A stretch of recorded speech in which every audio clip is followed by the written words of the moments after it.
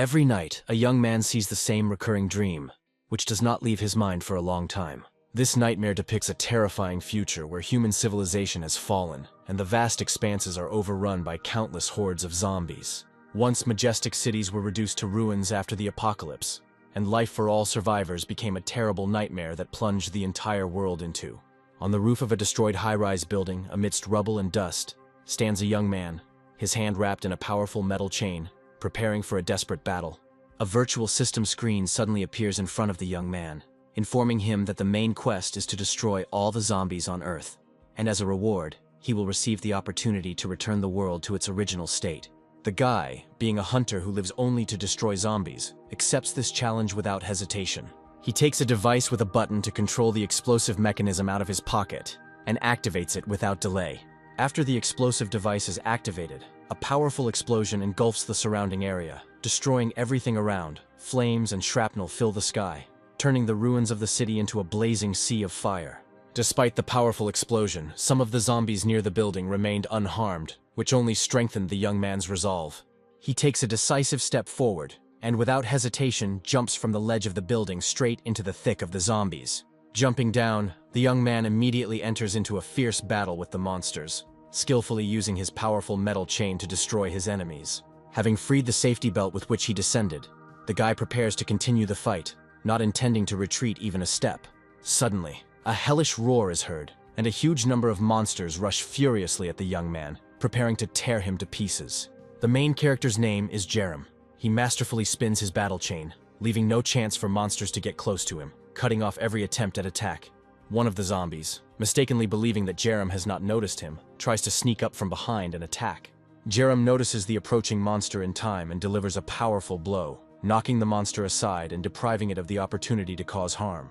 The young man deftly uses his metal chain to destroy the approaching zombies, each strike of its links raining down upon the enemies with devastating force. Jerem hears a wild roar and immediately realizes that 3 strong zombies are approaching him from behind, posing a serious threat. The young man instantly spins his chain at an incredible speed, and the zombies trying to get close to him are hit with such powerful blows that their bodies break in half under the incredible force of these attacks. Jerem destroyed a group of zombies that attacked him, and now stands silently, looking at the destroyed huge skyscrapers. The next second, the young man turns his gaze to the huge number of dead zombies lying around him, and utters coarse curses at them, expressing his contempt. Suddenly, the ground under Jerem's feet begins to shake violently, and the guy barely manages to stay on his feet. Jerem is very surprised. He does not understand what is happening, and the first thought that comes to his mind is an earthquake, which makes him anxious. Suddenly, Jerem notices how the asphalt on the wide street next to him begins to break apart, scattering the bodies of dead monsters in all directions. A terrifying creature with many sharp teeth and a menacing appearance emerges from under the asphalt, representing the personification of destruction. The monster, having climbed to the surface, begins to slowly but inexorably approach Jerem, preparing to attack him. Its huge mouth full of razor-sharp teeth, the monster is trying to tear the guy apart. Jerem looks at the approaching monster with horror and despair, realizing that he is about to face a power he did not expect to encounter, his face expressing deep fear of the impending threat. A huge multi-ton worm attacks the young man with incredible force. Jerem doesn't have time to react to the attack. The last thing he hears is a system message that the quest has failed and he is dead. Jerem suddenly jumps out of bed and screams loudly, not immediately realizing that it was all just a nightmare. He is so immersed in the sensations of a dream that he cannot immediately come to his senses. Jerem is in a cafe with a young woman and tells her that he recorded his nightmare from yesterday. The guy tries to figure out what happened. The girl, a psychotherapist, tells the young man that she has already studied more than 100 of his nightmare recordings and has noticed positive dynamics in his condition, which gives hope for improvement. The young man recalls that his nightmares began to appear suddenly 2 years ago, without any apparent reason, and since then they have haunted him. In his dreams, Jerem witnessed realistic images of the death of defenseless people, which repeated themselves over and over again, filling his mind with horror and despair. These nightmares caused him severe mental suffering, and under their influence, his past life was completely destroyed, turning into an endless nightmare.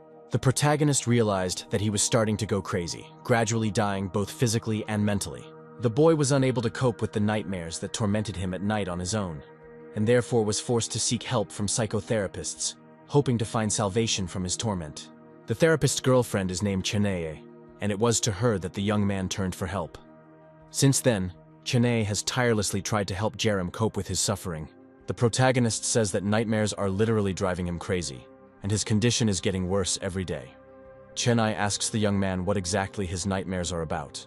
Jerem, clenching his fists tightly from tension, confesses to the girl that his nightmares are filled with zombies that have filled the world after the apocalypse, turning his life into an endless horror. Chanae began treating the boy, conducting various questions and analytical conversations with him, trying to find the cause of his suffering. This had little effect, and Chanae later resorted to hypnosis to try to help the young man. In addition to the above methods, the psychotherapist also used very strong medications, hoping to improve the patient's condition.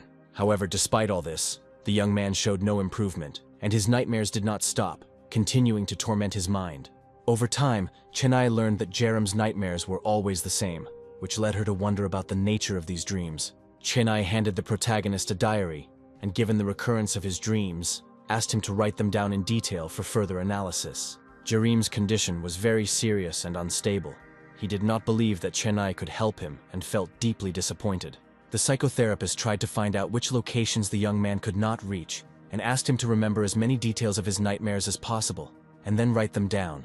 Jerem was very skeptical about such requests, but he did not argue with the doctor and started a diary in which he began to record his nightmares. A disgusting evil monster pounces on a surviving person and sinks its sharp teeth into his neck. Jerem realizes that he has never been to an abandoned warehouse before and decides to go there immediately, believing that this place may contain the key to unraveling his dreams. At a breakneck pace, the young man rushes towards the dilapidated doors of an abandoned warehouse, believing that important answers await him inside. The guy carefully enters the warehouse, listening carefully to every sound so as not to miss any possible danger. He sees an ugly zombie in front of him, takes a metal pipe in his hands, and quickly rushes at the monster. With rage and ferocity, the young man delivers a powerful blow with a metal pipe to the zombie, intending to destroy it and escape from this nightmare. A powerful blow destroys the zombie. The young man stands and silently looks at the defeated monster. The protagonist reflects on the fact that he managed to do this. He gains confidence in his strength and determination, which allowed him to destroy the deadly creature. The guy tells the psychotherapist that after this incident in the warehouse, his dreams began to change dramatically. The therapist asks the young man if he intends to continue acting alone in his dreams, to which the young man replies that very often people are scarier than zombies. The psychotherapist thinks deeply about his words, after which she says that she is sure that among people there are a large number of good people capable of good deeds. The guy replies that most people don't care about other people's problems, and no one wants to get involved in it, preferring to stay on the sidelines. The young man places his mug on the table with a loud bang and adds that in all his time he has only seen 1 or 2 people who died trying to help him, which only strengthened his mistrust of those around him. The protagonist is deeply upset that he did not have the strength to protect those noble and desperate brave souls who tried to help him, and this feeling of guilt weighs heavily on him. The psychotherapist speculates that the young man's dreams are likely very realistic, and that those who experience them could easily go crazy under such pressure. The therapist decides that a break in the conversation is needed and suggests going to get some soup to distract themselves a bit and continue later. Chanae is in high spirits, confident that she has enough strength and professionalism to help the suffering guy, despite all the difficulties of his condition. Chanae and Jerem head to a small, cozy house where they can relax and recharge their batteries, enjoying the peace and tranquility of the surroundings. Young people approach a small restaurant, lost in the narrow streets of the town. The guy asks if they really serve delicious food there. Chania, with a smile, replies that she doesn't believe the advertising signs, and admits that she's just very hungry. Taking his time, the young man tries the signature soup served at this establishment, assessing its taste. The therapist clearly liked this soup. She happily tells the guy that she hasn't eaten anything so delicious in a long time. The guy agrees with the girl, noting that the cuisine in this restaurant is really good and worthy of praise. The protagonist's attention is drawn to a loud conversation coming from behind the bar, which arouses his curiosity and wariness. The guy suddenly turns around and sees a disgruntled, large-built man, clearly irritated, saying something to the waiter. The man cannot contain his emotions and starts shouting. The protagonist understands that the conversation is about some money. The restaurant employee listens to the man silently, without trying to answer him or enter into an argument, remaining calm. Suddenly, the restaurant employee starts laughing very quietly, and thin streams of blood begin to flow from his eyes, which causes the protagonist to feel anxious. The man looks at what is happening in horror. His eyes are wide open and cold sweat appears on his face. He cannot believe what he is seeing and feels growing anxiety. A huge, lanky guy asks a restaurant employee in bewilderment what could be funny about this situation. The main character, turning to the man, looks at him carefully and is deeply concerned that blood is starting to flow from the employee's eyes. The protagonist feels increasing tension and fear as he watches the frightening scene unfold before him. The therapist notices that the guy is focused on something and asks Jerem what's wrong. The girl tries to understand the reason for his anxiety. The big guy, unaware of the impending danger, demands that the waiter hurry up, as he is worried that he might be late for his bus. Suddenly, the mutated restaurant employee pounces on the frightened giant and bites into his neck. The man falls to the floor, screaming loudly in pain. The zombie growls and rushes at him, intending to finish off its victim. Jerem watches closely, shocked by the unexpected turn of events, realizing that his tormenting nightmare has merged so much with reality that he can no longer tell the difference between a dream and reality. Jerem wonders if his tormenting nightmares have become reality, becoming part of his daily existence. The protagonist ponders the eerie assumption that the place where he is an unusual dream. Jerem is thinking wildly about how he can determine whether he is in a terrible dream or whether everything that is happening is reality. A wave of wild horror grips the young man when he begins to realize that he is not sleeping, but is in reality. The disgusting zombie continues to tear apart the body of the huge giant with a furious scream. The guy notices that the dead man's hand begins to twitch, and the young man guesses that he will soon turn into a zombie. The zombie realizes that there is someone else in the restaurant. He stops gnawing on the dead body of the man and slowly turns his head towards the main character. The zombie, his face distorted with rage, approaches Jerem, his rage and aggression literally pulsating in every movement. Jerem can hardly contain the feeling of immense horror that completely consumes him as he watches zombies tear apart the bodies of defenseless people. People are helpless against the onslaught of vile monsters. They can only scream and call for help. The wounded man desperately tries to crawl away from the monster, but the zombie quickly catches up with him, grabs his leg, and sinks its sharp teeth into it. Jerem is horrified to realize that this is an endless nightmare that may never end, and that he is plunged into a hell from which there is no escape. The guy closes his eyes, trying his best to pull himself together. He concentrates on deep breathing. Only one desire remains in his mind: for this nightmare to finally disappear. Jerem is at the limit of his mental powers, his hands clenched into fists that shake violently from tension and fear. Jerem closes his eyes, but even in this state he clearly sees the disgusting zombie devouring the man. Even with his eyes closed, the young man clearly sees before him the terrible head of the monster, its disgusting mouth and blood-drenched face. Jerem does not understand why he sees these terrible nightmares. He would be ready to give everything in the world just to stop these tormenting visions. Suddenly, there is a loud sound of breaking glass, and small shards fly around the room at great speed. A terrifying monster, having broken a display case, bursts into the dining room and lets out a loud howl that makes your blood run cold. Jerem looks at the mad monster that is approaching him at great speed. It fills his mind with panic and fear. The young man cannot decide how to act, whether to react to the monster moving rapidly towards him, or to close his eyes and try to drive away this nightmare. The monster continues to approach inexorably, and at the last moment the guy, in desperation, grabs a plate standing on the table, preparing to use it as a weapon. Jerem quickly jumps up from the table and delivers a sharp, powerful blow to the head of the attacking zombie with a plate. A powerful blow stops the monster. It freezes in place, emitting a terrible scream that echoes throughout the room. Jerem hates monsters with all his soul, and feels a great desire to destroy them all, leaving not a single one alive. The young man frantically searches for some kind of weapon to fight the monsters. His gaze falls on an ordinary mop standing in the corner of the room. Jerem breaks the mop with a sharp kick in order to use its handle as an improvised spear.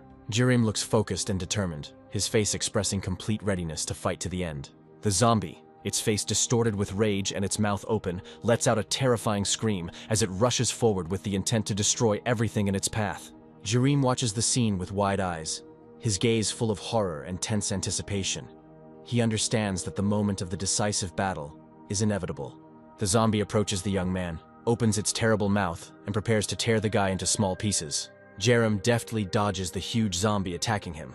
The monster flies right over his head, missing its target. The zombie is surprised to realize that he missed, and the guy was able to dodge his attack. At this moment, Jerem swings his makeshift spear and rushes at the monster with fury, not giving it time to strike back. Jerem delivers a powerful blow with the wooden shaft to the back of the monster's head, piercing the zombie's skull. With a crash, the body of the defeated zombie falls to the floor, after which silence covers the entire space around. The protagonist realizes that, thanks to countless nightmares, he was able to act coherently and decisively without succumbing to panic at a critical moment. Jerem notices Chennai trembling behind him and immediately asks the girl how she feels and if she is hurt. The psychotherapist cannot believe what is happening. She begins to have a fit of hysteria as she is unable to accept the reality of what is happening. Jerem asks the girl to calm down. He explains that the enemy he just killed was not a man, but a monster. Jerem insistently asks the therapist to look around and carefully observe everything that is happening. The guy says that all the creatures nearby are no longer people, they are just walking corpses, deprived of life. Chennai struggles to hold on, fighting the waves of hysteria that wash over her, threatening to overwhelm her mind and destroy her composure. Jerem is very surprised that everything he wrote down in the notebook after his nightmares has become reality. This shakes him to the depths of his soul. Chennai stares at the young man's diary lying on the table and says in horror that this simply cannot be. The girl refuses to accept what is happening. A huge blast wave sweeps through the room, nearly knocking the young people off their feet. Jerem instantly recalls this moment from his nightmares, realizing that the blast wave came from a nearby gas station. Young people run to the window and see the gas station located next to the restaurant burning brightly. Chennai screams loudly. The girl understands that this incident was already recorded earlier in Jerem's diary, and now it has become a reality. The protagonist no longer doubts that his dreams have become reality, and the world around him has changed forever. Jerem realizes that this nice town they are in will soon be destroyed and taken over by deadly monsters. Countless aggressive zombies roam the night streets of the ruined city. Hellish creatures wander the streets aimlessly, hoping to meet a living person in order to tear them apart in an instant and quench their thirst for blood. Not only small towns, but also huge cities such as Seoul fell under the onslaught of zombies. In a short period of time, even such fortified areas as the Forbidden City in China collapsed, unable to withstand the hordes of insane monsters. The huge metropolis of New York, located in the United States of America, suffered the same fate. Its streets were overwhelmed by crowds of insane zombies, destroying everything in their path. The once flourishing and dynamic human civilization has plunged into chaos and madness, drowning in destruction and suffering. Jerem recalls that in his nightmares, zombies evolved very quickly, becoming stronger and acquiring the beginnings of intelligence and various skills. With the help of these evolved zombies, which Jerem saw in his dreams, the monsters were able to destroy all of humanity, leaving only destruction and death in their wake. Jerem watches his hometown burn down, realizing that his future is predetermined and bleak. The young man is deep in thought when he hears the sound of a bell, which suddenly attracts his attention. Jerem tries to figure out where the sound is coming from, and after a while he realizes that a virtual system is trying to contact him. A virtual screen appears in front of the young man, informing him that a new quest has begun. He needs to protect the psychotherapist Chennai, and if he successfully completes the mission, he will receive a new reward, a unique skill. The guy remembers that in his nightmares, he always completed only the main quest, which consisted of clearing out all the zombies on Earth, and this was his main task. Previously, Jerem had only seen the system's virtual screen in his nightmares. He was surprised when he reached out his hand towards the screen, which passed through it without any problem. The young man begins to look through the available quests, and is surprised to discover that they are completely identical to those he saw in his nightmares. The ruined city, with its leaning buildings, is plunged into darkness, and an atmosphere of desolation and hopelessness reigns all around. Jerem believes that he has a huge advantage, since he knows what will happen in the 99 nightmares that he saw and described in his diary. The system's virtual screen asks the young man whether he agrees to complete the quest, and prompts him to choose a yes or no answer. Jerem has a strange feeling, remembering that he could never complete this quest in his nightmares. Chennai asks the young man if he's okay, and she sees him waving his hand in the air as if trying to grab something. Jerem understands that only he can see the system's virtual screen, and tells the psychoanalyst that everything is fine with him. Chennai is relieved to see that the guy is in a good condition. Jerem looks at the therapist, but instead of her, he sees a horrible, vile zombie which leaves him in shock. The guy remembers that in his nightmares the girl turned into a zombie, and now this vision can become reality. Chennai doesn't know about this because the protagonist didn't write everything down in his diary, hiding some details from her. A vile monster suddenly runs up to Chennai. It roars loudly and bites into her neck with its sharp teeth. After some time, Chennai's corpse begins to move, and the psychotherapist, who has turned into a zombie, tries to get to her feet. Chanae, now a zombie, rises to her feet, throws her head back and lets out a terrifying scream that echoes throughout the surrounding area. Jareem's gaze is full of anger because of the injustice of fate. The guy saw how the psychotherapist, the only person he trusted, turned into a zombie in his nightmares. The next moment, a powerful explosion occurs, which shatters the huge glass windows of the restaurant, scattering fragments everywhere. Jareem turns around sharply and sees a huge crowd of zombies starting to enter the room. A crowd of zombies with distorted faces and wide-open mouths slowly fills the room, their dead eyes full of rage and insatiable hunger. They are ready to tear apart everything living in their path. Jareem realizes that he cannot cope with so many monsters. The guy orders the psychotherapist to run. Young people run out of the building into the street as fast as they can, hoping to escape the impending threat. A huge number of terrifying-looking zombies roam the streets of the town, filling the entire area around them. The young men maneuver with incredible speed, running through crowds of zombies that try to grab them but cannot reach them. Chanae runs with all her might. She understands that her life depends on this run, and she gives it her all despite the fear that grips her. Despite being in a severe state of shock, Chanae managed to grab the diary with the entries. The girl considers it very valuable and hugs it tightly to herself, not wanting to lose it. The young men quickly run to the old doors of an abandoned industrial warehouse, hoping to find shelter there. Jareem manages to quickly open the old rusty doors. He throws them wide open, hastily walking inside. Having run into the room, the young man firmly closes the door with a powerful bolt. The young people understand that they are now relatively safe, and are trying to calm down and catch their breath after the horror they have experienced. Jareem confidently walks towards one of the booths, as he already knows where and why he is going. Having opened the metal cell, the main character takes out a heavy object that was hidden inside. The girl, not understanding the guy's confident actions, wants to know what he is trying to get out of the booth, watching him with anxiety. The object that was in the booth turns out to be a huge metal chain, which Jareem wraps tightly around his hand. The guy goes to a therapist. He asks her to get ready, and says that they will encounter monsters until they get to his house. Chanae looks scared and worried, her eyes full of worry. She realizes the gravity of the situation and understands that more dangers await them. Jareem reaches out to the massive bolt that closes the doors, intending to open it. The guy carefully opens the massive doors of an abandoned warehouse and steps out into the street. The young man sees that quite a large number of zombies have already gathered around the warehouse. The virtual system informs the young man that a quest to protect the psychoanalyst has been launched, and he has exactly 180 minutes to complete it, which forces Jareem to act quickly. Jareem looks forward with determination and anger, his face reflecting his complete readiness to fight, despite all the dangers. The zombies on the street immediately notice the young people who came out of the warehouse and turn towards them with a loud growl.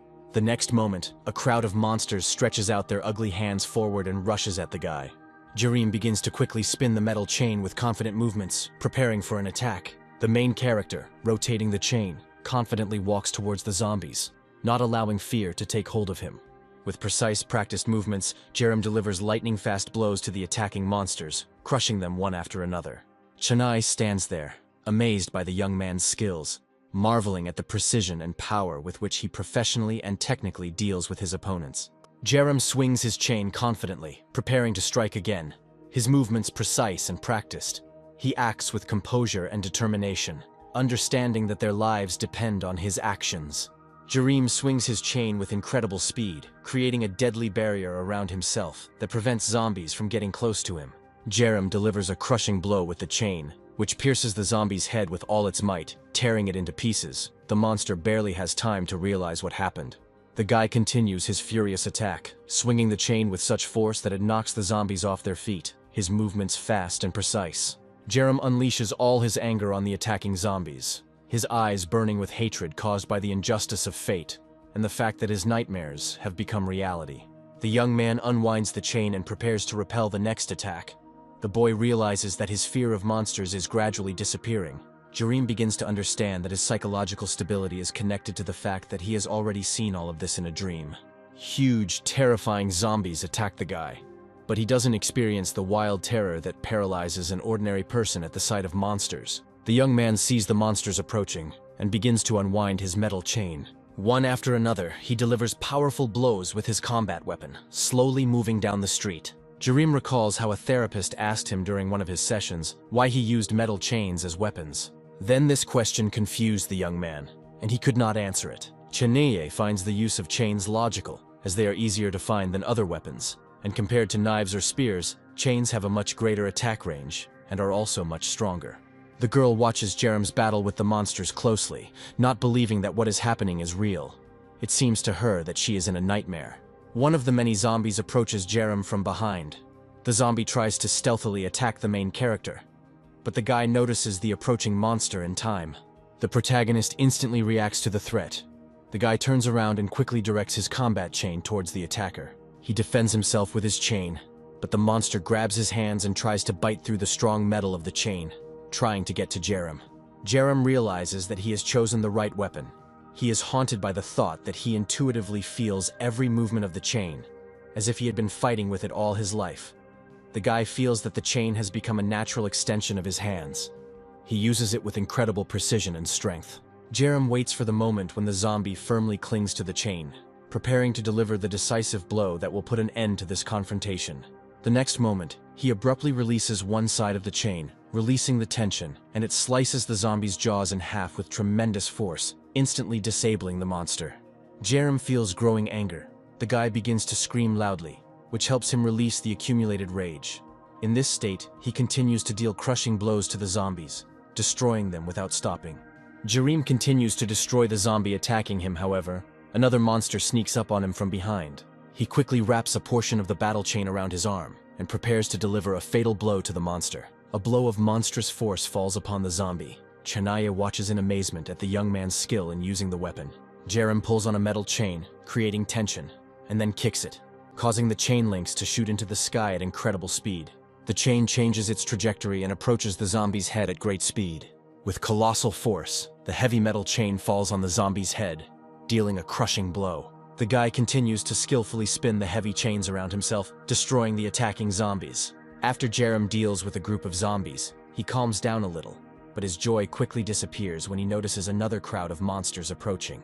The young man realizes that he will not be able to deal with so many zombies quickly and orders Chanaye to run away immediately. In one of the mountain villages outside the city, there is a beautiful one-story brick house. Jerem carefully examines the building, hoping that there are no zombies or infected people inside. He takes a few steps towards the door and, stopping next to it, invites her to come inside, assuring her that it will be safer and calmer there. Young people open the doors and slowly enter the room, listening to the sounds. Chanaye is unable to stand on her feet. The girl falls to her knees. Her body begins to shake violently. Jerem is concerned about the therapist's condition and asks how she is feeling. Chanaye replies that she is fine. She is just experiencing a lot of nervous tension and fell to the floor due to fatigue. Jerem helps the girl get to her feet. The guy advises her to rest a little and walks her to the sofa, carefully supporting her in this difficult situation. Chanaye sits down on the sofa.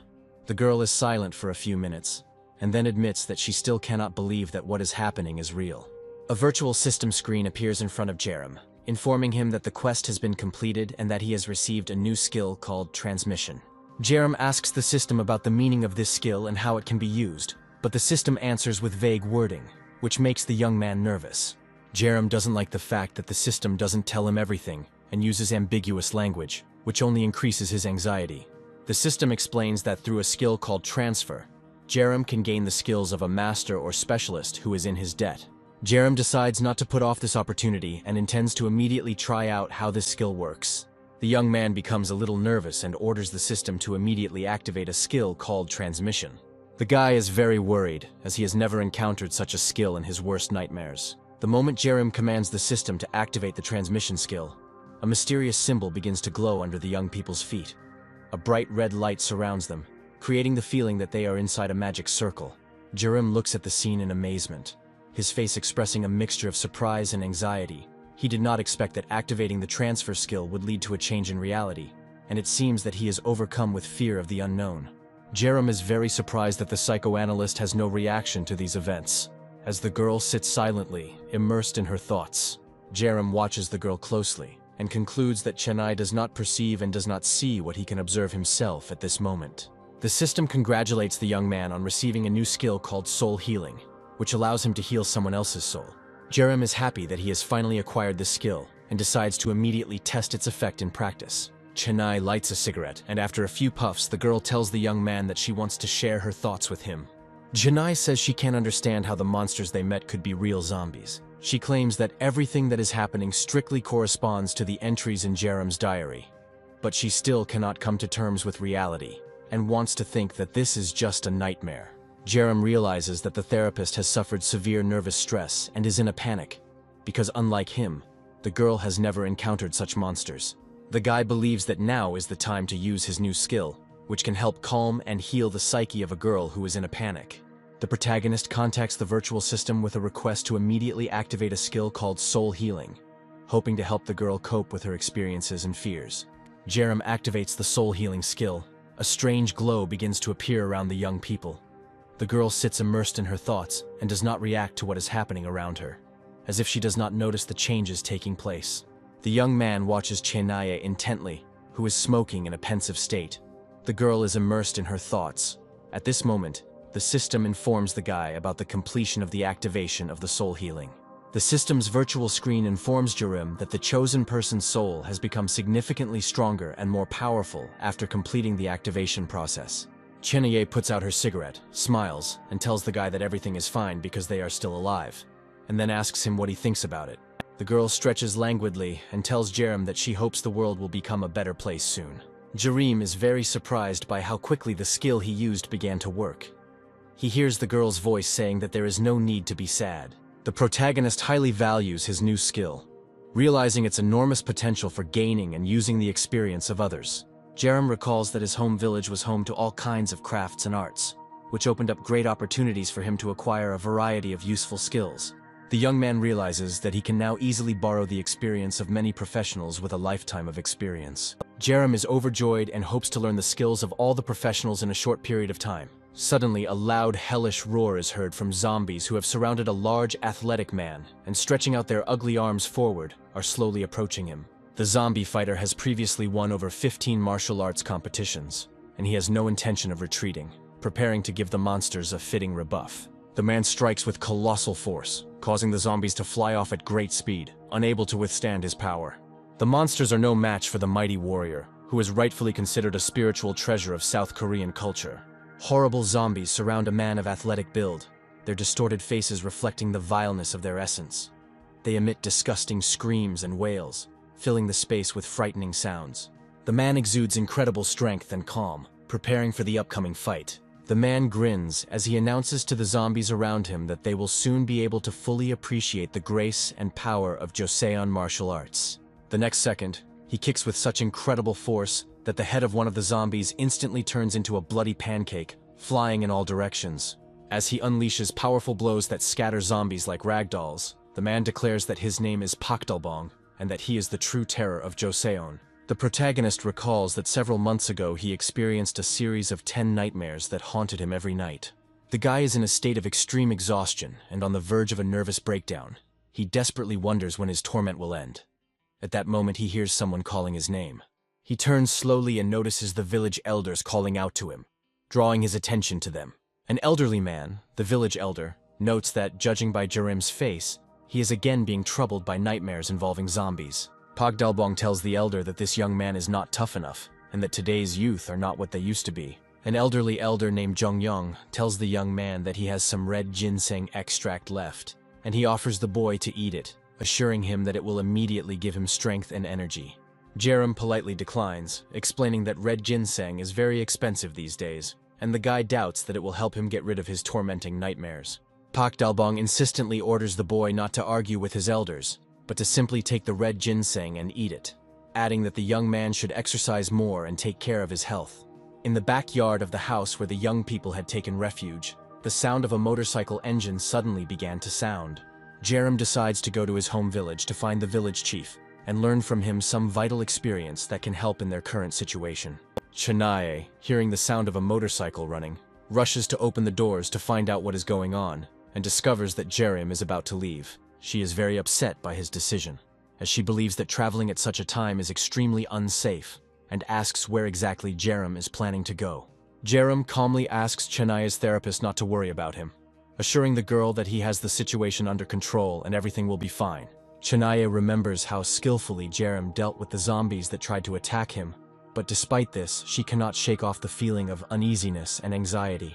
Realizing that she is powerless to stop Jerem from doing what he thinks is right, Chennai stops trying to persuade him, but deep down she is still convinced that such actions are extremely dangerous and can lead to unpredictable consequences. The psychotherapist says goodbye to Jareem, and the girl urges him to be extremely careful and take care of his own safety. At the end of the conversation, Chennai warns Jareem in a serious tone that if he is bitten by a zombie, she will not open the door for him under any circumstances. Jareem adjusts his helmet on his head and confidently declares that Chennai's worries are in vain, and everything will definitely be fine, despite her fears. Chennai considers Jareem to be too young and reckless, believing that he does not understand the gravity of the situation and is rushing into danger without proper understanding. Jareem pushes the motorcycle's engine to its limits as he races towards his home village, hoping that the elders are still alive and that he will be able to save them. As Jareem races along the road, he is struck by the intense emotion of how dear the elders are to him, and vows to save them no matter what the obstacles. Chennai feels inner anxiety and worry for Jareem. The girl understands that events are developing too quickly and unpredictably. Chennai is visibly nervous, taking a drag on her cigarette and thinking that she probably won't be able to quit this habit this year. Zombies, with mutilated and decomposed bodies, wander aimlessly through a small town, looking for their victims. Inside the Changjin Village Administration Building, zombies slowly move through the ruined premises, their rotting bodies wandering among the empty and ransacked offices. The village elder, overcome with panic and fear, sits on the floor, clutching his head, his face expressing the utmost despair and helplessness in the face of the impending threat. The elder's face is distorted with horror. His eyes are full of despair. Beads of sweat are running down his forehead, and his trembling hands are clutching his head. The man is trying to cope with unbearable fear. One of the zombies wandering around the room suddenly notices a slight movement behind the table and instantly realizes that there is a living person hiding behind it. The zombie, noticing the movement, begins to scream loudly, making eerie, piercing sounds, and with incredible fury rushes at the man hiding behind the table. With great force, the monster throws aside the table behind which Elder Jongyong was hiding. Then it stretches its ugly, decaying arms forward and rushes at him. The elderly man is completely paralyzed with fear. He doesn't even have the thought of resisting. He humbly accepts his fate, preparing for the inevitable. Suddenly, Pak Dalbong comes to the elder's aid, crushing the attacking zombie's skull with a powerful blow, saving his friend from certain death. Pak Dalbong, breathing heavily, asks his old friend if he is okay after such an attack. Jongyong can't hide his joy and relief. He is incredibly happy that his friend came in time and saved him. However, the joy is short-lived. As the huge, ugly zombies notice the people, they emit hellish screams, open their terrible mouths, and begin to slowly move towards the elders.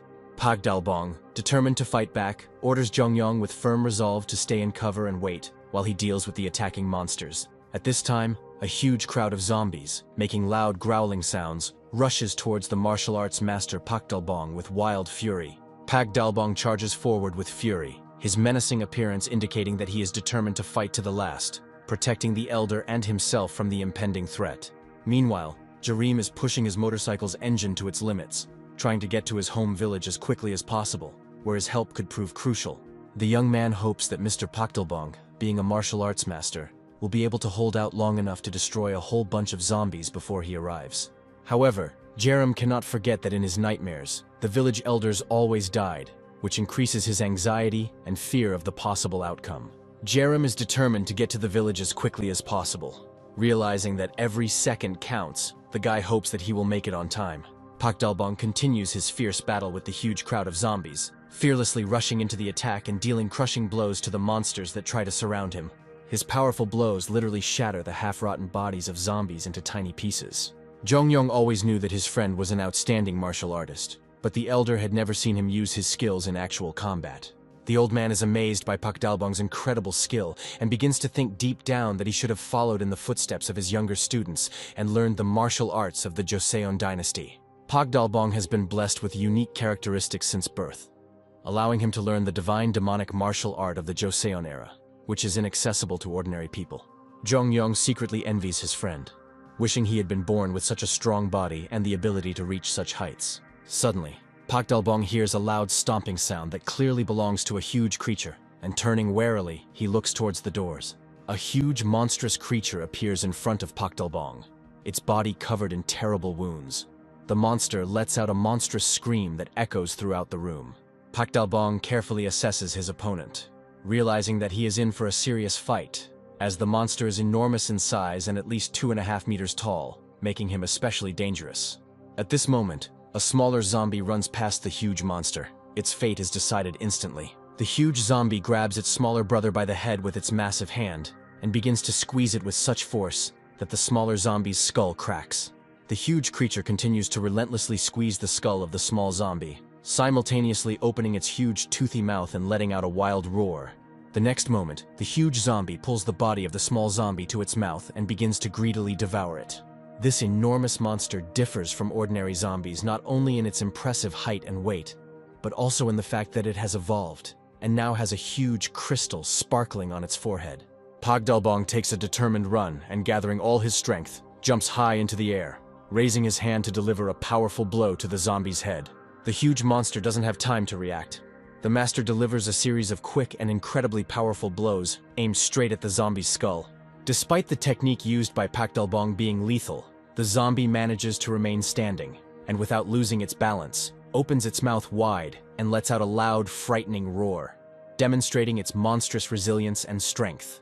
Pagdalbong is greatly enraged. The man begins a new attack, resolutely rushing at the enemy. But the huge zombie manages to react and instantly grabs his hands, demonstrating its incredible strength and provoking the start of a new, even more brutal fight. Pagdalbong fights the huge zombie, demonstrating incredible strength and concentration, sweat streaming down his face and his eyes full of determination. Despite facing incredible resistance from the monster, he does not intend to give up. Pagdalbong's face contorts from the sudden, intense pain in his back, and the man realizes with horror that he will hardly be able to cope with such a powerful opponent. At that moment, Jerem appears on the threshold. The guy takes a fighting stance and begins to spin his huge metal chain. Jerem loudly announces to the elder and Pagdalbong that he has come to save them from the deadly monsters. Jerem notices that Jongyong is overcome with terror, while Pagdalbong, despite being in severe pain, resolutely continues to fight the monsters, demonstrating incredible resilience. Jerem realizes that his thoughts were correct, and that he does indeed face two serious problems. The first problem is the condition of Pagdalbong's spine, who, despite his athletic build and seemingly robust health, suffered a lower back injury during the fight. The second problem is a huge mutant zombie that has clearly evolved and is a much more dangerous and serious opponent than regular zombies. Pagdalbong is immobilized by severe back pain and is unable to continue the fight, which alarms Jongyong, who immediately rushes to his friend's aid. Jongyong takes Pagdalbong's hand and tries to get him to his feet. The man tries to help his friend get up as quickly as possible. Jongyong lifts his friend Pagdalbong to his feet with great effort, intending to leave the dangerous room as quickly as possible. At this time, a huge zombie rushes at Jerem and deals a series of powerful blows to the guy. But the young man deftly dodges the monster's attacks, demonstrating his agility and speed. Pagdalbong orders Jerem to run away immediately. He warns the boy that this monster is not ordinary and poses a serious threat. Jerem asks the elder not to worry about him and orders the men to leave the room as quickly as possible. Pagdalbong watches the young man's brave actions in amazement and at that moment realizes that there are only 2 seats on the motorcycle. Meanwhile, a huge crowd of monsters fills the room, slowly advancing on the remaining survivors. Pagdalbong and Jongyong mount a motorcycle parked at the entrance while Jerem bravely covers their retreat, preventing the monsters from reaching the elders. Jongyong asks his friend if there is any way to defeat the huge monster, to which Pagdalbong sadly replies that his strength is not enough to deal with this monster. Jerem spins his battle line with great speed, keeping the zombies at bay and preventing them from breaking through to the retreating men. However, the young man is not sure whether he can cope with such a huge number of zombies, which turned out to be much more than he expected. The protagonist realizes that Master Pagdalbong is now in his debt, and so he can gain his skills and knowledge through the virtual system.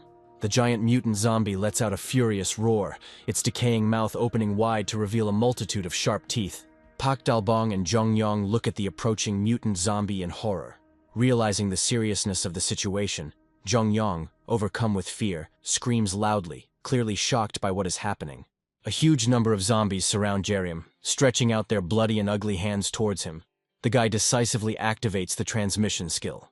The virtual system immediately notifies Jerem that the skill has been successfully activated, and the guy can now use his new abilities in battle. Pushing off the floor with great force, Jerem soars high into the air, instantly leaving the zombies far behind him. The huge monster, interrupting his attack, watches in surprise as the guy approaches him at incredible speed. The next moment, Jerem lands on the huge monster and delivers a powerful blow with both legs, The vibration from this blow throws the small zombies aside. The elders watch in amazement as the young man attacks, wondering how he was able to use the Joseon demonic combat technique that only a select few knew about. The virtual system immediately notifies Jerem that the divine demonic martial art of Joseon has been successfully integrated into his permanent skills, opening up new possibilities for him. The main character is faced with the image of the most powerful master in history, possessing the secret technique of Joseon.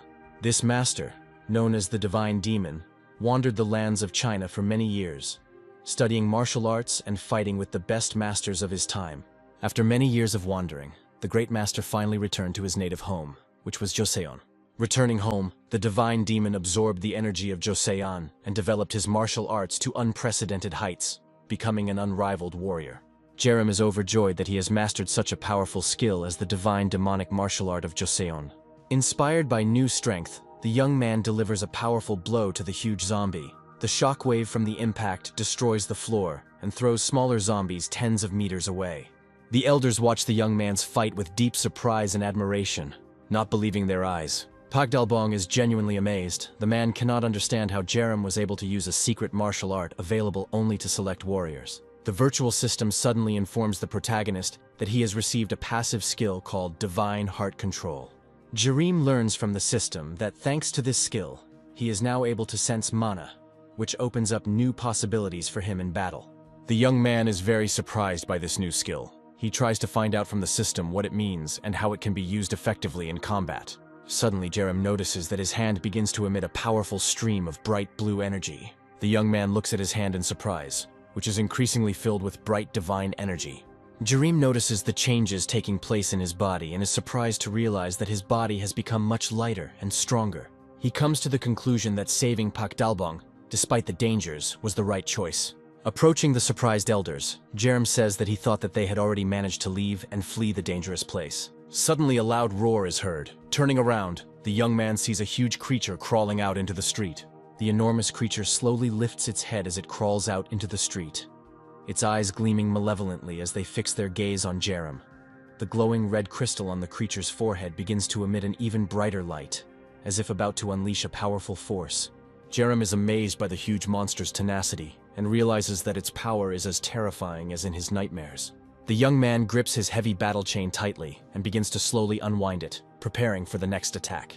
A huge, multi-meter monster makes eerie, inhuman sounds and slowly approaches Jerem. Suddenly, the monster rushes forward, swiftly attacking the guy, but Jerem manages to jump sharply into the air, dodging the blow, and immediately deals a strong blow to the monster with his chain. Jongyong, watching the fight, tells Pak Dalbong that the boy is showing exceptional skill, which he did not expect to see in such a young warrior. The enormous monster's incredible blows shatter the asphalt into pieces, but miss their target thanks to Jerem's skill and agility. The boy deftly dodges the monster's powerful attacks, demonstrating incredible speed and agility, and manages to inform the elders that he is completely fine and not injured. Jerem insistently asks them to immediately leave this dangerous place. The young man again appeals to the elders not to worry about him, assuring them that he will soon catch up with them. Jerem strongly advises the elders to go to his house, where a female psychotherapist is already waiting for them, ready to help and support them in the current situation. The elders start the motorcycle and, without wasting any time, set off on their journey, finally asking the young man to exercise utmost caution and reminding him that he must return home safe and sound. The main character, swinging a chain, begins to move rapidly towards a huge zombie, which is preparing for a new attack on him. Jerem thrusts his chain into the zombie's body with incredible force and precision, delivering a powerful blow that pierces the beast's flesh.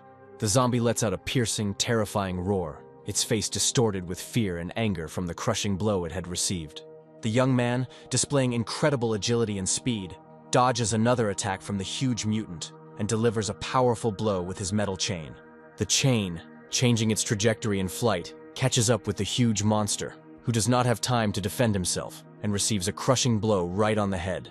Despite the severe damage, the zombie continues its furious attack, forcing the young man to retreat back to get a better position for the next blow with its heavy chain. Unexpectedly, the multi-meter zombie displays incredible reflexes and agility, managing to grab the young man's combat chain, putting him in a difficult position. Jerem realizes the danger of the situation he finds himself in, and tries to quickly find a way out of this predicament. The monster lets out a terrifying, piercing scream and, demonstrating its inhuman strength, breaks the battle chain in half. Jerim is unable to contain his anger. His face contorts with rage. He curses the zombie for daring to destroy his weapon. The next second, the young man jumps high into the air and with incredible force delivers a furious kick straight to the zombie's head. The huge monster becomes disoriented in space, grabs its head with its hands and screams loudly in pain. Jerim slowly approaches the wounded monster and tells him with cold fury that destroying other people's things usually comes with harsh punishments. Jerim, with a dark, sinister smile, pierces the monster with his gaze and in a quiet but furious voice, declares to the monster that its end has come. The night was dark and serene.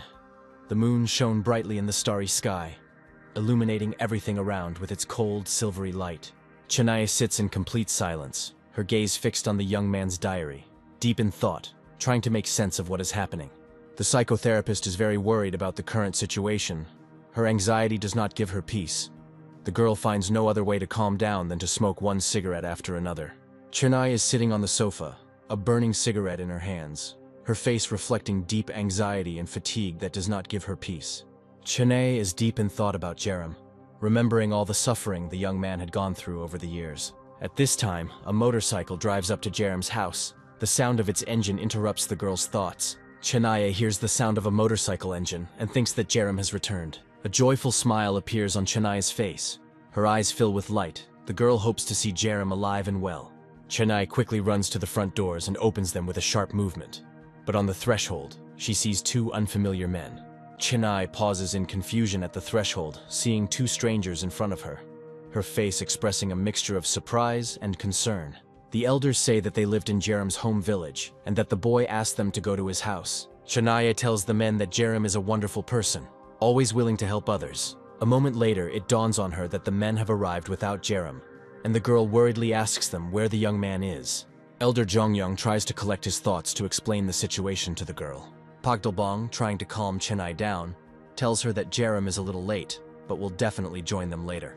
Chennai finds this very strange and begins to feel growing uneasy, her gaze expressing surprise and bewilderment at what is happening. Jongyung tells the therapist that Jerim is a noble young man who saved the elderly from certain death. Chennai becomes very worried when she learns that the boy is left to fight the zombies alone, risking his life. Meanwhile, Jerim continues his furious attack, delivering a series of powerful blows to the huge zombie, but even using a secret combat technique does not bring him success. Realizing that without using mana, he will not be able to defeat the powerful enemy, Jerim activates his mana.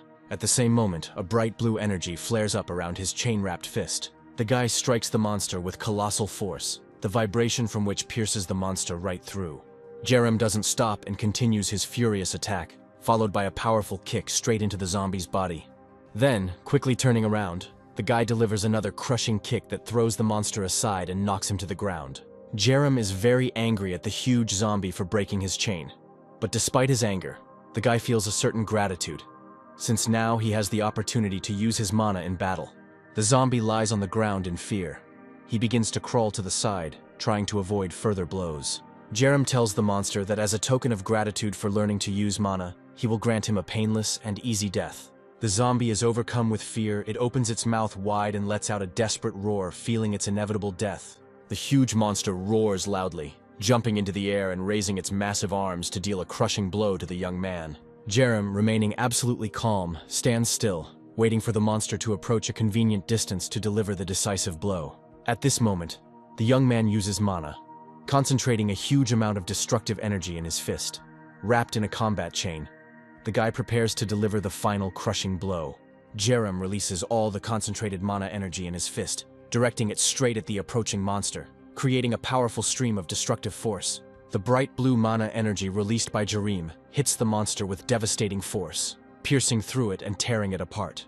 The monster's body is blown apart by the powerful energy released by Jerim, and the monster lets out a terrible scream and spits out blood. Jerim was able to defeat the monster by concentrating all of his mana in one place and delivering a precise blow to one vulnerable point. The young man looks closely at the defeated monster, his attention drawn to the huge crystal that fell from the monster's skull. Jerim can't take his eyes off the crystal, which emits a bright light, attracting his attention with its mystery and incredible energy. The boy approaches the fallen monster, slowly bends down, and carefully picks up the magic crystal from the ground, feeling its unusual power. Jerem doesn't understand what exactly he's holding in his hands until the virtual system tells him that the crystal is a red magic stone. This magic crystal can be used as a catalyst. It is capable of significantly increasing the level of any item or weapon. A satisfied smile appears on Jerem's face. He is glad that he was able to defeat the monster and obtain the valuable artifact, realizing how important this victory was and the significance of the found crystal. Chennai watches a breaking news broadcast on television with elders, where the Ministry of National Defense announces a national disaster. The announcer reports that mass unrest of unknown origin is currently spreading throughout the country, causing panic and chaos among the population. He once again emphasizes that a national disaster has been declared, strongly recommending that all residents stay at home and not leave their homes unless absolutely necessary. At that moment, Pak Dalbong hears someone approaching the front door and starting to knock. From the street comes the familiar voice of Jerim, asking to open the door and asking if anyone is home. Chennai and Pak Dalbong are in a state of anxiety, their faces showing worry and tension when they hear Jerim's voice outside the door. Chennai and Pak Dalbong happily greet Jerim, their faces expressing relief and joy that the young man has returned safe and sound after a dangerous battle. Jerim looks at the elders with joy and tells the man that he is very glad that they both arrived safely at his home. Chennai begins to scold the young man for his decision to stay alone and fight the zombies. The girl believes that he is overconfident about his powers and is putting his life at unnecessary risk. After some time, the therapist calms down and, changing his tone, asks Jerim how he feels and whether he was bitten by a zombie during the fight. Pak Dalbong, without hiding his delight, proudly tells the guy that he is very proud of him and his actions. The man expresses deep respect for his courage and determination. Jerim smiles with a slight sense of satisfaction as he sees the elders and Chennai overjoyed at his return. Jongyong joins his friend and begins to praise the young man for his courage and determination, noting how hard Jerim tried to save them from certain death.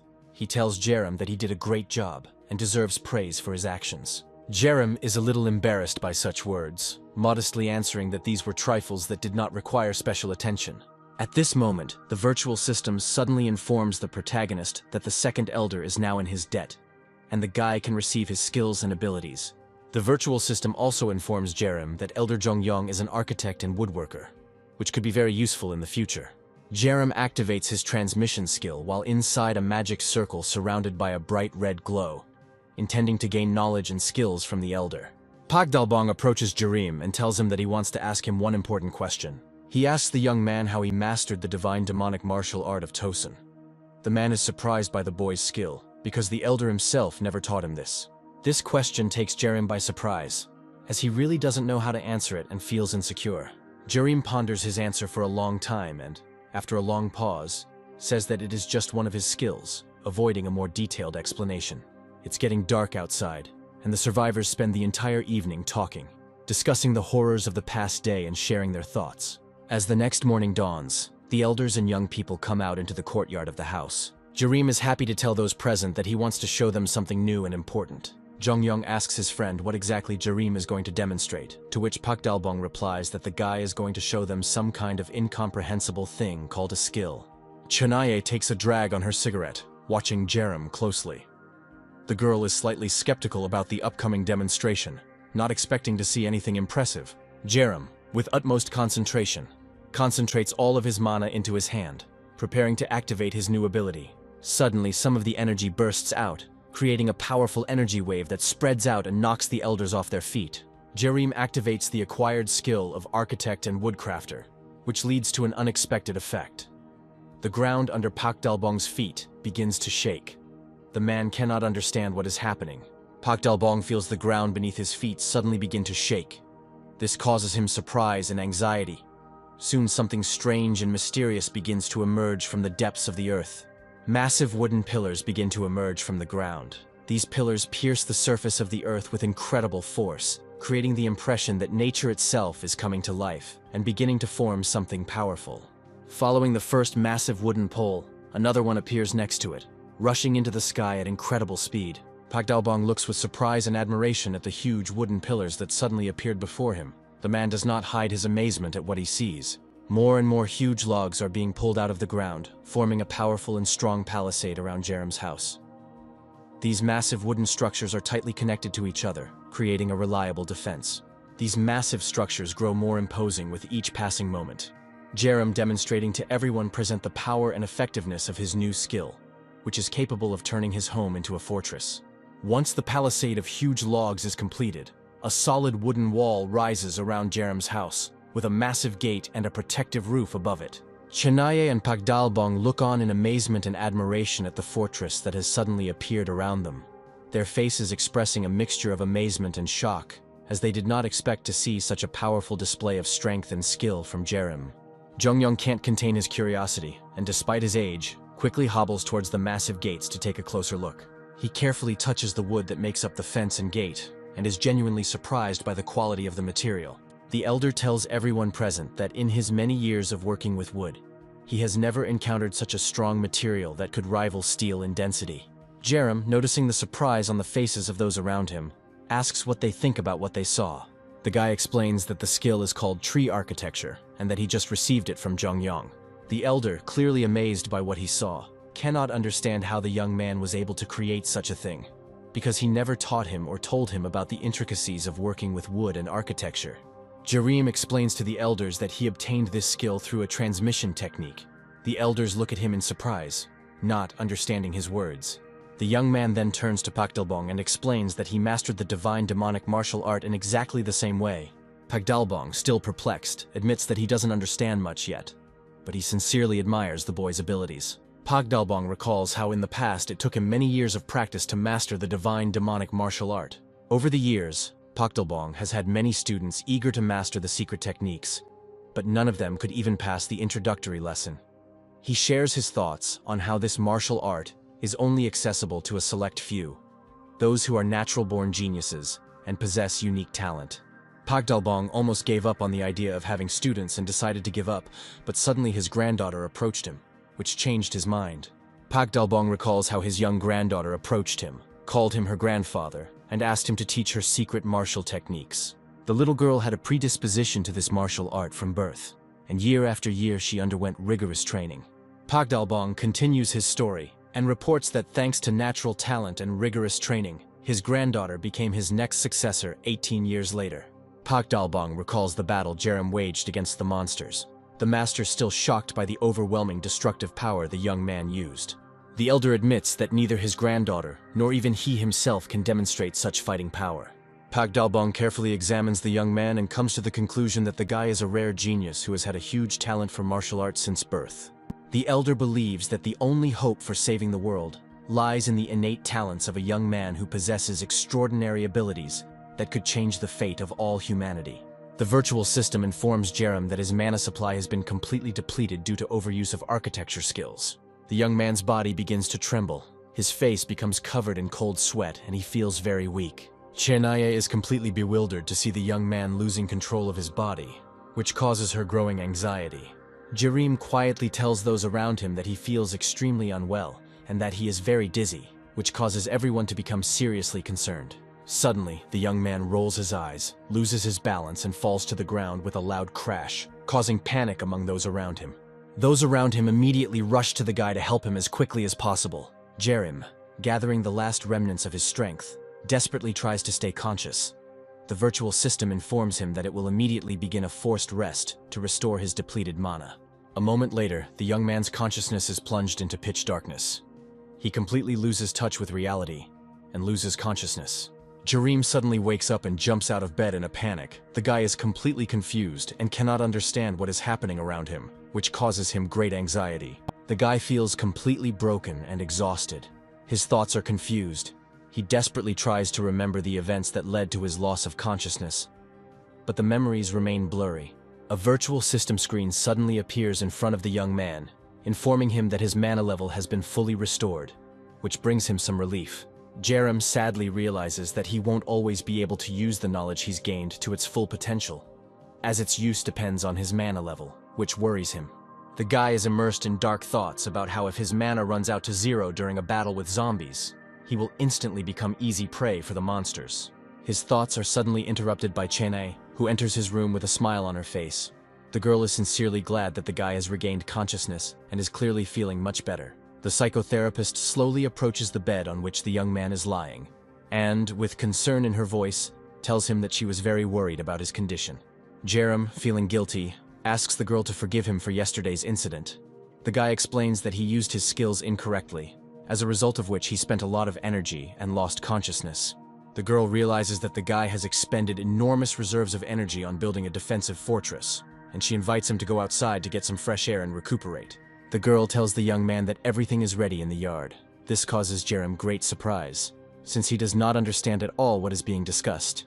When Jerem steps out into the yard, he is met with an enticing sight of juicy pieces of meat roasting on the grill over the fire, which unexpectedly whets his appetite. The young men slowly make their way to the elders, who are comfortably seated near the grill, and, engaging in leisurely conversation, grill huge pieces of meat over the fire, enjoying the moment of peace.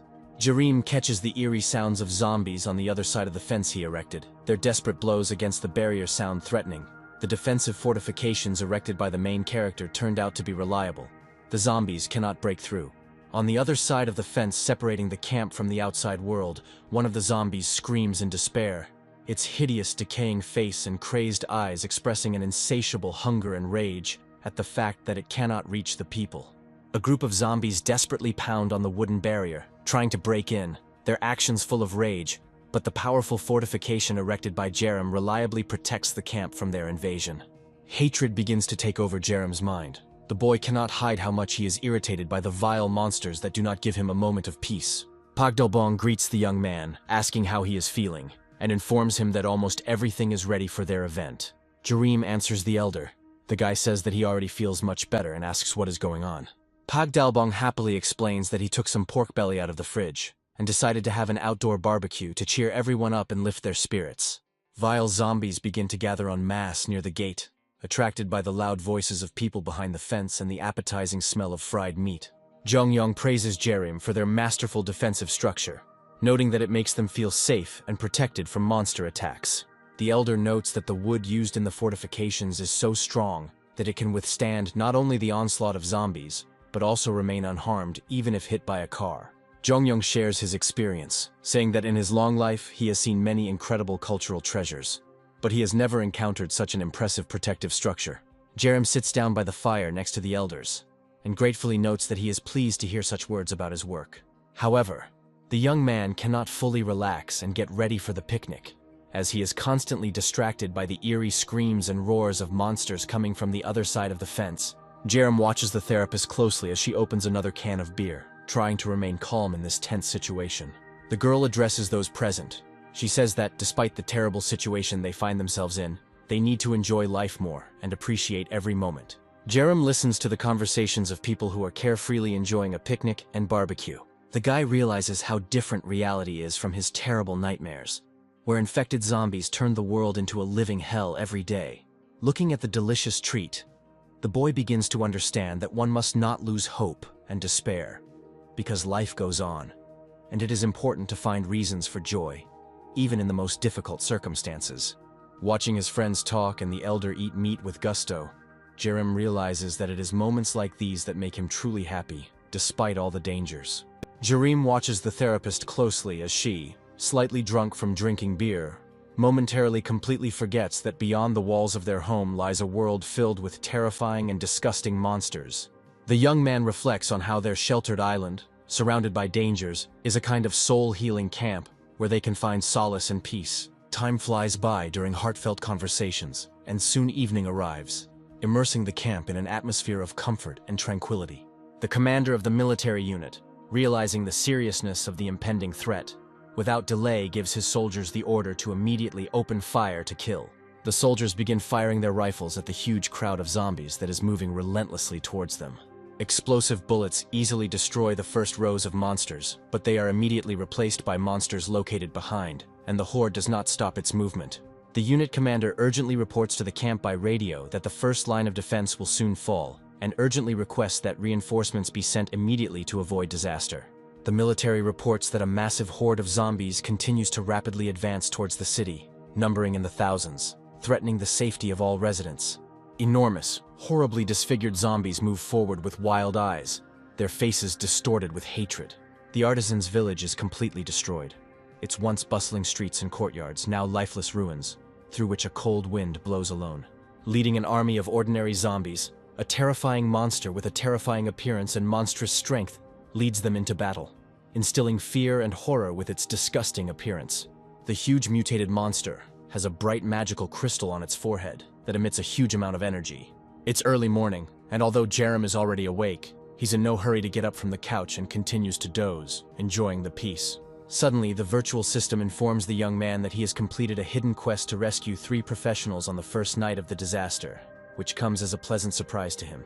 The system also notifies Jerem that he has been awarded a reward for completing the quest, which is a new skill called analytics, which can prove quite useful. Jerem's spirits instantly lift as his collection of skills and abilities continues to expand, making him stronger and more experienced. The protagonist's thoughts are interrupted by loud sounds coming from the yard, which makes him wary. Jerem goes out into the courtyard of his house and is surprised to see the elders performing physical exercises, which makes him feel a little surprised and admired by their energy. The protagonist decides that he needs to try out the new skill as quickly as possible to understand its capabilities and usefulness. Jerem requests system activation, which instantly enables a new skill called analysis. A virtual screen appears in front of the young man, informing him that the elder is a man without a ranking, but has the skills of a great wood specialist. The next target to be scanned is Pakdalbong. The system reports that the man also has no ranking, but is the last heir to a divine demonic martial art that has been passed down for 23 generations. When scanning the psychotherapist, the system displays information about the girl's age and reports that she also has no rating in the system. Jerem ponders the information he has received and tries to understand what exactly this rating means and why it is so important. It occurs to him that the new skill may allow him to analyze not only people, but also objects, which opens up new possibilities for him. The first thing the young man does is decide to analyze the television. The system tells him its technical specifications and adds that this item has no rating. The sofa he checks next turns out to be an ordinary object, no different in its power from other objects. Jerem is surprised to realize that even items can have a rating, and remembers that he has a magic crystal that can increase this very rating. The virtual system clarifies that the red magic stone, when used as a catalyst, can significantly increase the level of items, which arouses the protagonist's interest and desire to experiment. Jerem looks closely at the crystal, pondering how best to use this rare artifact to get the most benefit from it. At this moment, Chene comes up to him, interested in his behavior, and asks what treasure he has in his hands, from which he cannot take his eyes off. Jerem tells the therapist that he is holding an object that he found in the city, and that this object is a catalyst that can enhance other objects. This information surprises the girl. He continues to say that with the help of this crystal, you can strengthen anything, be it a person or an object. Chennai, surprised by his words, asks why he just looks at this item and does not use it, to which the guy replies that he has not decided yet and is thinking about which item he should level up. Jerem suddenly tells the therapist that he needs to step away for a while, which leaves her very surprised and worried. Chennai begins to become seriously concerned about the young man, reminding him that it has only been a short time since he lost consciousness and that he should not go anywhere in this state. Despite her concerns, Jerem gets on the motorcycle, assuring the girl that he feels much better and explains that he needs to make sure of something. In the ruined village, zombies slowly roam the deserted streets and courtyards, presenting a sad spectacle of chaos and destruction. The vile creatures instantly react to the sound of a moving motorcycle, which can be heard for many kilometers. The sound attracts their attention and provokes aggression. Jerem, picking up speed, rushes straight to the street where there is a crowd of zombies. The guy is going to attack the monsters on the fly. To protect himself, he decides to use his old, tried-and-true weapon, a metal chain, which has saved him in similar situations more than once. The young man deftly maneuvers his motorcycle, delivering powerful blows with his chain to the zombies attacking him. Without slowing down, he confidently breaks through their ranks. Remembering his terrible dreams, the protagonist realizes that a real nightmare will soon come to this village. Jerem suddenly sees a terrifying, huge monster from his dreams appear before his eyes, which is the leader of the ordinary zombies and poses an incredible threat. Next in order of seniority are the huge multi-meter monsters with which the guy had already fought earlier. The nightmare in which Jerem experienced paralyzing terror came back to him. The guy could not do anything, watching as a huge, vile monster slowly approached him. The young man recalls how, in a dream, his hands gradually became covered with cadaveric spots, which indicated his destruction or transformation into the monster he fears so much. Jerem takes off his protective helmet and looks forward with confidence, convinced that this time everything will turn out differently. A young man watches as a powerful explosion occurs several kilometers away. illuminating the sky with a bright light and shaking the earth around him. Jerim silently looks towards the explosion, realizing that the enemies are already here and the threat is becoming real. Jerim wraps a metal chain around his hands.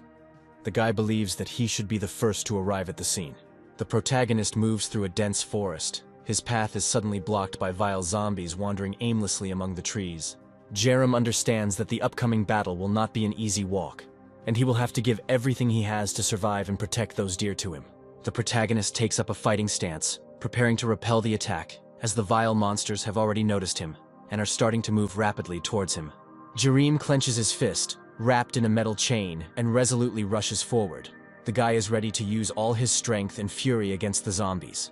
An army captain orders an armored unit to take strategic positions and block the bridge leading into the city to prevent zombies from entering. The military quickly line up their armored vehicles in tight ranks, preparing to repel the impending zombie attack. A soldier muses that capturing the monster alive will earn him a special reward and a promotion. The captain gives his subordinates strict orders to capture the black monster alive, seeing this as a strategic goal and the key to the further success of the operation.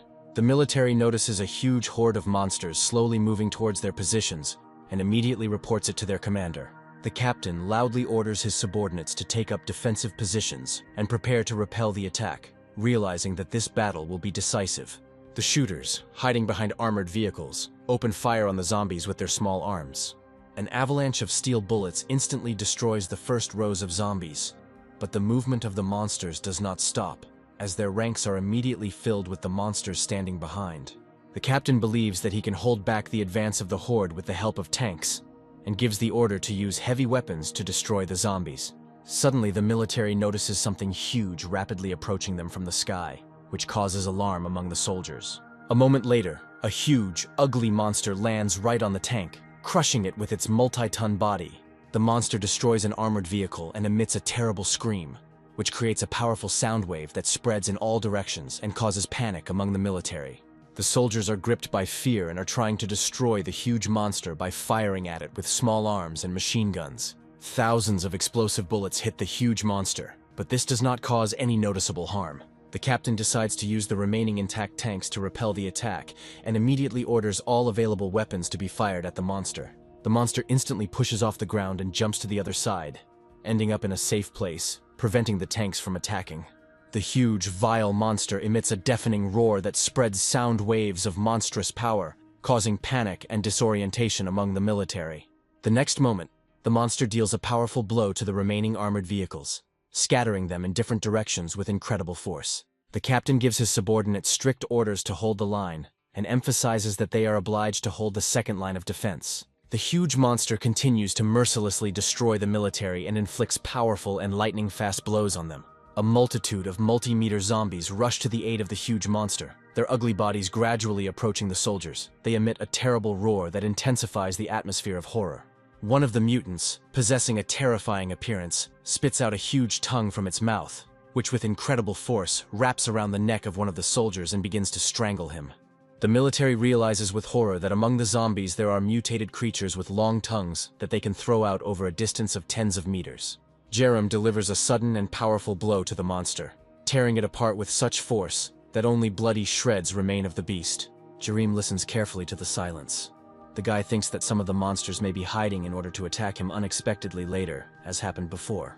The young man is convinced that all the zombies in the area have been destroyed, and continues to advance towards the second line of defense with determination. As the protagonist approaches the second line of defense, he realizes with a bitter feeling that the military's defenses have been completely destroyed, and high-level mutants are roaming around overturned armored vehicles and the bodies of dead soldiers. Jerim is very upset that events are developing much faster and more chaotically than in his nightmares, where everything happened gradually and predictably. The protagonist carefully studies high-level mutants and realizes that reality is beginning to differ from his nightmares, creating an even greater threat. Jerim watches as a huge mutated monster absorbs the bodies of dead soldiers. The boy realizes with alarm that the number of zombie species has increased from 5 to 10. The most unpleasant news for the protagonist is that the leader of the ordinary zombies is already here. The zombie leader slowly crawls towards the overturned tank and opens his huge, vile mouth, filled with crooked, sharp teeth that gleam in the dim light. The next moment, the monster clamps its jaws with incredible force, easily gnawing through the body of the heavily armored vehicle as if it were made of thin metal. The monster continues to tear the tank apart, getting to the ammunition and fuel equipment, which leads to a huge explosion that shakes the surrounding area. Jerome watches in amazement as he remembers that in his nightmares, this monster never possessed such enormous and destructive power, making him realize how much reality exceeds his worst expectations. Fiery tongues of flame devour the remains of the armored vehicle, turning it into a shapeless metal mass. Watching this, the protagonist is alarmed to realize how incredible the zombie leader's power is. The monster throws back its huge, ugly mouth and lets out a terrible scream that echoes for many kilometers around. The young man notices that on the zombie leader's skull there is a huge magical crystal, emitting an ominous light. Jerem immediately queries the system to activate the analysis skill to determine the nature of this mysterious creature. The virtual system reports that the analysis is complete, and in front of him stands a creature named Stalker, which has an extremely developed sense of smell. Jerem gets on his motorcycle and continues on his way, moving through abandoned roads and small settlements that seem dead and abandoned to him. The protagonist reflects on the fact that the number of monsters clearly exceeds 500, and even despite his secret martial art, which requires a lot of mana, this could become a serious problem. Jerem comes to the conclusion that in order to succeed, he needs to develop a cunning plan, because only with the help of well-thought-out tactics will he be able to cope with such a huge number of monsters. The young man recalls how his village held a festival every summer that featured numerous powerful fireworks displays. Jerem reaches the old pier where the riverboat from which these spectacular fireworks were once launched is located. He begins to carefully climb aboard the riverboat, hoping to find unused charges that might be useful to him in the upcoming battle. Jerem moves carefully around the boat, listening to every sound. After some time, he finds a hold in which he discovers a large number of unused powerful fireworks that remained there after the last festival. Jerem finds a remote control and decides to upgrade the charges a little to be able to control them from a distance. As Jerem approaches the abandoned village, he notices zombies moving slowly among the scattered rocks and debris. The young man takes out a spray and sprays his head generously with it, trying to remove his smell and make it invisible to the zombies. After this, he carefully treats his clothes with the spray, making sure that each area is securely covered with the solution. Jerem sniffs himself and comes to the conclusion that the amount of the drug used is enough to mask him from possible zombie detection. The main character takes a red magic crystal out of his pocket and decides that the time has come to put its power into action. Jerem lays out 2 pieces of his metal battle chain in front of him. He calls up the virtual system and activates a skill called Analysis, intending to obtain more information. The system informs him that the objects in front of him are old metal chains that do not have any rating or special characteristics. Jerem understands that to successfully fight the Horde, he needs to improve his weapons as quickly as possible, to have at least a chance of victory. The protagonist ponders and scratches his head, completely unable to understand how to properly use the red magic crystal, which he has never encountered before. Jerem decides that perhaps simply placing a magic crystal on the weapon will be enough to activate its power. He takes the crystal and holds it out towards the metal chains, hoping it will work. Suddenly, a virtual system screen appears in front of him, asking if he wants to enhance the item. The guy answers affirmatively to the system's request. At the same moment, the chains begin to emit bright red energy. The energy gradually intensifies, turning the chains not just a weapon, but a powerful artifact capable of inflicting colossal damage. Jerem realizes that the activation of the magic crystal was successful, and now its circuits have gained new, unprecedented power. The virtual system informs Jerem that the item has been successfully enhanced, now being rank 1 and having a mana conductivity of 20%. Not satisfied with this, Jerem once again applies the magic crystal to the circuits to increase their level, and reaches rank 2 with a mana conductivity of 30%. The protagonist picks up his upgraded metal chains to test how well they can conduct magical energy. Jerem concentrates magical energy in his hand and grips the chain link tightly. He feels that the improvement has actually occurred, as the chains absorb his magical energy and are able to transfer it into the surrounding space. Jerem wraps the chains tightly around his fists, thinking that he needs to test their actions in combat mode as quickly as possible. Jerem looks with joy at his battle chains emitting bright blue energy, and cannot hide his satisfaction that the red magic crystal turned out to be a truly useful artifact. The main character hears familiar sounds and realizes that the zombies are finally somewhere nearby.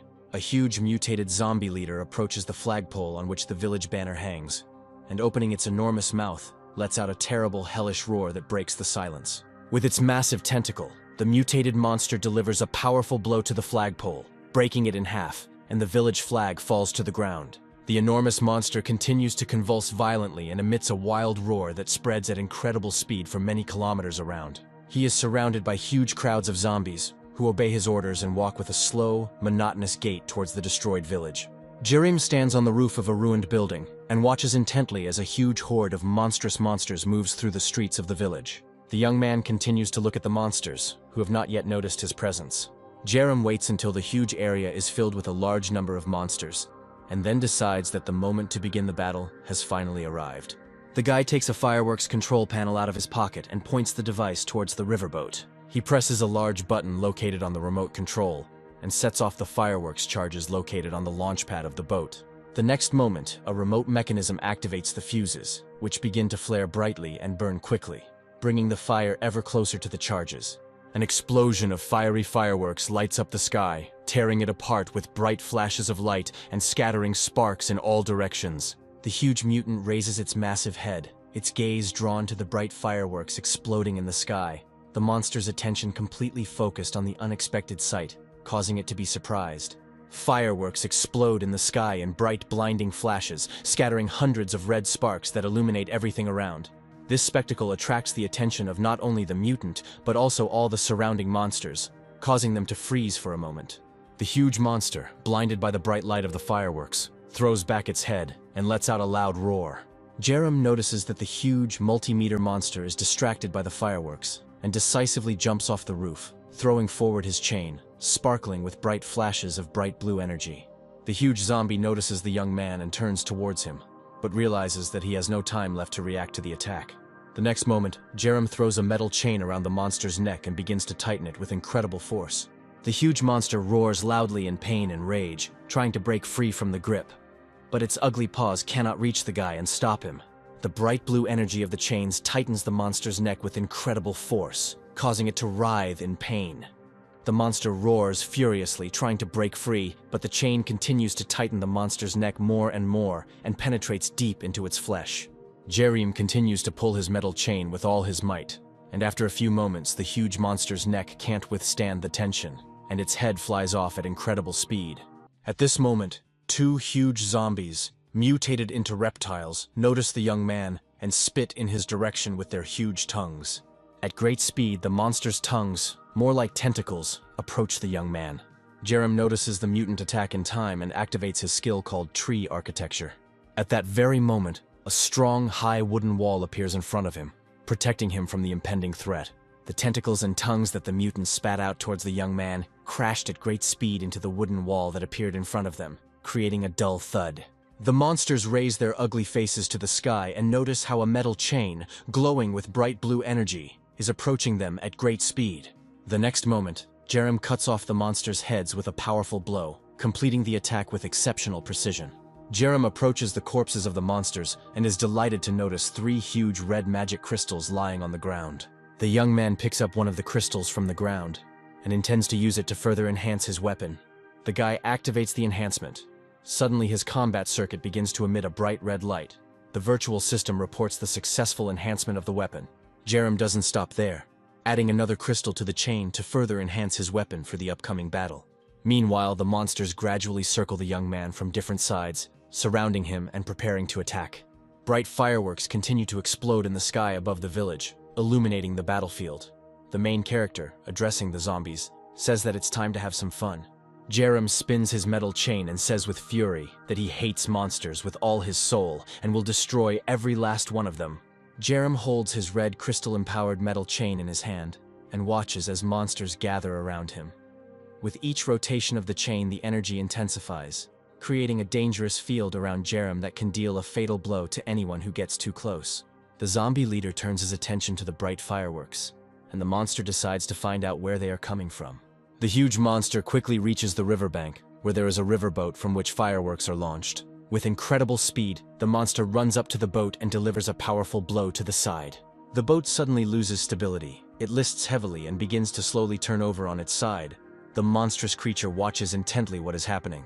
The zombie leader's attention is suddenly drawn to an unusually powerful emission of magical energy, which is felt so intensely that it does not give him peace and makes him wonder about its source.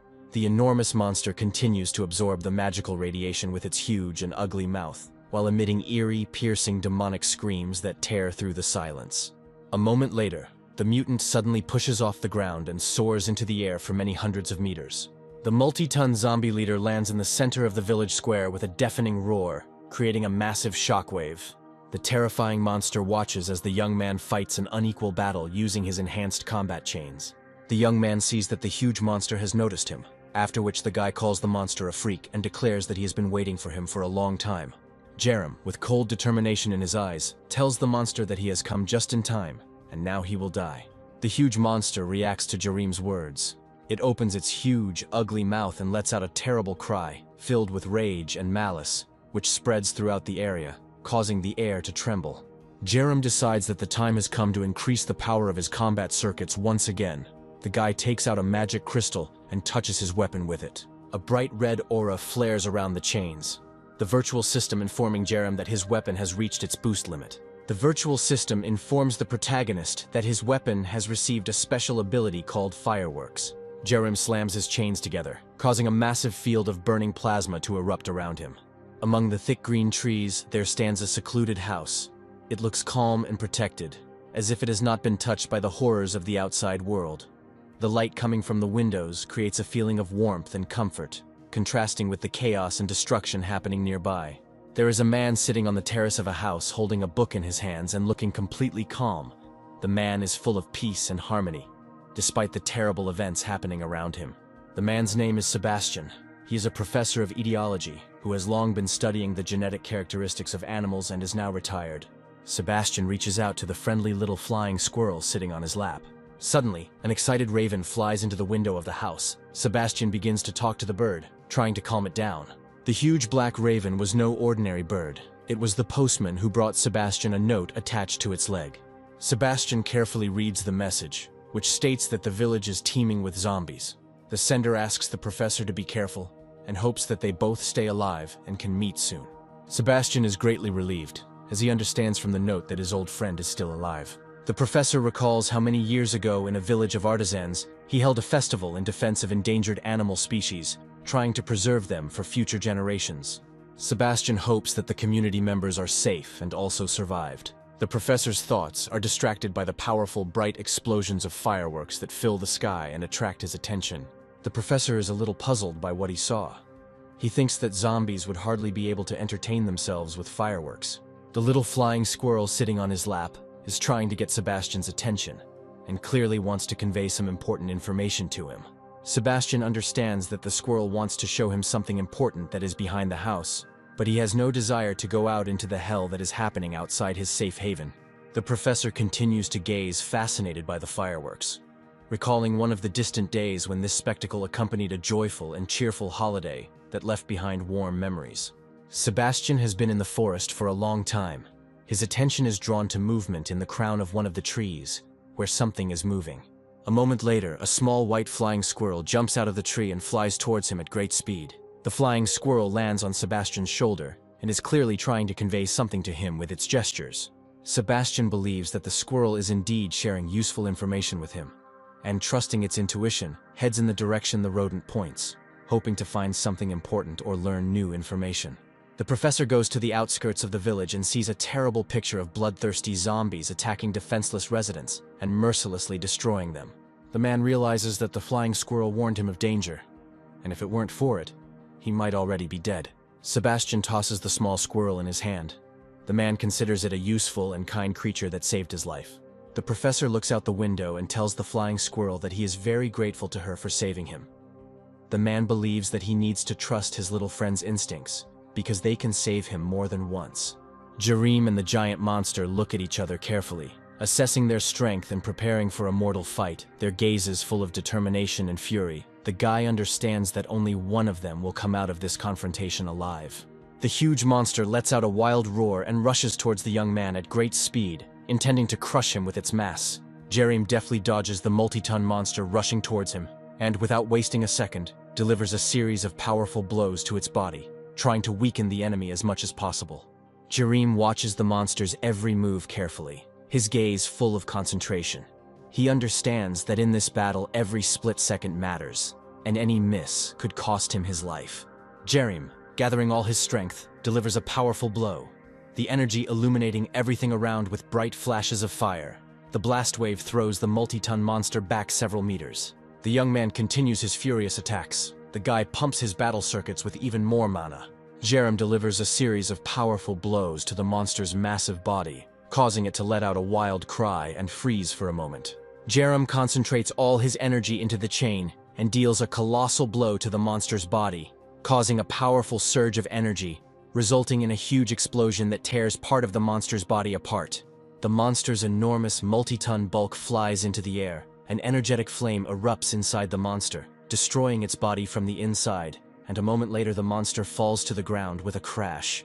The monster's hideous mouth opens, emitting a terrible roar, and thin, spiraling matter begins to emerge from the monster's insides.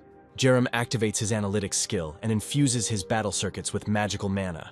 The matter flowing from the insides of the huge monster begins to transform into a strong, poisonous web that rushes straight at the protagonist. Jerem is very glad that he has the analytical skill, thanks to which he instantly understands that the monster's web is extremely poisonous. The young man believes that with his new skills, he will be able to deal with the monster without any problems. He strikes his battle chains against each other, and they instantly burst into a bright magical fire. The virtual system informs Jerem that his battle circuits are fully saturated with mana and have reached their maximum potential. The chains wrapped around the protagonist burn with a bright fire. The guy intends to release all the power of the fireworks stored in them to deliver a decisive blow. Jerem's face is illuminated by a bright flame. His gaze shows confidence and readiness to use all his accumulated power to destroy the enemy. The young man directs a huge stream of burning plasma towards the monster, intending to destroy it once and for all. Jerem recalls that since ancient times, the power of fire, which burns everything in its path, has been the natural enemy of poison. The plasma field reaches the monster, causing a powerful explosion that throws the monster aside. The body of the huge monster is engulfed in bright flames, causing it to convulse and emit eerie screams. Jerem, looking at the monster, calls him a bastard and states that he has no idea who he is dealing with. The monster is engulfed in flames. The leader of the monsters screams loudly and writhes in agony. The huge monster begins to roll on the ground, desperately trying to put out the flames that have engulfed its body. After a moment, the monster manages to extinguish the flames that are devouring it, after which it raises its terrible head into the sky and lets out a deafening, piercing scream. Jerem believes that the monster intends to escape from the battlefield and decides that under no circumstances should it be allowed to escape. The monster's loud cry attracts the attention of nearby zombies, who, upon hearing this signal, instantly react and begin to move towards the battle. With a maddened rage and an insatiable hunger in their eyes, the zombies rush towards the battlefield, the giant leading them towering over the other monsters, opening its enormous mouth and letting out a loud scream that echoes throughout the surrounding area. After some time, a huge crowd of evil monsters surrounds the young man. They are preparing to attack, making threatening sounds. Jerem remains calm. The guy is glad that the zombies themselves came to him, saving him from having to hunt them one by one. The zombies roar loudly and, driven by their bloodlust, rush to attack the young man. Jerem spins his battle chain, not allowing the monsters to get dangerously close to him.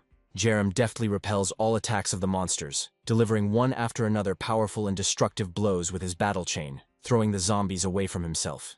The zombies continue their nightmarish attack, opening their horrific mouths wide and emitting loud, piercing screams. The zombie leader suddenly leaps high into the air, and with incredible agility for his massive frame, lands behind the young man, hoping to deliver a surprise blow.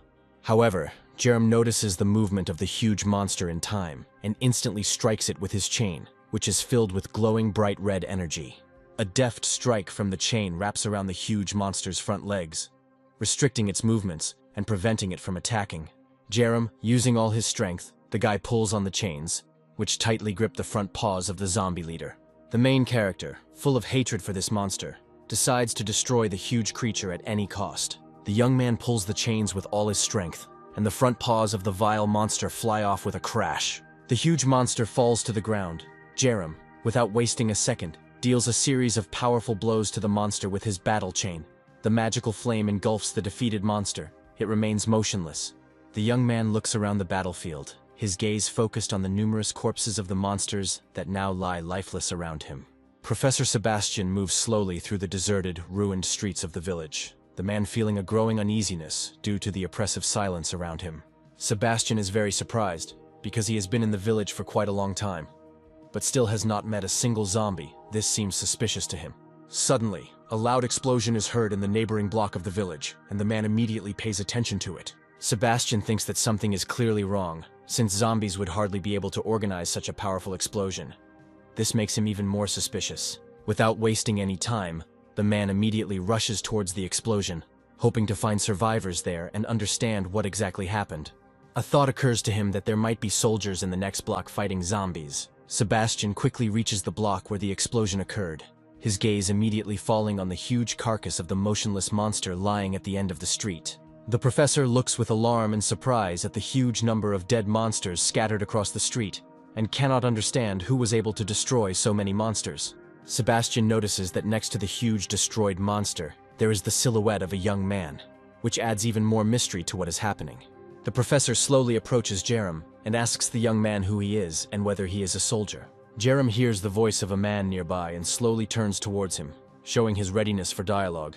The professor cannot hide his surprise, as he unexpectedly recognizes the young man as Jerem, whom he knew earlier. Sebastian, still somewhat confused, asks Jerem who was able to destroy such a huge number of zombies, clearly hoping to hear about some group of fighters or soldiers. The guy calmly answers the professor that he fought these zombies alone. Sebastian looks at the huge number of destroyed monsters and cannot believe that this was actually done by a young man. The professor points to the giant monster and asks Jerem how he was able to defeat such a strong and powerful opponent, as it requires not only skill but also incredible strength. At this moment, the flying squirrel, sitting on the professor's shoulder, points its small paw towards the sky, clearly trying to draw his attention to something important that it has noticed.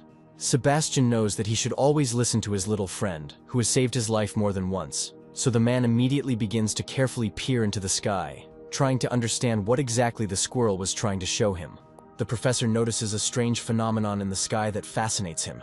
His mouth opens in amazement, and he cannot tear his eyes away from what is happening.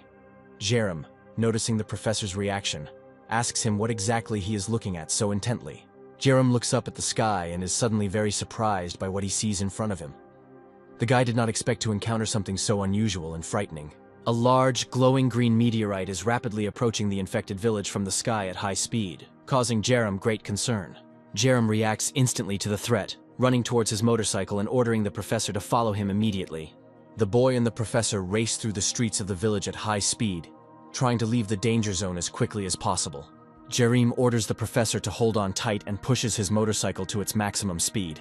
Meanwhile, the huge meteorite continues to rapidly approach the center of the village at incredible speed.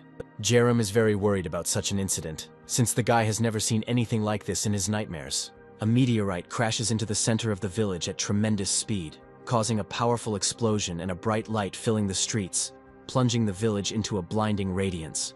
A few seconds later, the blast wave reaches the people. It violently flips the motorcycle over, and they fall head over heels to the ground without having time to react. The meteorite that fell into the village begins to disintegrate, and a brightly glowing green mass begins to flow out of its core. The zombies, who were watching the meteorite fall, suddenly begin to behave extremely strangely. They suddenly become active, emitting eerie screams and howls. The zombies begin to transform due to the fact that many of them were exposed to the liquid that leaked from the meteorite. Their bodies undergo horrific changes. The head of one of the monsters is distorted beyond recognition, turning into something nightmarish and terrifying.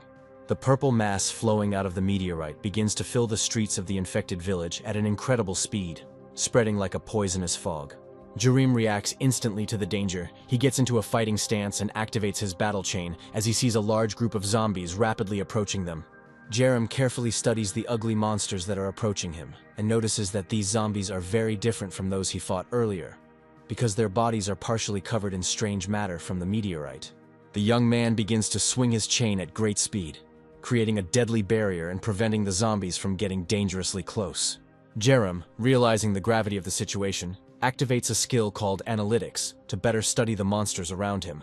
The virtual system immediately informs Jerem that after the meteorite fell, a strange mass contained within it caused a mutation in the zombies, significantly increasing their strength and resistance to damage.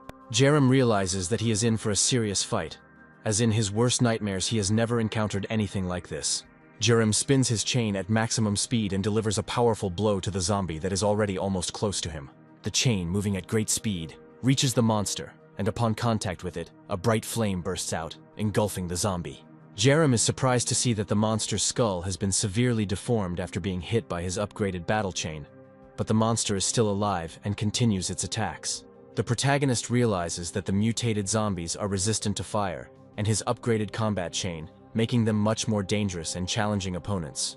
With fury and determination, Jerem continues to deal multiple blows to the monsters advancing on him. The young man notices that although his blows do knock the zombies back some distance, they do not cause them significant damage, which worries him. Jerem notices that one of the attacking zombies suddenly stopped in place and roars loudly without moving forward. This seems strange and incomprehensible to him. The protagonist begins to carefully examine the situation and notices that the zombie is standing on a purple mass that flowed out of the meteorite. Jerem comes to the conclusion that this liquid has an effect on the monsters, protecting them and creating a kind of barrier zone that they are afraid to cross. The zombies stand on the border of the purple liquid, emitting eerie demonic screams. But they are in no hurry to continue their attack, as if something is holding them back. Sebastian slowly regains consciousness after the fall. The man groans loudly in pain and holds his head with his hands, trying to cope with the dizziness. Jerem assesses the situation as extremely serious. The guy understands that he has already collected a lot of magic crystals, and in this situation, the best decision is to retreat. Jerem helps the professor to his feet, then tells him that they urgently need to retreat, and together, they head to his protective camp. After some time, Jerem and the professor reach his house and approach the huge armored gates, which clearly inspire a sense of security. Sebastian, examining the massive protective structure around the house, is very impressed, and cannot resist asking who created such an engineering marvel. His surprise increases even more when he learns that the protective camp was built by Jerem himself. This amazes the professor, because the structure looks very professional and inspires respect.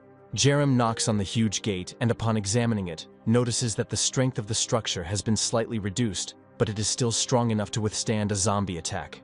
The young man hears the elder's voice from inside and asks him to open the gate, knowing that they will be safe inside. The elders and Chennai look closely at Jerem, expressing joy at seeing him alive and unharmed after all the dangers he had endured. Jongyong shares with the young man that they have witnessed strange occurrences. First they noticed fireworks, and later they saw a strange green meteorite fall on the village, which caused them concern. Jongyong carefully studies the man who came with Jerem, and tries to remember where he might have seen him before. A moment later, the elder recognizes the professor and, filled with joy, rushes towards him, not hiding his emotions. Jongyong, genuinely happy, tells the professor that he is glad to see him alive and well, and is grateful to fate for their meeting.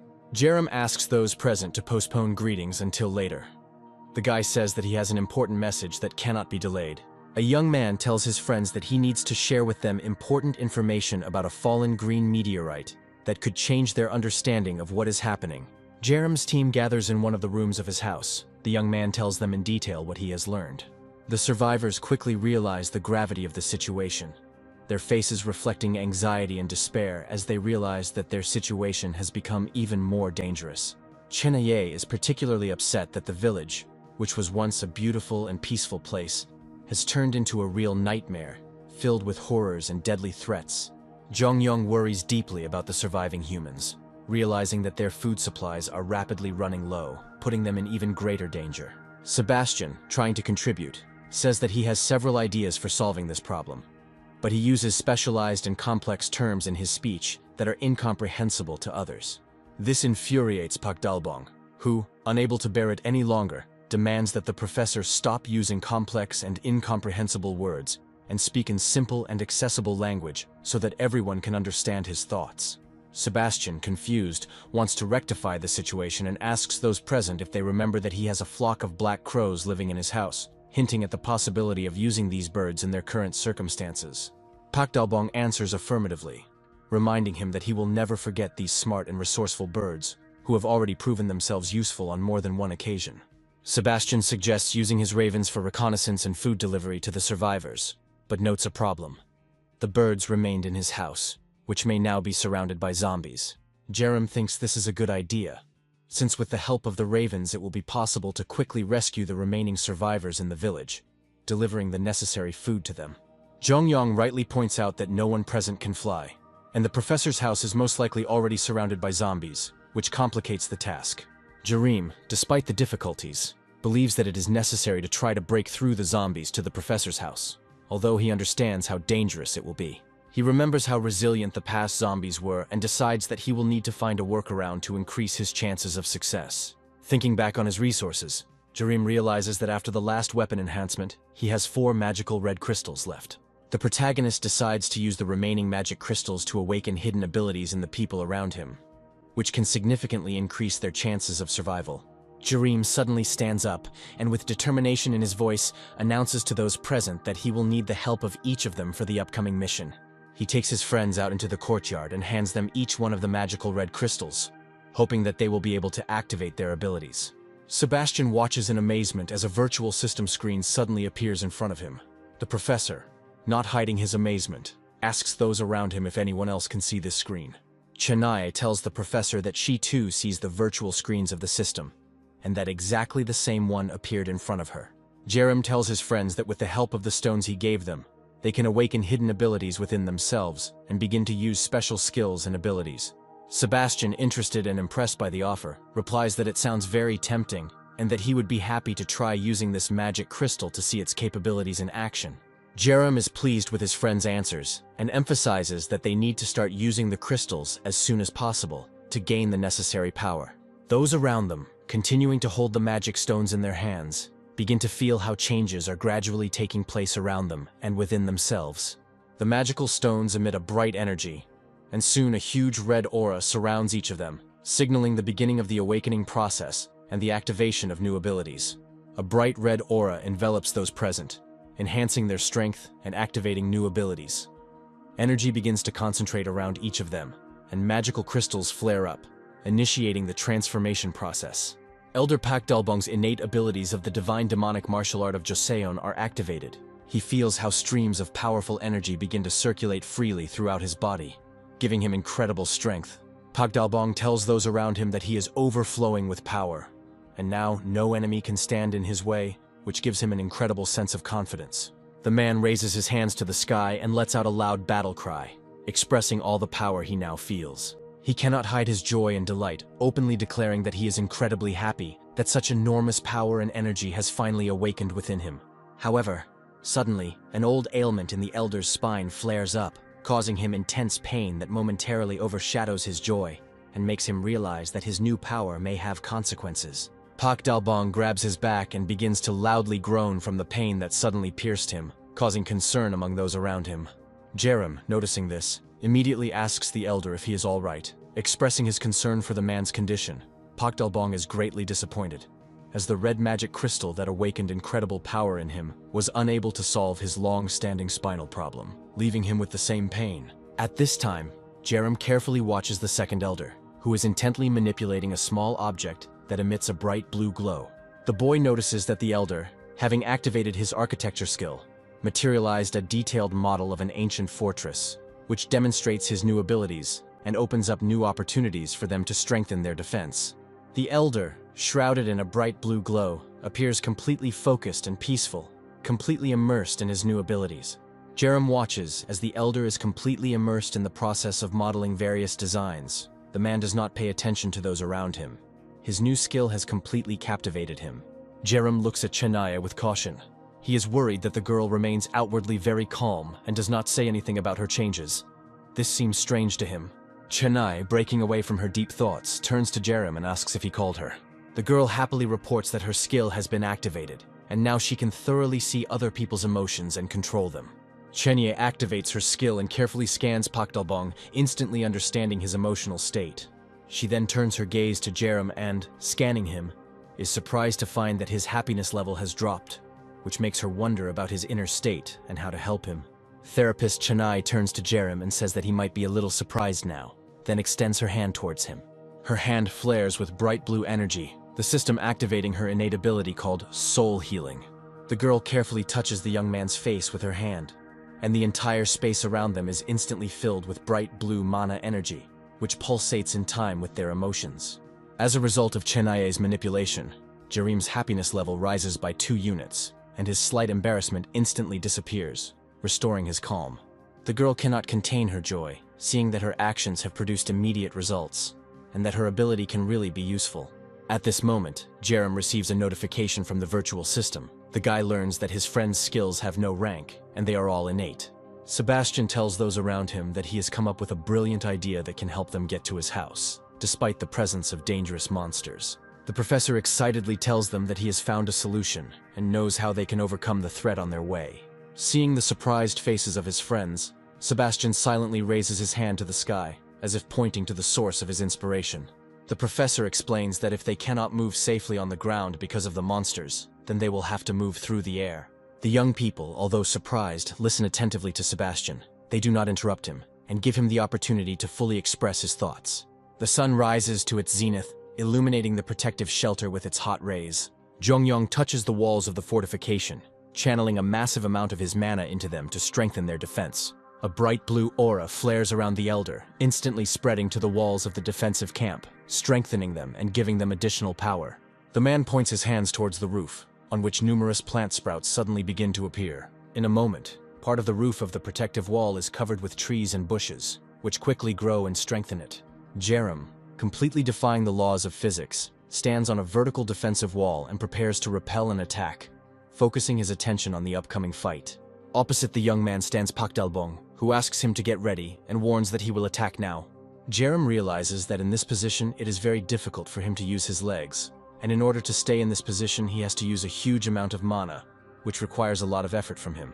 Pak Dalbong's body begins to emit a large amount of bright blue energy. The man announces that he will now demonstrate the demonic martial art of Joseon. The energy emanating from the elder takes the form of a huge tiger, which immediately attacks the young man. Using the second form of divine demonic art, Pak Dalbong unleashes a series of lightning-fast strikes, displaying his skill. Jerem blocks the elder's blows. The boy is very surprised by the speed and power with which the man attacks. He did not expect such intensity from Pak Dalbong. Pak Dalbong informs the young man that this is not all, and that now he will demonstrate the technique of the wandering tiger dance. Jerem realizes that if the attacks continue with the same intensity, he will not be able to resist for long, and he risks falling to the ground under their weight. Pak Dalbong's attacks become faster and faster, and the man says he put his whole heart into this attack. Jerem uses his mana to the limit to avoid falling off the wall, and to withstand the elder's powerful attacks. The boy understands that every movement requires maximum concentration. The young man believes that he needs to focus on the stability of his legs. Otherwise, he will not be able to repel the next wave of his opponent's attacks, which could lead to his fall. Jerem delivers a lightning-fast blow, which the elder barely manages to dodge. The man is surprised by the speed and accuracy of the young man's attack. Pak Dalbong changes his position and climbs even higher up the sheer wall, preparing for another attack. At this moment, Jerem catches the master in the act of moving and counterattacks him, taking advantage of his vulnerability. The young man finishes his combination by jumping high in the air and delivering a kick, clearly demonstrating his endurance and technique. Pak Dalbong is pleased with the young man's technique, admiring the fact that Jerem not only manages to jump, but also attack in such a difficult position, which testifies to his skill. In another attack, Pak Dalbong manages to grab the young man's leg with his huge hand, thereby interrupting his movement. Jerem and Pak Dalbong suddenly stop fighting and freeze, surprised by what they see before them. They watch as Professor Sebastian uses his mana to create energy wings, and hovers above the house with his flying squirrel. Sebastian shouts loudly to the people below, happily informing them that he can now fly, much to everyone's delight. Jerem realizes how much has changed in the last 2 days, and how everything around him has been transformed. Pak Dalbong asks the young man not to be distracted by cheap tricks, and reminds him that there is nothing more important than the demonic martial art of Joseon that he should focus on. The system informs Jerem that Professor Sebastian's favor has exceeded a certain level, and the young man can now receive a new skill from him. Jerem's hand suddenly glows with bright blue energy, the system informing him that it has successfully transferred a skill called animal communication to him. Jerem, sensing a new skill, reaches out to the flying squirrel and tries to talk to the animal, testing out his new abilities. At this point, the system informs the young man that he will be gifted with a special skill called the Energy Wing. Jerem, realizing the value of these new skills, tells Professor Sebastian that it is time to try to reach his home using all their new powers and abilities. The streets of the village are covered in a strange purple-green mass that has leaked out of the meteorite. Several zombies are slowly moving through this eerie substance. Their bodies are distorted and deformed, and their movements seem slow and heavy. Jerem asks the professor to move exactly as they had trained before, to which the man confidently replies that there is no problem with that. Jerem activates his skill called architecture, and at that very moment, a huge wooden pillar begins to appear under their feet. The pillar begins to rise into the sky at tremendous speed, lifting them up several tens of meters. The virtual system informs Jerem that the height of the structure has reached its limit.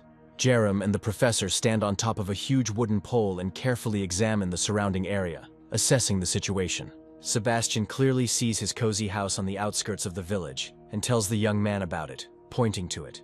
Jerem and the professor look closely at the streets of the village, which are covered in a vile purple liquid, their gazes filled with alarm as the previously calm streets are now engulfed by this disgusting substance.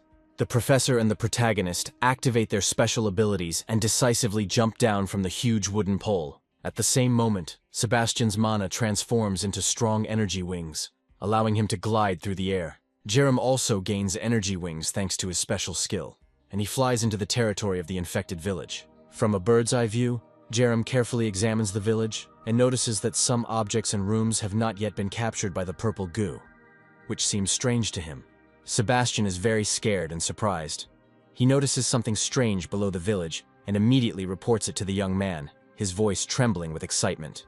Jerem, concentrating, looks down carefully and watches with surprise what is happening on the streets of the village. Active zombies collect body parts and corpses of slain monsters and drag them to one place, which seems to the young man to be completely uncharacteristic behavior for these creatures. The zombies drag corpses and gruesome body parts towards the huge dead monster, creating a terrifying and gloomy structure around it. A moment later, an ominous purple mass approaches the huge pile of dead monster bodies. She begins to absorb them, covering the dead, disfigured bodies with a sticky substance. From this purple mass, giant tentacles grow, which with terrifying force dig into the body of a huge dead monster.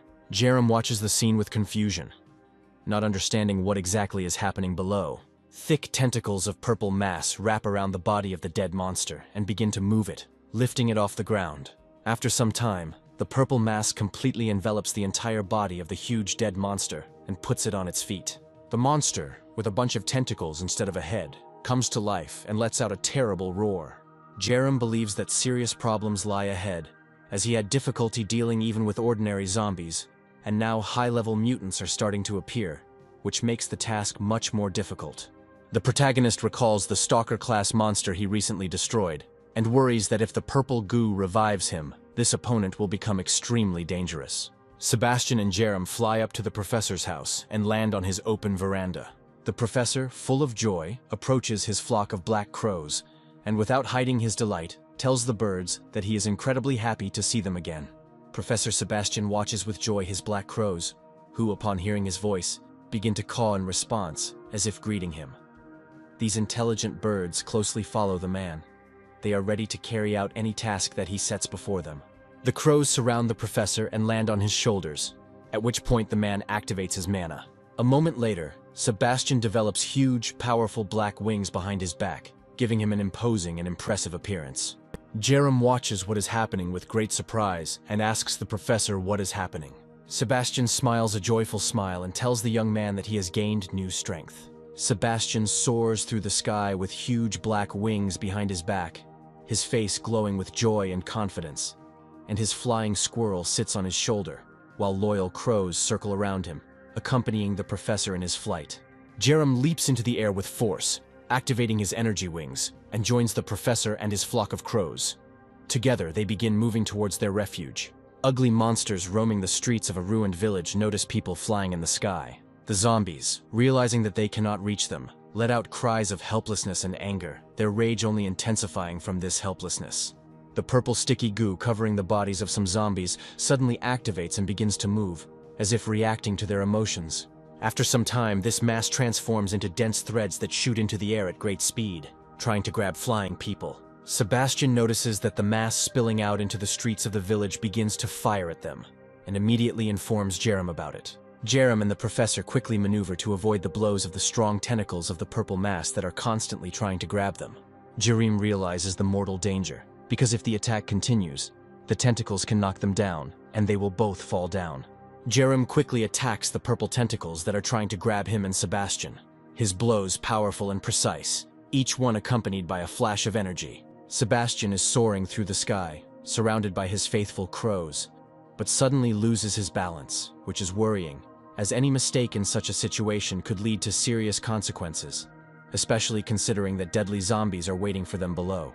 Jerem slashes furiously at the purple goo's tentacles and orders the professor to move to their camp shelter as quickly as possible. Sebastian is categorically against the guy being left alone and taking the full brunt of the purple goo. The man fears for the young man's safety. However, Jerem is confident and convinces the professor not to worry, assuring him that everything will be fine. He then slams his chains together, and a bright plasma field of fire instantly erupts around him as he resolutely begins to descend. As he descends, Jerem continues to strike with his chains, which create a powerful fiery energy field that crashes down on the monsters below, burning everything in its path. Chains powered by magical energy destroy zombies and tentacles of purple goo, turning them into shreds of burning matter that fly in all directions. The creepy, crippled, and deformed zombies scream wildly as they watch Jerem gradually approach them, his determination and strength frightening them. Jerem lands on a scorched patch of ground. The guy stops attacking to lure the ugly monsters closer to him. Once enough monsters have gathered around, the boy uses a secret technique of the demonic martial art of Joseon, and from the powerful blow, the bodies of the ugly monsters fly off at great speed, unable to withstand his power. Jerem notices that a purple-green liquid instantly approaches the fallen zombie bodies and begins to quickly envelop them, intending to turn them into weapons of terror once again. The young man hears loud footsteps. He turns around sharply and sees a multimeter mutant approaching him. In front of Jerem stands a huge monster with a bunch of writhing, ugly tentacles instead of a head. And in its hands it holds a huge hammer covered in spikes. A huge monster runs up to the young man and strikes him with its hammer. But Jerem manages to react to the attack and jumps aside. Jerem pushes off the ground. The boy jumps high into the air and strikes the monster with his battle chain, which is sparkling with bright red energy. The young man lands a precise blow on the monster, but the monster remains unharmed, which greatly surprises the guy, and he begins to wonder why this monster is so immune to physical impact. The ordinary zombies see that Jerem cannot cope with the giant. This encourages them and gives them courage. They begin to slowly approach the guy to attack. Jerem strikes the ugly beasts with his chain, then pushes off the ground and lands on the vertical wall of a nearby house. A huge, ugly monster lets out a terrible scream. It is very surprised by the abilities of a young man who can move along vertical walls. The monster continues to scream wildly. His rage knows no bounds, as he realizes that he cannot reach the young man. In a rage, the huge monster suddenly grabs the neck of an ordinary zombie who is nearby. Jerem watches in horror as the massive monster kills a zombie and loads it into its hand, which has taken the form of a cannon. The monster lets out a terrible scream and points its handgun, which contains a dead zombie, towards the young man. The next moment, a shot is fired, and the body of the dead zombie rushes at great speed towards Jerem, who is on a vertical wall. The young man concentrates his mana and quickly moves along the wall to the side to avoid being hit by this terrible projectile. The body of a dead zombie crashes into the wall in the place where the main character was a second ago, and a huge explosion occurs, tearing the zombie into pieces. The sound of a loud explosion immediately attracts the attention of monsters that are slowly wandering in the next block. Jerem understands that the situation is becoming serious, as now all the zombies in the village will start to gather around him. The bright sun begins to set below the horizon, illuminating with its rays the village infected with purple-green matter. Jerem climbs to the upper floors of an abandoned building, trying to catch his breath, get some rest, and collect his thoughts. A young man watches zombies moving through a purple mass from the window, and he sighs with relief, believing that he was very lucky this time. Jerem notices a strange sound coming from the neighboring block and, alert, turns in its direction, trying to listen more closely. A strange sound comes from a large, beautiful brick house. Jerem notices that the purple liquid has not reached this place, which seems unusual to him. Jerem decides to immediately find out the source of this sound and understand why the terrible purple liquid has not taken over the ground around the house. After some time, the guy reaches the house from which the radiation is emanating and carefully examines the high fence protecting the building, thinking about how to get inside. Jerem clearly hears a continuous low-frequency sound and concludes that it is this sound that is repelling the purple goo, keeping it at a distance. Suddenly, a surprised man appears from behind a high fence and looks closely at the protagonist, assessing his intentions. Jerem notices the worried look on the surviving man's face and decides to activate his soul-healing skill to help the stranger and ease his worries. Suddenly, the stranger's body is covered in bright blue energy. The man's face becomes calm. His anxiety instantly disappears. Jerem takes an energy bar out of his pocket, holds it out and tells the man that he has food. The guy intends to establish contact this way. The stranger, realizing that Jerem is not a zombie, comes down and opens the massive gates of the house, inviting him inside. Jerem finds himself inside the house and is surprised to notice how richly and unusually furnished it is. The young man carefully examining the musical instruments and acoustic systems that are located everywhere. The man introduces himself to the young man, saying that his name is Dongpak and that he used to be a professor in the field of acoustics. Jerem tells the professor his name and expresses his joy that Dongpak is still alive, despite everything that's happening. The protagonist asks Dongpak what is this noise he keeps hearing and why it is so unusual. Jerem is very surprised when the professor explains that people cannot hear this sound at all, since it travels at low frequencies that are not perceived by the human ear. Dongpak tells the young man that he has built a device that emits these low-frequency vibrations, and they have proven to be very effective in protecting against zombies, keeping them at bay. The professor, with a smile on his face, praises himself, adding that thanks to his knowledge and skills, he managed to stay alive in these terrible conditions. The professor's voice is heard offering the young man a copy of the sound file, so that he can repel zombies using the same methods. Sebastian vigorously works his huge wings and lands in the courtyard of the protagonist's house. Pak Dalbong looks at the man with envy and tells him that he has magnificent wings, sincerely admiring their power and beauty. Pak Dalbong then asks the professor where Jerem is, to which Sebastian replies that the guy stayed in the village to hold off the zombies and give him a chance to escape. Hearing this, Pak Dalbong pounces on the professor and begins to shake him violently by the shoulders, expressing dissatisfaction with the fact that Sebastian left the young man alone in such a dangerous situation. Sebastian asks to be released, explaining that he couldn't help the boy in that situation, and that Jerem ordered him not to argue and to return to camp for their mutual safety. Jongyung hears a noise in the yard. The old man approaches the men and asks what is going on and what is going on. Pak Dalbong reveals that Jerem was left alone after falling into a zombie-infested village and is now in mortal danger, causing him great anxiety. Pak Dalbong is very worried about the young man and is going to immediately go to the village to find and save him, despite all the risks. Jongyung considers this mission suicidal and asks his friend to think better of it, as the infected village is a living hell that could kill anyone who gets there. Pak Dalbong confidently declares that he is not afraid of zombies and will use his demonic martial art, Joseon, to destroy every single one of them, protecting Jerem.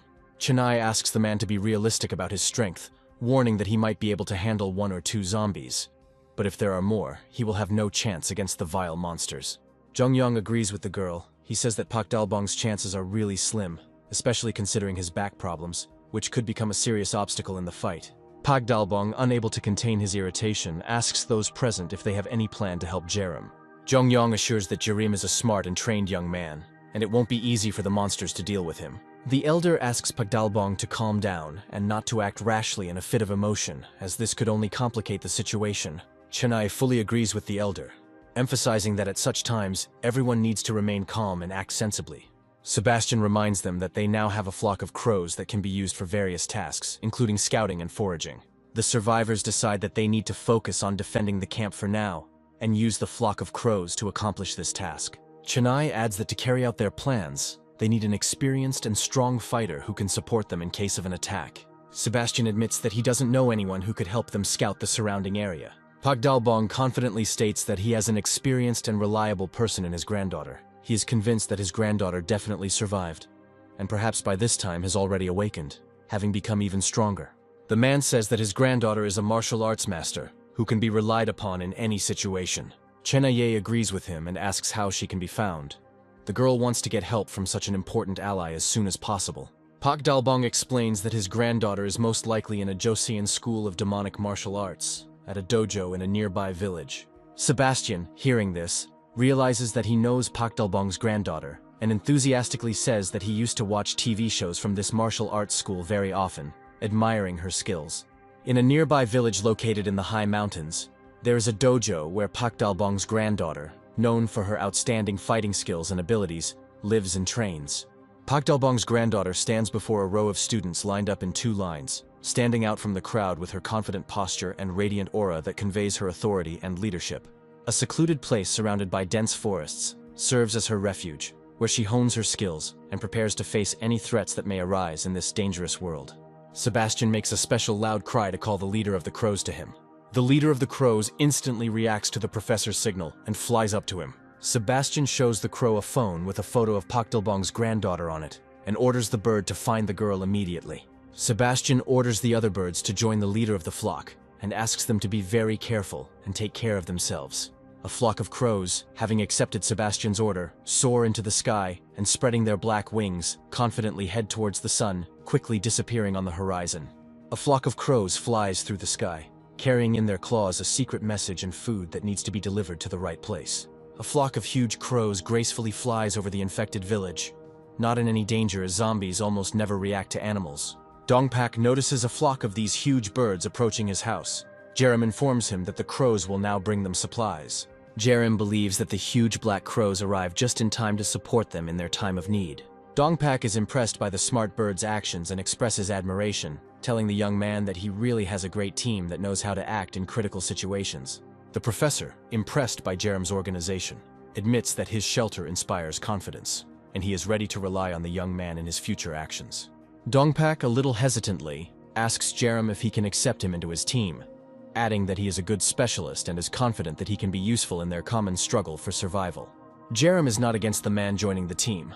The guy says that from now on he is a full-fledged member of the group of survivors. The virtual system informs the protagonist that the professor's gratitude has exceeded the required level, and now he can be given the unique skill that the man possesses. Jerem activates the skill transfer skill and receives the necessary knowledge and skills from the professor of acoustics. The young man feels how his abilities are significantly expanded. The virtual system informs the young man that with the help of a new skill, he will be able to use mana to place sound into various objects, which opens up many new possibilities for him.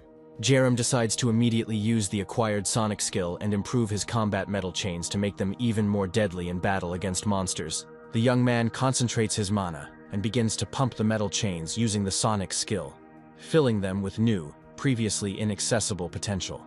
Jerem spins one of the chains and delivers a powerful blow to the ground. At that very moment, powerful sound vibrations begin to spread from the epicenter of the impact, permeating everything around. Jerem realizes that his weapon now has a tremendous ability to defeat deadly monsters even more effectively. Dongpak noticed that, after the chains hit the ground, a powerful vibration spread around. The young man tells the professor that he just learned this new skill from him, which surprises Dongpak. The professor, although he considers the use of sound waves in this way a little strange, admits that it is an original approach. Jerem, seeing the results of the latest upgrade to his chains, is convinced that now it will not be difficult for him to break through to his camp through the infected village, even if he encounters numerous enemies along the way. The young man's thoughts are suddenly interrupted when a cat suddenly emerges from the destroyed car and meows loudly, attracting the boy's attention. The cat is clearly scared. He meows loudly. The sight of this cute but scared creature gives Jerem a strange feeling of nostalgia and tenderness, despite all the chaos happening around. Dongpak, seeing the frightened cat, assumes that the animal is hungry and says with a smile that he has something to pamper this furry guest with. He asks Jerem to look after the cat while he quickly runs into his house to bring something tasty for the pet. A few minutes later, the professor returns, holding a pet food bowl and a huge bag of cat food, which he had apparently been saving for just such an occasion. Dongpak pours food into the bowl to the top and asks the cat to eat with kindness in his voice. The hungry cat immediately pounces on the food and devours the offered delicacies with great pleasure, clearly delighted by the care he hasn't experienced in a long time. Jerem, watching the cat getting full, decides to pet him, and the animal responds with a contented purr. Jerem decides to activate his newly acquired skill called animal communication and begins scanning the cat. The virtual system informs the young man that a stray cat has taken a liking to him, and as a sign of this sympathy, he receives a special ability. The system informs the guy that his collection of useful skills has been replenished, and activates a new skill called Cat Agility. Jerem's legs begin to be covered in a protective aura, which takes on a bright blue glow in the shape of huge cat paws, enhancing his agility and reaction time. Dongpak watches in surprise and amazement as a huge, bright blue energy aura erupts around the young man. Suddenly, Jerem disappears from where he was just standing and suddenly appears behind the professor, which greatly frightens him, showing how much his speed and agility have increased. Jerem is extremely pleased with the new skill, which gave him the ability to move dexterously and quickly. The guy feels how his body has become more agile and confident. He asks Dongpak to calm down. The guy says that everything is under control and invites the professor to follow him. However, Dongpak expresses his concern, reminding them that as soon as they leave the protected area, they will be immediately attacked by monsters. He is afraid of becoming a burden, realizing that it will be very difficult and dangerous for two to move. The professor admits that his rescue can wait and cautiously asks Jerem if he can help replenish the food supplies necessary for survival. Realizing that the professor's house is a safe enough shelter, Jerem decides to do as the man suggests. Dongpak admits that he feels uncomfortable asking Jerem for food, to which the young man confidently replies that he has enough resources to help and support the professor. Jerem explains that, deeply troubled by his constant nightmares, he prepared in advance for such situations and purchased a huge amount of useful items and food for long-term survival. Dongpak gratefully accepts the promised help and says that he is very much counting on Jerem's support, seeing him as a reliable ally in this harsh world. The young man says goodbye to the professor, assuring him that the crows will regularly deliver food. Activating his newly acquired cat agility skill, Jerem watches as a bright aura flares around his feet, taking the form of enormous cat paws. And without hesitation, he confidently steps onto the ground contaminated with purple goo. Jerem is delighted to realize that thanks to his new skill, the purple goo cannot see him or react to him in any way, giving him a significant advantage. The young man looks thoughtfully into the distance, thinking that the time has come to seriously test his new abilities in a real fight. He resolutely begins to move along the village street, overflowing with disgusting zombies. Remembering the last battle, when he had to retreat before the monsters, Jerem confidently believes that this time everything will be different, and he will emerge victorious. Activating his combat skill, he spins his metal chain with force and charges forward. The protagonist activates his new skill called Acoustic, his metal chain instantly flaring with bright red energy. Jerem swings the chain, and it, gaining enormous speed, flies straight into the crowd of zombies standing in front of him. The terrifying monster, protected by the purple goo, fearlessly rushes forward, aiming at the young man. Within seconds, the enhanced battle chain, spun by Jerem, approaches the monster with incredible force and delivers a crushing blow directly to the head. The zombie lets out a terrifying screech as the chain pierces its skull, shattering the bones into tiny pieces. The nightmarish monsters, despite the losses, continue to furiously attack Jerem. The guy delivers one after another the most powerful blows with his chain, breaking the skulls of zombies and continuing to slowly but surely advance through the village, destroying every monster in his path. Jerem is pleased with the situation, as before his attacks did not cause significant damage to the zombies. But now he can destroy the monster with one blow of the chain. A young man looks at the bodies of destroyed zombies, which are instantly approached by a purple liquid that absorbs their dead bodies. After consuming zombie flesh, bright red magical crystals are left on the ground, which glow and attract Jerem's attention. Jerem immediately notices the magic crystals and resolutely heads towards them to take them. Seeing this as an opportunity to strengthen his powers, Jerem's gaze is directed at the crystal, which emits powerful energy. The guy carefully approaches the crystal, preparing to pick it up from the ground. The protagonist turns around sharply, seeing that behind him, the purple liquid is spitting out several huge tentacles. The young man doesn't understand what it is, but he delivers an instant blow with his battle chain towards the tentacles. Jerem doesn't stop his attack and continues to deal a large number of blows to the tentacles. After some time, the young man manages to cut the tentacles that emerged from the purple liquid into small pieces. Jerem turns around sharply to see a huge horde of zombies rapidly approaching him, causing him to become seriously tense. The protagonist instantly redirects all of his mana to activate the cat agility skill in order to increase his speed and reaction. Jerem, tensing all his muscles, pushes off the ground with all his strength and jumps with incredible speed onto the vertical wall of the house next to him. The young man sees a huge group of zombies, their faces distorted with rage, and their eyes wild, screaming and rushing straight towards him. Jerem carefully examines the zombies below. The guy believes that these vile creatures are walking treasure chests, since almost every one of them leaves a red magic crystal after death. Jerem activates his acoustic skill and begins to deal massive blows with his metal chain to monsters, tearing their bodies apart and releasing valuable crystals. Jerem is pleased with his acquired skills, and the fact that he has mastered the technology of extracting red magic crystals, which will significantly increase his combat effectiveness. Jerem stands among the destroyed zombies, surrounded by the remnants of purple goo, his chain still glowing from recent blows, and the remaining monsters, realizing the power of his attacks, begin to retreat, realizing that this enemy is far from simple. Jerem charges at the nearby horde of zombies and delivers powerful blows with his metal chain, sending the monsters flying in all directions. Suddenly, giant, ugly tentacles emerge from the purple liquid and quickly attack the young man.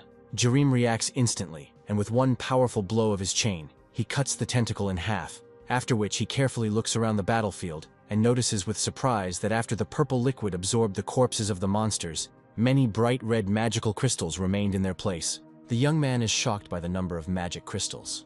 He did not expect that there would be so many of them. This discovery greatly surprises him. The virtual system suddenly informs the protagonist that he has completed a secret quest, destroying over 100 mutants, and as a reward, he is given useful equipment. The system materializes a small bag in front of him, which has the amazing ability to store all the magic stones found inside it. A small bag suddenly jumps out of the young man's hands and begins to nimbly move around the battlefield, collecting magic crystals. He quickly jumps from one place to another, deftly moving through the purple liquid, and sucks in useful artifacts. Jerem watches the action with a satisfied expression, realizing that this inventory will become an indispensable ally in the fight against monsters. Suddenly, the entire village begins to shake from a strong vibration, due to which Jerem can hardly stay on his feet. This causes him great tension and anxiety. The guy realizes that a battle with a very dangerous and powerful enemy awaits him, which he must approach with the utmost seriousness. Turning around, Jerem sees a vile monster approaching him at great speed, with a bunch of writhing, ugly tentacles instead of a head, ready to tear him apart. The huge monster, without slowing down, quickly moves towards the young man, emitting a terrible roar that echoes throughout the area.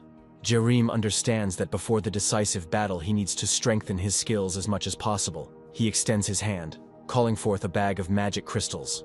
A young man pulls a rare orange magic crystal from a bag, senses its power, and decides that the time has come to use this valuable resource.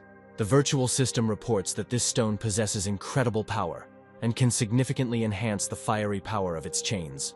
Accepting the system's offer, Jerem enhances his weapon and raises his hand, which immediately flares with a bright fiery aura, filling it with powerful, blinding energy.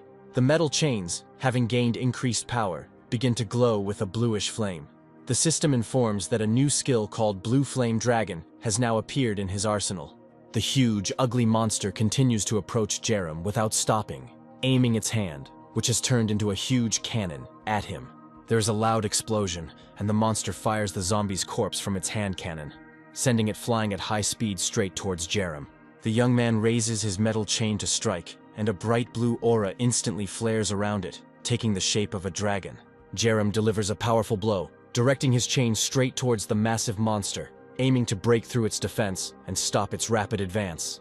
Metal chains, shrouded in a sparkling bright blue aura, rush towards the zombies with incredible speed, leaving a trail of fire in their wake, like a dragon rushing into battle.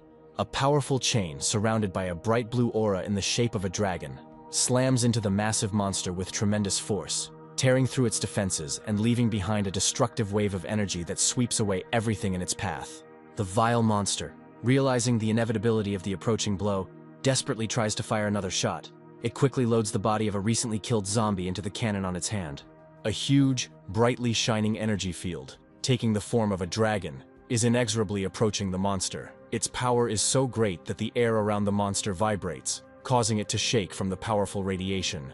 Terrified of the inevitable, the monster panics and covers its head with its hands, trying to somehow hide from the blinding blue glow that fills everything around it. A powerful blow from the chains, cutting through the air with force, cuts the vile monster into pieces, leaving it without both arms. This causes the monster to retreat back and let out a terrible, inhuman scream that echoes throughout the surrounding area. Jerem watches as purple liquid begins to spurt out of the massive zombie's severed limbs under high pressure. Jerem concludes that his attack was not fast and effective enough, as the monster was not destroyed, but only wounded. The young man, without wasting any time, decides that it is necessary to finish what he started and finish off the monster. He decisively unwinds his chains, preparing for a new attack. The guy, without giving the monster a second to recover, deals a series of powerful blows to its body. The liquid from the monster's wounds flies in all directions. Its particles fall on the car, covering it with ominous marks. Jerem watches the car closely and notices with alarm how the liquid that has fallen onto the car from the monster's body begins to corrode the metal, leaving deep traces of corrosion. The young man realizes that it is necessary to avoid close contact with the monster, as the purple liquid that fills it has extremely caustic and poisonous properties. Jerem forces himself to calm down and collect his thoughts. The guy understands that in order to successfully destroy the monster, he needs to act calmly and carefully, not allowing emotions to overwhelm his mind. The enormous monster, throwing its head back to the sky, lets out a terrible roar, so powerful that the vibrations from it spread throughout the purple liquid, filling the space around. Jerem notices with alarm that after this terrifying scream, a large amount of purple goo begins to rapidly attract towards the monster. The purple liquid wraps around the monster's body and begins to concentrate on its severed paws, changing their shape with astonishing speed. In a matter of seconds, the liquid transforms the monster's wounds, and in place of its severed paws, huge, blade-like swords appear, capable of inflicting even greater damage. The monster's face is distorted with horror and rage. Its mouth is transformed into a multitude of terrifying maws, revealing razor-sharp teeth. The monster prepares for the final attack, gathering all its strength and hatred to destroy everything that stands in its path. Jerem notices that the monster has suddenly become much faster and more agile, which makes it an even more dangerous opponent. Realizing that the situation is becoming critical, the guy throws metal chains in front of him, hoping that they will be able to protect him from the monster's swift attack. The monster attacks with incredible speed and force, but Jerem manages to put up chains, creating a barrier that can stop the enemy's onslaught. Jerem's face is distorted with tension and fear. He finds himself face to face with a monster, whose mouth with sharp teeth is inexorably approaching. His gaze is directed straight into the eyes of the monster. But despite the fear, the guy does not retreat. Jerem deftly dodges another attack from the monster. The guy easily jumps into the air and delivers a series of swift blows with his chains, which hit the target with precision.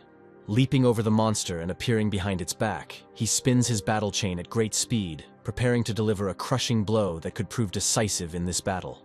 Jerem is confident that the reward for destroying such a serious enemy will be quite impressive and valuable. The monster lets out a terrible cry, pushes off the ground with force, and leaps swiftly towards the young man, hoping to catch him off guard. At this time, an unfamiliar man, standing on the roof of the building opposite, carefully watches the battle through binoculars. The stranger cannot hide his admiration for Jerem's refined combat technique. The man is certain that the young man was able to collect a huge number of magical crystals, which is what allowed him to achieve such a high level of skill. A man standing nearby, turning to the stranger, notes that he has chosen a truly worthy and lucrative target, but warns that dealing with such a young man will be very difficult. The stranger, smiling slightly, turns to his accomplice and asks if he is really afraid and why he seems so indecisive and cowardly. The man in military uniform suggests not to take any risks and instead try to offer Jerem to become their ally, considering this a more reasonable move. The stranger, after considering the proposal, agrees that it might be a good idea, especially considering the fact that Jerem has a very high combat level. However, despite this, the stranger expresses concerns that such cooperation could be very risky, as he believes that as soon as Jerem becomes their ally, at the first opportunity he will betray them or even destroy them if he considers it beneficial for himself. The man continues to watch the fight closely. He understands that even old people can possess magical crystals, and therefore he is convinced that Jerem must have a huge number of them, which makes him a very valuable target. After a long and grueling battle, Jerem finally manages to defeat the huge monster, and stands in front of its lifeless body, eagerly awaiting the moment when the long-awaited magic crystal appears. Soon, the purple liquid begins to slowly absorb the body of the defeated monster, and a bright, glowing magic crystal gradually materializes next to it, the radiance of which illuminates the space around it. The stranger, observing this, notices with surprise and joy that in addition to the usual red magic crystals, this time stones of a different category appear, which significantly increases the value of the loot and makes him even more interested in Jerem. The stranger, not hiding his excitement, tells his accomplices that this hunt will bring them a very large reward. At this time, Jerem materializes his stone storage pouch, which instantly sucks in a rare magic crystal. The virtual system informs Jerem that he has successfully hunted the world's first mutant zombie for the first time, which is a significant achievement. The system notifies Jerem that he will receive a unique reward in the form of a new ability that will allow him to claim his own territory, within which his allies will be able to take advantage of special abilities. Jerem, hearing sounds behind him, immediately turns around and sees strangers approaching him, which makes him wary. One of the strangers, greeting the young man, apologizes and says that they are very sorry that they were late and did not manage to arrive on time. Jerem instantly recognizes the stranger, but tries not to show it. This man's name is Hyunsung, and he is a real psychopath and a sadist. The protagonist realizes with horror that Hyunsung, who ended up in this village, is probably here because of a terrible meteorite, which caused all these nightmarish events. Hyun-sung attends a youth leadership conference where he receives a high award. The host presents him with a smiling face as the best young entrepreneur, praising his achievements and successes. Hyun-sung is known in society as a successful and promising businessman, an attractive playboy, and a true angel of charity, who enjoys universal respect and admiration. However, behind this flawless mask lies a terrible truth. Hyun-sung is actually a brutal serial killer who has already killed dozens of people. The police conducted numerous thorough investigations, trying to find traces and clues that could lead them to the criminal, but they were never able to figure out that the psychopath and killer they were looking for was Hyun-sung. The protagonist has this terrifying information because he has seen it all repeatedly in his nightmares, where Hyun-sung revealed his true, sinister nature to him. In these nightmares, Hyun-sung surrounded himself with the same terrible degenerates and sadists as himself, and together with them, he formed a gang that sowed horror and death. Defenseless people tied to huge poles desperately call this gang of sadists crazy bastards, but their words cannot stop the madness happening around them. Hyun-sung, with a sadistic smile on his face, coldly informs his victims that nothing can be changed now, and that they should have followed the rules earlier if they wanted to avoid this horror. With a knife in his hand, Hyun-sung approaches the captive, who, despite the fear and pain, finds the strength to spit in the face of his tormentor and call him a degenerate. Hyun-sung slowly wipes his face, then lets out a quiet, menacing laugh and tells the captive that he will soon be in hell. Hyun-sung, with a cold determination on his face, raises his hand with the knife and stabs without hesitation, his face maintaining an emotionless expression, as if this is a normal thing for him. Hyun-sung, driven by his insane ambitions, strives to subjugate everyone to his cruel rules, dreaming of creating his own terrible and hellish world on Earth, where he will be the absolute master. In his madness, he orders his sick accomplices to kill anyone they wish, declaring that their cruel laws and violence will be the foundation of a new order and the beginning of a new era. Jerim, who learned from his nightmares long ago that Hyun-sung is a dangerous serial killer hiding his true nature under the guise of an ordinary person, understands that this maniac is at the top of the list of those who need to be eliminated as soon as possible. The guy feels a strange sense of satisfaction from the fact that he has the opportunity to meet one of the most cruel sadists, which gives him a chance to put an end to his crazy plans. Jerim decides not to rush things. He intends to gain Hyun-sung's trust in order to learn more about his true intentions and plans. The protagonist queries his virtual system and activates a skill called analysis to gain more complete information about his potential enemies. The young man scans Hyun-sung and his accomplices, and soon learns the terrible truth. They are all eaters of human magic stones, obtaining them by killing people. Jerim is shocked by the information he received. The guy realizes what cruel and inhuman creatures he encountered. Hyun-sung addresses Jerim with feigned concern, stating that they came to help, and adds that he is aware of Jerim's awakening and that he is the same as them. Hyun-sung tries to convince Jerim that in these difficult times, awakened people need to stick together to survive and protect themselves from a common enemy. But the man tries to hide his true intentions behind words of unity. Jerim hates the sick maniac with all his heart, but decides not to reveal his true feelings and play along with him in order to find out more. Hyun-sung reports that he has set up camp in a small store restaurant, then chuckles quietly, adding that there are many people there besides the supplies. Jerim, with an innocent expression, asks Hyun-sung how many people he interacts with have already awakened, trying to figure out how strong their group is. Hyun-sung starts to respond. At that moment, the ground beneath their feet suddenly starts shaking violently. This causes panic among his accomplices, who cannot understand the cause of such a strong earthquake. A virtual system screen suddenly appears in front of Jerim, warning him that the purple goo is following him and has already begun the chase. The earthquake is getting stronger, and the virtual screen strongly advises Jerim to leave the dangerous place as quickly as possible to avoid the impending threat. Suddenly, huge, vile tentacles begin to emerge from the purple liquid surrounding the people and shoot into the sky.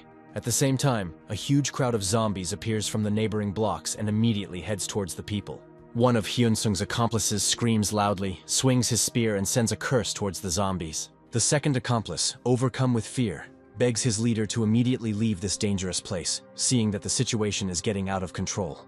Hyun-sung, realizing the seriousness of the threat, orders those around him to leave the area as quickly as possible, and suggests that they immediately go to his camp, which is located in a restaurant. Jerim, confidently swinging his battle chain, the guy turns to Hyun-sung and declares that he accepts his offer. Jerim begins to repeatedly strike the purple goo surrounding them, with each strike the goo instantly bursting into a bright flame of blue energy. Hyunsung watches in surprise as the young man uses his battle chains, which emit powerful magical radiation. A smile appears on his face. An idea comes into his mind that as soon as Jerem lowers his guard, he will immediately get rid of him. The man sees the guy as a potential threat. Hyunsung points to a building nearby and asks Jerem to follow him, intending to lead him to his lair. Jerem believes that the creepy maniac has no idea what's going on, and feels that he can get out of this situation without any problems. The humans break into a run, trying to reach the defensive camp as quickly as possible, while the vile zombies pursuing them let out eerie screams, desperately trying to catch up with their prey. Jerem looks with hatred at Hyunsung walking in front of him. The guy decides that this sadist will meet his death here. Suddenly, a group of zombies pounce on Hyunsung, and without losing his composure, he stabs the nearest monster with his knife, mercilessly cutting off its head. Hyunsung and his accomplices continue to fiercely repel the zombie attacks. His subordinates begin to panic, complaining that the number of zombies seems endless, and they are unable to stop their advance. One of the psychopath's subordinates desperately calls for help when his spear gets stuck in the corpse of one of the monsters. At that moment, another zombie notices his vulnerability and quickly rushes at him. Hyunsung's subordinate hears Jerem's loud scream, ordering him to bend down immediately. The man follows Jerem's orders without hesitation, instantly bending down, and the next moment, a battle chain, burning with a blue flame, whistles over his head. The chain shatters the zombie into tiny pieces, and the remains fall directly onto Hyunsung's subordinate, causing him to be shocked. Jerem orders the shocked man to quickly come to his senses and immediately pull his spear out of the zombie's corpse to be ready for another attack. The psychopath's subordinates watch intently as Jerem easily dispatches the monsters attacking them, doubts beginning to appear in their eyes that they will be able to cope with such a powerful opponent. Hyunsung, noticing the tense conversation between his subordinates, also experiences doubts for a moment, realizing that Jerem may be more dangerous than he initially thought. The subordinates panic and tell Hyunsung that the zombies are becoming too numerous and they doubt they can cope with them under these conditions. Hyunsung realizes that they won't be able to stop the endless stream of zombies with conventional methods, so he makes a decision and activates his unique abilities. A huge black energy field suddenly erupts around him, Hyunsung activating his skill called Fear. Dark energy begins to expand at an incredible speed, capturing the space around it and reaching nearby zombies. Aggressive monsters instantly begin to experience a terrible, all-consuming animal fear that paralyzes their vile bodies, turning them into helpless targets. Hyunsung realizes that his skill has begun to work successfully on the attacking zombies, and without wasting a second, he rushes into the attack, inflicting precise and fatal blows with his sharp knife on the zombies paralyzed with fear. Hyunsung's subordinates are delighted with how quickly and efficiently their commander dealt with the nearby zombies, admiringly stating that his combat skills are simply unrivaled. Hyunsung, confident in his superiority and believing himself to be the chosen one of the awakened ones, orders his subordinates to continue moving forward without losing momentum. He moves towards his protective camp, along the way mercilessly slashing with his knife at the zombies paralyzed with fear, who are unable to resist him. Even though Jerem is preoccupied with fighting monsters, he notices the skills Hyunsung is demonstrating. Jerem didn't expect that the sadist could have such skills. The young man begins to think that such a skill could be useful for himself, if he can somehow get it. After some time, the group of people finally reaches a small one-story building that used to be a store and restaurant, and now serves as a hideout for Hyunsung and his accomplices. Exhausted from the battle, the sadist's subordinates try to catch their breath and come to their senses. One of them, breathing heavily, admits that today he was literally on the verge of death. Hyunsung, wanting to build trust, introduces himself to the protagonist and tells Jerem that their group was able to survive today thanks to his intervention and fighting skills. Jerem listens silently to Hyunsung's words and tells him his name in response. The guy asks about the whereabouts of the restaurant owner and inquires about his fate. Hyunsung tells the young man that the restaurant owner is nearby and offers to show him around. Jerem follows Hyunsung down a long corridor leading to a room where he says the owner is located. They approach the door where the prisoner is located. Jerem approaches slowly, trying to remain calm. Hyunsung carefully watches his every move. Hyunsung slowly opens the door, then steps inside and invites Jerem to follow him. Jerem notices that against the wall, among many filled boxes, sits a frightened young man, his hands tied and his mouth covered with tape. Jerem activates his skill called Analytics. At that moment he hears Hyunsung's voice, who says that this prisoner seems very strange to them, and that is why they were forced to keep him tied up. The virtual system informs Jerem that the captive is an ordinary person, without any rating, and has a profession as a cook, which indicates a complete lack of threat. Jerem looks at the gang of fiends and realizes that this man has nothing to do with the human stone eaters, and most likely became their victim by accident. Hyun Sung asks Jerem if he can ask him a question, as he notices that the young man looks a little surprised. Hyun Sung, observing the boy's reaction, tries to understand what exactly could have surprised Jerem so much and caused his confusion. Jerem answers in the affirmative and says that he is interested in what exactly is strange about their captive. Hyun Sung is alarmed by Jerem's calmness. His natural behavior seems suspicious to the man. The maniac begins to understand that Jerem has already guessed that the prisoner has a magic crystal. Hyun Sung, with a smile, tells Jerem that before he thought that the guy would not understand anything. But now he is glad that Jerem is starting to understand what is really going on here. Jerem continues to play along with the maniac. The guy says that he guesses why the prisoner was tied up, because in this world, they don't just kill without reason. Jerem adds that since the prisoner was tied up, it means he must be very useful for their purposes. Hyun Sung's accomplices listen to this conversation silently and warily, their faces expressing distrust and threat. Suddenly, Jerem turns sharply to Hyun Sung and states that this chef may have a high-level magic crystal, causing the entire group to become surprised and wary. Hyun Sung had some doubts about the main character, but now he is finally convinced that Jerem knows everything and, moreover, is the same sadist and hunter of human magic crystals. Jerem, continuing the conversation, deliberately speaks in a cheerful and perky tone, talking about killing people and extracting magic crystals from them, which makes Hyun Sung more and more confident in his rightness. Hyun Sung begins to experience intense joy, turning into euphoria, as he believes that he has finally found a like-minded person with whom he can share his dark pleasures. Since childhood, Hyun Sung had sadistic tendencies. As a child, he would tear off the wings and heads of insects and watch them suffer with pleasure. As Hyun Sung grew older, his cruelty escalated to a new level, targeting small animals and spiking the food of stray cats with deadly poison. After which he watched with pleasure and laughed, seeing how the poor animals died in excruciating suffering from unbearable pain. The treatment didn't produce the desired effect. Hyun Sung bitterly recalls that no one in this world understood him, not even his own parents, which only increased his alienation and hatred of others. As Hyun Sung grew up, he learned to masterfully play the role of a positive person, carefully hiding his true desires and sadistic tendencies behind a mask of integrity. Hyun Sung's voice is heard, and with genuine delight, he tells the protagonist that he is incredibly happy to finally meet a like-minded person. Hyun Sung, continuing a sincere conversation with Jerem, openly admits that he and his accomplices initially planned to kill the guy, considering him a threat, but now he sees him as a valuable ally. Hyun Sung extends his hand to Jerem, saying that he can't do this to one of his few like-minded people now, and suggests that they unite to create a better world, full of violence and chaos. Jerem, continuing to play along with the maniac, realizes that his plan has succeeded, and that Hyun Sung has fallen for the bait, trusting him as an ally. The guy shakes Hyun Sung's hand and declares that he is honored to meet someone as dedicated to their dark goals as he is. At this point, the virtual system informs Jerem that the maniac's favor has reached a certain level, and now the guy can be given his skills. Without wasting any time, Jerem requests the system to activate a skill called Skill Transfer. Suddenly, the entire space around is filled with bright red energy. Jerem and Hyun Sung find themselves in the center of a magical pentagram, where the skill transfer process takes place. Hyun Sung curiously asks Jerem what skills he possesses, wanting to learn more about his newfound ally. Jerem, without revealing his true intentions, tells the maniac that he has the skill of cat-like agility, which allows him to act quickly and flexibly. Hyun Sung, recalling the previous fight, understands why Jerem acted so dexterously and harmoniously, and calls this skill amazing. He then asks Jerem to tell him more about his weapon, which burned with magical fire, hoping to learn the secret of its power. Jerem explains that he only has one skill, and that his weapons are enhanced with magical crystals, causing them to glow during combat. Jerem decides to change the subject and asks Hyun Sung what advanced skills his subordinates have. The guy wants to get more information.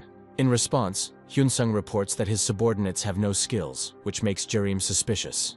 Jerem believes that the maniac is lying, because he knows that his subordinates have awakened and must have some kind of skills. However, after some time Jerem changes his point of view. He understands that if Hyun Sung's subordinates really had any skills, they would certainly have used them in the difficult situation that arose in the battle with the zombies. Jerem concludes that if ordinary people do not have the prerequisites or innate abilities, they will not be able to obtain the skill even after awakening, which explains the passivity of Hyun Sung's subordinates. Suddenly, one of the subordinates notices strange sounds coming from the corridors of the restaurant and immediately warns the others about it. Horrible creatures emerge from the corridors of the restaurant, huge and deformed, their bodies covered in hideous scars and tumors. These creatures move slowly forward, their presence inspiring fear and disgust. One of the hideous creatures draws closer, its disfigured face twisted into hideous folds and scars, its eyes glowing with a dark, wild fire. Hyun-sung looks towards the terrifying monster, and is surprised to realize that these monsters are able to move outside of the purple goo, which clearly violates his previous ideas about them. Jerem quickly realizes that the main reason these monsters are in the building is because they are looking for him specifically and can sense his presence. Hyun-sung's subordinates take a fighting stance, preparing to repel the attack. They warn their leader that they are trapped. Hyun-sung, assessing the situation, turns to Jerem and offers him to unite in order to have a chance to survive this deadly battle. He orders his subordinates to retreat back to clear some space, and intends to activate his skill to destroy the attacking zombies. The next moment, Hyun-sung activates his skill called Fear. A huge field of evil energy erupts around his head, carrying a paralyzing terror that is intended to deprive enemies of the will to resist and make them easy targets. Under the influence of wild fear, the ugly monsters freeze in place. Hyun-sung deftly approaches them. Delivering precise and deadly blows with his knife, he quickly deals with the paralyzed enemies. Jerem realizes that he has already gotten everything he needed, and that it is time to implement his plan for revenge. Together with a group of sadists, Jerem goes out onto the porch of the restaurant, where he intends to complete his plan. Jerem informs Hyun-sung and his accomplices that they need to head north to safely leave the village. Hyun-sung turns to Jerem and starts talking about how they will be able to escape, but he doesn't have time to finish his sentence completely. Hyun-sung watches as Jerem raises his hand, the realization dawning on him that the young man intends to use his secret skill. Jerem activates his skill called Architecture, and in a matter of moments, a powerful wooden fence appears nearby, completely cutting off Hyun-sung and his accomplices from the restaurant building. The last thing Hyun-sung hears is Jerem's caustic words, mockingly saying that they should fight with all their might. Hyun-sung is greatly surprised by the young man's unusual skill and examines a powerful and high fence, which he believes will be extremely difficult to overcome. Hyun-sung starts screaming loudly, unable to contain his rage, and, shouting curses, furiously thrusts a knife into a strong wooden fence. Hyun-sung's accomplices turn around sharply and see in horror how a huge crowd of zombies begins to rapidly approach them, posing a huge threat.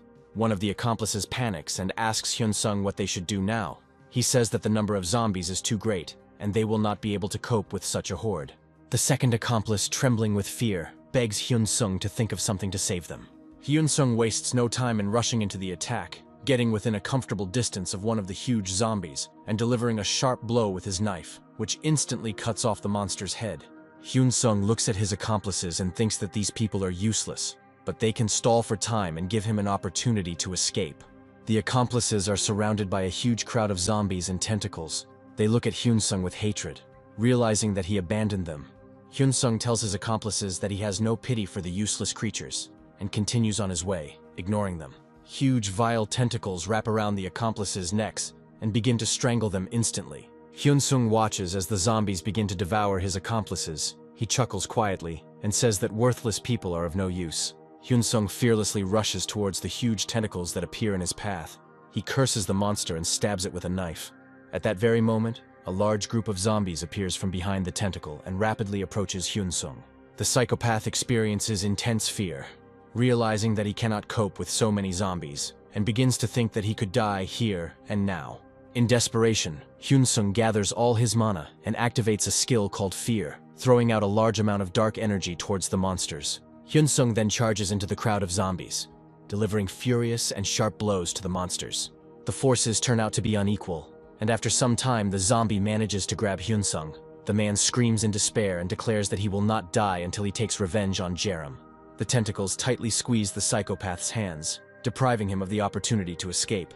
Turning around, he sees a huge vile monster approaching him, ready to deal him a fatal blow. A huge zombie opens its mouth, intending to bite off Hyun-sung's head, but the psychopath decides to survive at any cost. Hyun-sung frees one hand from the grip and throws it sharply towards the approaching monster. He reaches up to the monster's ugly head and grabs it by the lower jaw.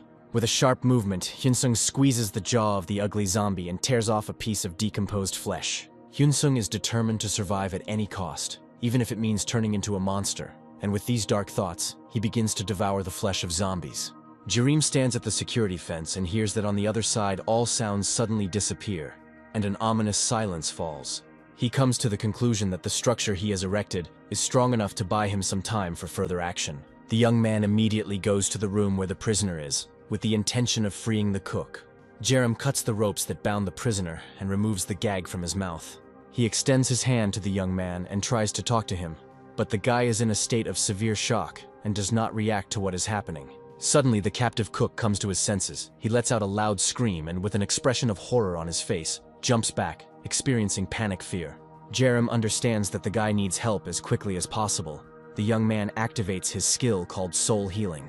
The guy directs streams of energy in his direction, and the young man is very surprised when he notices that the guy is very difficult to influence, which complicates the process of his recovery. The protagonist looks closely at the cook and understands that this is happening because the prisoner is in a state of great shock. Jerem asks the young man if he is okay. The cook, still in shock, begs for mercy. After a while, the cook calms down and asks Jerem to run away from here immediately, warning that this place is a nest of killers. The young man points to the boxes around him and says that there are more than 10 dead bodies in them. Jerem answers the cook. He says that he knows about it, and that is why he came here to save him and help him get out of this terrible place. The cook can't hide his surprise. He doesn't understand why Jerem came here and risked his life to save him. Jerem explains to the guy that in order to help those in need, no profit is needed.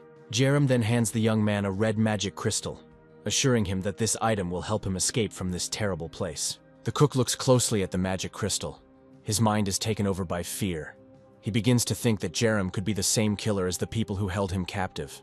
An image of Hyunsung appears before the chef's eyes, holding a magical red crystal in one hand and his bloody knife in the other. After the cook calms down, he notices that the stone Jerem hands him looks different from the ones the psychopaths extracted from people. Jerem understands what the young man is thinking, and explains that the red crystal in question does not contain a terrible aura because he obtained it by killing zombies. The cook carefully reaches out his hand to the stone, and now understands why this crystal looks different. The prisoner picks up the stone, which flares with a bright red fire. The virtual system informs the young man that he can awaken using this magic crystal. The cook grips the magic crystal tightly in his hands and begins to feel powerful streams of energy spreading through his body. Now he understands what the psychopaths meant when they talked about awakening. Jerem congratulates the young man on his awakening and asks him if he has acquired any new skills. The chef reports that he already had an innate skill that allowed him to cook, and now this skill has been enhanced, allowing him to infuse the dishes he prepares with mana. The virtual system confirms that dishes prepared with mana will have special effects, making his skill even more valuable.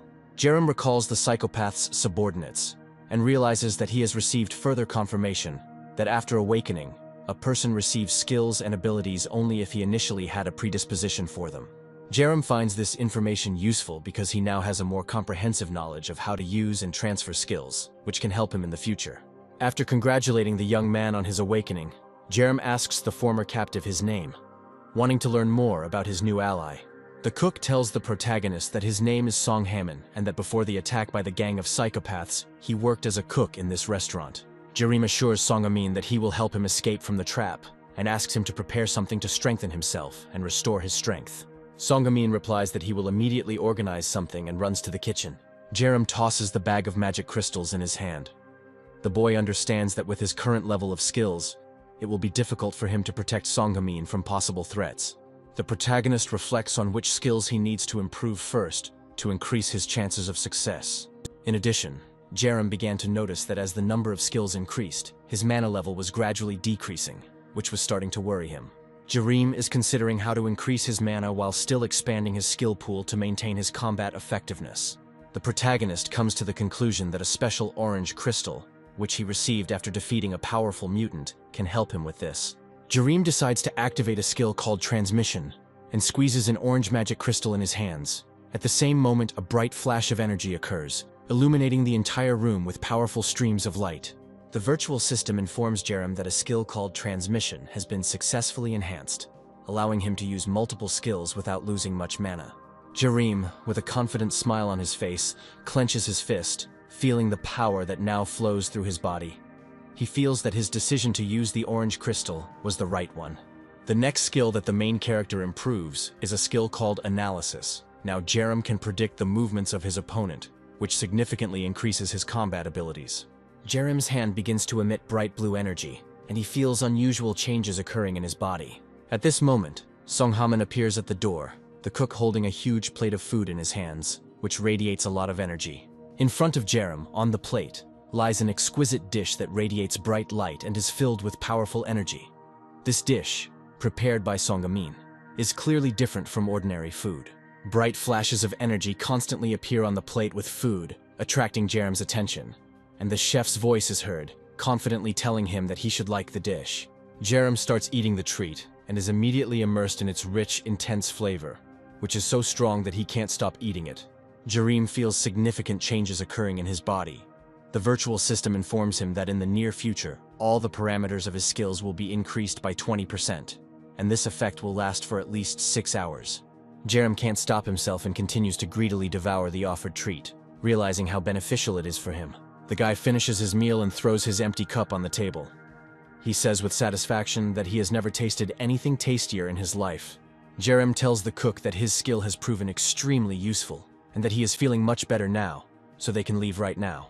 Song Haman reports that they may have problems with this, as he was recently inspecting the surrounding area and noticed that the exit from the building was blocked by a huge wooden fence. Jerem, seeing the surprise on the cook's face, calmly explains that they will leave the building by another route.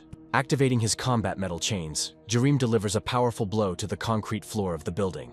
The impact of the magical chains destroys part of the floor, creating a huge hole through which a path downwards can be seen. Song Haman looks into the resulting hole in surprise and realizes that there is a large sewer tunnel under the restaurant building. The young men resolutely jump into this hole and find themselves inside a huge sewer tunnel, which could become their path to freedom. Song Haman is surprised to tell his new friend that he had no idea such engineering structures existed under their building. Jerem suddenly stops, feeling the concrete floor beneath his feet begin to emit a barely noticeable vibration that does not bode well. At this moment, a nightmarish purple mass located on the street in the village begins to move. A strong vibration causes an earthquake, accompanied by eerie screams and the roar of monsters.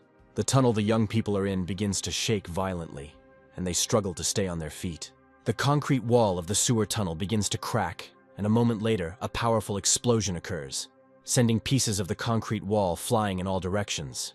A terrifying monster emerges from the hole left by the explosion, with the heads of Hyunsung and his accomplices on its long necks. Song Haman, greatly frightened, screams loudly, pointing his hand at the monster, and in panic asks what kind of vile creature it is. Hyunsung, in the guise of a hideous monster, approaches the young people, emitting eerie screams that add to the atmosphere of horror. Hyunsung bows his ugly head on his long neck towards Jerem and repeats his name over and over again. Jerem instantly activates his skill called Analytics to understand what kind of vile creature they are facing. The virtual system informs him that this monster was transformed from Hyunsung and belongs to the infected awakened category. It has the ability to instill fear in others. Hyunsung, with an ugly long tongue sticking out of an equally ugly mouth, tells Jerem that he has a great desire to destroy him. At this point, the virtual system warns Jerem that the monster is using its skill and trying to instill fear in him. Jerem is unaffected, but Song Haman is subjected to a horror that paralyzes his entire body, rendering him unable to move. Jerem quickly activates his skill called Soul Healing to calm the boy down and bring him back to his senses, as well as free him from the paralyzing fear. In response to this, Hyunsung hisses disgustingly, throwing out his ugly tongue, and contemptuously tells Jerem that he knows that he has many skills. Jerem orders the cook to immediately turn around and head back to the restaurant to avoid danger. He spins his battle chains, filling them with a huge amount of mana. Hyunsung rushes at Jerem with fury. The young man activates the Blue Flame Dragon skill and delivers a series of chain strikes to the monster. The monster deftly dodges the blows, demonstrating its speed and flexibility. Jerem activates his new skill called Prediction. The skill allows him to physically sense how the monster will move in the near future, and what kind of attacks it will deliver.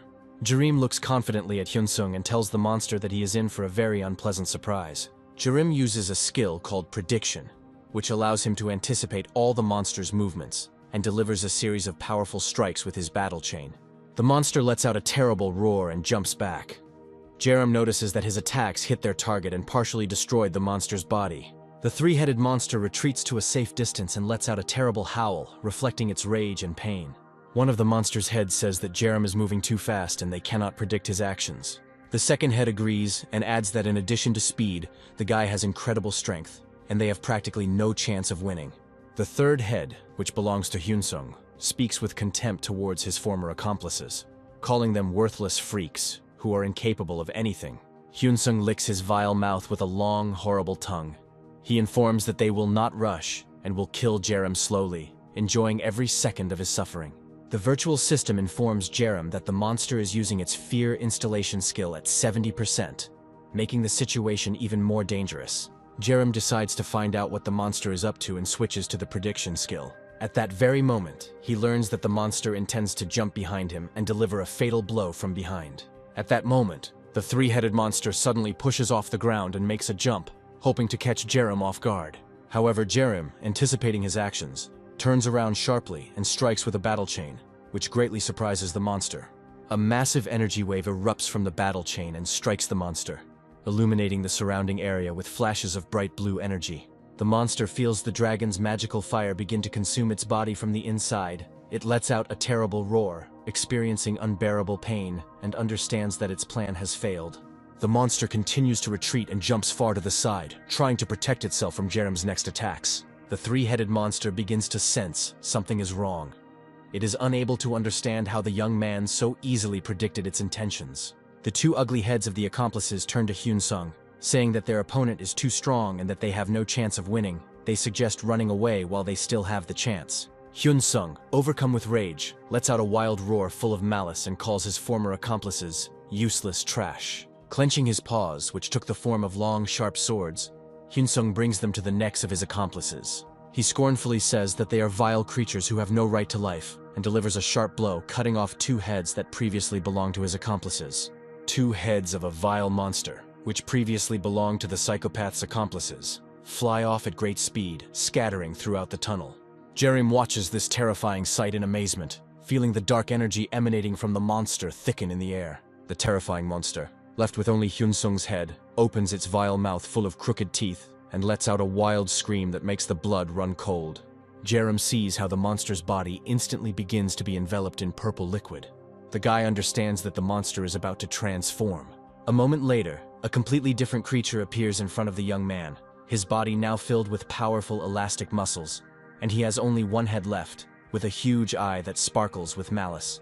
The vile beast's mouth has changed, acquiring huge razor-sharp teeth. Jerem hears the beast whisper softly, which speaks of how wonderful it feels in its new form. The monster screams loudly and activates its fear skill at 100%, increasing the impact to the limit. A huge energy field appears above the monster's head, which takes the shape of the head of a giant monster. The virtual system informs the protagonist that he is observing the maximum level of the monster's skill called Instill Fear, which has reached its peak. The monster throws its sword arms out to the sides, roars loudly and rushes to attack Jerem with furious rage. Jerem instantly switches to his skill and activates Cat Reaction. This allows him to deftly deflect dozens of powerful and fast blows from the monster, avoiding serious damage. The virtual system informs Jerem that the effect level of the fear skill used by the monster has exceeded 100%, and this has caused Jerem's own fear skill level to increase. Realizing that the time has come for a counterattack, Jerem decides to use this to his advantage and activates his own skill, Fear Impact. A bright blue aura instantly flares around Jerem's body, spreading its energy in all directions, filling the space with powerful waves. These energy waves reach the attacking ugly monster, which begins to feel increasing pressure, restricting its actions. The monster lunges at him, trying to strike, but Jerem deftly dodges, ducking under the monster's arm and delivering several precise blows to its body. Blue dragon fire, released from the metal chain, penetrates the monster's body, beginning to destroy it from the inside. Jerem doesn't stop. He continues his counterattack and delivers one powerful blow after another, each of which is saturated with blue dragon fire, which increases the destructive effect on the monster. Jerem, surrounded by a glowing blue aura, channels his energy through battle circuits that glow with the bright fire of a dragon, his face expressing complete determination and concentration. He continues to deliver powerful blows to the beast, each time strengthening his attacks. The monster's body begins to crumble under Jerem's powerful blows, energy waves emanating from his chains breaking through the monster's flesh, destroying it from the inside. The ugly monster is unable to withstand Jerem's powerful onslaught. It squeals loudly and jumps back to a safe distance, no longer able to resist. The energy of fear, which Jerem masterfully controls, has a strong effect on the monster, depriving it of its will and reason. The monster screams wildly and tries to crawl away. Hyunsung comes to his senses for a moment. the monster partially transforms and tries to understand where his opponent got the skill to control fear. However, after a moment, the pressure of fear takes over again, and the monster loses control, plunging into horror and madness that completely paralyzes it. Jerem strikes again with his chain, cutting off part of the monster's body, which turns into purple liquid, and in its place a bright magic crystal begins to sparkle. Picking up this valuable artifact from the ground, Jerem realizes that the fight was worth it, as the orange magic stone is incredibly valuable and will significantly enhance his abilities. Jerem looks into the tunnel, where the remains of the monster disappeared, and feels regret that he was not able to finish off the monster completely. He starts shouting loudly, calling the cook by name, and says that the danger is past. The guy asks him to come out of hiding. After a while, Jerem notices a frightened Songhamin approaching him. The cook says that all this time he heard the sounds of battle and wild, nightmarish squeals. He asks where the monster went. Jerem explains that, unfortunately, he was unable to completely destroy the monster, but he managed to drive it out of the sewer tunnel. He assures Songhamin that for some time, the monster will not dare to return here. Songhamin remembers the monster that attacked them with horror in his eyes and realizes that it was Hyunsung who had turned into a terrifying creature. Jerem suggests starting to get out. The guy says that they have very little time left. The young men reach the sewer hatch that leads to the surface and listen carefully to the sounds coming from outside. Jerem carefully pushes the hatch cover aside and begins to examine the surrounding area, trying to make sure that the area is safe. After making sure they are safe, Jerem climbs out and helps Songhamin out of the sewer manhole. Songhamin is surprised to notice that the area they are in is not contaminated by the horrible purple goo, which is clearly different from the rest of the village. Jerem points to a house nearby and explains that the area has remained uncontaminated thanks to the house's owner. Approaching the high fence, Jerem begins to loudly call out for Professor Dongpak. Professor Dongpak, hearing the call, runs out of the house. He hurries to meet Jerem and Songhamin. The man looks a little confused, but is clearly happy to see the young people. Dongpak approaches Songhamin and says that he knows him because he used to frequent the Chinese restaurant next door. The professor asks what happened and why Songhamin ended up with Jerem. Dongpak's face breaks into a wide smile as he remembers that Jerem once saved him too. Jerem suggests putting off the conversation for later and informs him that monsters are chasing him right now, which causes Dongpak great surprise. He asks Jerem why the terrible monsters are hunting him. Jerem explains that he has destroyed a huge number of monsters in a short period of time, and now some of the survivors have a personal interest in his death. The professor, understanding the seriousness of the situation, is happy to offer his assistance, and invites the young people to immediately go to his house, where they can take refuge and discuss further actions. Songhamin sincerely thanks Jerem for saving him and apologizes for not being able to thank him sooner due to the shock. At this point, the virtual system informs Jerem that the chef's gratitude level has reached a certain level, and the owner's skill can be transferred to him. Suddenly, Jerem and Songhamin find themselves in a parallel space where they stand on a huge pentagram, and the process of skill transfer begins. The virtual system informs Jerem that the skill has been successfully transferred, and he can now create dishes with special effects. Jerem comes up with the idea that not only food, but also drinks can be considered dishes, which opens up new opportunities for him to use this unique skill. Jerem asks the chef if they have any liquids or drinks with them. Songhamin, a little surprised by the question, a moment later informs that they have juices and energy drinks in stock. Jerem, in the kitchen, begins experimenting with drinks under the watchful eye of the cat, who carefully watches his every move. Jerem slowly pours equal parts juice and energy drink into a shaker, simultaneously activating his new chef skill. The virtual system informs him that the cocktail called the Awakening Drink is ready. Jerem is surprised to discover that on his first try, he has succeeded in making a drink that increases stamina by 30% and lasts for 3 hours. Jerem and his four-legged friend open the shaker, watching in fascination as the drink sparkles with energy. Hyunsung roams the streets of the village, filled with a disgusting purple liquid in the form of a monster full of rage and impotent malice, impaling ordinary zombies on his long, ugly swords. Hyunsung, unable to contain his rage, rips off the heads of passing zombies and screams loudly, releasing his rage on the weaker monsters. Hyunsung rips the head off one of the passing zombies and greedily begins to devour it, feeling a surge of rage and strength. Tearing himself away from his terrible feast, he raises his head and says with hatred that he will definitely finish off Jerem. Suddenly, Hyunsung notices that the ordinary zombies nearby suddenly fall to their knees and begin loudly repeating incomprehensible spells. Confused, Hyunsung searches for the object of their worship and sees a silhouette of a monster hovering in the air in the distance, emitting a powerful glow of blood-red energy. This creature clearly possesses colossal power, and its presence arouses Hyun-sung not only interest, but also a sense of impending danger. Hyun-sung, unable to resist the immense power emanating from the hovering monster, falls to his knees next to the rank and file zombies, his rage and confidence giving way to helplessness as he feels his own strength fading in comparison to this unknown creature. The silhouette of this monster is shrouded in darkness. It inspires awe and terror in everyone who sees it. Even Hyun-sung, who is accustomed to cruelty, feels himself overcome with fear in front of this powerful creature. Hyun-sung realizes that before him stands the most powerful being he has ever seen in this village. He calls this being the Lord, and swears allegiance to him.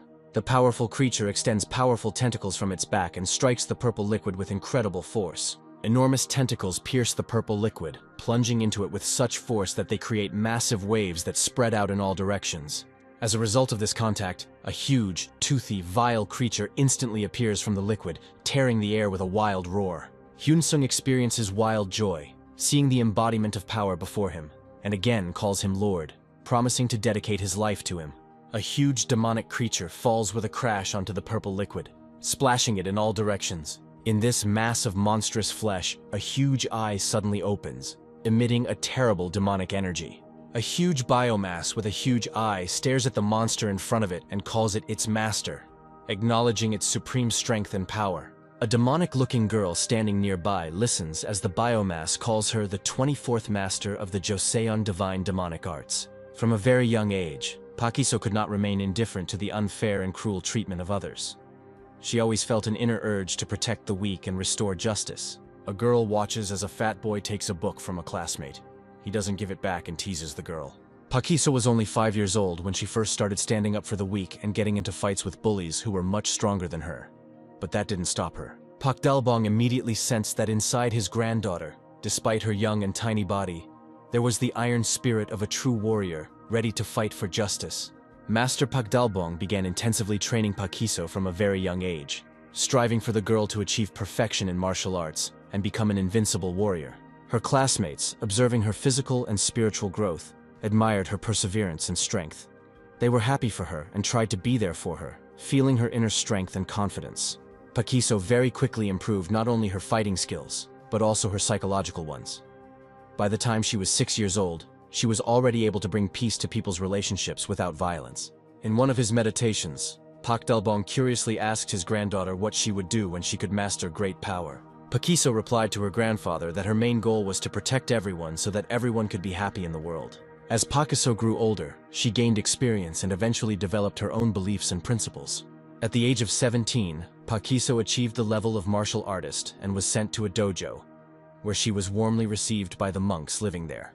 Pakiso approached the monks, asking them to give her the opportunity to promise one thing. As a martial artist, she vowed to live righteously and be an example to everyone, following the path of justice and honor. In one of the alleys, hooligans attack a weak teenager. They brutally beat him and humiliate him in every possible way. Suddenly, Pakiso appears behind the unsuspecting hooligans, ready to fight and protect the weak teenager from attack. The girl quickly pounces on the hooligans, delivering sharp and powerful blows that quickly disable them and prevent them from continuing their attack. A teenager who has become a victim of bullies sincerely thanks Pakiso for her help and asks why she decided to help him. Pakiso replies that she intends to spread her beliefs and principles of justice to the world around her. When Pakiso came to her monastery with the young man, he was greatly surprised by the deep respect with which all the monks treated the young girl, whom they called master.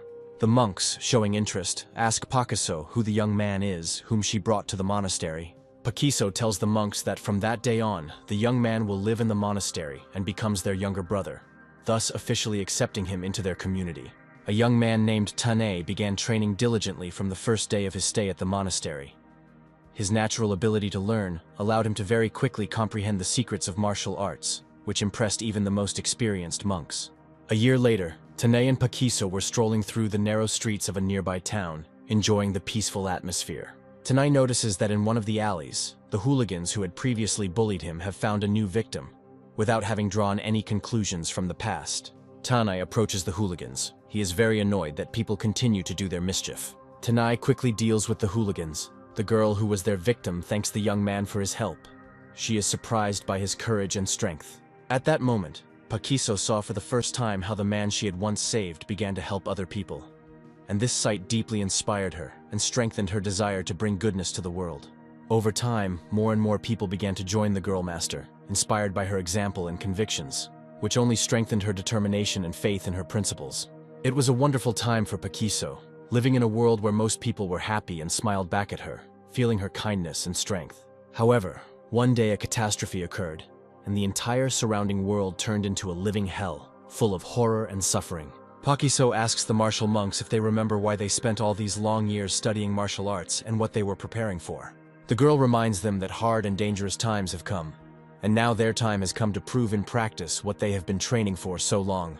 Inspired by her words, the battle monks, led by Paquiso, rush into battle, attacking the dense ranks of ugly zombies and dealing them powerful and accurate blows. Paquiso destroyed a group of ordinary monsters. She suddenly notices that a huge zombie giant is starting to approach her.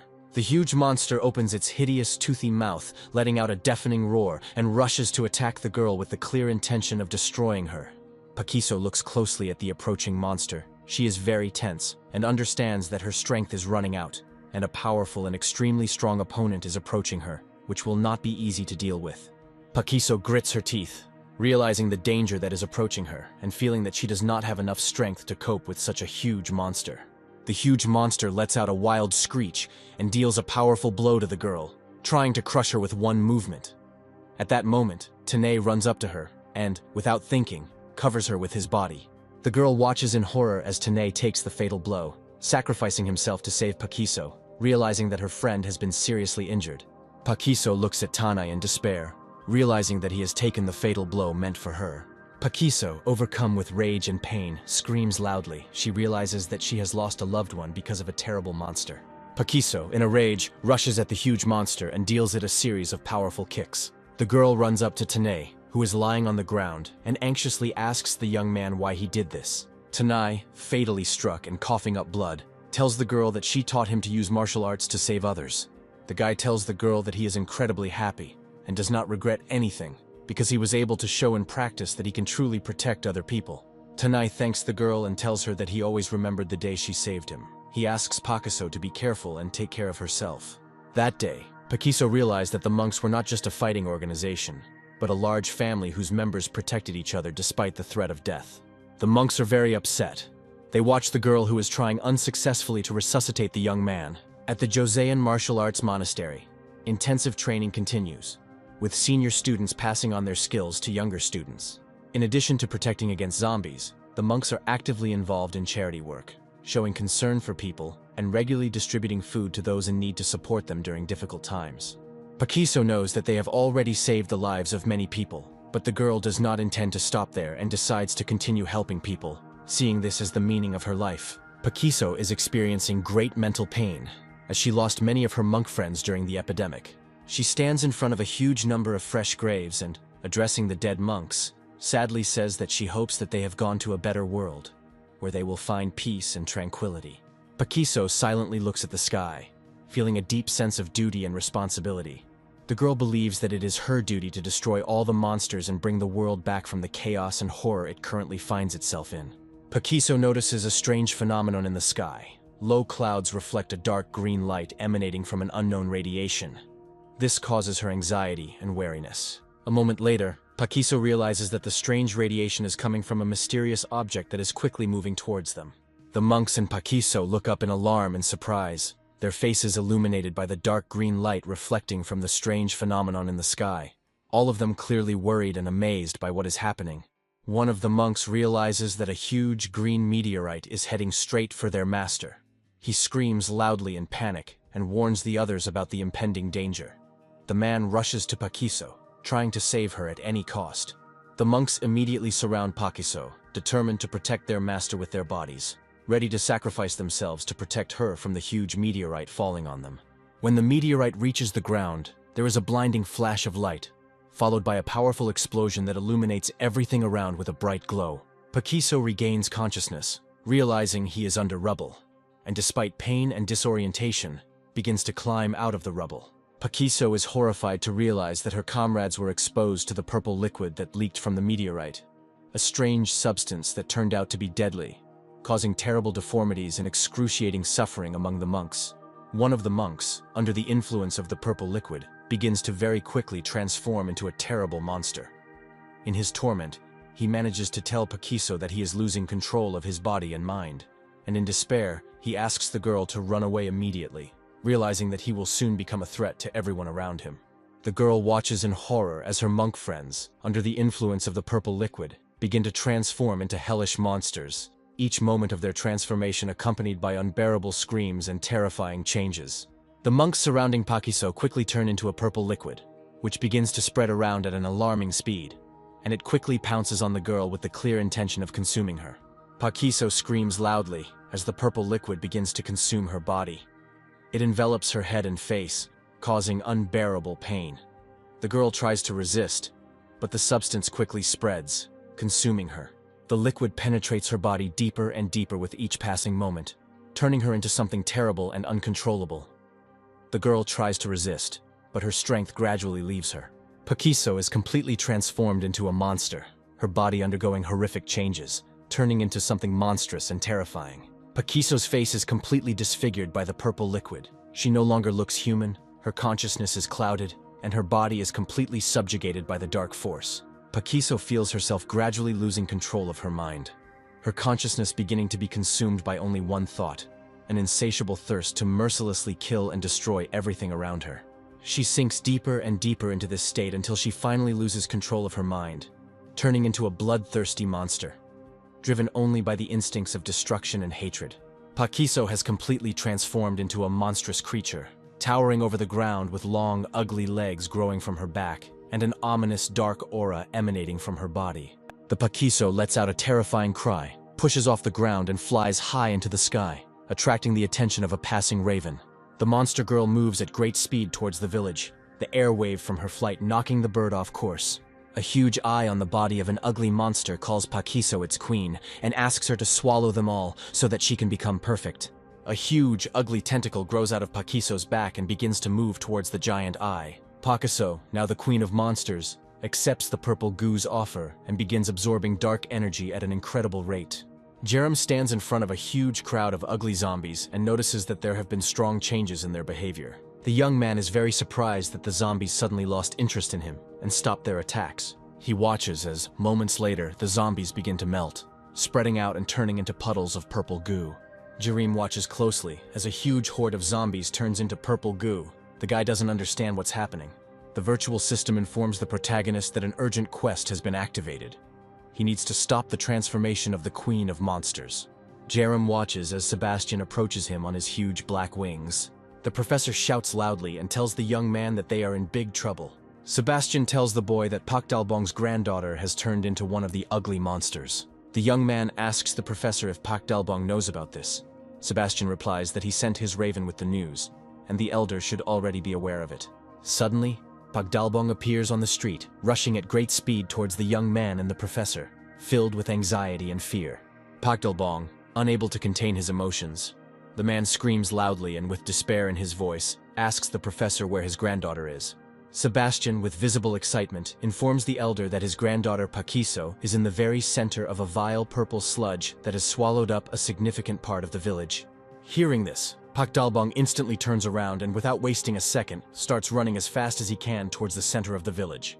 Jerem, realizing the danger of the situation, asks the professor to immediately leave this dangerous place, and orders him to tell everyone else about what happened so that they can take the necessary measures and prepare for possible consequences. Jerem rushes after the elder, who, despite the mortal threat, continues his desperate run to the center of the village in the hope of saving his granddaughter. Jerem desperately tries to stop the elder. The boy shouts after him, but Pak Dalbong is in a borderline state of consciousness. He does not hear the young man and endlessly repeats the name of his granddaughter, driven only by despair. Jerem feels growing anxiety and notices something strange and frightening ahead. Shocked by what he sees, he stops abruptly. A terrifying sight appears before his eyes.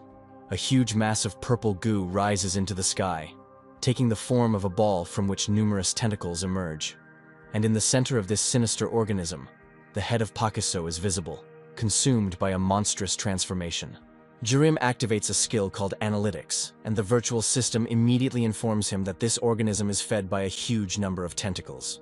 The system warns the young man that he must save Pakiso as soon as possible.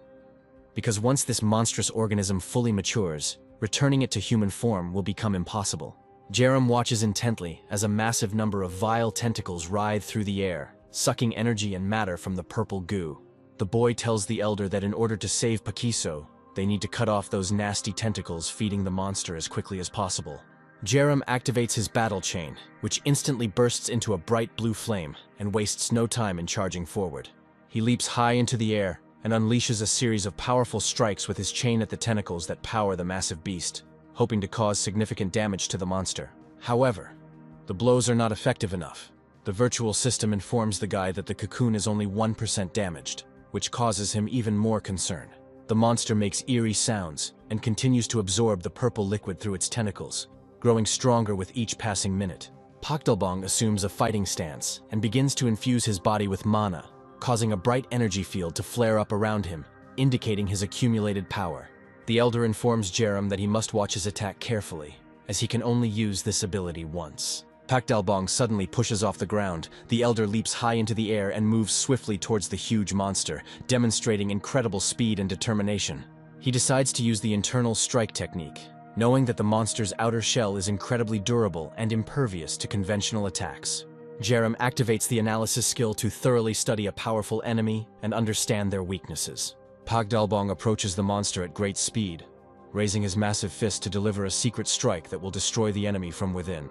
The elder delivers a powerful blow with his secret technique, and waves of vibration begin to spread inside the monster's body, causing the destruction of its internal structures. A bright flash of light illuminates everything around. The energy released upon impact spreads in different directions, destroying the monster from the inside. The destructive force of the internal impact was colossal. It destroyed several tentacles connecting the monster to the purple liquid on the ground. The virtual system informs Jerem that the monster has been damaged, but its cocoon's durability is still at 80%. Pakdalbong tells the young man that it will be difficult for him to fully master this technique after seeing it only once. He promises that when he regains his strength, he will show it again. Jerem replies that there is no need for this. The guy is confident that he can repeat the internal attack on the monster. Jerem activates his combat skills, spins his chains, and charges at the monster with determination.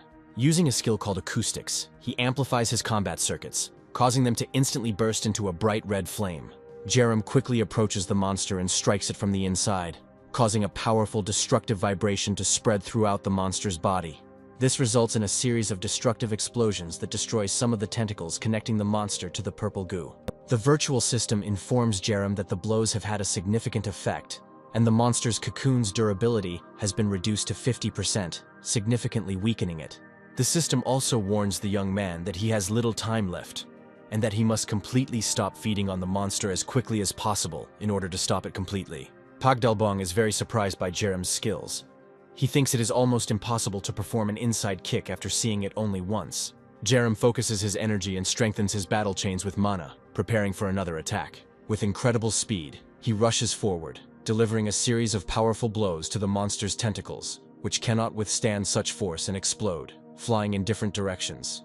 The system notifies him that the monster's cocoon is almost destroyed, and as a reward, he is given the opportunity to use a skill called Territory Claim once. Jerem and the elder watch closely as the monster floats in the air, which begins to twitch convulsively and then disintegrates into pieces. The terrible biomass falls to the ground with a roar, splitting into many pieces, from which Pakiso emerges in the form of a monster. The virtual system notifies Jerem that the queen's transformation is extremely unstable and orders an urgent quest to subdue her to begin immediately. The system then warns him that this highly evolved enemy is experiencing incredible rage directed at him. Suddenly, a virtual screen appears next to Jerem and the elder, demanding that they flee as quickly as possible. Pakiso emerges from its broken cocoon and lets out a piercing, eerie scream. Jerem activates his prediction skill, a bright blue field of energy surrounding his body, instantly allowing him to see events unfold. The young man tries to shout to the professor, convincing him that the situation is extremely dangerous and requires him to flee. However, Pakdalbong, in a state of shock, ignores all of Jerem's words, continuing to loudly call for his granddaughter. The young man vehemently asks the elder to immediately gather his strength and leave this dangerous place as quickly as possible, realizing that further delay could cost them their lives. At this moment, Pakiso's body begins to horribly transform. Huge paws grow from her back, which give her an even more terrifying appearance.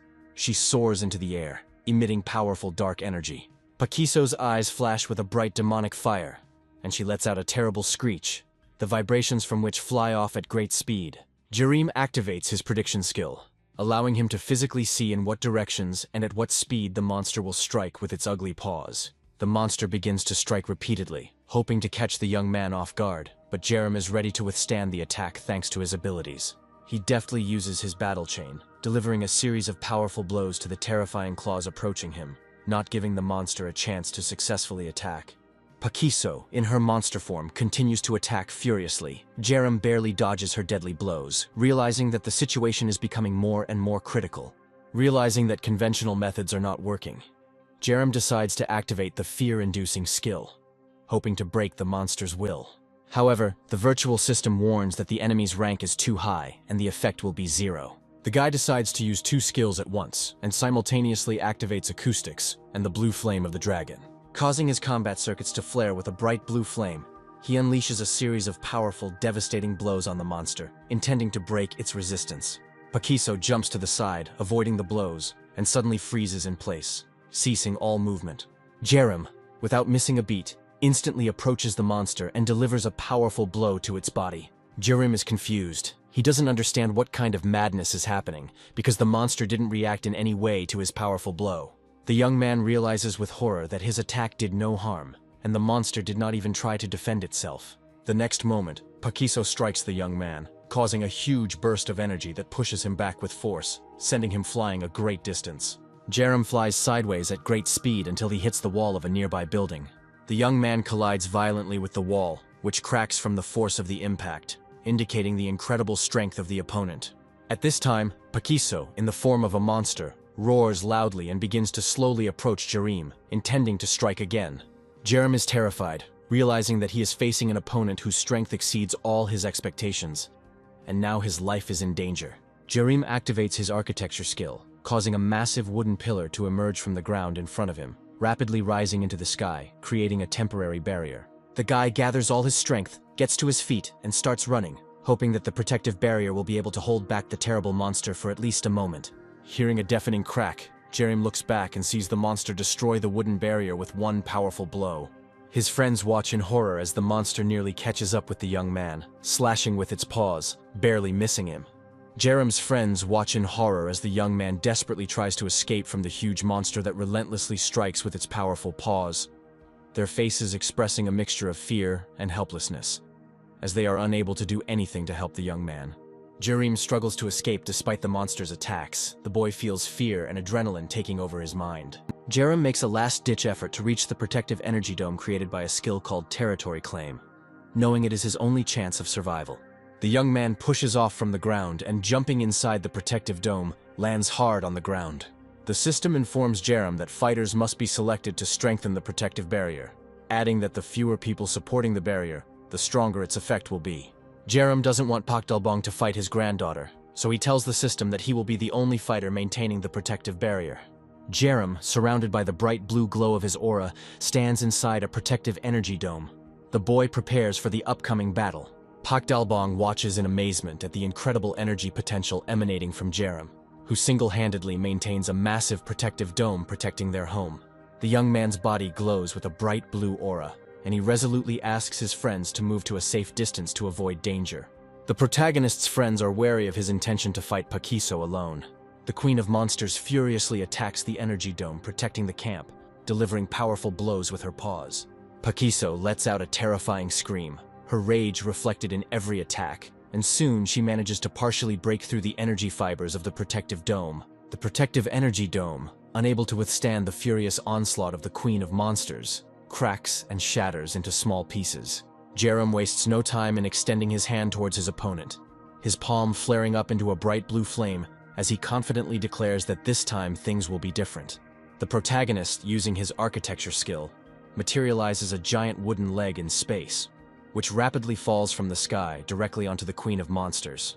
Pakiso, startled by this unexpected turn of events, widens her eyes as she watches the huge foot approaching her at an incredible speed. Pakiso doesn't have time to react. A massive wooden foot falls on her with crushing force. A wild roar is heard from the Queen of Monsters, who, having gathered all her strength, throws the massive wooden leg aside. Jerem continues his magical attack, channeling all his power into destroying the monster queen, his huge wooden foot stomping on her with force, trying to suppress her resistance. Paquiso strikes the huge wooden leg with all of its paws, which are located behind its back, and the strong wooden structure shatters into small pieces. The Queen of Monsters raises her head and looks up at the sky, seeing Jerem approaching her. The guy, with the help of his huge black wings, hovers in the air and approaches the Queen of the Monsters at great speed. The young man's friends watch attentively as the protagonist uses his architectural skill to materialize a giant human hand. At the same moment, the wooden structure begins to hit the Queen of Monsters, but Paquiso deftly dodges the blows, jumping from place to place. The Queen of Monsters counterattacks. Dozens of spider legs growing from behind her back fly into the air and quickly head towards the guy.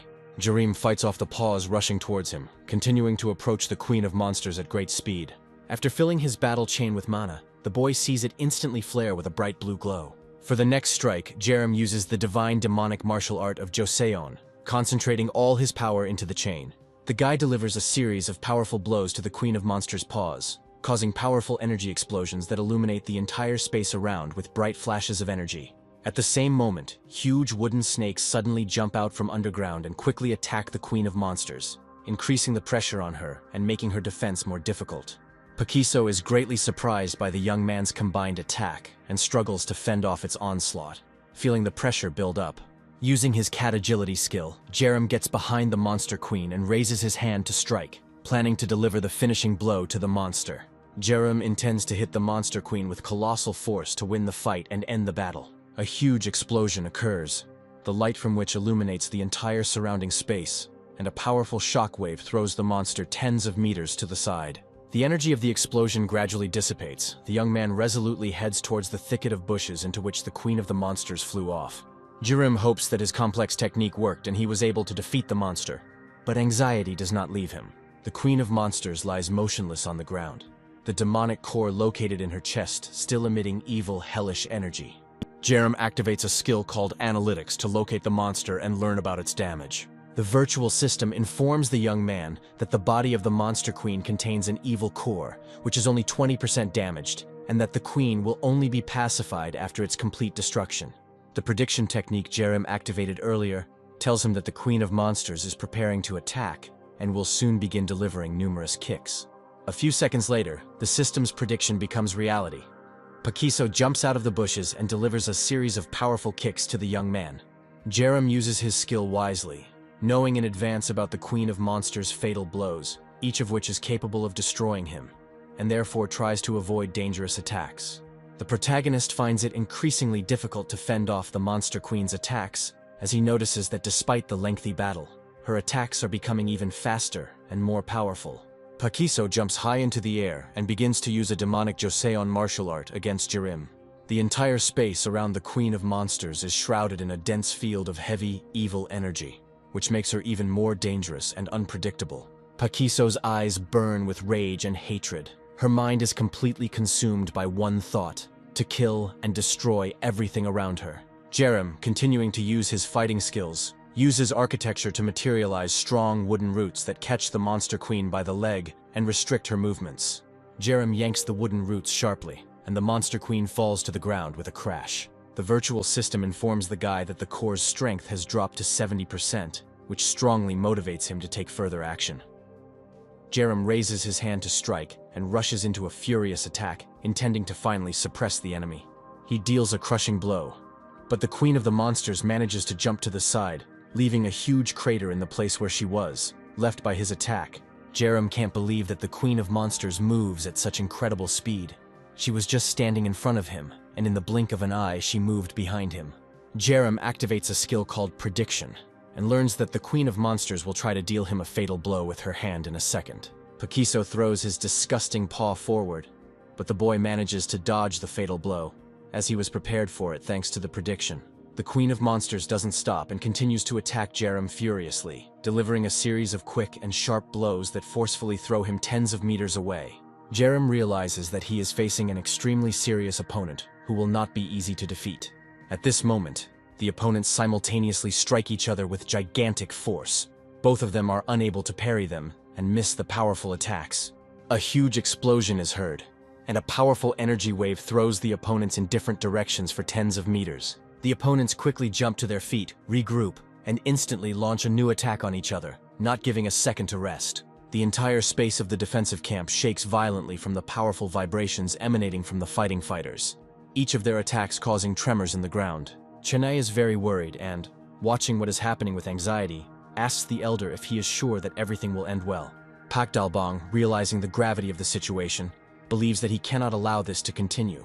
As if the fight continues at the same pace, Jerem may die. From birth, Pak Dalbong had God-given skills in martial arts, and through them, he became an arrogant master admired by many. He was very interested in regalia and victories. He reveled in his fame and glory, enjoying every moment of triumph.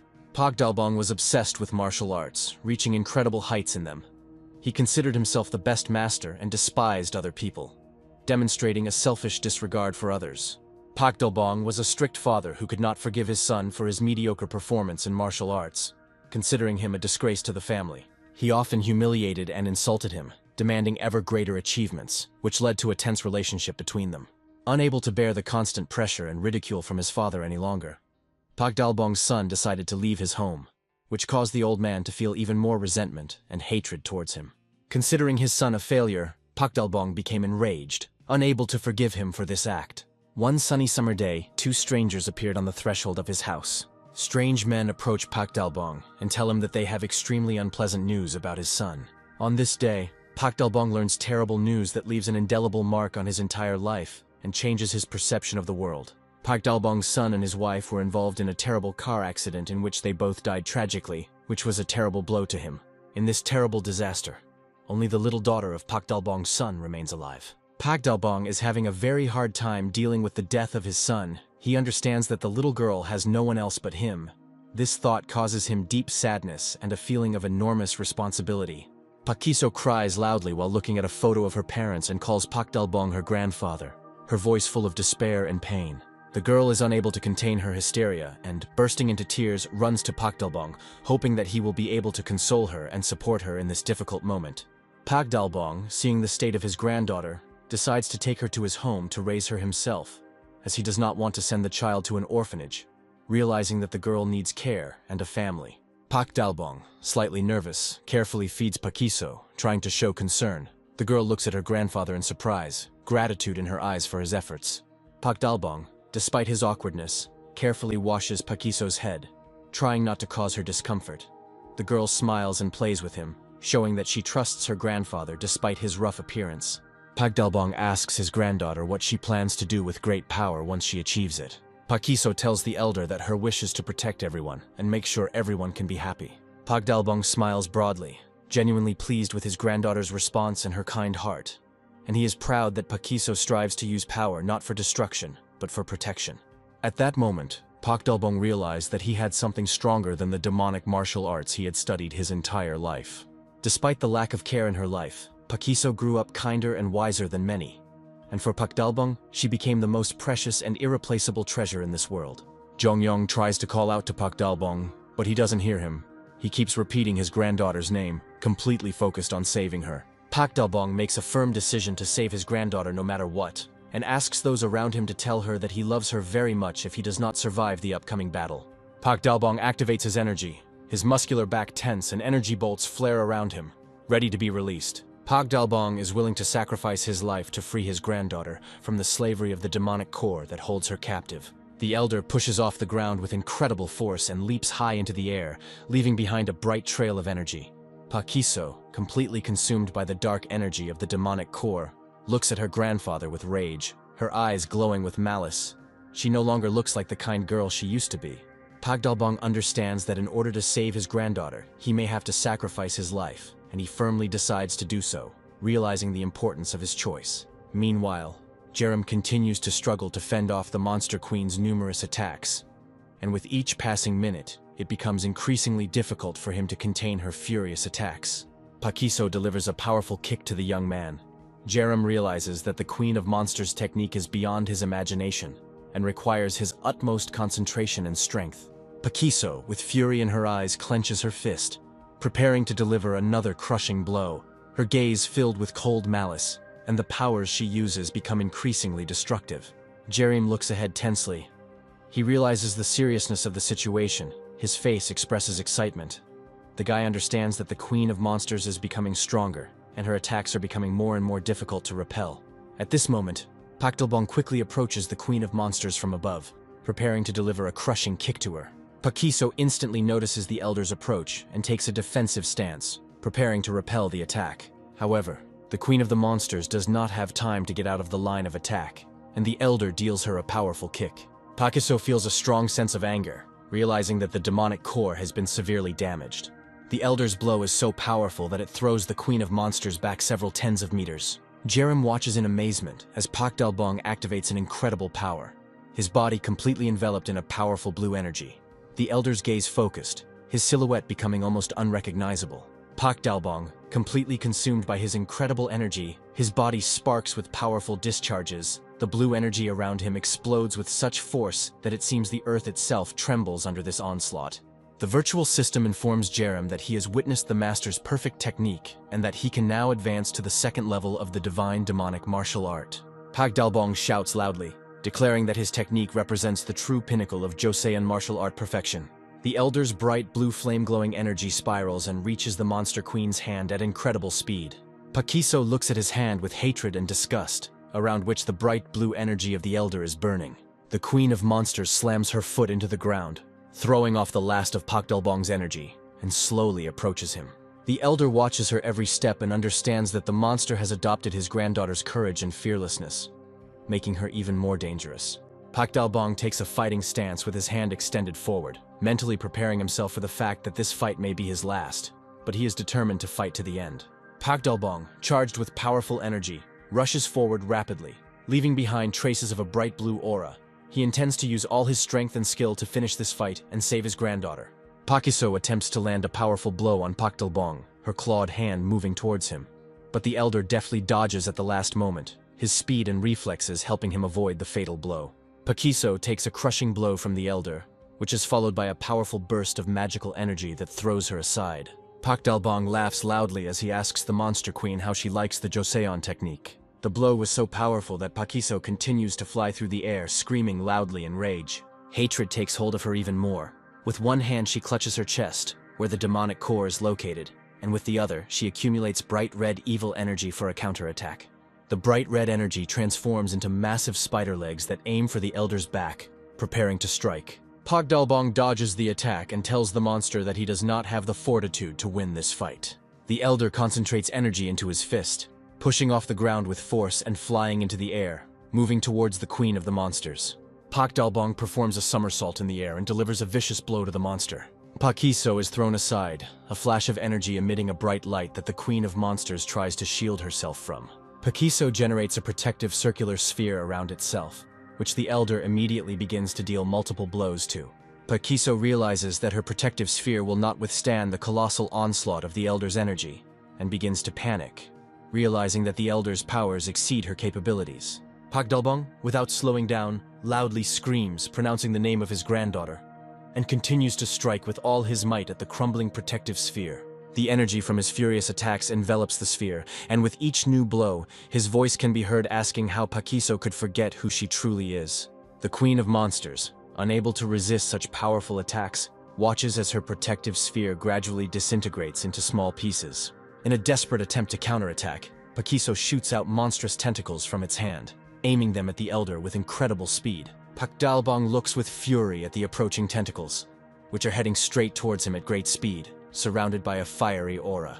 Pak Delbong breaks through the protective sphere, preventing the Queen of Monsters from recovering her strength, and firmly grabs her arms, leaving her no chance to maneuver. The elder screams loudly, looking straight into the monster's eyes, and confidently declares that she does not have enough willpower, and she will never be able to defeat him, since true strength lies not only in skill, but also in the spirit. A massive burst of energy is accompanied by a blinding radiance that envelops the entire battle arena, throwing the Queen of Monsters aside. The energy from the huge explosion slowly dissipates, leaving behind clouds of dust. The elder, clenching his fists tensely, looks forward. The silhouette of the Queen of Monsters appears before the elder. Pakiso is full of malice, her body pulsating with demonic energy emanating from the core in her chest. Pak Dalbong can't hide his surprise as he watches the Queen of Monsters continue to stand, despite his devastating attacks that should have destroyed her. Pakiso continues to look at the elder with fury in her eyes, her body exuding enormous evil energy. Pakiso suddenly waves his hand, and a huge, vile, toothy monster instantly appears next to the elder. A massive, toothy monster materializes next to Pak Dalbong and begins to move aggressively towards him, its red, pulsating flesh emitting a terrifying and menacing energy. Without wasting a second, Pak Dalbong pushes off the ground and, gathering all his strength, leaps forward with a powerful battle cry, preparing to deal a crushing blow to the monster. With a sharp and powerful blow, Pak Dalbong breaks through the monster's defense, his fist crashing into the monster's flesh, causing a stream of blood to spray out in all directions. Pak Dalbong delivers a series of powerful blows to the monster, causing it to shatter into small pieces. At this moment, the Queen of Monsters, taking advantage of the situation, jumps into the air and intends to deliver a crushing kick to the elder. She manages to break through Pak Dalbong's defense, and the man is sent flying to the side with a crash from the powerful blow. Pak Dalbong lands hard on the ground. He crosses his arms over his chest and begins to concentrate his mana, preparing for his next attack. The Queen of Monsters quickly realizes that the elder is still weakened from the previous blow, and decides to take advantage of this moment by continuing her deadly attacks, leaving him no chance to recover. At this time, Jerim suddenly appears. The guy with determination swings his hand, around which his chain is tightly wrapped. He intends to deliver a crushing blow to the Queen of Monsters from behind, while she is busy attacking. However, the Queen of Monsters manages to dodge the blow, preventing the opponents from taking advantage of the element of surprise. The elder rises to his feet, and together with the protagonist, the two begin a joint attack on Pakiso. Jerim charges forward, swinging the chain wrapped around his arm, aiming a blow straight towards the Queen of Monsters, but she manages to dodge his attack, avoiding the blow. The Queen of Monsters moves with incredible speed, managing to dodge the attacks of the people and instantly counterattack, striking them one after another, not giving them time to catch their breath. Jerim, filled with anger, tries to understand how the monster, despite the prolonged battle, continues to gain speed, becoming faster and more dangerous with every second. The Queen of Monsters, taking advantage of the moment, delivers a powerful blow that throws Jerim into the wall with such force that the guy crashes into it, and pieces of brick and plaster fly in all directions. Sebastian reflects that this monster has tremendous strength, since it is able to fight against two strong warriors. Pakiso slowly approaches his grandfather, who is lying on the ground, unable to recover from his wounds, his strength waning. Concentrating his last strength, Pak Dalbong screams loudly and slams his hand into the Queen of Monsters. Pakiso easily fends off his grandfather's attack, then grabs him by the throat and lifts him high into the air, demonstrating his power. A huge, terrifying claw appears from behind the Queen of Monsters and slowly approaches the elder's head, threatening his life. The Queen of Monsters holds the elder by the neck and continues to strangle him. The man repeats his granddaughter's name without stopping, trying to reach out to her. Pak Dalbong touches the Queen of Monsters' face with his hand, and faint signs of human consciousness begin to appear on Pakiso's face, as if she were remembering who she was. Pakiso sees in her mind a memory of the time when she was little, and her grandfather took care of her with love and warmth. She remembers how the elder loved her very much and always admired her, which causes an internal struggle within her. Pakiso lets go of the elder. The monster girl is overcome with emotion. She grabs her head with her hands and begins to scream loudly from internal pain and contradictions. Pak Dalbong slowly rises to his feet, realizing that this moment is his last chance, and he has no room for error. The elder gathers all his remaining energy, preparing to deliver the decisive blow, realizing that this is the only way to save everyone. In an instant, the man's body is covered in a dense energy field that begins to emit a bright blue light. Pakiso notices the elder preparing to attack, and realizing the danger, he raises his hand forward, from which beams of dark purple energy burst forth, which are full of destructive power. Despite the numerous blows of dark energy that rain down on the man, Pak Dalbong continues to move forward without stopping for a second. His hand is already right in front of the Queen of Monsters' chest, where the demonic core, the source of her power, beats inside. Pak Dalbong puts all his remaining strength and energy into his final strike, a powerful burst of energy that sends Pakiso's body flying high into the air, illuminating the space with a bright blue flash. Pak Dalbong sees the demonic core cracking inside the Queen of Monsters' body. He realizes that the moment has come, and shouts loudly to Jerim that now is the time for the decisive blow. Jerim instantly reacts to this call and rushes to attack, approaching the Queen of Monsters with great speed. Using his powerful technique called the Dance of the Deadly Tiger, Jerem deals an incredibly powerful blow to Pakiso, sending her flying. Pakiso lands hard on the ground. The virtual system informs the protagonist that the demonic core has been completely destroyed. A virtual screen appears in front of Jerem, informing him that the urgent quest has been successfully completed, and the Queen of Monsters has been pacified. Jerem, completely exhausted, falls to the ground. The guy is exhausted both physically and mentally. The system reports that due to overwork and excessive use of skills, the protective field of the declared territory is deactivated. The young man lies on the ground, his strength rapidly leaving him. In a semi-conscious state, he tries to say something to the elder. Jerem quickly loses consciousness, and the last thing he sees is his friends rushing to help Pakdalbong. Suddenly, Jerem jumps out of bed. The young man is completely disoriented. He does not understand where he is and what happened. His consciousness has not yet fully returned to reality. Jerem hears the voice of a virtual system, which informs him that he has received a reward for successfully completing the quest, and can now combine his skills at will, which opens up new possibilities for him. Chennai appears at the threshold of the hospital room, unable to hide her joy that the young man has finally regained consciousness after a long recovery.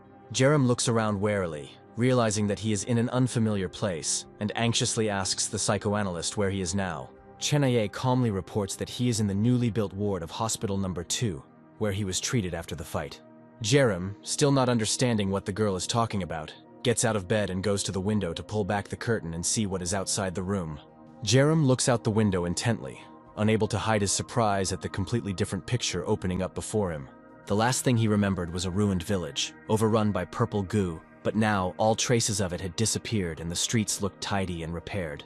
Chennai tells Jerem that he was in a coma for 3 months, which explains the dramatic changes in the world around him. Jerem is very surprised by this news. The guy can't believe his ears, because he couldn't imagine that he had been unconscious for such a long time. Chennai tells Jerem that she had no intention of deceiving him and asks him to look at her urinary catheter. Jerem is surprised to discover that his body is actually connected to a series of tubes used to keep people in comas alive. Chennai leaves the hospital room, promising to call the doctor for a more detailed explanation.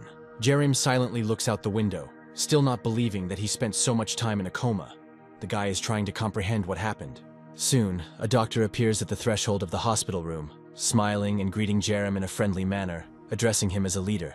Jerem doesn't understand why the doctor calls him that, because he doesn't remember anything like that. The doctor begins to explain that Jerem saved many lives and was the leader who founded this place.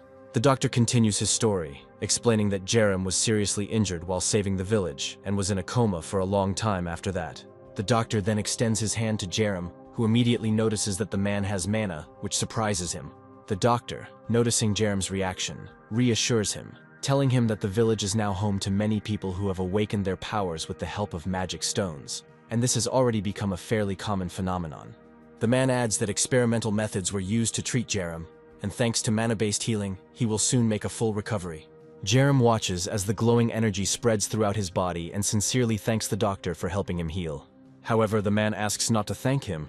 He says that his work is nothing compared to what Jerem did for the surviving people. At this point, the virtual system informs Jerem that the doctor's favor has reached the required level, and the skill can now be transferred. Jerem, taking advantage of this moment, activates the transfer skill to adopt the ability that the doctor possesses. The virtual system informs that the skill called Healing with Mana has been successfully acquired. Jerem decides to combine his new healing skill with acoustics, creating a temporary skill called Healing Sound, which gives him even more power. A bright energy field appears in front of Jerem, and his entire body begins to be permeated by strong, low-frequency waves that pulsate with incredible force. After a few seconds, the energetic flame gradually fades, and the young man confidently rises from his hospital bed, feeling completely restored. At this moment, the doctor's voice is heard, warning Jerem that it is dangerous to walk in his condition. But Jerem calmly reports that he feels fine. The doctor and Chennai look at him in surprise, amazed at how quickly Jerem was able to regain his strength and get back on his feet. The doctor cannot hide his delight and tells Jerem that all the rumors were true, and he really is the chosen one, an awakened leader who is capable of great things. The doctor leaves the hospital room, leaving Chennai alone with Jerem so they can talk. Chennai asks the young man what was this unusual skill he used to heal himself, as she had never seen anything like it. Jerem calmly explains to the girl that he acquired this skill only recently and combined it with his other skills to achieve this effect. Chennaya is happy that the boy is doing well and tells him that there have been many changes in the village which he should see as soon as possible. Jerem walks out of the hospital complex onto the street and immediately notices how passers-by pay attention to him, greeting him with smiles and waving. People on the street not only greet him, but also bow, expressing deep gratitude for him saving them, and call him their leader, paying tribute. Jerem continues walking down the street, surprised that everyone around him knows him, thanks him for saving him, and shows him respect. The young man is perplexed, and asks Chennai what she told the people while he was in a coma, and why they now consider him a leader. Chennai calmly replies that she didn't make anything up, but simply told the truth that Jerem is their leader and savior. In her opinion, thanks to Jerem's actions, many lives were saved, and some of these people were even able to awaken. Thanks to his efforts, the village was saved from the invasion of the purple goo. Chennai continues to tell Jerem that the magical stones that helped awaken people were found by Professor Sebastian. He moved extensively over destroyed military units, exploring their remains, and found a large number of scattered magical stones that played an important role in saving the survivors. Suddenly, Jerem asks Chennai about what happened to Master Pakdalbong and his granddaughter after the events in the village. Chennai informs the guy that both are now in Ward Number 1 and suggests him to go there to see them for himself. The young people head towards the hospital department and quite quickly approach the building of Building Number 1. Jerem immediately notices how well renovated the premises of Building Number 1 are, which even have electric light. Pakdalbong and his granddaughter are in the hospital ward. They have not yet regained consciousness and are in serious condition. Jerem enters the room and asks the doctor how his friends are feeling. The doctor tells Jerem that Pakdalbong seriously injured his back, but fortunately he overcame the crisis, and his condition is gradually improving. Jerem looks at the sleeping elder with deep respect and love, realizing how strong he was. Jerem continues to question the doctor, inquiring about the condition of his granddaughter Pakdalbong. He wants to know if there is hope for her recovery. The doctor explains that the elder's granddaughter's physical body was largely unharmed, but her mind was seriously damaged and she was in a coma. Jerem, along with the psychoanalyst, approaches the bed where Pakiso is lying and, taking her hand, notices how a bright ball of energy instantly forms from his touch. Chennai brings her hand to the elder's comatose granddaughter, and the energy ball begins to grow, emitting a bright blue glow that fills the room with light. Suddenly, the young people find themselves in a parallel reality and slowly move towards a large, dense ball that is hovering in front of them. Jerem asks the psychoanalyst in surprise what this place is and why they are here. Chennai explains to Jerem that they are currently inside Pakiso's consciousness, in her inner world. At this moment, Jerem receives a message from the virtual system, which informs him that his soul healing skill has been improved. The protagonist activates his analyst skill, which informs him that a strong despair is looming on the outer part of Pakiso's consciousness barrier, oppressing her mind. Chennai tells Jerem that she had previously tried to penetrate her granddaughter's mind, but it proved too difficult, and her attempts were unsuccessful. Jerem believes that if they can break through the protective ball, it will help solve their problem and save Pakiso's consciousness. Chennai warns the young man that once they breach the protective sphere's shell, consciousness will begin to rapidly deteriorate, and they will have very little time to save Pakiso's mind. Jerem tells the psychoanalyst that they should try it because he has a great idea that might work. Two brightly glowing vortexes of energy erupt around Jerem as he synthesizes a skill that combines soul healing and fear installation. The virtual system informs Jerem that a temporary skill called mental influence has been created that he can use. Jerem approaches the protective orb and carefully places his hand on it, causing an instant burst of energy to illuminate everything around him. A bright flash of energy begins to slowly expand, destroying the protective shell of the ball, causing a loud crack that is heard as the barrier is destroyed. The shell of the ball gradually crumbles into small pieces. Chennai is very surprised that Jerry managed to remove the protection on the first try, which seemed impossible. Jerem confidently tells the girl that he will return soon, after which he jumps inside the ball and instantly disappears into its darkness. Inside the ball, there is a ghost. Its appearance resembles a blurry figure with a leaky mask instead of a face, from which eerie energy emanates. The ghost comes very close to Pakiso. His face is full of tears. He tells the girl that he died because of her. The ghost claims that all the nightmares that happened in his life happened because of the girl. Pakiso strikes the ghost. It instantly disappears, dissolving into thin air. The girl is very angry because the ghosts continue to arrive and do not give her peace. Two new ghosts appear before Pakiso, their faces disfigured. They look threatening, their appearances distorted by pain and suffering. The ugly ghosts say that they regret following Pakiso's orders, and the girl jumps into the air in anger and kicks the ghosts. After the blow, the ghosts disappear, but in their place, more and more eerie creatures instantly appear, surrounding the girl. The ghost of her grandfather appears before Pakiso. Pak Dalbong asks the girl why she wants to kill him a second time. Pakiso, in a rage, rushes at the grandfather's ghost and delivers a powerful kick to him. One of the ghosts, his face melting, asks Pakiso how long she will continue to torment and kill them. Pakiso destroys the ghosts with powerful blows, but each time the situation repeats itself, and they appear before her again. The ghosts address the girl, saying that she is already tired and asking her to humble herself, not to resist and just give in. Pakiso begins to feel that the endless attacks of ghostly creatures are gradually driving her crazy, and she cannot cope with this pressure. The ghost of Pak Dalbong approaches her again, howling softly and repeating over and over again why she killed him. The ghost in the form of Pak Dalbong tries to fake a smile, stretching out his hands to the girl, which melt before her eyes, turning into formless protoplasm, and invites her to surrender and finally rest. The ghost Pak Dalbong smiles a devilish smile, and tells Pakiso that she will never be able to get out of here. Pakiso clenches her teeth in rage and inner pain, her face expressing anger and despair. The girl tries to cope with the growing internal conflict that does not give her peace. Suddenly, a bright energy funnel illuminates the darkness. Pakiso instinctively steps aside, shielding his eyes from the blinding light with his hands. Pakiso watches as Jerem slowly approaches her from within the bright energy field, his figure becoming more distinct with each step. Jerem approaches the girl with a wide smile on his face and happily tells her that they haven't seen each other for a very long time. Pakiso looks at him with obvious surprise in his eyes and asks what he is doing here and why he appeared so unexpectedly. Jerem suddenly realizes how bad things are for Pakiso, as he sees that she has been here for a very long time and has been suffering all this time. The young man, realizing the seriousness of the situation, decisively tells Pakiso that he has come to help her and suggests that they leave this gloomy place together as soon as possible.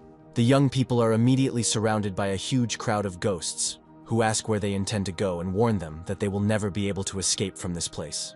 A virtual screen suddenly appears next to Jerem, and the guy immediately activates his skill called Analytics. The system quickly scans all the ghosts around and informs Jerem that Pakiso must deal with this problem on her own. Otherwise, this situation will repeat itself over and over again, locking her in an eternal circle. Jerem immediately understands that Pakiso has experienced serious psychological trauma, so he stops her and says that the girl is not to blame for what happened. In response to his words, Pakiso admits that she feels immense guilt because she was unable to save her friends and then found herself under the influence of the purple liquid. Jerem points to the monster in front of them and explains to Pakiso that these creatures are not her friends at all, but merely ghosts that parasitize on her consciousness, deceiving her. Pakiso begins to feel intense anger as she realizes that the ghosts have nothing to do with her dead friends, but are merely parasitizing on her feelings of guilt. A moment from that fight comes to her mind, when Tanae covered her with his body to save her life. His face, full of pain, stands before her eyes. The girl cannot get rid of this image. Pakiso's memories come alive again. Scenes of a huge meteorite rapidly approaching them, threatening their lives, and brave monks rushing forward to protect her, shielding her with their bodies, flash before her eyes. Pakiso realizes that her friends were righteous martial artists, but fear turned them into ghosts, distorting their images in her mind. At this moment, Jerem activates his skill called Soul Healing, and a bright blue aura instantly flares up around him, enveloping the space around him. Pakiso resolutely begins to move towards the ghosts, who stretch out their hands towards her, continuing to whisper accusations that she is to blame for their deaths and does not deserve forgiveness. Approaching the ghosts, Pakiso bows low before them, sincerely thanks them for saving him, and with deepest remorse asks for forgiveness for insulting their memory and allowing fear to get the better of her. The creepy ghosts instantly fall silent, their gazes full of surprise as they look at the determined Pakiso. After a short pause, the girl launches into a furious attack, dealing powerful blows to the ghosts, releasing the accumulated power with each movement. With each blow, the bodies of the eerie ghosts begin to crumble, freeing the souls of long-dead warriors trapped in this dark world. Suddenly, vivid images of her dead friends appear before Pakiso's eyes, their faces glowing with warmth as they greet her in a friendly manner. The entire surrounding space begins to fill with a blinding white light. The monks inform Pakiso that they do not hold a grudge against her for what happened. Tanae tells the girl that the time they spent together was the best for him and asks her to keep good memories of him. The guy suggests Pakiso to go her own way, letting go of the past and finding inner peace. The girl gains inner peace She looks at her fallen comrades with love and tenderness. The girl sees her comrades in arms in front of her, smiling at her in a friendly manner, their faces radiating warmth. And gradually they begin to slowly disappear, dissolving into a bright white light, leaving behind a feeling of peace and tranquility. The virtual system informs Jerem that the task is complete, and the consequences of the mental trauma that tormented Paquiso have been successfully eliminated. Paquiso turns to the protagonist and thanks the young man for his help, her voice full of sincerity and warmth. Jerem calmly replies that there is nothing to thank him for, because he believes that the girl managed on her own, overcoming all the difficulties. After this, the young man invites Paquiso to return to the outside world, and together, they begin to move towards the bright white light. Jerem and Paquiso move slowly towards the bright white light, step by step leaving the dark world, leaving all the hardships behind. Paquiso jumps out of bed abruptly, her breathing ragged. She tries to collect her thoughts after what happened. A moment later, Paquiso comes to his senses and, with concern in his voice, asks those around him about his grandfather's condition. Paquiso heads to the hospital bed where Pakdalbong lies, remembering how he risked his life to save hers. Paquiso looks at her grandfather, who is lying unconscious on the bed, and tears of worry appear in the girl's eyes. Suddenly, Pakdalbong comes to her senses and opens her eyes, filled with rage, causing her to feel a mixture of fear and relief. The elder instantly calms down when he sees his granddaughter in front of him, realizing that Paquiso has been freed from demonic captivity and is now feeling well. The elder's voice is heard telling Paquiso that if he had not saved her, he would have regretted it for the rest of his life. The man hugs the girl with care and warmth, holding her close. An expression of relief and love can be seen on his face. The psychoanalyst goes outside with Paquiso, and the girl immediately says that they need to have a serious talk.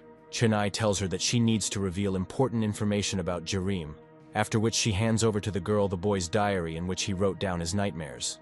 At this time, Jerem is outside, sitting on a bench and relaxing, watching people pass by, enjoying the silence and peace that fills the whole atmosphere around him. Chennai comes up to him and asks the guy with interest why he decided to stay here alone. Jerem, smiling, explains that he decided to rest and relax a bit, after which he shares his observations, adding that the faces of the people around him seem brighter and happier than before. Chennai claims that these people experienced suffering comparable to hell, but found the strength to return to normal life. Jerem asks the girl if they had any problems or difficulties recently, when he was in a coma. Chennai replies that all the problems were successfully resolved thanks to the help of the elders who provided the necessary support. Jerem believes this is not surprising, as many awakened people initially possessed useful skills and abilities. Jerem starts to say something, but the girl interrupts him, putting her finger to her lips and asking him to be silent, so as not to disturb the silence. Chennai tells the young man that she has been studying magic stones lately, and can say with certainty that they not only awaken people, but also strengthen objects. Jerem wonders how they learned about the ability of magic crystals to enhance objects. Chennai replies that this knowledge came to her through experimentation and research. Jerem remembers that he used to tell his friends that magic crystals can strengthen everything, be it a person or an object. Chennai says she experimented with the electric generator and was able to significantly increase its power, so it is now powerful enough to fully power the hospital. Jerem recalls being in hospital building number 1 and being surprised that the building had sufficient electricity. Getting up from the bench, Jerem tells Chennai that he needs to take a little walk and explore the surroundings. Jerem hears Paquiso's voice, saying that if the guy is going to go outside, she will go with him. Paquiso gives the young man a confident look and adds that she's damn good at cracking zombie skulls. Jerem is delighted with the offer and says he would be honored to have Paquiso join him. He then turns to the psychoanalyst and asks if there is an extra motorcycle lying around in the village. Young people ride out of the village and speed along a deserted road on a motorcycle, the wind blowing around them, and the world around them seems silent and calm. A huge creature with a distorted and enraged face moves forward, surrounded by other, no less terrible creatures. The silence of the forest is broken by their approach. The young men dismount from the motorcycle, look around, and the girl, with a doubtful voice, tells the guy that the chances of finding survivors here are practically zero. At that moment, they notice a huge crowd of zombies filling the road in front of them. These creepy creatures with distorted bodies and faces without stopping begin to slowly but surely move towards them. A huge crowd of ugly and aggressive zombies scream loudly, rushing towards the young people, their chaotic movements causing fear. Paquiso confidently warms up his fists and, looking at the guy, asks him not to interfere, declaring that he can handle this horde on his own. The girl pushes off the ground with incredible force and makes a swift leap straight towards the approaching crowd of zombies. She furiously unleashes crushing blows on the vile creatures, causing them to fly apart like toy dolls. While Pakiso is fighting a huge zombie, a toad-like monster sneaks up on her, ready to attack the girl. The creature spits out its long, sticky tongue in her direction, which approaches the girl at great speed, threatening to take her by surprise. Pakiso deftly dodges the flying tongue with a quick leap to the side and instantly rushes towards the toad-like creature. As she approaches, she delivers a powerful blow to the monster with her hand, which stuns the creature, causing it to lose its balance and fall dead. The girl uses a demonic technique from the Joseon martial art, which allows her to simultaneously deliver a crushing kick to several monsters that surround her. Jerim watches in awe as Pakiso dispatches a horde of monsters with remarkable ease and skill using his fighting skills. Finding himself near the destroyed zombies, Pakiso stops and notices how magical red crystals, shining with a mysterious light, begin to appear from the bodies of the dead monsters. Pakiso holds a magical red crystal in her hands and looks at it carefully. The girl feels the power emanating from it. Jerim calls up his inventory. A small bag instantly appears in the air, which begins to absorb all the magical red crystals, which disappear into another dimension. Pakiso watches this process with surprise and, without hiding his curiosity, asks the young man what this object is. Jerim easily explains that this is one of his abilities. The pouch allows him to store magical crystals in a parallel space. Pakiso praises the guy with admiration and adds that he always manages to surprise her. She suggests not to stop there and continue the path forward. Jerim, agreeing, squeezes the bag of crystals in his hand. After a loud pop, the bag disappears as if it had never been there. The young men continue their walk, looking around the village. They walk carefully through the empty streets, heading towards the grocery store to check if there are any supplies left. Jerim suddenly freezes in place and looks up, his attention immediately drawn to a strange inscription on the wall of the store. On the wall of the store, there is a coat of arms of the SHIELD organization painted, next to which it is written that this organization is located in the south. The guy recalls that this organization promised its followers a fairy tale paradise where all people would be protected from any danger. This organization was once created by a populist politician and famous actor named Sancheon. Thanks to his power, connections, and financial resources, Sancheon managed to gather a large number of people around him in a short period of time. Jerim also recalls that in his nightmares, many people were deceived by the SHIELD organization's propaganda. They believed in it without limit and supported the organization and its leader. The SHIELD's combat units methodically cleared the territories of zombies, constantly expanding their territory and strengthening their influence. Ordinary zombies did not pose a serious threat to the SHIELD assault brigades, as heavy fire from automatic weapons instantly destroyed them in large numbers. One of the organization's stormtroopers approaches the girl, stating that their leader has kept his promise, and invites the civilians to follow them to the camp, where they will be provided with safety and protection. The woman tries to calm her child, gently telling him that the powerful warriors from the SHIELD organization saved them, and that they are now completely safe. Sancheon speaks to the people from a high platform, raising the hand of one of the organization's soldiers, and declaring that this man is a true hero, risking his life to save others. Sancheon continues his speech, noting that it was only thanks to the dedication of the SHIELD soldiers that ordinary people were able to survive. And as a reward, he offers to grant these heroes first-class citizenship and elevate them to the elite of the new society. Gradually, class inequality began to grow within the SHIELD organization. If people were not military or skilled workers, they sank to the very bottom of the social pyramid. In the new society, there was no equality. Ordinary people were forced to engage in hard physical labor, while the fighters of the SHIELD organization guarded them and forced them to work. One of the workers, exhausted to the limit, is no longer able to carry the heavy sacks and falls to the ground with the load, his strength completely exhausted. A SHIELD soldier immediately runs up to him, roughly kicks the man and orders him to get up immediately and continue working. Instead of the promised paradise, ordinary people are forced to live in appalling conditions, huddled in temporary tents, constantly undernourished and without any rights. While the lower classes suffer, the top of the social pyramid, consisting of the military, throws lavish feasts, enjoying expensive wine and exquisite dishes. A small group of people who seized power in the new society completely monopolized all resources. The SHIELD's medical unit continues to conduct experiments on captured zombies, with one scientist in a protective gown carefully taking a blood sample from a zombie for further research. Ordinary people who have done wrong are handcuffed to the wall, their faces distorted with horror. They see a medical worker approaching them, a syringe with contaminated liquid in his hands. The medical worker slowly approaches the man who is firmly chained to the wall, his movements calm, as if everything that is happening is a normal procedure for him. A moment later, he injects the deadly liquid into the body of the defenseless captive, whose face is frozen in a grimace of horror before the inevitable death. The prisoner, who has just been injected with the contaminated liquid, begins to experience terrible suffering. The person's body begins to undergo rapid and irreversible changes. The SHIELD organization's leadership secretly conducts horrific experiments on people, hiding their inhumane actions from society. Their victims are subjected to horrific tests that they cannot survive, and the results of the research are used for dark purposes that are hidden from the eyes of ordinary citizens. When exposed to the contaminated fluid, a person's face quickly becomes deformed, turning into something inhuman and frightening.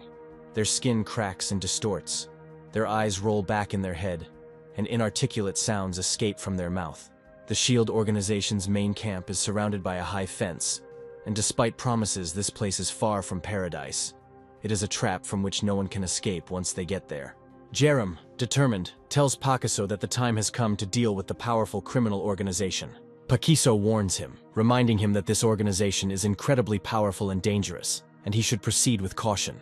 However, Jerem is adamant that they should check it out, and he delivers a powerful punch to the ground. Jerem's impact causes a powerful explosion, causing vibrations to instantly spread in different directions, attracting the attention of numerous zombies nearby. Jerem begins swinging his battle chain over his head, preparing for battle. He smiles and turns to Pakiso, suggesting that they hunt properly and collect as many trophies as possible before they head to the SHIELD organization. A whole horde of terrible creatures rushes towards them, among which huge and deformed monsters stand out in particular, followed by other disgusting creatures, ready to destroy everything in their path. Pakiso, gathering all her strength, delivers an incredibly powerful kick that sends out blinding blue flashes of energy. Her kick is so powerful that nearby opponents are sent flying backwards, unable to withstand the power of her techniques. Jerem and Pakiso, having finished the fight, walk along the road covered with the bodies of defeated zombies. Around them there are bloody bodies of opponents scattered on the asphalt. They head to their motorcycle, ready to continue their journey after a short but intense fight. Jerem, using his analyst skill, scans the motorcycle. The system informs him that the vehicle is a normal, unranked item with no special properties. The protagonist decides to upgrade his motorcycle with magic crystals to enhance its engine and strengthen its body. He points his hand towards the motorcycle, a bright red flash of energy illuminating the space around him. The virtual system confirms that the motorcycle has been upgraded, becoming more powerful and completely silent. Jerem starts the motorcycle. Pakiso asks him in surprise how it happened that the engine now runs completely silently. Jerem tells Pakiso that with the help of magic stones he managed to improve the motorcycle's engine, just as he had previously improved his weapons. Pakiso is surprised, because she always thought that magic stones could only awaken people and enhance their abilities. She did not imagine that they could be useful for improving items. Jerem takes out another crystal and decides that he needs to continue upgrading his vehicle to further enhance its capabilities. Jerem points the crystal towards the motorcycle, and suddenly a powerful flash of energy occurs, illuminating everything around with a bright red light. The next feature that the motorcycle acquired was camouflage, allowing young people to become completely invisible to others. Jerem activates his cloaking skill, and an energy field forms around the motorcycle, making their vehicle and themselves completely invisible. Ahead they see a checkpoint manned by SHIELD fighters. Jerem is confident that under the protection of the camouflage skill they will be able to safely pass without being noticed. When the young people approach the checkpoint, they cross it without difficulty. The guards do not react to their presence because they are completely hidden by the protective sphere and are invisible. One of the guards at the checkpoint suddenly feels a movement of the wind and is very surprised, not understanding the reason for its appearance. The second guard notices the worry on his partner's face and asks what happened and why he looks so strange. The soldier replies that he had a strange feeling, as if a strong gust of wind suddenly blew nearby, but he cannot explain it. Meanwhile, the young people drive up to the main gate, behind which begins the territory of the SHIELD organization's camp. Jerem tells Pakiso that he has seen this place many times in his nightmares, and these memories disturb him. They easily cross the camp gates, remaining invisible thanks to their camouflage skill. At that moment, Jerem hears a familiar voice coming through the speakerphone and instantly recognizes it. He heard this voice many times in his nightmares, and the boy realizes that he will never be able to forget it. A man speaks at the podium, and the crowd of people present in the square react enthusiastically to his speech, shouting, waving their hands and expressing their full support for the speaker. At the podium stands Mr. Kimbong, who is currently the director of the SHIELD organization. He gives a fiery speech, declaring that thanks to the awakened who dedicated their lives to saving people, the citizens are safe. Pointing to the front rows where the SHIELD soldiers stand, Kimbong calls them heroes and the elite of society, those who deserve the most respect. He also emphasizes that neither the government nor the regular army can ensure the protection of ordinary citizens, and only the SHIELD organization has the ability and resources to guarantee their safety. Ordinary citizens react to Mr. Kimbong's speech with great enthusiasm. They loudly shout and chant the name of the organization, fully supporting his words. Kimbong appeals to people, emphasizing that they must first and foremost appreciate those heroes who ensure their safety and protect them from all threats. At this point, Jerem uses his analytics skill to scan Kimbong, and is surprised to discover that he is a mutant and a devourer of human magic stones. Kimbong points to the map and states that the SHIELD organization's territory is constantly expanding, and they do not intend to stop there, striving to conquer even more lands. Pakiso realizes that this organization is very influential and dangerous. The girl expresses her concerns. Jerem agrees with her. He says that it will be extremely difficult to deal with them. Pakiso is very surprised that the SHIELD organization has a regular, well-armed army consisting of numerous fighters. Jerem, despite the obvious threat, is determined to destroy this organization, because he knows about its true, insidious plans. He is also convinced that SHIELD's rapid growth is directly related to the large number of mutants in its command. Under the protection of an energy dome that provides complete camouflage, the young people continue to watch Director Kimbong's speech closely. Pakiso is worried about what is happening. She asks Jerem if he has any plan and what he is going to do. Jerem replies that he doesn't have a clear plan yet, but he is deeply concerned about the fact that there are many deluded civilians in the camp who don't even realize how much danger they are in. The young man watches closely as the director of the SHIELD organization presents orders to his employees. The guy realizes that many of them are awakened, which makes them a serious threat. Jerem quietly tells Pakiso that from his nightmare visions, he learned that the employees of this organization conduct horrific experiments, injecting ordinary people with zombie blood, and without any moral remorse, they destroy those who are weak and unable to fight. Jerem suggests not making any sudden moves for now, and trying to gather as much information as possible. A huge black raven flies over the dense forest, its sharp eyes carefully watching everything that happens below. A reconnaissance group from the SHIELD organization was conducting an operation in a nearby forest, but was unexpectedly spotted by zombies, who immediately attacked. A fierce battle ensued, in which the fighters suffered significant losses. One of the soldiers, hiding behind a massive armored shield, struggles to hold back the enemy onslaught, realizing that the reconnaissance operation has completely failed and they are trapped. A horde of zombies rushes forward with a wild roar, their faces distorted with hatred and a thirst for destruction. They move inexorably towards the reconnaissance group, filling the space around. The SHIELD organization scouts are lined up in battle formation. The loud voices of their sergeants can be heard all around, ordering them to prepare for battle and open fire on command. The sergeants give the order, and a wall of explosive bullets flies towards the attacking zombies. A powerful volley destroys the first rows of zombies, but the next waves of monsters break through the soldiers' firing lines and begin attacking them in close combat. The shooters behind the soldiers with armored shields continue to fire accurately from their machine guns, hitting the advancing zombies. One of the soldiers is very scared. He thinks in fear that they do not have the slightest chance to survive in this battle, since the horde of zombies is only growing with each passing moment. Suddenly, huge, multi-meter-tall mutant zombies appear from the forest. They move forward and break trees and bushes in their path. Panic breaks out among the soldiers. People begin to lose their composure, realizing the scale of the impending threat. The sergeant loudly orders his subordinates to pull themselves together and strictly forbids them from breaking battle formations. A huge mutant monster approaches them, raising its massive paws above its head, preparing to deal a devastating blow to the soldiers. The shooters notice the danger in time. They see how the mutant is about to break through the protective row of armored shields. Without wasting a second, they immediately open fire, trying to stop the monster. A huge number of explosive bullets hit the monster, causing it to roar wildly in pain, after which the zombie begins to slowly retreat back. At this time, mutated zombies with a toad-like appearance and long tongues suddenly appear on the branches of tall trees. These creatures spit out their tongues, which instantly wrap around the shooters' necks and begin to strangle them with incredible force. One of the toad-like creatures uses its tongue to drag the shooter's body along the ground, continuing to strangle him. The toad-like mutant lunges at its prey, using its tongue as a deadly weapon. More toad-like monsters creep up on the next group of shooters, spitting out their long tongues, wrapping them around the soldiers' necks and beginning to strangle them. One of the fighters suddenly realizes that the shooters behind him have stopped firing. Looking back, he notices with surprise that the soldiers behind him are no longer there. At that moment, Jerem suddenly jumps out of the nearby bushes and delivers a crushing blow with his combat chain to the multi-meter mutant zombie, tearing it apart. He is joined by Pakiso, who destroys the second huge mutant zombie with a series of powerful blows. A shield soldier watches in amazement as the young men manage to dispatch a crowd of aggressive zombies in a short time. Jerem slowly approaches the surviving soldier and asks him if he is wounded and how he feels after the battle.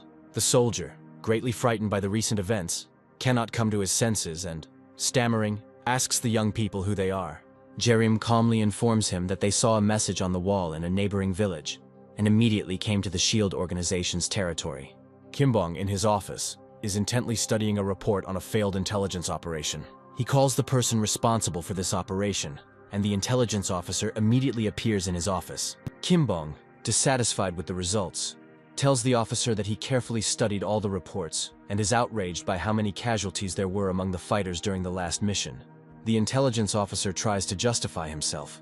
He explains that the operation was partially completed, but it was thwarted by the sudden appearance of a huge number of zombie mutants. Kimbong looks at the officer with obvious disdain, realizing how incompetent and unreliable his elite units are. The officer apologizes and assures Kimbong that such failures will not happen again. Kimbong is surprised by the information the officer reports. Two powerful awakened ones have unexpectedly joined their squad. The officer explains that these newcomers managed to destroy many zombies and successfully repelled the attack of the monsters. Kimbong is deep in thought, alarmed at how only two fighters were able to withstand such a serious attack from the monsters. Kimbong concludes that if the newcomers are truly that strong, their presence in the camp could pose a serious threat to him.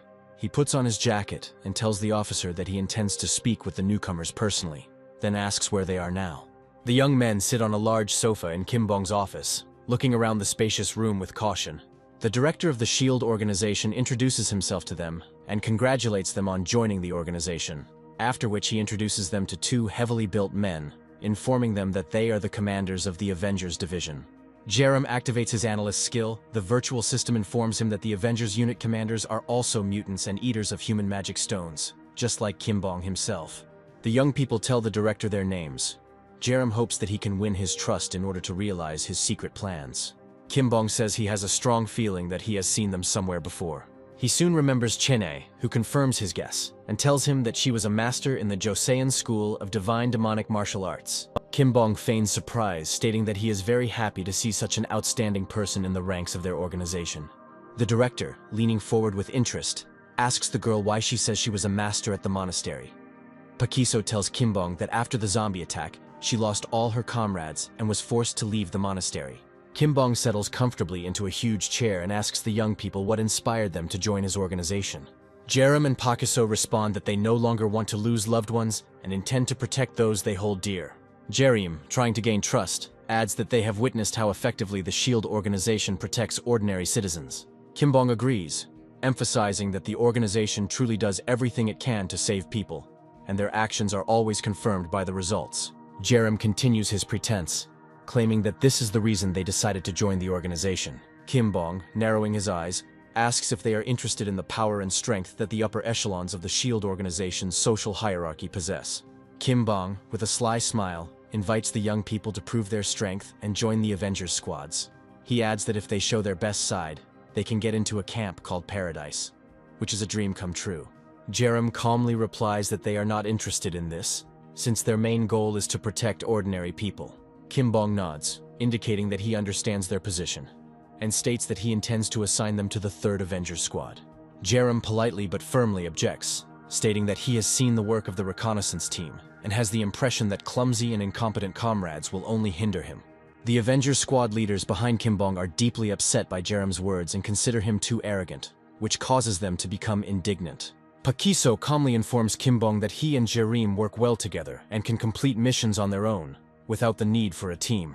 These words drive the Avengers Squad leaders into a state of fury, and they have a strong desire to teach the impudent young upstarts a lesson. Kim Bong turns and looks closely at the officers standing behind him, instantly understanding their feelings.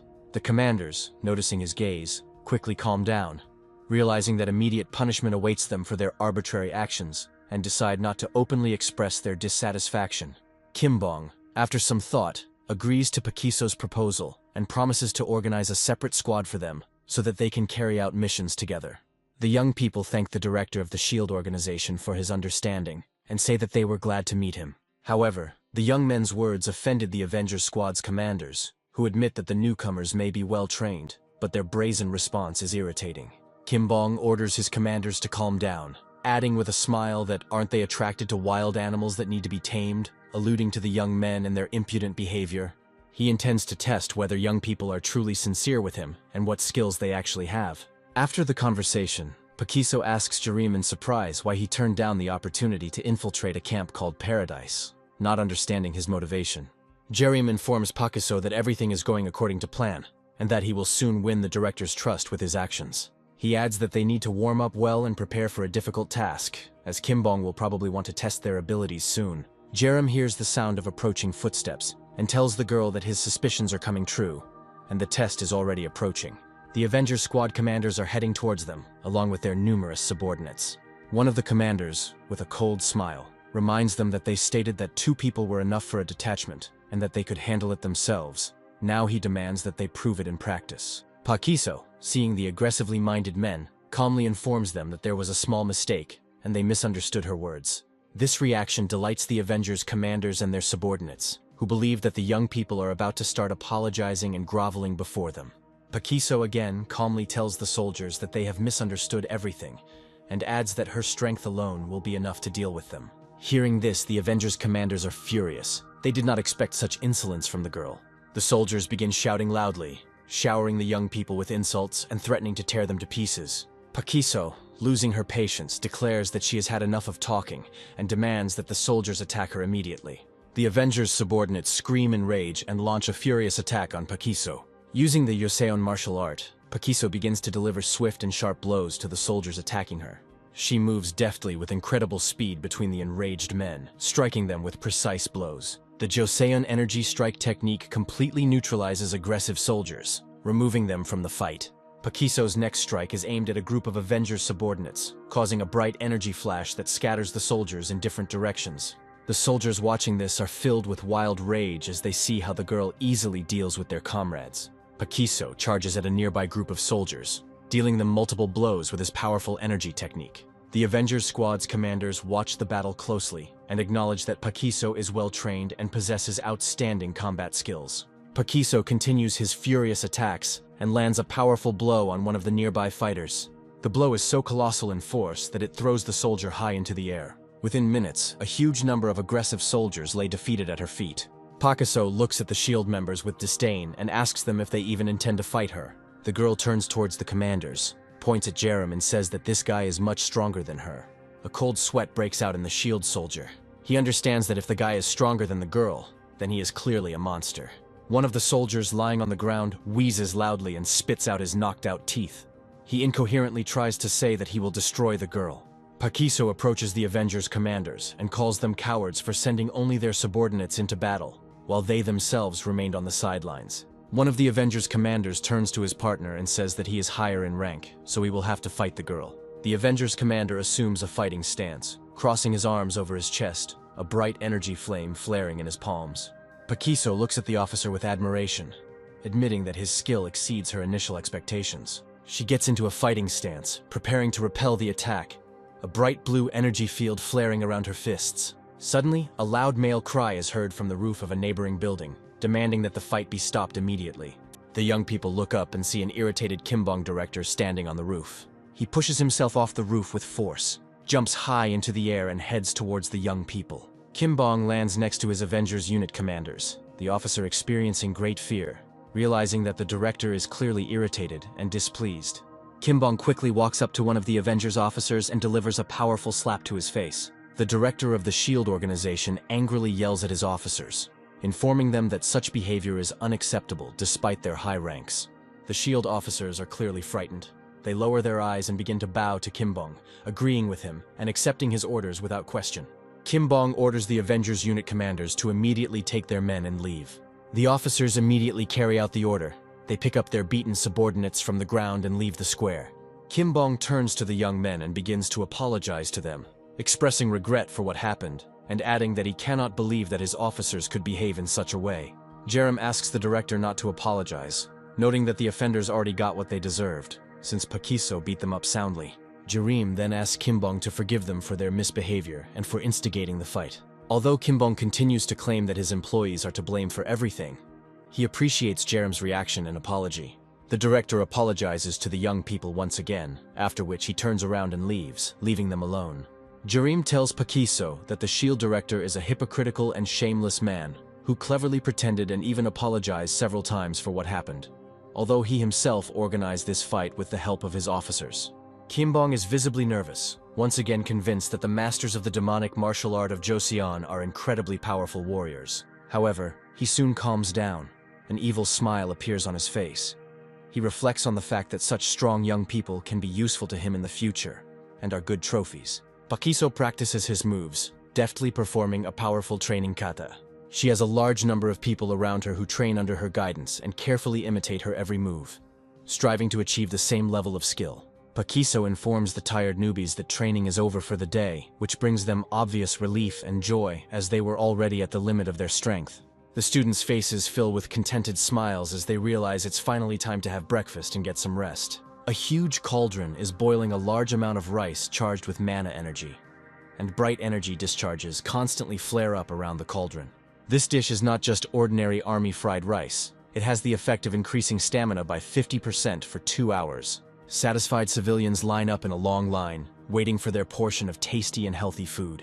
Jerem distributes food, watching the happy faces of people. The guy reflects on how, together with Pakiso, they perfectly use their abilities to help others. The woman thanks Jerem for his help, noting that the food has never been so tasty and the portions so large. Jerem smiles and replies that thanks are not needed, and asks the civilians not to worry and to eat as much as possible. The woman then turns to a little girl standing nearby and asks her to thank Jerem. The protagonist uses his analytics skill to scan the girl, and the system informs him that she has no rank and is a dreamer. The girl bows low to Jerem and, slightly embarrassed, quietly thanks him for his kindness and care, which is so important to her in this difficult moment.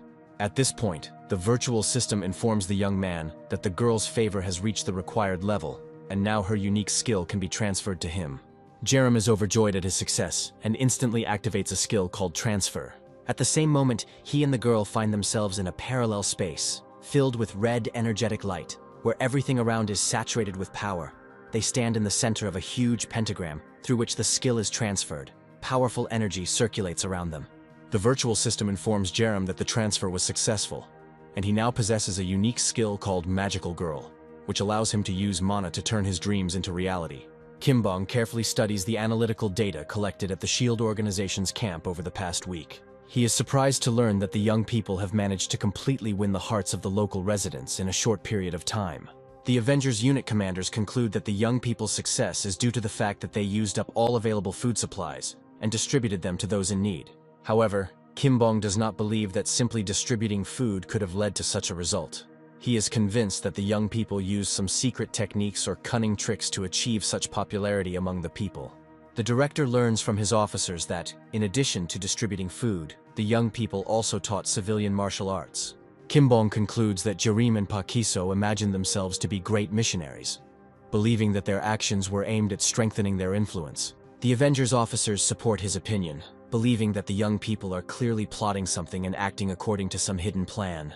Kimbong then asks his subordinates whether his order to fix the problems with the thermal power plant was carried out. Officers report that they were unable to carry out the order because the area was too dangerous and they could not approach it. Kimbong decides to use the situation to his advantage and assign this task to Jerem and Pakiso, considering this a reasonable decision that will allow him to check whether they are truly such heroes of justice, or if it is all just a pretense. Kimbong calls Jerem and Pakiso into his office. The man thanks them for their help. He says that he knows that they have done a lot for ordinary people and expresses gratitude on behalf of the Avengers. Jerem, smiling reservedly, replies that thanks are not needed, since they acted from the bottom of their hearts. trying to help those in need and restore the destroyed world after the invasion of monsters. Kim agrees that the young people have performed well and states that he can now fully trust their sincerity. Then the director of the SHIELD organization asks if he can ask them for one favor. Pointing to a map, Kim explains that for the camp to function properly and for the safe zone to expand, it is necessary to take control of the thermal power plant, which is a key facility for further development. The director reports that his organization has encountered serious problems in trying to gain access to the thermal power plant, as terrible monsters have taken up residence there, which they are not yet able to deal with on their own. Jerem and Pakiso listen silently to the director. Kim notices that a slight excitement and wariness appears on their faces. He continues by saying that every time he sent scouts there, they were unable to penetrate the station, after which contact with them was completely lost. Jerem, looking warily at Kim asks if he can find out any details and get more information about the monsters and the station itself. In response, Kim hands the young man a sealed envelope and asks him to carefully read the contents to understand what they are about to encounter. Jerem reads a radio intercept from a reconnaissance officer, in which he reports that terrible creatures that are different from ordinary zombies live near the station. The officer says that these creatures are much stronger and more dangerous. The radio conversation suddenly ends with the screams of soldiers and the sounds of their deaths. Kim emphasizes that in order for the SHIELD organization to save more people and make their lives more comfortable, the station must be captured as soon as possible. Pakiso realizes that the director is actually entrusting them with the task of capturing the thermal power plant, understanding the seriousness and danger of this task. Kim notes that the young people have extraordinary abilities and excellent fighting skills, so they will not be destroyed as easily as the scout group. Jerem calmly replies that if it is necessary to save people, then they will gladly accept the offer and do everything in their power. Kim bows to the young people, expressing gratitude for their understanding and determination in such a difficult situation. The director also informs them that after successfully completing the mission, a huge reward awaits them. But Jerem refuses the reward. The guy states that they are doing everything not for personal gain, but to save people and restore peace. Kim looks at Jerem with a slight smile, expressing confidence that he made the right decision in entrusting this mission to young people. The Avengers unit officers quietly converse among themselves, expressing doubts that Jerem and Pakiso will be able to handle such a difficult mission alone. Kim calmly informs the commanders that no matter the outcome, it will not harm them. Kim adds that while the young people are busy seizing the power plant, they will be able to attack the huge hospital without any problems. Pakiso addresses Jerem, reminding him that many scouts died at the power plant, and their mission will definitely not be a walk in the park.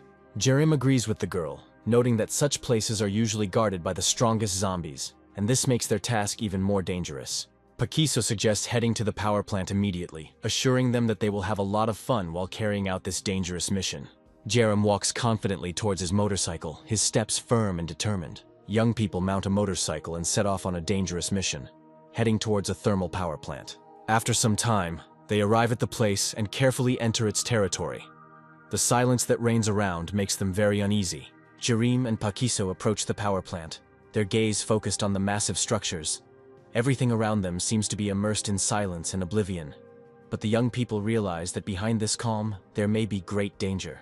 Jerem and Pakiso are attracted by strange sounds and decide to approach the large tower to find out what is behind it. Suddenly, Jerem pushes Pakiso aside as he feels an ominous energy rushing towards them at great speed. At the same moment, huge, ugly monsters jump out of the neighboring buildings.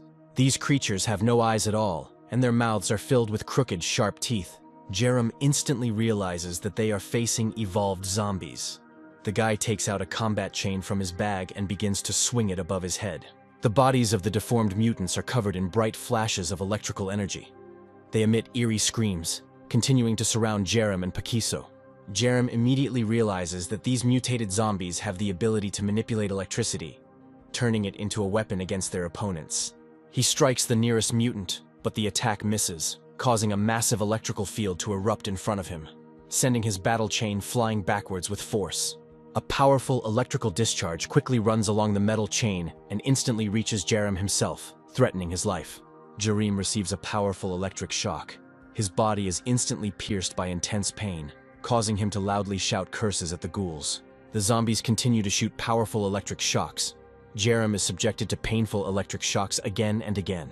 The hideous monsters, deciding that the young people are disoriented and broken, let out wild screams and launch a furious attack. Pakiso tries to help Jerem, But as soon as she gets close, she too is struck by a powerful electric shock, causing her to retreat in pain. The monstrous mutants continue to scream wildly and generate powerful electric fields, increasing their pressure on Jerem and Pakiso. The girl decides to step forward, trying to use her secret martial arts to protect Jerem from the destructive discharges. She uses her mana to create a protective energy sphere, hoping it will stop the mutant attacks. However, the defense can't withstand the stress. The field is destroyed under the onslaught of discharges, and Pakiso receives a powerful blow that throws her aside. Meanwhile, the huge monster, opening its terrible, toothy mouth, quickly approaches Jerem. The guy is trying with all his might to pull himself together and contain the fear that is gripping him. Jerem takes a fighting stance and covers his head with his hands, believing that he can repel the monster's attack. The monster lunges forward and delivers a powerful blow to the young man's body, at which moment the space is illuminated by a bright flash of electrical discharge. All of Jerem's muscles are pierced by unbearable pain. His body is seized by strong cramps. He screams loudly in pain. Looking back, he notices that Pakiso was also hit by the electric field attack. The girl could not bear the pain and lost consciousness. Jerem becomes enraged, and despite receiving severe electric shocks, he sets out to counterattack the mutants using his skills. The monsters pause their attack for a moment, amazed by Jerem's resilience and demeanor. The vile beasts carefully study the young man, preparing for their next move. Jerem raises his arms high above his head. He screams loudly and activates his transformation skill. The space around him is instantly illuminated by a bright white light, which makes the mutants wary. The monsters notice how a strange object appears above Jerem's head. This item has an unusual shape and is a modified fairy wand. Jerem activates her unique skill called Magical Girl, which has the ability to put enemies into a state of confusion. The young man continues to hold his hand above his head. The magic wand slowly descends into his palm. The young man clutches his wand tightly. His transformation continues, and bright boughs, hearts, and various festive tinsel begin to appear in the air around him. Jerem is filled with anger at the zombies, because they forced him to undergo this transformation, which he clearly does not like. The guy shouts loudly at the ugly mutants, declaring that they are all going to die now. At that moment, the magic wand flares with bright blue energy.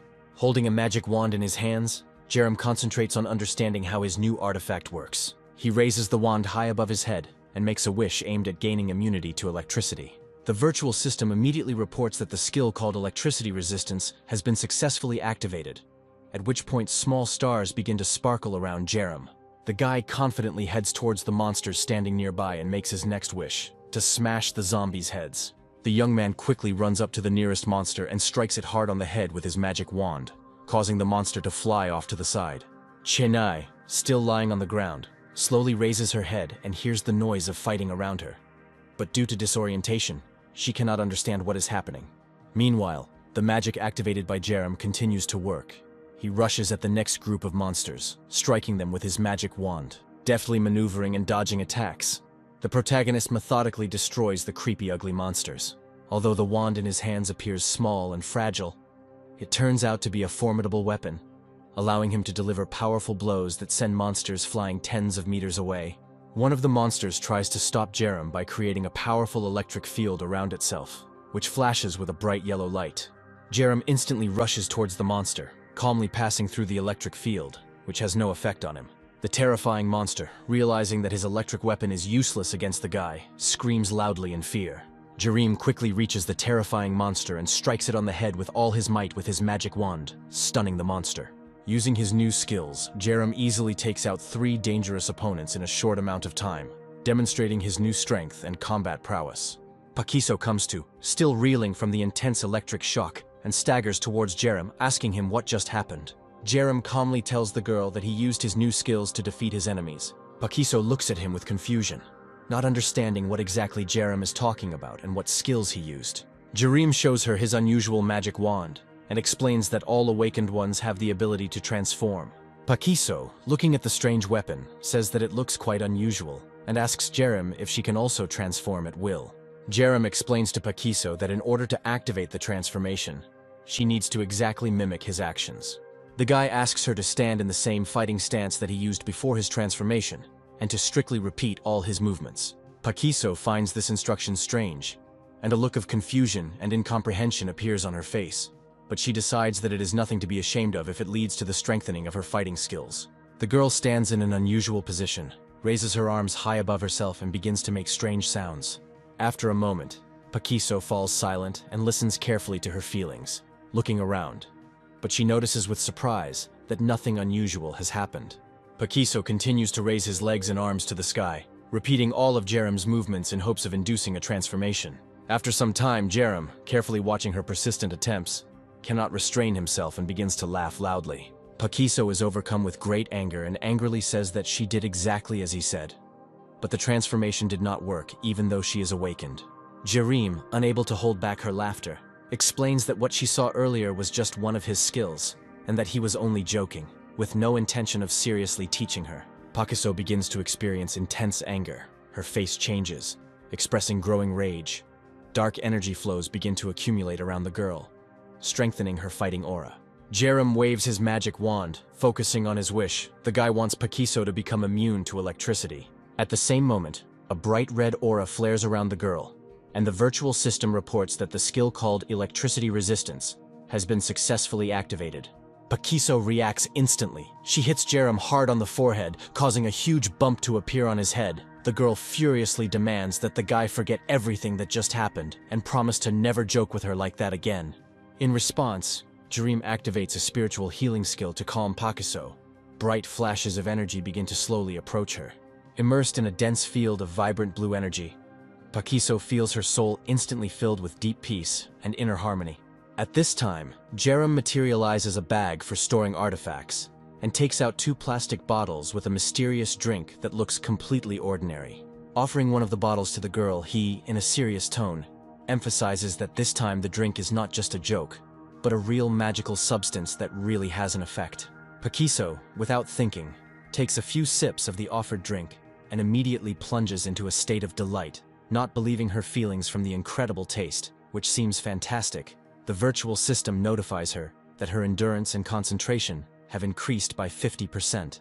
Jerem, with a hint of pride in his voice, explains that to create this amazing tonic, he used energy drinks, vitamins, and powdered medicine, and then infused it with mana, enhancing the effects of each component. The young man suggests that the girl immediately continue onward to explore the abandoned power plant and find out what is going on there. As they walk around another building, they suddenly notice a group of mutants moving towards them from around the corner, who, upon seeing them, begin to sharply reduce the distance. Without a second's hesitation, the mutants activate dense energy fields around themselves to protect them.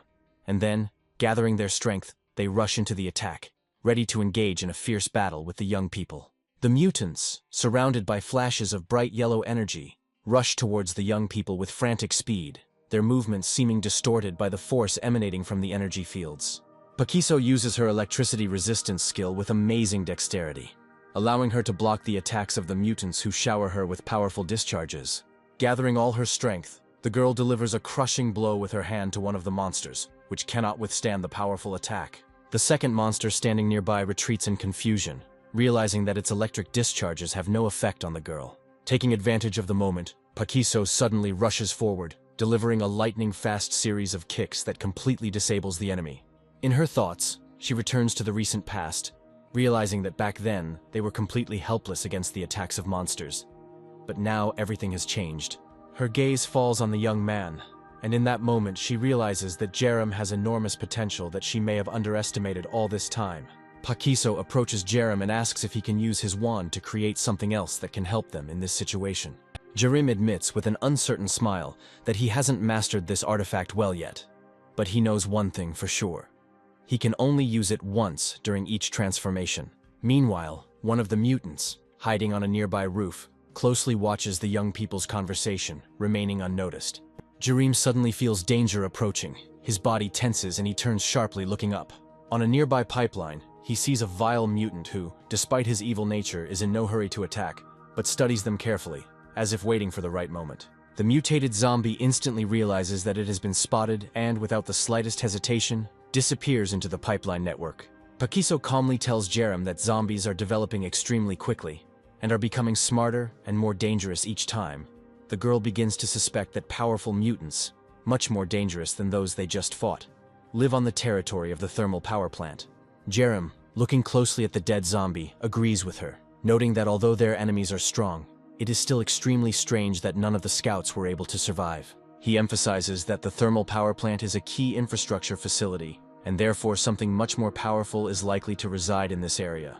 At this moment, Paquiso suddenly raises his hand, pointing at something in the distance, and says that, most likely, this creature is much stronger than their previous opponents. From behind a nearby structure, a huge monster slowly emerges, its dimensions several times larger than those of any of the mutants. The young people realize that this is no ordinary mutant. His gigantic body inspires fear, and an unusual magic crystal shines on his forehead.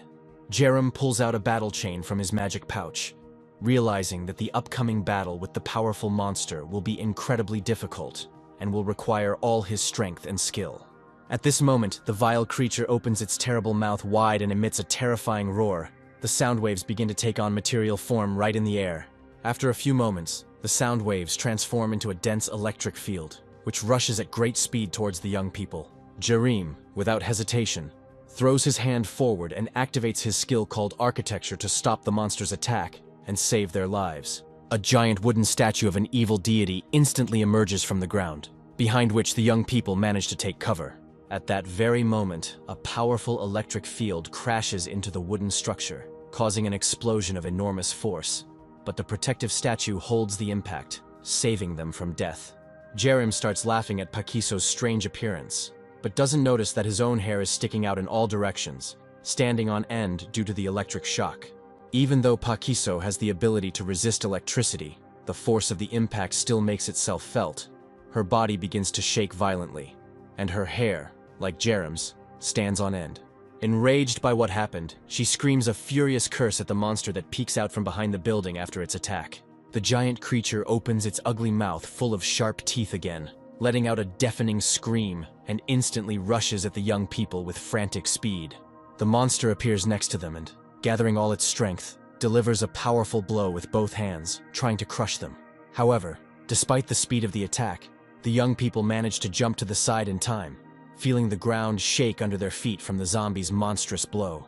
Without wasting a second, Jerem throws his metal chain forward and activates his blue dragon flame skill. The next moment, the chain wraps around the neck of a huge monster.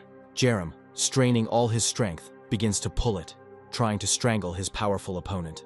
Paquiso, taking advantage of the fact that the monster is chained by Jerem, pushes off the ground with force and makes a swift leap towards the captive monster, intending to deliver the decisive blow. Gathering all her power, she unleashes a crushing blow straight at the monster's head, causing a blast wave that spreads throughout the area. At this point, Jerem separates his combat chains and uses the second piece of chain to deliver another blow, increasing the attack. But he doesn't stop there. Activating the architecture skill, he summons massive wooden stakes from the ground, which instantly pierce the surface and rush towards the monster. Sharp wooden stakes pierce the wounded monster, causing it to writhe in agony and let out a deafening scream. This eerie cry attracts the attention of many smaller monsters, who begin to flock to the battlefield, sensing the giant's weakness and eager for more battles. Paquiso notices the approaching monsters and firmly declares to Jerem that she will take them on. However, Jerem calmly replies that there is no need for this, as he intends to use his fighting skills and chains to deal with his opponents. The young man lunges forward, his battle chain instantly crashing down on the approaching monsters, causing a blinding, bright blue flash in the space around him. One of the monsters, not having time to dodge, finds himself struck by the chain, and a powerful energy flame instantly flares up around his body. In just a few seconds, Jerem destroys the entire squad of zombies that attacked them. Paquiso looks at Jerem with admiration, realizing how much stronger he has become during their adventures together. His skill in combat, determination, and ability to quickly react to danger impresses her. Paquiso notices that the huge monster, despite the wounds from the wooden stakes, is still alive and poses a threat. And without wasting any time, she decides to finish it off once and for all. Taking a running start, she leaps high into the air, gathering all her strength, and with incredible force brings down a blow on the remaining monster, plunging it into agony. On a high hill, a scout with binoculars closely watches the territory of the thermal power plant, assessing the situation. He witnesses a thrilling battle in which young people display incredible strength and skill in combat with monsters. The scout, without looking up, watches through binoculars the huge multi-meter monster that the young people manage to defeat. The scout immediately picks up the radio and informs command that Squad Number 3 has successfully destroyed Omega and captured the thermal power plant. In a huge room full of various electronic devices, Operators sitting at terminals coordinate communications between departments. One of the operators contacts the director, reporting that Squad Number 3 has successfully captured the thermal power plant. Kim Bong is surprised by this news. The man never expected that two young people could so easily cope with a task that they considered almost impossible. He begins to think about how he can use this success to his advantage, planning to achieve a promotion to second in command. The scout who observed the operation at the thermal power plant is gathering his things, preparing to return to base, when suddenly he hears a question behind him. A young man asks if he has finished compiling his report yet. The frightened man turns around sharply at the sound of a human voice. His heart beats faster. He sees that young people have quietly approached him. The scout looks at them carefully, unable to hide his surprise. He cannot understand how they were able to find him, since he was hiding so carefully, watching them from cover. Jerem, with a slight smile, asks the scout not to be surprised, and explains that it would be naive to think that their actions will go unnoticed. The protagonist adds that sending an observer to monitor the operation was the right and strategic move. The young man emphasizes that such actions demonstrate the high professionalism of the command. The scout continues to be noticeably nervous, nodding in agreement with Jerem and trying to hesitantly explain his actions, finding excuses for his behavior. Jerem, closely monitoring his reaction, comes to the conclusion that the secret surveillance and the intelligence report indicate that the director is clearly up to something and is playing a double game. The scout, with a trembling voice, tries to justify himself, saying that he is just a small man, does not know anything, and was simply following orders without going into details. Jerem calmly replies that he understands that such actions may be normal, since their squad has only spent a short time in the camp, and mistrust between strangers is quite natural. The scout quickly adds that it is not at all that the headquarters staff do not trust them, and tries to explain that he did not want to interfere with the operation, which is precisely why he decided to quietly follow them and observe from afar, trying to remain unnoticed. Jerem understands the director's true intentions more and more with each passing second, and the ridiculous excuses that the intelligence officer tries to come up with only amaze him. The scout, trying to defend his actions, says that if he or anyone else had been near the young men during the battle, it could have complicated their actions, since they may have secret skills and abilities that they would not want to demonstrate. Realizing that further conversation might not be useful, Jerem decides to change the subject and suddenly asks the scout how long it has been since he ate. Surprised by the change in conversation, the scout replies that he is very hungry and has not eaten since morning, which affects his health. Jerem nodded, saying that they were just about to eat and invited the soldier to join them. Jerem and Pakiso lit a fire to cook food, deciding to take a short rest after the long battle. The scout, sitting down next to Jerem and Pakiso, noted with surprise how varied and high quality their lunch was. The mess tins contained not just a standard soldier's ration, but real hot food, prepared with care. Jerem announces that the food is ready and hands the cauldron full of magical food to the surprised scout. The soldier, without wasting any time, begins to greedily devour the food, admiringly admitting that he has not eaten such delicious food for a long time. Inspired, he praises the young people, saying that they are as kind, sympathetic, and noble as they were at the camp, and that their fight with the monsters made a lasting impression on him. Jerem remains wary and asks the scout with interest what exactly impressed him so much in the battle, trying to find out what skills he might have observed. The soldier is visibly nervous, trying to avoid the question, and mutters that the battle was so fast that he barely had time to notice anything.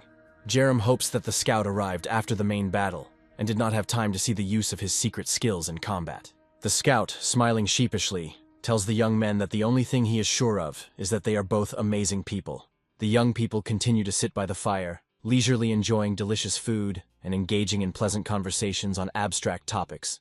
Kim Bong is dissatisfied with the intelligence officer's reports because the soldier did not provide any specific information. The director is convinced that the young people from Squad Number 3 have hidden abilities that they carefully protect from prying eyes. He believes that the young people possess enormous strength because together they were able to defeat the giant Omega monster, which speaks of their outstanding potential. Despite this, Kim Bong understands that things are moving in the right direction, as it now controls an important strategic facility, a thermal power plant. Approaching the operators sitting at the monitors, the director inquires about how the operation to seize the hospital is going. The operator reports that 2 squads entered the building an hour ago, but communication with them is unstable and constantly interrupted due to a weak network. The operator reports that the latest reports from the battlefield confirm that the units are operating in full accordance with the plan, and so far everything is going smoothly, without any complications. This information pleases Kim Bong, and he begins to make plans, believing that if the operation at the hospital ends as successfully as the capture of the power plant, then his chances of becoming the commander-in-chief's right hand will increase significantly. Kim Bong gives a clear order to the operators. The two teams located in the hospital should not rush, as they have enough time. And for him, it is not the pace that is important, but the quality of the task. The operators immediately establish contact with the two teams located in the hospital and convey orders to Kim Bong, demanding that he take his time and act carefully, avoiding any mistakes that might arise from hasty actions. The hospital appears calm on the outside, but within lurks a multitude of unknown dangers that the teams must face. The man grabs the terrifying monster by the throat and begins to strangle it, depriving it of the opportunity to raise the alarm. The monster only wheezes quietly, trying in vain to free itself from the grip, its strength gradually fading. The Avengers commander prevents the zombie from raising an alarm, continuing to squeeze its throat and, without loosening his grip, lifts the monster into the air with one hand. A moment later, the Avengers commander destroys the zombie and throws his lifeless body to the floor. The commander of Squad Number 1 turns to his subordinates with a question about how things are going with the second squad, wanting to know about the progress of the operation. The radio operator reports to the Avengers commander that the second squad has already reached the 11th floor and is operating well ahead of schedule. The Avengers commander expresses the opinion that the first squad is too impatient. His subordinates are trying to please their superiors and curry favor. One of the soldiers says that perhaps the problem is that the second squad is simply more professional than their team, which causes the commander to feel dissatisfied and irritated. Suddenly, the entire hospital building begins to be permeated with a strong vibration, which leaves the SHIELD staff in a state of extreme bewilderment. The radio operator begins receiving intermittent messages from Squad 1, who report that they are engaged in heavy fighting and are ordering Squad 2 to immediately go up to the 13th floor for support. The Avengers commander reacts instantly, ordering his subordinates to focus and stating that they will now break through the upper floors to link up with their comrades. Squad Number 2, without wasting any time, reaches the stairs and under the cover of armored shields, begins a slow and careful advance upward.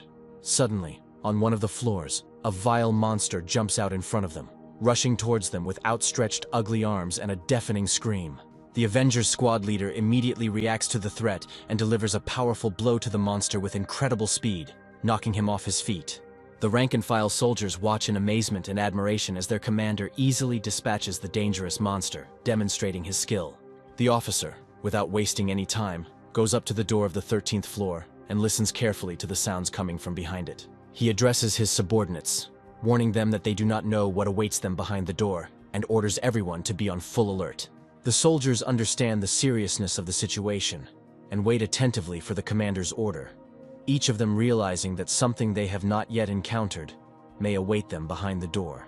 The fighters suddenly throw open the doors of the 13th floor and rush inside, slowly examining the dark and gloomy room, trying to move forward as carefully as possible.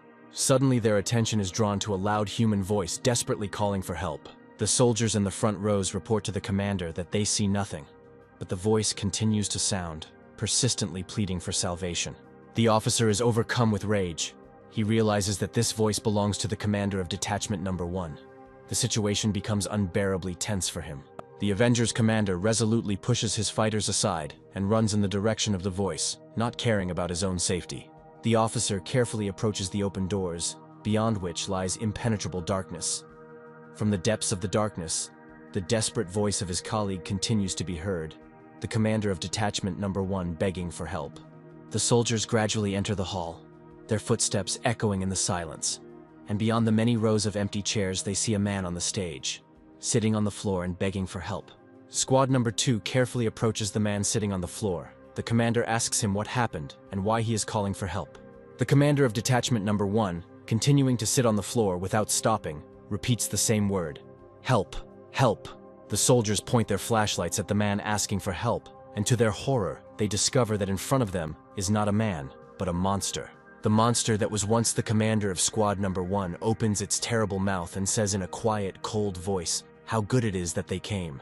The commander of Squad Number 2 cannot contain his rage, realizing that they have fallen into a carefully planned trap. The soldiers are overcome with panic as they hear the wild, threatening cries of approaching zombies. A moment later, their gaze turns to the approaching zombies from Squad Number 1, whose heads are wrapped in strange tentacles leading somewhere upward. One of the soldiers looks up at the ceiling and notices with horror that the entire surface is covered in biomass, from which multiple tentacles extend, connecting to the heads of infected zombies. The commander of Squad Number 2 screams in rage and orders his subordinates to immediately open fire and destroy the vile creatures that stand before them. A moment later, the entire room is illuminated by bright flashes of automatic fire, and the soldiers begin to fire continuously at the monsters, trying to hold back their onslaught. The commander of Squad Number 2 loudly informs his soldiers that this is a trap and demands an immediate retreat to avoid death. As he moves towards the door, he suddenly feels the approach of a terrible monster, which is rushing towards him at great speed. Overcome with rage, the commander can no longer contain his transformation and begins to turn into a werewolf, his human form quickly fading away. A moment later, his head takes on the ugly form of a monster, and huge, sharp fangs begin to protrude from his mouth. The officer lets out a wild, furious roar and, completely absorbed by his new essence, rushes at the zombie, leaping over the ranks of his subordinates, who are covered by armored shields. The commander of Squad Number 2 quickly approaches the zombie, bringing down many powerful blows on it with his hairy paws. Suddenly, from the biomass covering the ceiling of the room, a multitude of vile tentacles begin to reach out towards the soldiers, emitting ominous hissing sounds and writhing in the air. The tentacles wrap around the soldiers' necks, squeezing them tighter and tighter, giving them no chance to escape their death grip. The officer notices the tentacles descending from above. He lets out a wild roar and begins to cut them off with his huge clawed paw in rage. The commander of Squad Number 2 roars loudly and repeats the order to his subordinates to leave the premises immediately. Realizing that the situation is becoming increasingly dangerous, the officer turns to see another hissing tentacle approaching him, moving in sharp, jerking motions. Suddenly, the mutated commander of Squad Number 1 jumps out from a dark corner and furiously attacks the officer. Kim Bong paces his office, clearly nervous, as there has been no word from the team sent to the hospital yet. Operators report that they tried unsuccessfully to establish contact with the units for 2 hours, but their attempts were futile. Each time they encountered a lack of signal. One of the operators suggests that the building has thick concrete walls, and if the troops have risen to the upper floors, the signal may be jammed by the dense layers of concrete. Suddenly, the voice of the squad leader number 1 comes from the operator's headphones. Kim Bong immediately grabs the headphones, asking the officer how the attack is progressing. The squad leader informs the director that they are currently on the top floor, but they have encountered a small problem, and asks him to send more awakened ones to help him. Kim Bong is wary of this information, as the officer mentioned a small problem but requested a significant number of fighters. The director takes the microphone and informs the commander that reinforcements will be sent as soon as possible, and orders them to hold out until he arrives and not retreat a single step. The commander of Detachment Number 1 thanks the director for his understanding and says that he will eagerly await reinforcements. The scout, having thanked the young people for the treat, says goodbye to them, saying that he needs to go. Suddenly, the scout's radio comes to life, and an alarming message is heard on the general frequency that the troops storming the hospital are experiencing serious problems. The scout begins to get very nervous, as he did not expect that 2 elite squads could have such serious problems. He quickly contacts the leadership, hoping to receive additional instructions. After a short conversation, the scout turns to the young people and reports that the director has given the order to their detachment to immediately go to the aid of the attackers. Jerem listens silently to the scout's information, remaining completely unperturbed, which increases the soldier's anxiety, not knowing how the guy will react to the urgent order. Jerem asks the scout in what area of the city the medical facility they are talking about is located. The scout and the young men mount their motorcycles and, without delay, begin to move rapidly towards the hospital to complete the mission. After some time, they reach the main building of the medical facility and notice a terrible picture. Numerous zombie corpses are scattered on the street. Jerem turns to the scout and asks who exactly asked for help, the commander of Squad Number 1 or the director himself. The scout, hesitating a little, replies that the commander of Detachment Number 1 asked for reinforcements, and the director found out about it later. Jerem begins to suspect something is wrong, and asks the intelligence officer to give him a radio so that he can personally speak with the director and find out the situation directly. Kim Bong contacts Jerem and immediately asks the young man how he can be of assistance in the current situation. Jerem asks the director if the remaining awakened have reached the level of the 2 elite assault squads that were sent to the hospital. Kim Bong answers him and informs him that all the awakened ones in the camp are much weaker than his fighters and cannot compare in strength to the members of the assault squads carrying out the mission. Jerem tells the director that he finds it very strange that the commander of Squad 1 is requesting the assistance of the clumsy and undertrained awoken. Kimbong thinks about Jerem's words and realizes that his logic makes sense. Jareem goes on to explain that if the situation was truly that serious, the commander should have requested assistance from more experienced combat units. Anxiety appears on Kimbong's face. He has a very bad feeling about this. Jareem once again emphasizes that the situation seems extremely strange, since the fighters are asking to send a large number of awakened ones, who are objectively much weaker.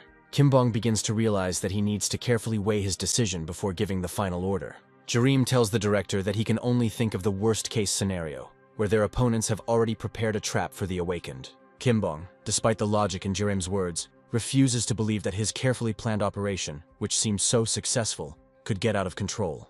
Jerem adds that such maneuvers are typical of experienced hunters who prefer to lure their prey using false signals.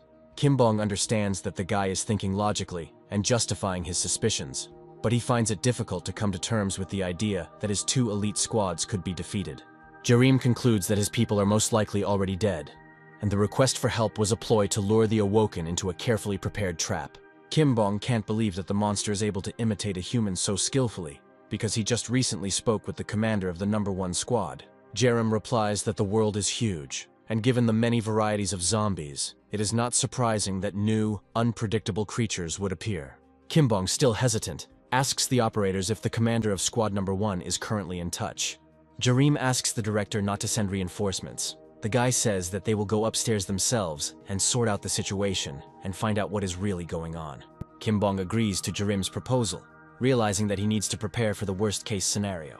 Jareem turns to the scout standing next to him and asks if he will go with them to the hospital. The scout is noticeably nervous and cannot immediately answer the question. He clearly doubts his abilities. After some time, the scout admits that his combat level is too low, and he will not bring any benefit inside the hospital, but will only get in the way. Jareem takes the radio from the scout, stating that he will need it to maintain constant communication with the director during the mission. The scout helps Jareem set the radio to the correct frequency so that they can easily contact the SHIELD director and maintain constant communication if necessary. The scout waves goodbye to the young men and asks them to be careful, hoping that they will return safe and sound after completing the dangerous mission. Jareem and Pakiso enter the building, moving forward slowly, their footsteps echoing dully among the bodies of numerous dead zombies scattered throughout the corridor. Pakiso speculates that the awakened ones who were previously in the building may have turned into monsters and are now taking their place. Jareem isn't worried about himself, but he is worried about Pakiso, so he decides to strengthen her skills so she can protect herself in a critical situation. He remembers that he has an unusual crystal, obtained during the fight with Hyunsung in the sewer mine, which can help improve her abilities. Jareem recalls that the system once informed him that this magic crystal was extremely rare, and its power was 4 times greater than ordinary red crystals. Before the eyes of the surprised Pakiso, the young man summons his bag of inventory and takes out a rare magic crystal. He hands it to the girl and says that this valuable artifact now belongs to her. Jareem adds that he will feel much calmer if he has a strong partner next to him who can deal with any threat. Pakiso gratefully accepts such a valuable and rare gift. Jareem asks her to use the powerful crystal as soon as possible to strengthen her abilities before the upcoming battle. Pakiso accepts a rare magical crystal from Jareem, and a bright aura of fire begins to surround her body, indicating the awakening of the artifact's power. Pakiso feels powerful waves of energy rushing through her body, filling it with new strength and power. She sincerely thanks Jareem for the gift, and the guy, smiling reservedly, replies that no thanks are necessary, since they work on the same team and share all the spoils equally. The young people move further down the corridor, strewn with the remains of defeated zombies. Jareem suddenly stops in front of the massive door leading to the stairwell and listens. Having made sure that there is not the slightest noise around, the young people carefully enter the stairwell and begin their ascent to the 13th floor. Suddenly, a small group of ugly zombies quickly pounces on them from above, their hoarse hissing filling the space as they quickly approach the young people. Pakiso, with cold confidence in his voice, asks Jareem not to interfere in the upcoming fight, firmly intending to deal with the opponents himself. With skillful maneuvering, she moves away from the line of attack, taking the most advantageous position for a counterattack and preparing to strike. The next moment, the girl runs quickly and pushes off from the wall. Using her Joseon martial arts techniques, the girl delivers a series of fast and precise kicks. The terrifying zombies emit inhuman, piercing screams. But despite the injuries they have received, they continue to desperately attack the girl. In a moment, Pakiso effortlessly destroys all the zombies that attacked them. The young people climb up to the 13th floor and approach the doors behind which the SHIELD organization's scout detachment disappeared. Before opening the doors, Jareem, with a serious expression on his face, asks Pakiso if she is ready for a possible mortal fight. With a sharp movement, they throw open the doors and are faced with pitch darkness reigning in the room. From the depths of the darkness comes the faint voice of a man asking for help. Pakiso immediately recognizes the voice of the commander of Reconnaissance Squad Number 1. Jareem realizes that his suspicions were correct, and the entire situation in the hospital turned out to be a well-planned trap for the awakened. Pakiso asks the young man why he is so confident in his version, clearly doubting his conclusions. The girl thinks that perhaps a wounded person is asking for help. Jareem tells the girl that no normal person, when wounded, would scream loudly if there were zombies around, because it would immediately attract their attention. Pakiso finds these arguments convincing and concludes that the young man has an analytical mind and is capable of assessing the situation rationally. Pakiso asks the guy what they are going to do next. The young man asks the girl to follow him. Jareem uses his inventory pouch to pull out a combat chain, which immediately bursts into a bright blue flame, illuminating the surrounding area. The young men continue to move forward, heading towards the sound of a man asking for help and lighting their way with the glow of the battle chain. Pakiso asks the guy if they should even continue moving forward if they already understand that this could be a trap. The girl doubts the safety of their plan. The girl suggests that Jareem not risk hand-to-hand combat with the zombies, but blow up the entire building, believing this to be a safer solution. Jareem tells the girl that it's a really good idea and he'll definitely think about it. The young people approach the stage where a man stands in the shadows, loudly calling for help, his voice sounding desperate and insistent. Jareem asks the stranger calling for help if he is the commander of the 1st Reconnaissance Squad. The ugly zombie that the commander has turned into continues to pretend, saying that he has injured his leg and asks the young people to help him quickly. Jareem suddenly raises his hand forward and activates his skill called Transformation. The creepy monster watches what is happening with interest, trying to understand what the young man is going to do. Suddenly, a bright flash of light occurs, caused by Jareem's transformation, causing the monster to retreat back and cover its eyes with its hands from the blinding light. Instantly, a magic wand, glowing with magical energy, appears in the air in front of the young man. Jareem immediately grabs the magic wand in his hands. The virtual system informs him that during his transformation, the enemies around him will be in a state of confusion. Jareem directs the flow of energy from the wand to his feet and makes a wish. He wants to gain the ability to use magic that can easily ignite any object. The system informs the young man that a skill called Oil Shock has been activated. Jareem waves his wand, from which thick streams of oily liquid fly towards the monster. Jareem gives the command to ignite the oily liquid. It instantly bursts into a bright blue flame, engulfing all the zombies inside the room. Horrible zombies, engulfed in blue fire, begin to rush around the room, emitting loud and painful screams. Jareem extends his hand forward, which erupts with a field of blue energy, and activates a skill called Architecture. With this skill, Jareem securely closes off the room where the monsters are burning with a massive wooden fence, blocking their escape. The young man hears the eerie screams of burning zombies, and the thought arises in his mind that these disgusting monsters fully deserved their terrible fate. The former Avengers commanders, now turned into zombies, try to reach the exit blocked by a wooden structure, but their attempts are unsuccessful. They fail to open it. The monsters are engulfed in a powerful, bright blue flame and scream loudly. The blows of their huge paws cannot destroy the protective structure. A bright magical fire, caused by a skill called Oil Shock, burns monsters not only from the outside, but also from the inside.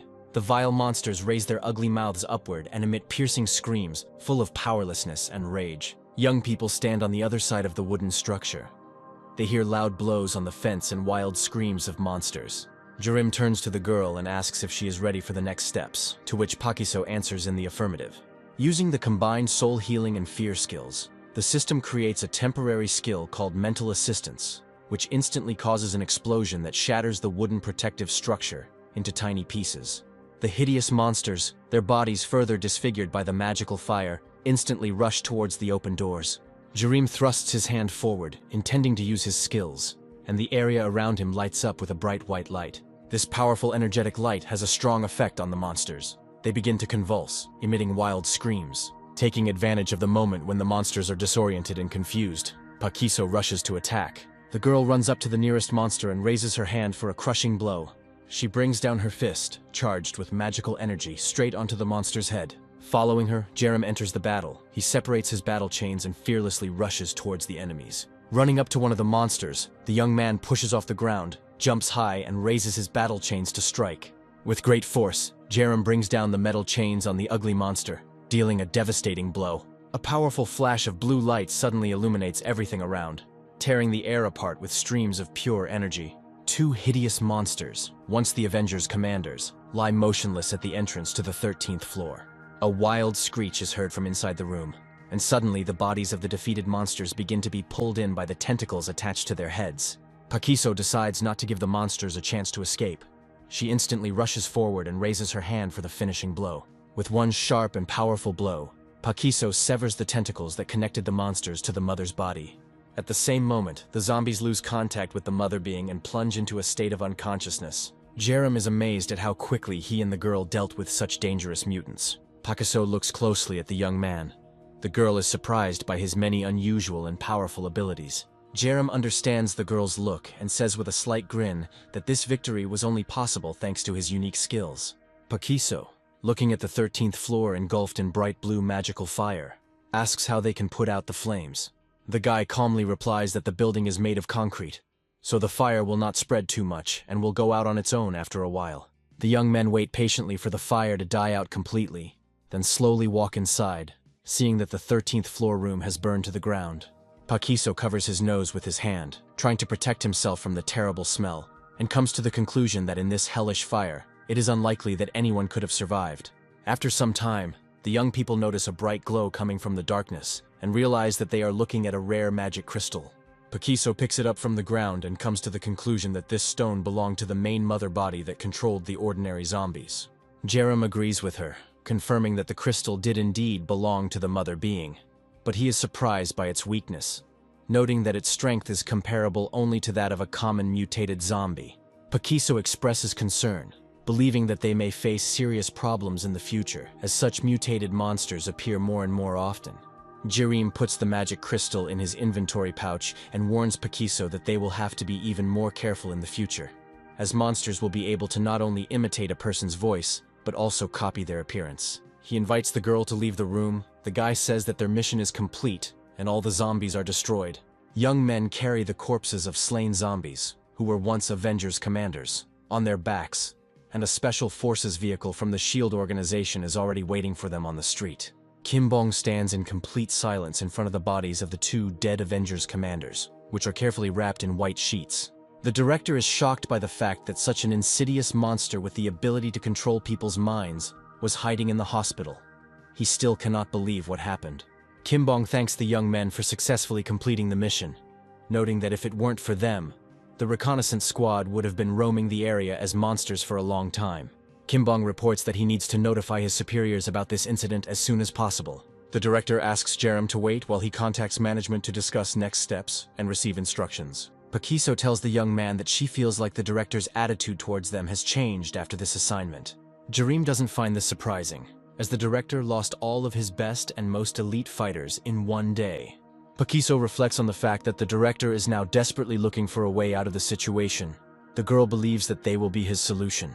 Jerem believes that if the director fills the gap in the security forces with them, it will be beneficial for them, as they will be able to gain influence. The young man assumes that the director is currently discussing their mission with his superiors, which, in his opinion, will allow them to enter a camp called Paradise. Kim Bong enters the room and tells the young people that they urgently need to discuss an important matter. Jerem agrees, realizing that his guesses were correct, and the matter really concerns their future fate. The director informs the young men that he had just spoken to his superiors and mentioned their successful operations, which impressed the commander. Kim Bong understands that they don't like to put their dedication on display, but he emphasizes that he had to tell his superiors the whole truth, as he had no right to distort the facts in the official report. The director informs the young people that the commander intends to meet with them personally. Jerem continues to play his role, feigning misunderstanding and anxiety. The guy hides his true thoughts. Kim Bong reiterates that the commander-in-chief would like to meet with them in person, but at the moment he is too busy with important matters. The director informs Jerem and Pakiso that they will be able to go to a camp called Paradise in 2 or 3 days when transport arrives. Pakiso, showing curiosity, asks the director if the camp really lives up to its name and how well the people there live. Kim Bong answers the girl. He explains that the situation in the camp is far from ideal, as it was before the disaster. but they are making every effort to make the lives of the people there happy. The director confidently asserts that no other organization in the Republic could have restored the shelter as quickly as their team did. Pakiso can't contain her emotions. She is overwhelmed with anticipation of going to a camp called Paradise. Kimbong, understanding her enthusiasm, adds that it is better to see this place with your own eyes than to hear about it in stories. Jerem realizes that there is very little time left before the meeting with the commander-in-chief of the SHIELD organization. He believes that he needs to prepare thoroughly for this meeting and calls upon his bag of supplies. Jerem takes a yellow crystal out of his pouch. The system informs the guy that he is holding an unstable magic stone in his hands, capable of doubling the power of his skills. Pakiso asks the boy with concern if it is too early for him to use such a rare magic crystal. Jerem believes there is no point in putting off its use and decides to activate it immediately. A yellow magic crystal shines brightly in the hands of a young man, radiating powerful energy. His body is surrounded by a golden glow. The light fills the entire space around him. Pakiso closes his eyes at the bright flash of light. Realizing that Jerem has undergone significant changes, his primary skills have been doubled, his mana has been increased, and his body and skeleton have been optimized for combat. Jerem says with a smile that the girl now seems much smaller to him than before, as if everything around her had changed. Pakiso, with a slight grin, reports that she remained the same as she was, but Jerem himself has grown significantly and transformed thanks to the magic crystal. Pakiso is very surprised by the changes in Jerem. Although his appearance has remained the same, his height has increased significantly, making him even more impressive. Jerem ponders what to name the new skill and decides that it will be called Bone Growth to enhance skills. Pakiso finds it strange that the boy's bones have all grown, but his face has remained absolutely the same, which raises many questions for her. At this moment, Jerem receives a message from the virtual system informing him that he can level up his skills by completing quests. The guy immediately activates the analysis function and scans Pakiso. The system informs him that he can upgrade his skill called Divine Demonic Art of Joseon if he fulfills the quest conditions. The virtual system tells Jerem that he can improve his skills if he fights Pakiso in hand-to-hand combat without using mana or other abilities. Jerem invites the girl to engage in a training sparring match without the use of magic to test her strength. Pakiso is surprised by this proposal. The girl is sure that the guy will have no chance against her in a fight without using skills. However, she accepts the challenge, warning that Jerem may greatly regret this decision. The young men decide to fight immediately, using the training ground they are on for the duel. Jerem gets into a fighting stance. Preparing for a fight, Pakiso warns him that he is about to launch an attack. Jerem intends to test how powerful Pakiso's technique is, and whether he can withstand her powerful blows. Pakiso pushes off the ground with force and jumps high into the air, intending to deliver a crushing blow from above. Jerem manages to jump to the side in time, surprised by the incredible speed of the girl's attack, which he did not expect. Jerem remains on the defensive, carefully monitoring Pakiso's movements, and manages to block and dodge her numerous blows that she delivers to his guard with stunning accuracy. The young man realizes that Pakiso is a serious opponent. Her blows cause significant pain. Pakiso continues his fast and furious attacks. Jerem is still able to reflect them. Pakiso praises the young man, stating that the warm-up is over and now they will begin the real serious sparring. Suddenly, Pakiso delivers a powerful punch, and although Jerem manages to block it, the force of the blow is so great that he is thrown aside. The girl continues her attack. Jerem is unable to withstand her powerful onslaught. He is forced to constantly retreat. Pakiso rushes into the attack with incredible speed, her face focused and her gaze full of determination as she leaps forward to deliver another powerful blow, demonstrating her strength and speed. Jerem notices Pakiso approaching him at high speed, and he doubts whether he can parry her powerful blow. The young man crosses his arms in front of him as the boy takes a crushing blow aimed straight at his head. Jerem manages to block the attack, but it is so powerful that it brings him to his knees, losing his balance. Pakiso does not give him time to recover, regroups and attacks with incredible speed from the other side. Jerem is struck by her grace and the speed with which she moves around him, as if anticipating his actions in advance. Pakiso delivers a devastating kick with incredible speed. The blow is accompanied by a powerful wave of energy that causes everything around to fly apart. Pakiso believes that without the use of skills and mana, Jerem will not be able to withstand her technique, especially after he barely stayed on his feet after her attack. However, Jerem decides to counterattack and punches her. Pakiso deftly dodges, quickly jumps up and does a somersault in the air. Landing on the ground, Pakiso instantly prepares for its next, even more merciless attack. The girl warns him with a grin that Jerem will now experience the true martial art of Joseon and rushes at him with incredible speed, giving him no time to catch his breath. Jerem tries to defend himself, but Pakiso, with incredible dexterity, parries his blocks with his hands, not giving him the opportunity to counterattack. Then she steps into the attack line and delivers a powerful series of blows to the young man's body, each blow precise and powerful. Jerem takes a series of powerful blows and feels intense pain shooting through his body. He clenches his teeth, trying his best not to scream in pain. Jerem understands that he needs to pull himself together immediately, because he will be incredibly ashamed if he loses to Pakiso in this sparring match. Pakiso looks at her opponent with cold determination, her aura radiating a menacing power, and it becomes clear at this moment that Pakiso intends to end the fight on her own terms. Jerem is greatly surprised by the fluidity and precision of Pakiso's movements, realizing that to win, he needs to understand her technique and rhythm of attacks. Pakiso, ignoring his thoughts, pushes Jerem to more active resistance, saying that he knows that he is capable of more. Unexpectedly for her, Jerem repels another attack from the girl, and, taking advantage of the moment, grabs her tightly by the arms, trying to take control of the situation into his own hands. Pakiso is in a state of amazement. She clearly did not expect that Jerem would be able to grab her so suddenly. Despite this, her reaction shows that she is ready to do everything to break free and continue the fight. Jerem can't hide his joy. The guy is sure that he has finally managed to trap Pakiso. He believes that now he has a chance to seize the initiative in the battle and turn everything to his advantage. Pakiso looks forward, her eyes full of determination, and her face reflects an unwavering will to win. The girl is clearly not going to give up, despite the trap she has fallen into. Pakiso is unable to escape the hold and suddenly lands a powerful kick between Jerem's legs. Jerem's face contorts in intense pain, his eyes widen in surprise. He clearly didn't expect such a painful blow. The guy starts cursing furiously, pointing out to Pakiso that her actions violate the rules, since strikes below the belt are prohibited in almost all martial disciplines. Pakiso sees nothing wrong with this, arguing that any method can be used to win a fight. Jerem is furious at her words, and says that he has no intention of becoming a eunuch just because of a training sparring match. Pakiso calmly retorts. The girl says that zombies won't follow any rules during an attack either. Jerem feels a sharp pain piercing his entire body. Added to this is the indignation at Pakiso's words, her indifference to the rules of combat disciplines, and confidence in her own rightness that drives him crazy. Jerem demands that Pakiso never hit below the belt again, emphasizing that this is a mandatory rule that cannot be broken. Pakiso, in turn, does not understand why the young man got so excited, because she did not do it on purpose. At this point, the virtual system informs Jerem that Pakiso was dissatisfied with the outcome of the fight, so the quest was not completed, and suggests repeating the duel later. A group of soldiers from the SHIELD organization walks past them, casting careful glances at the young people, not understanding what they are doing in the middle of the training ground. The soldiers see Jerem holding Pakiso's hands while her leg is stuck between his legs, and this ridiculous scene makes them laugh. They walk away thinking about all the absurdities that are connected with what is happening and cannot contain their laughter, amused by the strange situation they have witnessed. The next morning comes and the young people head to the training ground to do their morning exercises. Near the site, they notice a group of SHIELD soldiers quietly giggling and gossiping among themselves. Jerem doesn't understand why the soldiers are laughing.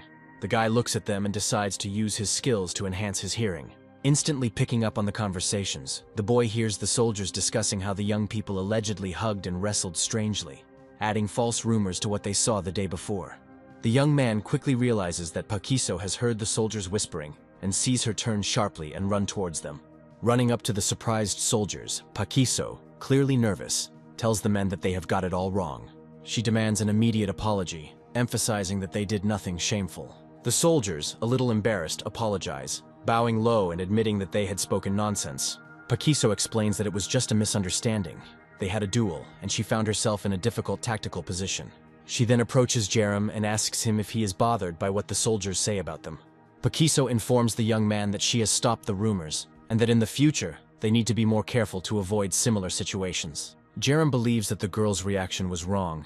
He thinks that with her actions, she only made the situation worse, attracting even more attention. The young man suggests that Pakiso not dwell on this and stop worrying about such an insignificant incident that is not worth her nerves. Pakiso looks at him with an angry look and sharply asks where he is going. Jerem suddenly turns to the girl and says that he is going to a girl named Karam, without going into details of his decision. Karim holds the young man's hand and asks him what this place is and where they came, trying to figure out what is happening. Jerem tells the girl that he heard her say earlier that she dreams of becoming a sorceress, and perhaps this place will help her with that. Karim enthusiastically says that she wants to become a sorceress like the ones she read about in her books. Opening his backpack, Karim takes out a book and invites Jerem to read it, claiming that he will like it. The young man takes the book in his hands. The guy smiles and promises that he will definitely read it soon. Jerem smiles and tells Karim that he wants to thank her for the book and hands her a glowing red magic crystal as a token of gratitude. He explains that Karim must hold the crystal tightly in her palm and speak the word awakening to activate it. Karim can't contain her joy. Her eyes are shining with excitement. She eagerly asks Jerem if it's true that if she does everything as he said, she can really become a sorceress. Jerem tells the girl that everything will happen exactly as he promised if she strictly follows his instructions. Karim holds a brightly sparkling magic crystal in her hands and says with admiration that now she will become a sorceress. To her surprise, after she took the crystal in her hands, a bright red energy field flared up around her, enveloping her in magical power. At this point, the virtual system asks Karim a question, asking for her consent to activate the awakening process, making it clear that everything depends on her decision. Karim, holding onto the crystal, begins to glow, and a powerful blue energy field forms around her. The light from the crystal intensifies, enveloping her in radiance. Karim appears absorbed in this process, a mixture of surprise and admiration reflected in her eyes.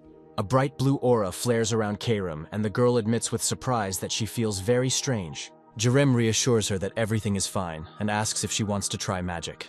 Karim takes out a funny children's toy from her backpack. The girl looks at the young people and smiles. She presses the buttons on the toy, and a cheerful song about a sorceress from a book she loves so much begins to sound out. Karim raises her hand up, and at the same moment the transformation begins. A bright red energy flares up around her, which envelops her body in a vortex, strengthening her magical power. The bright red energy emanating from Karim illuminates everything around, and the young people watch in amazement at the incredible transformation. Karim is transformed into a beautiful little fairy, holding a magic wand in her hands, and colorful tinsel swirls around her. Pakiso can't contain her delight. She is overwhelmed with emotions from Karim's appearance. The girl is unable to resist her destructive cuteness. The girl runs up and hugs the girl tightly, smiling and asking why she is so cute. Karim replies with a serious look that she is not cute at all, but a cool and powerful sorceress.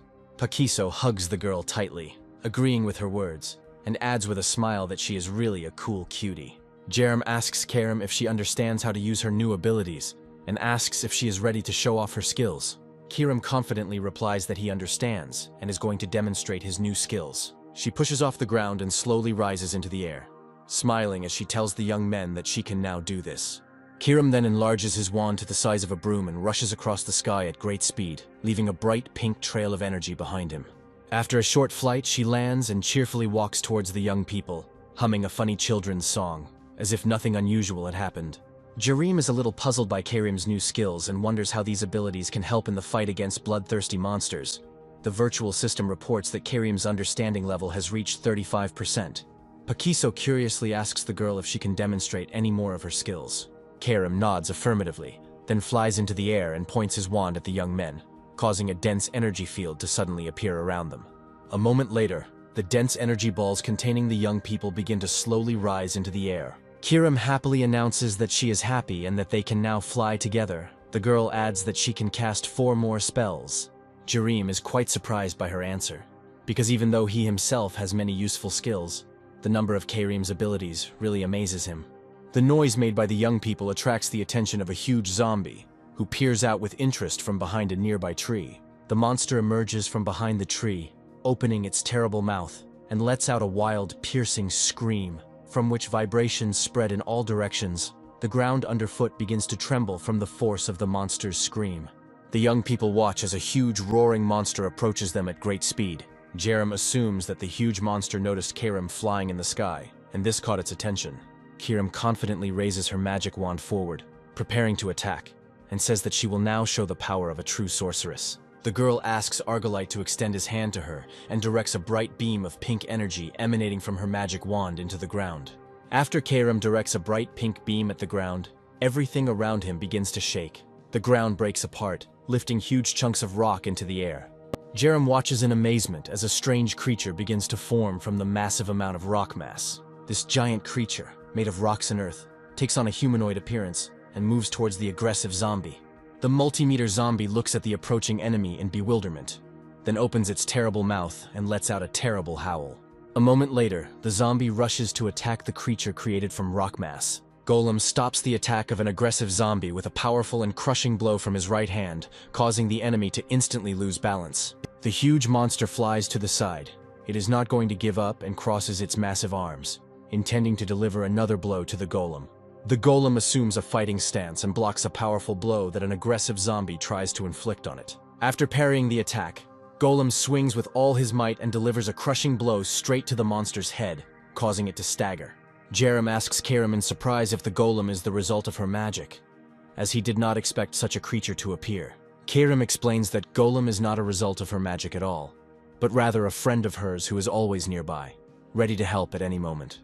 Jerem wastes no time in activating his skill called Analytics and begins scanning the creature created from rock in order to better understand its nature. Kerem tells Golem that he can do it and orders the stone creature to attack the zombies. She points her wand at him, and Golem's body is instantly covered in a dense field of energy. The virtual system informs Jerem that Golem has activated the strength and acceleration skills. The stone creature lets out a loud scream and rushes at great speed towards a nearby zombie. The Golem deals a crushing blow. The virtual system informs Jerem that Kerem's understanding level has reached 100%. The young people watch in amazement as the stone man's powerful blow sends the zombie flying several dozen meters toward the forest. Jerem understands that he will soon have the opportunity to acquire new skills. Kerem addresses his stone friend. The girl gently strokes his head and thanks Golem for his help in the battle. The huge stone creature makes strange sounds from its insides, which clearly indicate that it is quite pleased with such an attentive attitude. Kerem bids farewell to the Golem. The huge creature begins to disintegrate into small pieces and slowly disappear underground, returning to its usual state. Kerem tells Jerem that she found a red magic crystal at the site of the battle and hands it to the young man with a smile, waiting for his reaction. Jerem praises her for her find, stroking the girl's head and declaring that the crystal now belongs to her, as she earned it with her courage. The guy tells Kerem that she dealt with the dangerous zombie solely on her own, and therefore deserves this magical artifact. Kerem bows gratefully and sincerely thanks Jerem for the useful gift, feeling his importance. Jerem reflects that with such skills, Kerem will be able to stand up for herself, and now he doesn't have to worry about leaving her alone. Kimbong informs the young men that the car has already arrived, and they can now go to the camp called Paradise as planned. A large, roomy white SUV is already waiting for the young people on the street. A soldier standing next to the car greets the young people and politely invites them to sit in the back seat, which will ensure comfort during the trip. He says that they should enjoy the trip, and that the camp called Paradise will leave a pleasant impression. The SUV moves slowly along the deserted streets of the town, where complete silence reigns. There is no one around, and a feeling of absolute emptiness is created. After some time, the young people arrive at the Paradise camp, the center of which is built up with huge multi-story buildings. Jerem watches the camp's residents move carefree through the streets, and a feeling of nostalgia arises in his heart, reminding him of his past, peaceful life. The car stops near a checkpoint where armed soldiers are stationed. They are closely monitoring what is happening. The young people get out of the car and confidently walk towards the residence of the commander-in-chief. The officer on duty at the entrance to the office informs Sancheon that Kimbong has arrived with 2 awakened youths. Sancheon orders them to be led inside. The young people enter the spacious office and see the commander-in-chief sitting at a huge table. Sancheon stands up, greeting his guests with a slight smile, his gestures showing respect and friendliness. He looks carefully at each of them. The commander-in-chief asks Kimbong with interest how things are going in his camp and how he is feeling, clearly showing concern and attention to his condition. The commander pats Kimbong on the shoulder in a friendly manner, noting that he has heard about his hard work lately and guesses that the director is probably very tired. Jerim activates his skill called Analytics and instantly begins to analyze the commander-in-chief, trying to understand his true nature. The virtual system informs him that Sancheon is a human stone eater and a personality that seeks absolute dominance, which causes Jerem to become alarmed. He realizes that Commander-in-Chief Sancheon is a D-rank awakened with many unique abilities, making him a formidable opponent. Jerem reflects that if his plan is successful, he will be able to gain many new and useful skills, which will greatly enhance his own abilities. The camp, called Paradise, is a large, isolated town surrounded by a high concrete wall topped with barbed wire and armed soldiers manning checkpoints. Jerem understands that the commander-in-chief has serious combat skills, as well as ambitions for the constant expansion of the territory he controls. Feeling the powerful energy emanating from Sancheon, he realizes that for this person, power has become the main goal in life, and all his actions are aimed at strengthening it. Jerem reflects that if his secret operation is successful, a worthy reward awaits him, which will open up new opportunities for him. Kimbong points to Jerem and Pakiso, telling the commander-in-chief that these are the awakened he spoke of earlier. Sancheon thanks Jerem and Pakiso for their help, mentioning that he had heard a lot about them from Kimbong and how they played an important role in his affairs.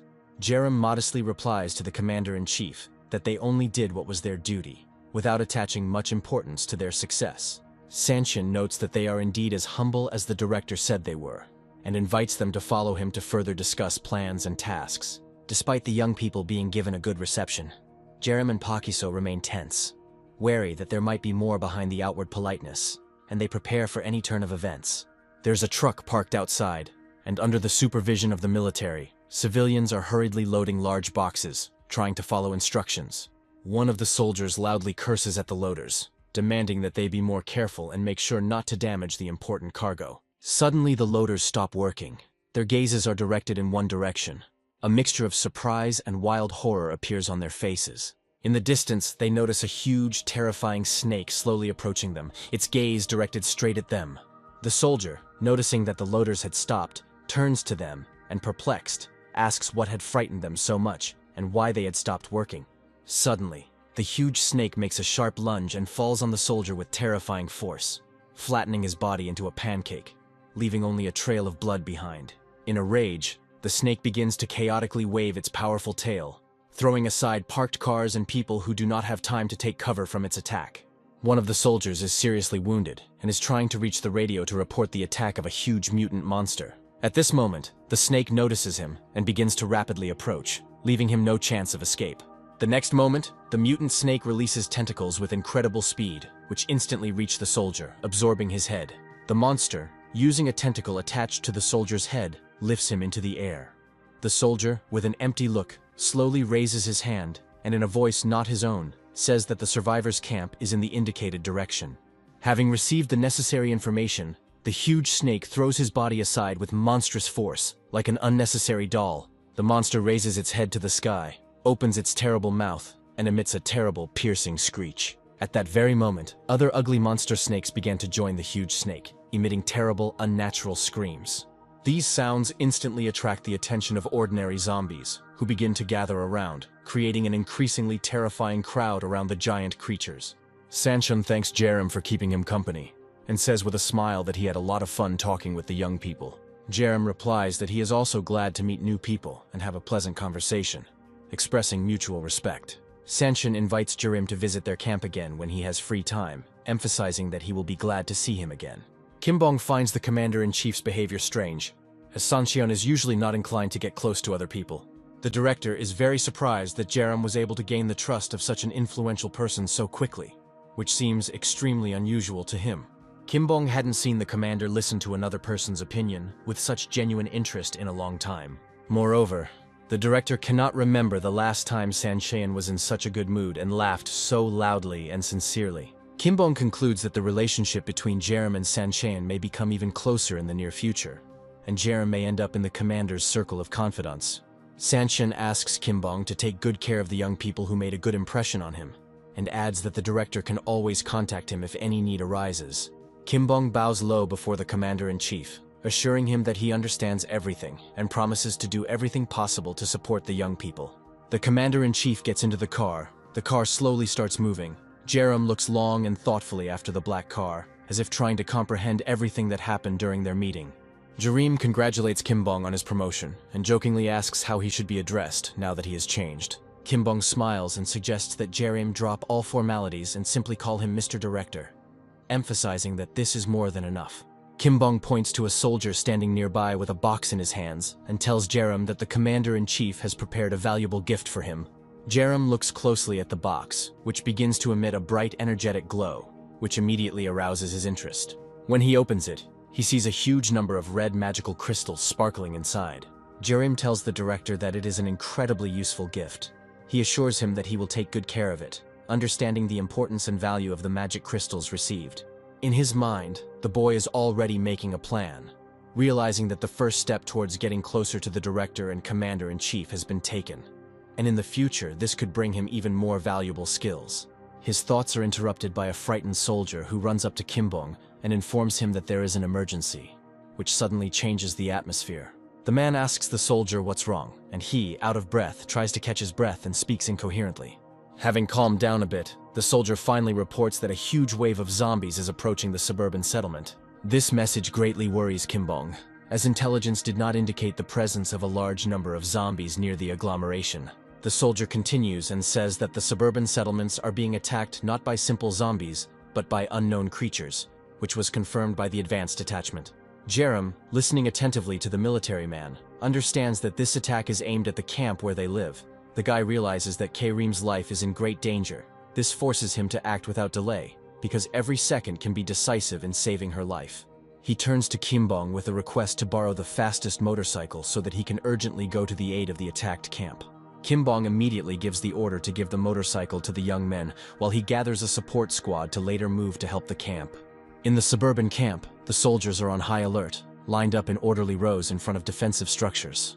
The squad leader anxiously asks the radio operator where the zombie wave is now. The soldier transmits a message that the advance groups have just reported that zombies have already entered the settlement. Hearing this, the commander realizes that things are worse than he expected. The zombies attacked at the very moment when the leadership in squad number 3 are absent from the camp. Kareem, hiding behind the corner of the building, watches with alarm as the soldiers line up in battle formation, preparing to repel the impending attack of the monsters. Kareem is sure that if Jerem were nearby, he would have definitely helped deal with the zombie attack and the situation would have seemed less dangerous. The girl resolutely runs through the cordon, quickly heading towards the military commander. Running up to the commander, Kareem says in an excited voice that she can help repel the attack. The commander, upon seeing her, immediately becomes enraged. He begins to shout at his subordinates, calling them idiots, and demands that they immediately begin evacuating all civilians. Kareem tells the commander that she is awakened and has special skills, which causes the military man to be very surprised, since he did not expect such words from a little girl. The commander asks Kareem with obvious disbelief if this is some kind of joke and shows interest in what skills she possesses. Kareem replies with a serious tone that there is no room for jokes in such a situation, and asks the military for permission to help them fight the zombies. The commander once again persistently asks her what exactly she can do and how she plans to contribute to the battle. Kareem's face lights up with a wide smile as she proudly declares that she can transform and use magic to protect the camp. The commander looks at Kareem with obvious tension and surprise, his face distorted. He tries to understand if she is really telling the truth. The first rows of soldiers manning the checkpoint begin to broadcast alarming messages, claiming that they can already see a wave of zombies approaching. A terrifying scene appears before the eyes of the soldiers. A wave of zombies approaches along with huge snake-like monsters that move forward with fury, crushing everything in their path. Enormous snake-like monsters approach the checkpoint, their terrifying mouths open, their bodies looking like living nightmares, writhing and growling as they continue their advance. The soldiers standing behind their armored shields in the front rows are filled with terrible fear, as they have never before seen such huge and terrible monsters approaching them. The observers report to the commander that there is not just one huge monster, but 5 of them, which makes the situation even more hopeless. The commander decisively informs the soldiers that their main task is to hold out until reinforcements arrive from a camp called Paradise. The soldiers take aim with their machine guns, holding their weapons at the ready, and tensely await the officer's command to open fire on the approaching monsters. Enormous, monstrous snakes rapidly approach the camp fence, preparing to break through it with their powerful bodies. Suddenly, a bright flash of pink occurs, and a huge energy sphere forms next to the soldiers. For a moment, the huge snakes stop their attack, looking at this strange manifestation of energy in bewilderment, as if trying to understand what it is and where it came from. Suddenly, Kareem appears in the sky, surrounded by a bright glow of blue energy, her arms raised high, and her magic wand glittering in one of them. The entire space around is filled with a bright blue light, which makes the soldiers instinctively look up, trying to understand what is happening above their heads. The commander, noticing that despite this strange phenomenon, the huge snakes continue their movement towards the base, immediately orders his subordinates to open fire. The soldiers carry out the order without hesitation, unleashing a barrage of bullets in the direction of the approaching mutants.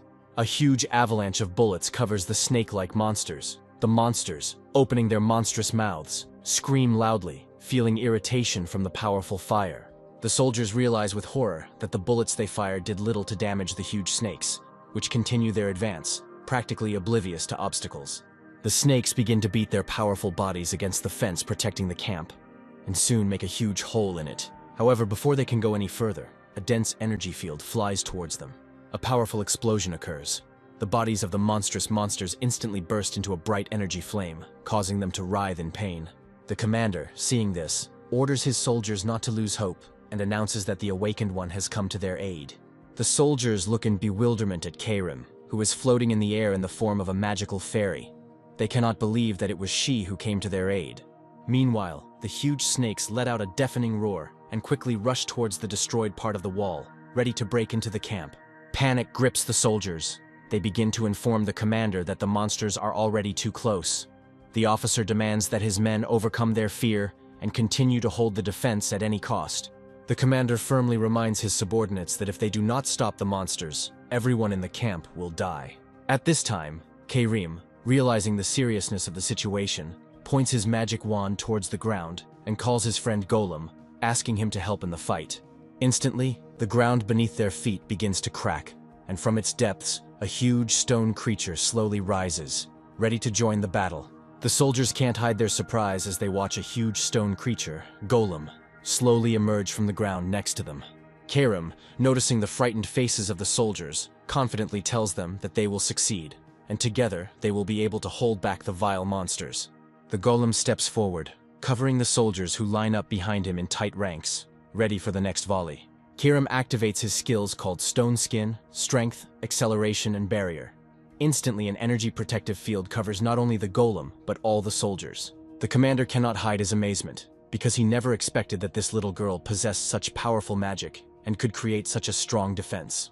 At great speed, giant snakes crash into the front lines of soldiers, who are struggling to hold back the onslaught of the monsters with the help of armored shields. Under the terrible pressure of the snakes, the ranks of soldiers begin to tremble. The commander in a loud voice orders them to hold on and not retreat, even in the face of such a threat. Raising his sword into the air, he gives the order to open fire, and the soldiers immediately begin shooting at the snakes. The commander, wasting no time, rushes forward to the front ranks, swinging his sword and striking at the bodies of the huge monsters. At that moment, Golem steps forward and with colossal force brings down his stone hand directly on the head of one of the huge snakes, forcing it to retreat. One of the giant snakes suddenly lifts its head upward and lets out a terrible scream that echoes throughout the battlefield. This cry turns out to be a signal for ordinary zombies, who immediately begin to rush into the breach in the protective wall. In huge crowds, they head towards the military. The riflemen immediately open fire, destroying the approaching monsters with well-aimed shots, preventing them from breaking through further. Two huge snakes come together, joining forces, and deliver a powerful blow with their tails to the ranks of the soldiers.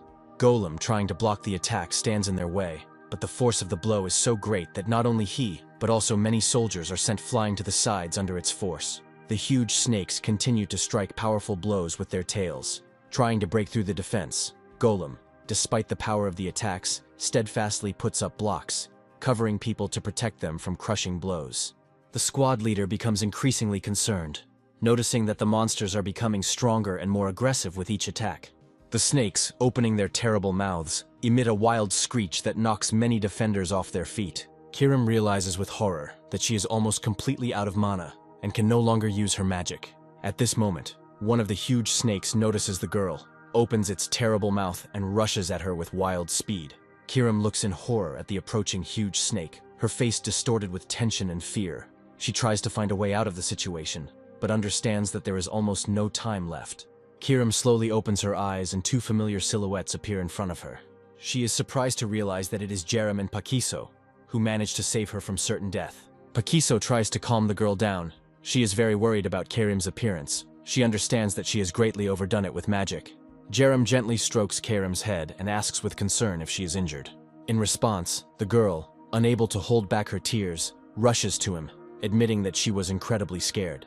Jerem, understanding the significance of Keirim's actions, praises her for her bravery, emphasizing that her actions saved many lives of people who were in the camp. He appeals to the military to immediately retreat to a safe distance. assuring them that he and Paquiso will now deal with the huge mutant snakes. At that moment, Paquiso notices that the monstrous snakes are beginning to merge into one massive organism, and an image of the biomass they encountered earlier in the hospital during the previous mission instantly pops into her mind. Before Jerem and Paquiso stands a gigantic biomass formed from the fusion of many mutant snakes, its flesh pulsating and emitting a terrifying energy, its huge fused bodies writhing and moving as a single organism. The monster opens its huge, terrifying mouth. Its yellow, bloodshot eyes gleam with rage, and its fangs, like sharp blades, protrude threateningly in different directions. The monster lets out a terrible roar that makes the ground shake underfoot.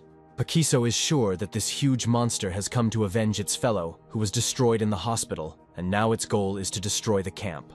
Jerem spins his battle chain, which instantly bursts into a bright blue flame, determined to test just how powerful this creature is. Without wasting a second, the young people rush to attack the giant monster that threatens everything they are trying to protect. The commander watches in amazement as the young men push off from the ground and rise high into the air, preparing to deliver a powerful blow from above. Jerem activates his powerful skill called Blue Flame Dragon.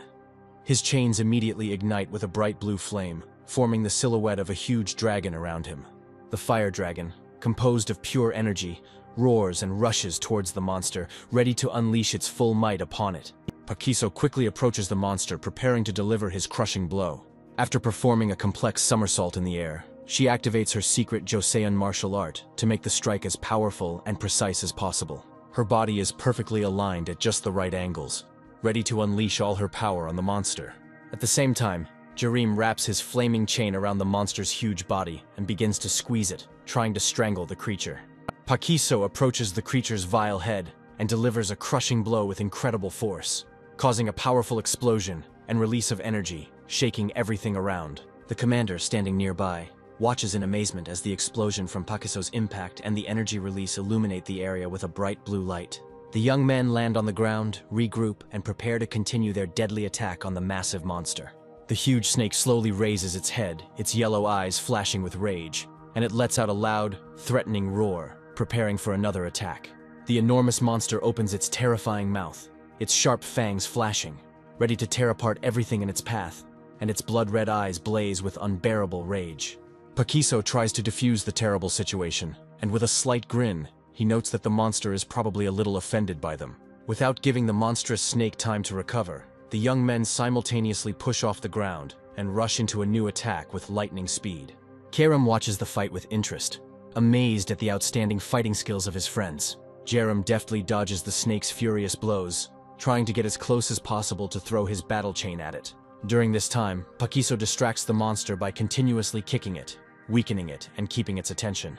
After a few minutes, Jerem manages to catch the huge snake in a chain and he begins to pull it with all his strength, soul of the monster. Kerem watches the battle with concern, still unsure how she can help her friends in this critical situation. The huge snake writhes in rage, its eerie roar echoing throughout the area, demonstrating its impotent rage as it cannot quickly overcome the young people. Jerem watches the huge monster closely, realizing that it is preparing something dangerous. And with each passing second, the tension only increases. Suddenly, the giant snake begins to swell, emitting a deafening roar, and a moment later its body breaks into many small pieces. Huge chunks of snake biomass rush at unimaginable speed towards the zombies, who had previously been watching the fight with curiosity. As the monster's flesh falls upon the horde of the dead, it instantly begins to cover them and be absorbed into their bodies. Suddenly, a terrible mutation occurs. The infected zombies begin to rapidly transform into more terrifying and powerful monsters. These new creatures become much faster and stronger than they were before. Ordinary zombies, having undergone a mutation, become much stronger and faster, and a huge horde instantly rushes to attack the young people. The commander gives strict orders to his soldiers to immediately begin an offensive and provide support to Squad Number 3. The shooters immediately carry out the command and open fire with their machine guns at the rapidly approaching zombie mutants. A barrage of bullets rains down on the mutants, causing them to twitch and let out loud screams, their hideous, twisted faces becoming even more hideous with pain. The soldiers begin to feel intense anxiety and fear, realizing that their bullets have no effect on these mutants, who have gained their invulnerability through mutation. Paquiso takes on a determined and warlike stance, focusing all of his mana to deliver a powerful blow to the approaching zombies. The powerful energy trail from her strike cuts the first ranks of attacking mutants in half with incredible force, instantly crushing them and causing confusion among the remaining enemies. Jerem, without a second's hesitation, rushes to the girl's aid, his combat chains flashing through the air with incredible speed, striking the monsters. The young people manage to overcome the terrifying attack with difficulty, but they destroy most of the attacking zombies, demonstrating exceptional determination. The unit commander, who had previously heard rumors of Jerem's strength, now personally witnessed that his abilities surpassed the director. The enormous monster that was once a snake left behind only a small portion of its biomass, which comes to life and begins to move in convulsive movements. Despite all the heavy damage it has received, the monster is still alive and full of rage, opening its monstrous mouth and hissing loudly. Pakiso calmly tells the young man that the monster will most likely not take any active action in its condition and will try to escape from the battlefield. Jerem, without wasting any time, turns to the commander with a request to bring the battle ranks into order while he himself deals with the remaining surviving monster. As Pakiso predicted, the wounded monster turns around and tries to escape, and the young people immediately rush after him. Kimbong is in a truck with soldiers rushing to help the garrison that continues to defend the camp. He ponders how strong the monster that attacked their people could be. The director is anxious, hoping that squad number 3 will be able to hold out until they arrive. Kimbong, realizing the seriousness of the situation, addresses the soldiers in the back of the truck, warning them that they are almost there and urging them to be on guard. The soldiers unanimously respond that they have accepted the order and are ready to cope with any challenges that lie ahead. When the convoy arrives at the suburban camp, the vehicles stop and the soldiers begin preparing to disembark from the trucks. The soldiers are surprised by the unusual silence that reigns around them. They look around warily, not understanding why there are no sounds of battle, and where the hordes of zombies that were supposed to attack the camp have disappeared to. The unit commander approaches Kimbong, gives him a military salute, and reports the current situation in the battle zone. Kimbong immediately asks the main question: where is the giant monster that posed the greatest threat? The military reports that the monster has escaped. This causes great surprise in Kimbong, since the mutant's behavior was unexpected for him. The unit commander reports that young people were chasing the monster, who decided not to let it escape. Suddenly, a deafening explosion is heard in the neighboring block. Men immediately turn their heads in that direction, reacting warily to what is happening. Kimbong immediately orders the officer to immediately stop all restoration work and send a group of soldiers to help Jerem. The officer, having heard the order, assures that he will carry it out immediately, but does not notice how Jerem and Pakiso quietly approach him from behind. Kimbong, upon seeing the young men, immediately asks if they were wounded in battle and asks for a report on the current situation. Jerem calmly informs the director that they managed to reach the monster in the next block and completely eliminate the threat by eliminating it. Kimbong, with a serious look, asks the young man what color the magic crystal that the monster possessed glowed. Jerem calmly takes a brightly sparkling yellow magic crystal out of his pocket and hands it to the director. Kimbong nods approvingly, praising the young man for his actions, and remarking that the crystal is a very valuable catch. The soldiers standing nearby stare in fascination at the bright glow of the yellow magic crystal, fully aware that enormous power is hidden within it. Jerem appeals to the military to allocate a few people to help rebuild the destroyed school. At the main gate of the defensive wall surrounding the camp called Paradise stands a large checkpoint manned around the clock by a formidable group of armed soldiers, ready to repel any threat. One of the observers, carefully examining the surroundings, informs his partner that he noticed a group of people moving towards them, and suggests that it may be a gang called the Hammer. The soldiers begin to watch with alarm as a large column of vehicles approaches the camp at high speed, leaving clouds of dust in their wake. The lookout, without taking his eyes off his binoculars, confidently informs the others that this is definitely the Hammer Gang, since he clearly sees their flag fluttering on the main vehicle of the column. The squad leader immediately picks up the radio and transmits an urgent message to his superiors that the Hammer Gang is moving towards them at full speed, and asks for immediate reinforcements for defense. The hatch on the roof of the large truck leading the convoy suddenly opens, and a huge, athletic man emerges from it. The man who emerged from the hatch contemptuously calls the camp's defenders weaklings, expressing confidence that such a number of soldiers will not be able to stop him. The soldiers at the checkpoint continue to watch warily as the convoy of vehicles gets ever closer to the camp.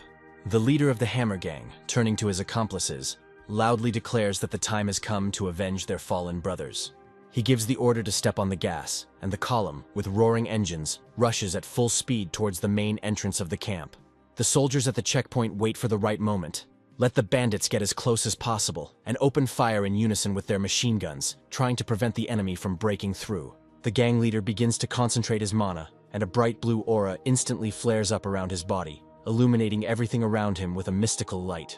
The truck cabin he is in begins to be covered with a powerful energy field. A moment later, the truck the leader is riding in begins to transform, and huge metal manipulators appear on the sides of the cabin. The soldiers watching this scene experience both fear and surprise, as they see the vehicle transform into something even more dangerous while still in motion. The truck, without slowing down, crashes with force into the protective fence of the checkpoint, scattering it to the sides and breaking through. The rank-and-file bandits, following their leader and inspired by what was happening, rejoice and admire how the truck destroyed the fortifications. In a suburban camp, soldiers and civilians are busy restoring order after a brutal attack by huge snake-like mutants. Kirim decides to help them. Waving her magic wand, she directs a flow of energy in their direction. At the same moment, the military and civilians nearby are enveloped in a dense energy field that begins to glow brightly. They notice with surprise that objects that were previously heavy for them become unusually light, as if their weight had decreased tenfold. Kimbong watches closely how Kirim uses her magic, realizing that with this girl's abilities, he will be able to significantly speed up the development of the camp and improve its defenses. Approaching Kirim, he gratefully expresses his appreciation for the help that allowed him to defend the camp and buy time until reinforcements arrived. Kirim smiles and replies that Jerem asked her to continue helping, so she will do everything in her power to support the camp and its inhabitants. The director, showing interest, asks the girl whether she was originally awakened or whether her magical abilities awakened later. Kirim is a little embarrassed, but after collecting her thoughts, she replies that her powers were awakened thanks to Jerem. The director is lost in thought after the girl tells him about her awakening. He feels an inner turmoil and tries to comprehend Jerem's influence on these events. Kimbong finds the girl's awakening extremely strange, as there are a huge number of children in the camp, but until now only this child has shown such abilities. He concludes that Jerem must have somehow foreseen that the girl had innate magical powers and helped her discover them. Kirim, noticing the director's attention, feels clearly uncomfortable. She carefully watches his reaction, trying to understand his intentions, and this increases her anxiety. Trying to ease the tense atmosphere, Kimbong decides to lighten the mood and, with a slight smile, reaches out to stroke the girl's head. But suddenly, Kirim jumps to the side, which causes the man great surprise, because he cannot understand what could have provoked such a sharp reaction on her part. Kirim, with obvious anger and irritation, sharply tells the man that only Mr. Jerem can stroke her head. Kimbong, slightly embarrassed by her reaction, immediately apologizes and adds with a touch of humor that he envies Jerem for the trust and devotion he inspires in her. He watches Jerem closely, his thoughts returning once again to the extent of the young man's strength and what secret skills he is hiding from him. But what worries him even more than Jerem's strength is his immense popularity among the people, which is growing every day. Kimbong reflects on the fact that his knowledge of Jerem is extremely limited, and becomes increasingly convinced that the young man is hiding a huge number of secret things from him. The director begins to suspect that Jerem has the ability to identify people with innate skills that are likely to awaken. This discovery excites him more and more. Kimbong decides that no matter what, he must reveal this powerful secret, no matter how dangerous this knowledge may be. While his thoughts are occupied with Jerem, an agitated soldier quickly moves towards him. He informs the director that he has brought an urgent report, and from his tone it is clear that the situation requires immediate attention. A soldier anxiously reports to Kimbong that the camp known as Paradise has just been attacked by the Hammer Gang. Jerem, upon hearing this report, is confused, not understanding why the Hammer Gang chose this particular moment to attack. Pakiso, noticing his concern, asks Jerem who this reckless gang is that dared to attack a fortified camp. Jerem reports that the Hammer Gang is not just a group of desperate criminals, but an organization familiar to him from his worst nightmares, where it played an important and sinister role. The information she received clearly worries Pakiso. Her face becomes serious, she plunges into deep thought, and feels that there may be something more behind this than just a simple attack. Pakiso anxiously asks Jerem how dangerous the bandits are compared to the SHIELD organization, which she already knows. Jerem tells the girl that the Hammerhead gangsters are extremely dangerous. Their madness and cruelty made them infamous, and this is what sets them apart from other organizations. Jerem begins to remember his 42nd nightmare from the past. In this memory, a group of people are running along a huge highway, desperately trying to escape from the zombies pursuing them. Jerem rushes to their aid, without hesitation entering the fight. He delivers a series of swift and powerful blows to the monsters, tearing their vile heads apart. Jerim, fighting the monsters, orders the survivors to cross the bridge as quickly as possible to reach the relatively safe center of the city, where they can hide from the zombies. People are running across the bridge in panic. One of them suddenly stops, his attention attracted by something moving from the opposite side. People turn around and notice with horror how a column of cars is approaching them from the direction of the city at high speed. The cars, without slowing down, rush straight towards the survivors, the flags of the Hammer Gang fluttering among them, which immediately causes a wave of fear. One of the men, desperately trying to save himself, realizes that there are people in the cars and waves his hand, hoping for help. However, the column of cars does not slow down, and there are only a few dozen meters left before the collision. The survivors are plunged into shock and panic when they realize that the cars continue to rush towards them at incredible speed. They understand that in a matter of seconds, the multi-ton machines will simply sweep them off the road. A huge truck crashes into a dense pile of people and zombies, not distinguishing between those who were still alive and those who were already dead. Jerim's face is filled with horror and shock, his eyes wide open. He has just witnessed an unimaginable and terrifying act of the bandits. The road is littered with mangled bodies, torn and mangled beyond recognition. The scene is terrifying in its brutality. Human limbs are scattered all over the road, and bodies are mutilated as a result of the terrible collision. The leader of the Hammer Gang slowly approaches Jerim and with a smug smile says that the guy is really lucky to have survived this terrible clash. In response to these words, the young man is overcome with rage. He begins to swear loudly, not holding back his emotions. Jerim, in a fit of anger, asks the bandits if they can consider themselves people if they are capable of treating the survivors so cruelly. The gang leader calmly replies that there were many infected zombies among the survivors, and some may have already been bitten, so there was no point in feeling sorry for them. Jerim disagrees with his words. Seething with indignation, he shouts that even if so, these people could still have been helped, and they did not deserve such a cruel death.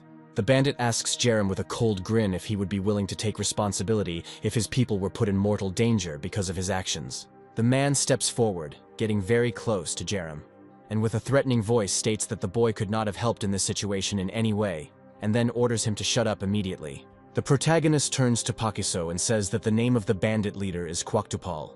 The girl is shocked by this story. She believes that the Hammer Gang really consists of psychos. Jerim decides that he must protect his new comrades from the attack of these crazy bandits. Kim Bong informs the young men that the camp has been attacked by bandits and suggests that they return as soon as possible to help in the defense. Jerim, realizing the urgency of the situation, tells the director that they have a motorcycle so they can move first, and sets off immediately. Young men are racing on a motorcycle along a deserted highway. Pakiso, with concern in his voice, asks Jerim if he heard a strange noise in the distance. Jerim immediately queries the virtual system and instantly activates his camouflage skill, instantly enveloping their motorcycle in a dense energy field, hiding them from prying eyes. Pakiso looks ahead intently, her face reflecting a mixture of surprise and shock at what she sees. Jerim decides to stop the motorcycle, and they carefully dismount, continuing to watch what is happening ahead. A few dozen meters away from them, a battle is unfolding. A huge transforming machine with manipulators instead of doors is waging a battle, destroying everything in its path. In this fierce battle, the huge transforming machine faces off against Commander-in-Chief Sanshin. Using all his strength and skill, the commander pushes off the ground with a powerful thrust and rises high into the air, intending to deliver a crushing blow to the transforming machine with his combat spear. While in flight, Sanshin activates his powerful skill called Rain, which allows him to use extra life force to boost his attack. The Commander-in-Chief, using his rule skill, summons the life forces of 10 people, combining their energy with his own, and having gathered all this power, he delivers a powerful blow with his battle spear. With incredible speed, his combat spear plunges into the vehicle, the sharp tip easily cutting through the Transformer's metal armor, and after this strike, a bright flash of energy occurs, illuminating the battlefield. Sancheon runs to the other side of the car and continues to deliver powerful kicks without stopping, not giving his opponent a second to breathe. During the battle, he regretfully says that he regrets not having destroyed the Hammer Gang earlier and allowing this attack to happen. Jerim instantly activates his analyst skill to scan the enemy the commander is fighting and understand their weaknesses. The virtual system informs Jerim that the car driven by Kwaktupal is enhanced with magical stones and skills, making it especially dangerous. Kwaktupal, continuing to fight fiercely with the Commander-in-Chief, taunts him, asking how long he will continue to run away like the last rat. Sanshin calmly tells his opponent that he seems to have a bad memory, reminding him that in their previous battle, It was Kwokdupal who fled the battlefield, avoiding defeat.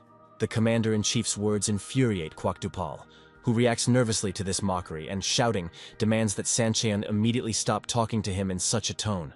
At this moment, the right arm of the car begins to transform, taking on the appearance of a huge cannon, and a loud metallic sound of the bolt is heard.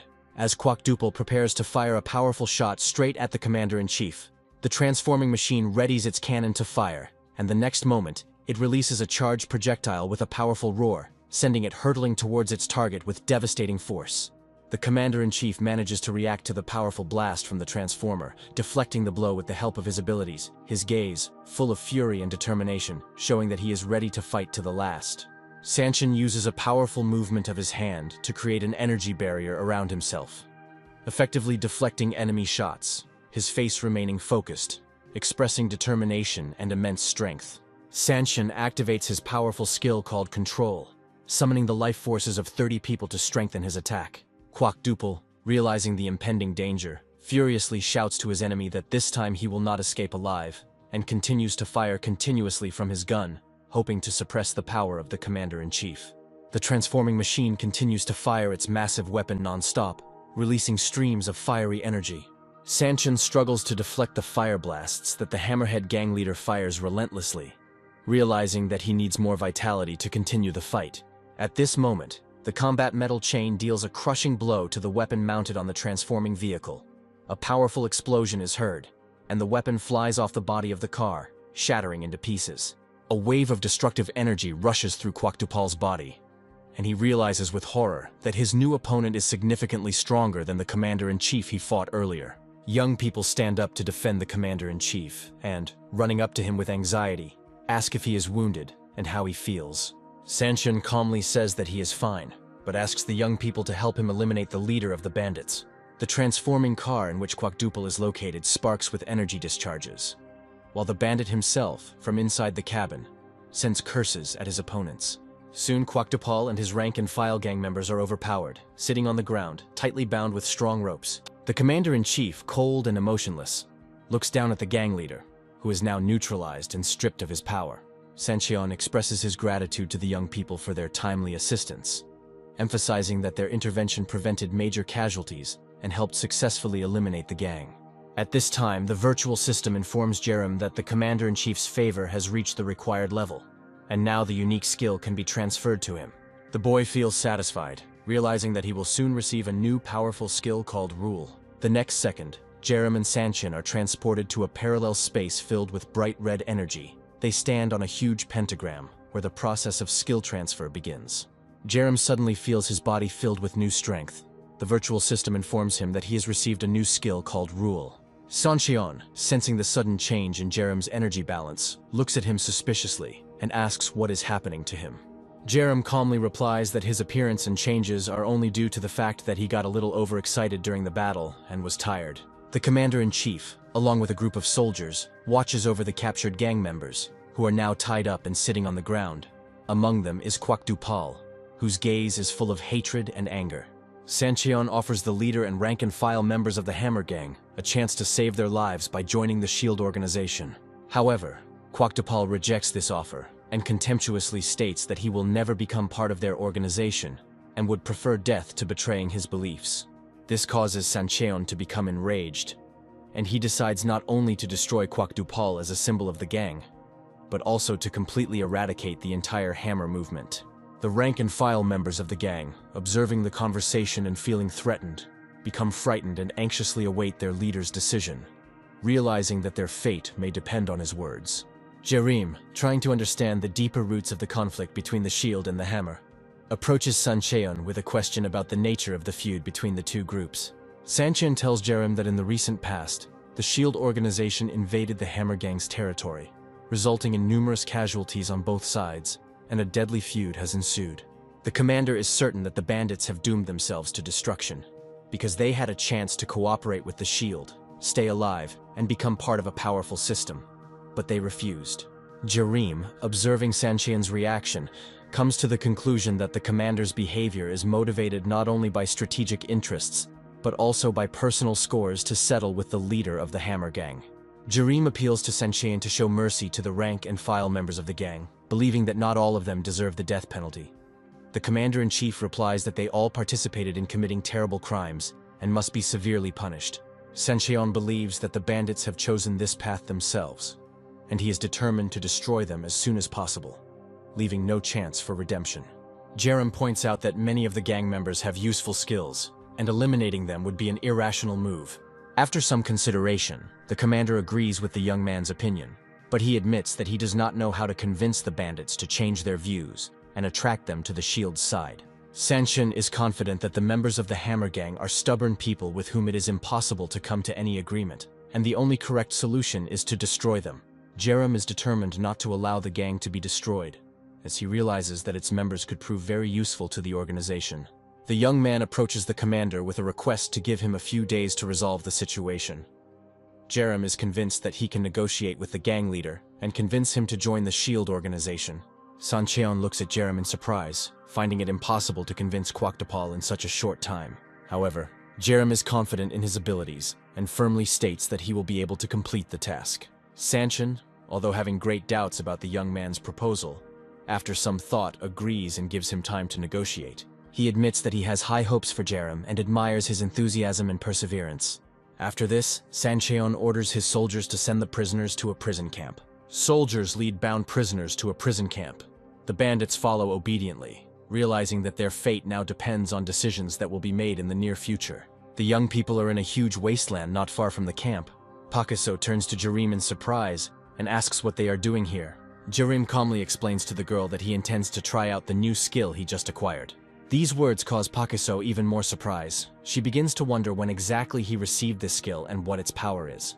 Jerem, warming up his hands and preparing for the demonstration, confidently tells the girl that words are not as important as actions, and that soon she will see his new skill in action for herself.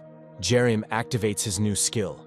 A bright blue vortex of energy begins to form around him, which wraps around his body. His gaze becomes determined and confident. He is ready to demonstrate his power. The virtual system informs Jerem that a skill called Rule has been activated and requests clarification of the values used. The guy decides to summon the life force of 10 people, after which his body is instantly enveloped in a bright, sparkling blue aura. And soon he begins to feel intense pain and is surprised to notice that his mana is being depleted at an incredible rate. Pakiso watches in surprise as the radiation around Jerem intensifies, realizing that his life force has increased to a level she has not seen before. At that moment, Jerem leaps into the air with incredible speed, raising his hand to deliver a powerful blow charged with enormous energy. His strike creates a powerful wave of blue light that tears apart the ground around him and releases electrical impulses that spread out in all directions. Jerem can't contain his delight as he feels his body filled with incredible vitality. The guy is literally overflowing with energy. Pakiso, observing the scene, reports that she has never seen anything like it before and believes that this skill cannot be compared to any tonics or stimulants. Jerem replies that this is not surprising and explains to the girl that using this skill requires a huge amount of mana. He is surprised at how much mana was wasted in summoning the life force of 10 people and begins to wonder what might happen if he decides to summon the power of 20 people. Jerem, remembering the fight between Sancheon and Kwakdapal, begins to realize with surprise how much mana the commander-in-chief could use in that battle. The boy realizes that Sancheon has much more power than he previously thought. Pakiso asks Jerem what he intends to do to convince the Hammerhead gang to join the SHIELD. Jerem confidently replies that despite Kwakdapal's stubbornness, there are many ways to change his mind. Approaching the motorcycle, he informs Pakiso that they will immediately head to the Hammer Gang's base to begin negotiations. Pakiso doesn't understand why they have to go to the Hammer Gang's base and what exactly they're supposed to do there. The girl doubts the necessity of this trip. Jerem calmly explains to the girl that this trip could change everything, since Kwakdapal's granddaughter is awakened and has a unique ability. This information greatly puzzles Pakiso, and she plunges into deep thought, trying to understand the full significance of the upcoming event. Jerem recalls his 43rd nightmare. He remembers that his first encounter with the Hammer Gang was a real shock for him. At that time, he was in the main camp of the gang, sitting by the fire and listening attentively to the conversations of the people around him. Next to him sat Kwakdapal himself, sipping alcohol from a large bottle and immersed in his heavy thoughts. Every sip seemed bitter to him, and after the next portion he grunted loudly, writhing heavily. The gang leader, sitting next to Jerem, suddenly asks a question, wondering if the young man knows why their gang is called the Hammer.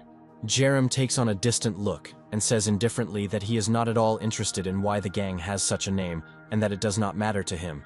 However, despite the lack of interest, Quaktapal insists that Jerem still hear the story of the name's origin. The gang leader takes out an old photograph from his jacket pocket, which shows his service station. In the picture, he is standing in front of the workshop with his granddaughter. Quaktapal tells Jerem that his workshop where he used to work was called the Hammer, and that the name became a symbol for the gang. While showing the photograph, he points to the girl next to him and says that this is his granddaughter named Soren. Quaktapal tells Jerem with a touch of sadness that he can't even imagine how smart his granddaughter was, even though she was still in high school at the time. The man proudly recalls that Soren concluded at least 5 contracts and hundreds of agreements every day, and not a single client was able to deceive their auto repair shop. At this point, Soren approaches her grandfather and asks him to stop drinking, angrily declaring that his drinking will soon drive her crazy. Then her gaze falls on the silent Jerem, sitting next to them. Soren looks at him carefully and tries to understand what this young man is doing in their gang, and why he ended up here. It was then, in his nightmares, that Jerem realized that Quaktapal had a weakness: his granddaughter Soren. When the young men arrived at a car repair shop called the Hammer, they noticed Soren standing outside. The girl looks suspiciously at Jerem and Pakiso approaching her, and immediately asks who they are and why they came to their workshop. Jerem, in a calm and confident manner, tells her that he knows who Quaktapal is to her, and adds that he needs to discuss something very important with her. Soren learns shocking news. Her grandfather and all the members of the Hammer gang have been captured and are now in a prison camp.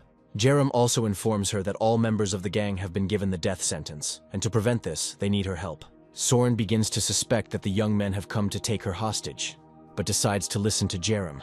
She tells him that even if she is captured, it will still be impossible to convince her grandfather. Jerem, without losing confidence, declares that he has a way. He walks over to the table where Soren is sitting and pulls a bright red magic crystal out of his pocket, placing it in front of her. Soren stares at the sparkling crystal, thinking that even if she tries to awaken, there's no guarantee she'll gain the ability. Jerem remains optimistic and confident that her skill will prove useful. Soren decides to take the crystal into her own hands, hoping that her awakening will save her grandfather's life and change the situation. Soren carefully picks up the red magic crystal. Her face lights up with surprise. Under the influence of magical energy, she feels something powerful begin to awaken inside her. The virtual system informs Jerem that Soren has received a new skill called Mediator. This skill allows her to act as a mediator in negotiations, set terms, and help reach an agreement between the parties. Soren extends her hand forward and instantly activates her new ability, forming a pact between herself and Jerem that obligates both parties to tell each other only the truth. The virtual system notifies Jerem that, according to the terms of the agreement, he is forced to tell Soren the truth, and that, if this contract is fulfilled, she will work for him for 1 month. Soren says her skills allow her to negotiate more complex contracts, including calculating numbers and setting penalties. Jerem confirms the contract. Soren becomes his subordinate for a month, during which time Jerem can give her simple commands, which she is obliged to follow. Jerem believes that with this agreement, it will not be difficult for him to convince the leader of the Hammer gang. Soren, in turn, believes that he can work with Jerem and help save his grandfather from certain death. Jerem suggests that Soren immediately go to a camp called Paradise to try to save the entire Hammer gang. Soren agrees to the guy's proposal and prepares to use his skill to help his old acquaintances to prevent their execution. When Jerem and Soren arrive at the criminal camp, they are met by a heavily guarded corridor where armed soldiers are on duty. The atmosphere in the building is tense. Each of the soldiers is watching closely what is happening. The soldiers open the door to the cell where Quaktapal is being held and, without any unnecessary emotion, inform him that he has an appointment with the leader of Squad 3. Quaktapal, with a cold and gloomy expression on his face, prepares for the upcoming meeting. Despite physical and mental wounds, his willpower remains unbreakable. Jerem confidently walks into the cell, with Pakiso and the gang leader's granddaughter walking next to him. Quaktapal, full of anger, calls the young men vile scum, as he believes they took his granddaughter hostage to put pressure on him. Having carefully examined them, he firmly declares that even in this case he will not change his decision and will not obey. He dismissively calls Jerem and Pakiso the Commander-in-Chief's watchdogs, showing his disdain. Jerem calmly replies that his granddaughter is not a hostage, but came here voluntarily to help convince him. At this moment, Soren approaches her grandfather and quietly informs him that she is now awakened and has the power to change the course of events. Quaktapal is surprised to hear of his granddaughter's awakening, and immediately asks her when it happened and what her new skills are. In response, Soren activates his ability called the Mediator and makes a pact between Jerem and his grandfather. According to the terms of the pact, both parties are obliged to tell each other the truth, and whoever breaks this rule will sneeze non-stop for 5 minutes. A virtual system screen appears next to Jerem. He carefully studies the terms of the agreement and then agrees to them. Jerem waits patiently for Quackdupal to accept the terms of the agreement, then asks the man to listen to him carefully. Quackdupal, having studied the terms of the agreement, agrees, being satisfied that Jerem will tell only the truth. The leader of the Hammer Gang gives his consent, and the virtual system notifies him that the agreement has entered into force. Jerem calmly tells Quackdupal that if he lies, the man will know immediately due to the terms of their agreement. Quackdupal, still confident in his decision, declares that it is impossible to convince him otherwise, no matter what Jerem tries to say.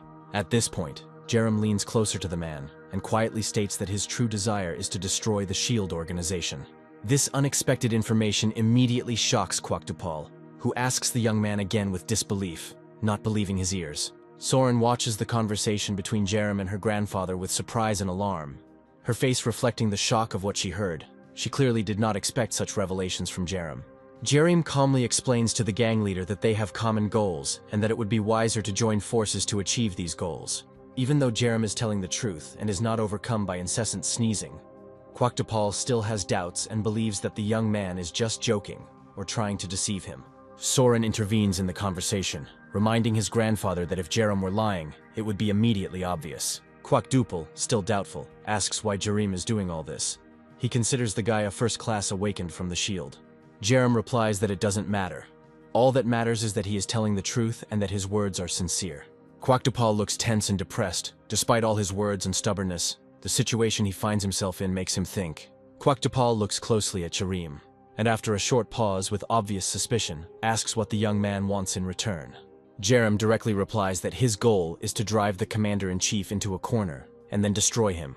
Quackdupal, hearing this, says that he knows about Jerem's incredible strength, but believes that Sancheon is much stronger than he can imagine. The gang leader says that he fought with the commander-in-chief more than once, and in one of the last battles, Sancheon used the life force of 100 people. Sancheon unleashed such a devastating blow that it caused massive damage to the transforming car that Quackdupal himself was in. The commander-in-chief slowly approaches the destroyed car, inside which is the leader of the Hammer Gang. Sancheon, looking with hatred at the rank-and-file members of the gang, contemptuously calls them vile insects. With his incredible strength, he destroys them in a matter of seconds, leaving no chance of salvation. Quackdupal tells Jerem and Soren that he only survived that battle because his comrades sacrificed themselves to cover him. The man emphasizes that Sancheon is very strong and used less than half of his true power in that fight. Jerem, surprising Quackdupal, declares that he has a trump card. The guy confidently says that he knows the future, which puts him in a special position in the upcoming fight. Quackdupal and Soren look at Jerem in disbelief after his claim to know the future, both of their faces expressing surprise and worry, their thoughts clearly confused. Jerem calmly informs a stunned Quackdupal that he knew about Soren's innate skills and potential all along. Soren, turning to his grandfather, says that if Jerem had lied, he would have started sneezing non-stop a long time ago, according to the terms of their agreement. Despite these words, Quackdupal still cannot believe that the young man really has the ability to foresee the future. Jerem clarifies that he has many secrets, but his vision of the future is not a skill that he possesses. The guy clearly understands that Sancheon turned out to be much stronger than he could have imagined. Quackdupal, silently watching Jerem, ponders over what he heard. The man begins to lean towards the fact that if Jerem is telling the truth, perhaps it is worth trying to follow his plan. The gang leader leans forward and asks the young man in a quiet voice what his name is. The guy, his head held high, calmly tells the leader that his name is Jerem. Quackdupal, hearing this, says that he will remember his name and announces that from now on, he has a new brother. The virtual system notifies Jerem that Quackdupal and his granddaughter's favor has reached its limit, and he can now obtain the skills Transport Alteration and Broker. The space around him is instantly filled with bright red energy, and Jerem understands that today has truly brought him valuable gifts. The duty officer reports to the commander-in-chief that the leader of Detachment Number 3 has arrived. Jerem enters the office, approaches the table where Sancheon is sitting, and confidently announces that he has managed to convince the bandit leader to join. Sancheon jumps up from the table abruptly, slamming his hand on the surface. He is unable to hide his surprise and emotions. He sincerely does not understand how Jerem was able to convince the stubborn and unyielding leader of the gang so quickly. Jerem, with a smile on his face, calmly answers the commander-in-chief that he had no chance of failure, and the bandit accepted all the proposed conditions without hesitation.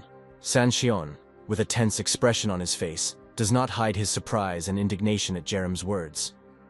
He did not expect that the young man would be able to achieve success so quickly, and now his emotions do not allow him to calmly think about what happened.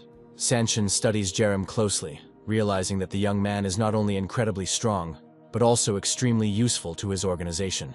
He notes that Jerem handled a very difficult task and saved him from a serious problem. Jerem bows his head to the commander-in-chief with feigned humility, expressing gratitude for the attention shown and high appreciation of his efforts.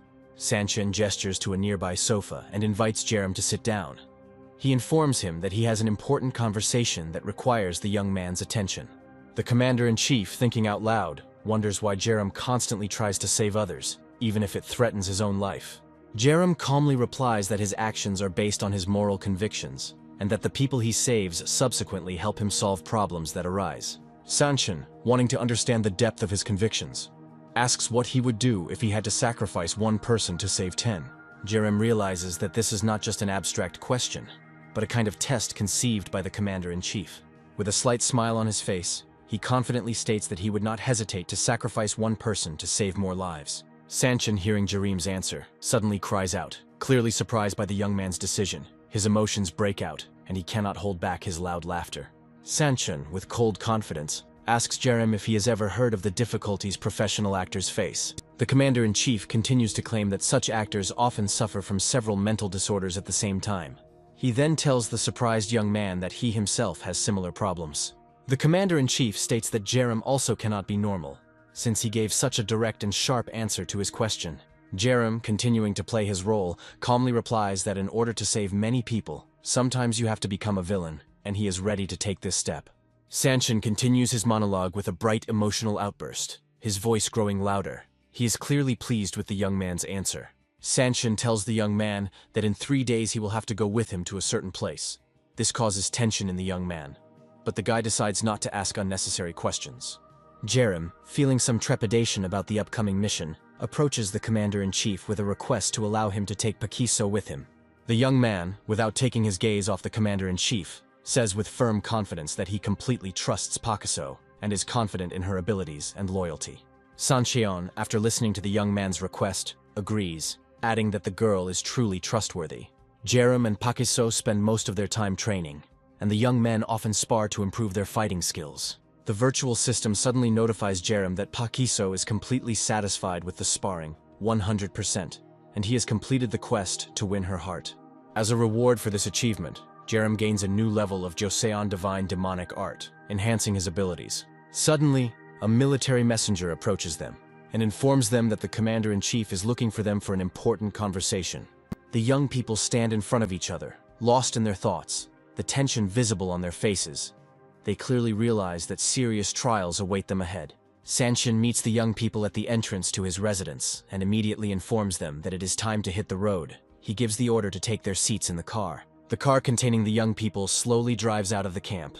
After a while, the car comes to a smooth stop. Sancheon, having looked around, informs the young people that they have arrived at the right place. In front of them stands a massive stone structure, representing an ancient gate. The young people, following Sancheon, pass through a massive gate and find themselves in a dark underground tunnel that stretches far ahead. They move forward slowly, feeling the cold and darkness. Sancheon approaches a huge metal door and tells the young people that today, he will show them the source of hope for all humanity. The soldiers standing guard at the door notice the commander-in-chief and respectfully salute him, demonstrating their respect and discipline. Approaching the massive doors, Sancheon says that behind them lies a place full of hope for the future. The young people enter the room and are amazed to see a huge number of flasks with zombies inside, surrounded by many scientists who are focused on various experiments. Sancheon excitedly explains that this is a research lab created specifically to study the awakened and their capabilities. The commander-in-chief, full of enthusiasm, challenges the young men to show courage and happily invites them to go deeper into the laboratory. However, the young people do not share his enthusiasm. They tensely walk past the endless vessels containing ugly zombies, which makes them feel disgusted and anxious. Jerem is surprised to realize that the scale of zombie research and the seriousness with which the organization is conducting this research turned out to be much greater than he could have imagined. Sancheon believes that such research is absolutely necessary to understand the nature of the threat and be prepared for what may happen in the future. Soon they come to a huge armored door equipped with a powerful locking system. Sancheon confidently places his finger on the scanning device located on the door to open it. A quiet hissing sound is heard. The heavy metal doors slowly begin to open, and a scientist appears in front of the young people, carefully studying the results of the latest research. Jerem, trying to remain calm, instantly recognizes this man. The scientist's name is Suhan. He holds the position of director of a research institute. This man has long been on Jerem's blacklist, which makes him internally wary. Suhan greets the commander-in-chief. Sancheon immediately asks how things are going in the lab, hoping to hear a positive report. Suhan expresses his gratitude to the commander-in-chief for providing first-class conditions and necessary resources, and is pleased to report that the research is progressing well thanks to such generous support. The scientist then asks Sancheon with interest who these young people were who came with him, to which the commander-in-chief proudly replies that these are the new shield heroes he told the scientist about last time. Suhan addresses the young men, saying that he has heard a lot about their outstanding fighting skills and is amazed by their reputation. The scientist introduces himself to the protagonist, respectfully explaining that he is the one responsible for the operation of this research laboratory for the awakened. At that moment, the guy instantly activates his analyst skill, scanning Suhan. The virtual system immediately informs him that a mad scientist is standing in front of him. Jerem concludes that it was Suhan who probably created the horrific creature they encountered in the hospital. Maintaining politeness, Jerem tells the scientist that he is pleased to meet him, and introduces his companion Pakiso. Sancheon, with obvious pride in his voice, tells the young people that today they will have the opportunity to see a new human race. However, Suhan, mistrusting the young people he sees for the first time, asks the commander-in-chief whether it is worth putting on such an important demonstration. Sancheon confidently replies that there is no cause for concern, and these young people can be trusted with classified information without fear. Suhan, unwilling to argue with the commander-in-chief, and with obvious displeasure, invites everyone to follow him to continue the demonstration. Approaching the scanning device, the scientist places his hand to open the doors to the secret room. Inside the room, two massive glass flasks appear, in which enormous mutated people rest. Their size inspires fear, and the strange changes in their bodies emphasize the abnormality of their nature. Pakiso, seeing what is happening in front of him, is very surprised. His eyes are wide open, and his face expresses bewilderment and anxiety. Jerem activates his analytical skill to figure out what's going on, and is surprised to learn that the two huge creatures in the flasks are actually siblings. The protagonist continues to carefully scan the two massive bodies inside the flasks, using his analytical skill. Jerem asks the commander-in-chief a question, trying to understand who the people in the glass flasks really are. Sancheon calmly explains that before him are the results of an ambitious project known as the New Human Race. He tells Jerem that these two people are siblings who voluntarily agreed to become part of this experiment, becoming volunteers for the project. Sancheon sees a future in combining the strength and endurance of mutants with the intelligence of humans, which he believes will lead to the creation of the perfect being. Jerem realizes that if the SHIELD scientists succeed in bringing this project to life, it will forever change the direction of human evolution. Sancheon adds that the volunteers were injected with mutant blood, and the changes that occurred in their bodies were successful, confirming the success of the experiment.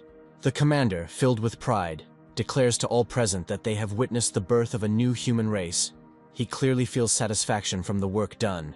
However, Jerem considers these scientists to be insane, because they brought such a terrible and dangerous project to life. Recalling his nightmares, the young man sees before his eyes scenes where innocent people became victims of the SHIELD organization's inhumane experiments. After the prisoners were injected with mutant blood, their bodies began to undergo horrific changes, and they began to swell and transform into hideous shapes. These forms were extremely unstable, and after short, agonizing moments, the subjects would die, exploding from the inside and spraying their blood and flesh throughout the laboratory. Jerem asks how scientists manage to avoid the many problems associated with introducing mutant blood, which usually results in rejection and death of the test subjects. Suhan begins to explain that overcoming the rejection required extremely high survivability of the test subjects. The scientist exchanges glances with the commander-in-chief for a moment, and seeing his approval, continues his story. Suhan reveals the main secret, and reports that the key element in their experiments was a mysterious root that unexpectedly appeared and significantly helped advance their research. Jerem and Pakiso listen attentively to Suhan's story, their faces reflecting a mixture of disbelief and concern. Suhan invites the young people into the next room, where they can learn all the details about the mysterious root. He promises to tell them in detail about its origin, properties, and role in their experiments. Pakiso looks alarmed and clearly uncomfortable, her facial expression showing a mixture of worry and tension due to what she has learned and heard. In front of the young people there is a creepy organism, which is the very root that the scientists spoke of. This root is covered with thorns and strange outgrowths resembling tentacles, giving it an ominous appearance. Sanshin asks everyone to pay attention and proudly introduces humanity's new hope, a being known as Root. Jerem instantly accesses the virtual system and activates his analyst skill to learn more about the creature. The system informs him that despite the enormous size of this vile creature, it is only a single cell, which causes Jerem serious concerns. He begins to think that the appearance of this root and the zombies happened at the same time, which cannot be a simple coincidence. The protagonist asks the commander-in-chief a question. The guy asks him to explain what this strange creature is and what its true purpose is. Sanxian confidently replies that the root is a miracle that can save many lives, but it will require sacrifices from some people. Suhan, with a serious expression on his face, informs those present that it is time to feed the root. He walks up to the sensor device on the wall and places his hand on it, activating the mechanism. The floor in the room where Root is located begins to slide apart, and after a few moments, a small elevator rises upward. The elevator delivers a bound man into the room, who looks doomedly at those standing on the other side of the protective glass. Realizing his sad fate, and understanding that he will become the next victim for this monstrous creature to feed on. Pakiso is overcome with shock and anger. She cannot believe that these terrible people are going to feed a living person to such a vile monster. Suhan, noticing her reaction, calmly tells the young people that the man in the room with Root is a criminal who once killed and robbed ordinary citizens, and therefore he deserves to die. At that moment, the huge monster, the Root, begins to move, making disgusting chomping sounds, and slowly approaches the tied-up man, preparing to devour him. The monster opens its horrific jaws, filled with razor-sharp teeth, creating a truly terrifying sight, its predatory mouth gaping open, ready to devour its victim. The tied-up man begins to twitch and scream in a desperate attempt to escape, but the gag on his mouth does not allow him to make a sound. A moment later, the monster pounces on him and in one movement tears his body into small pieces, sprinkling the protective glass with blood and pieces of flesh. The Root consumes the man's body with incredible speed, leaving only a large pool of blood on the floor. At this time, Jerem notices that a small, brightly glowing yellow ball begins to emerge from the inside of the Root. He instantly activates his analytical skill to scan this strange object. The virtual system informs him that this ball is nothing more than monster excrement. Suhan proudly explains that this item, which they call the Life Stone, can significantly increase survivability, even surpassing that of zombies. He assures that despite its strange appearance and disgusting taste, this material is completely safe for internal consumption. Sancheon expands on the story, explaining that this root secretion not only increases vitality, but also helps significantly reduce rejection when scientists inject mutant blood into humans. Suhan continues to speak, sharing information that it was thanks to this substance that they were able to advance in experiments to create a new human race. Sancheon excitedly turns to Jerem, asking if he admires the impressive results they have achieved in this lab. Jerem stands thoughtfully, pondering intensely over what he has heard, trying to comprehend the scale of the discoveries and experiments that Suhan and Sancheon spoke of. Jerem approaches the commander-in-chief and says that the information received must be carefully concealed, otherwise rumors could quickly spread and cause great unrest and panic in society. Jerem and the commander-in-chief look at each other, a mutual understanding emerging between them regarding the importance of maintaining the secrecy of this project. The commander-in-chief reacts to Jerem's words with visible satisfaction, noting that he always knew that the boy would understand him correctly and did not expect any other reaction from him. Sancheon, clapping Jerem on the shoulder, casts a quick glance at the scientist, making it clear that they have now acquired new allies in the form of young people. Suhan is pleased to note that the number of reliable comrades in arms is steadily growing, which makes him very happy. The virtual system suddenly notifies Jerem that the lab director's favor has reached the required level, and now the skill called transmission can be activated. Jerem learns that the scientist has a skill called biotechnology, but he does not yet understand what this ability is and how to use it.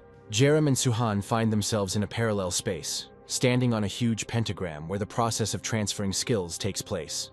The virtual system informs Jerem that the skill has been successfully transferred, and he now has the ability to manipulate the cells of his body with mana. After this, Jerem asks the commander-in-chief a question, wondering if the stone that secretes the root has any side effects. Sanchen confidently replies that there are virtually no side effects, and he himself has been using this substance for a long time without any negative consequences. With these words, the commander-in-chief hands Jerem the stone allocated by the root and invites him to test its effects on himself.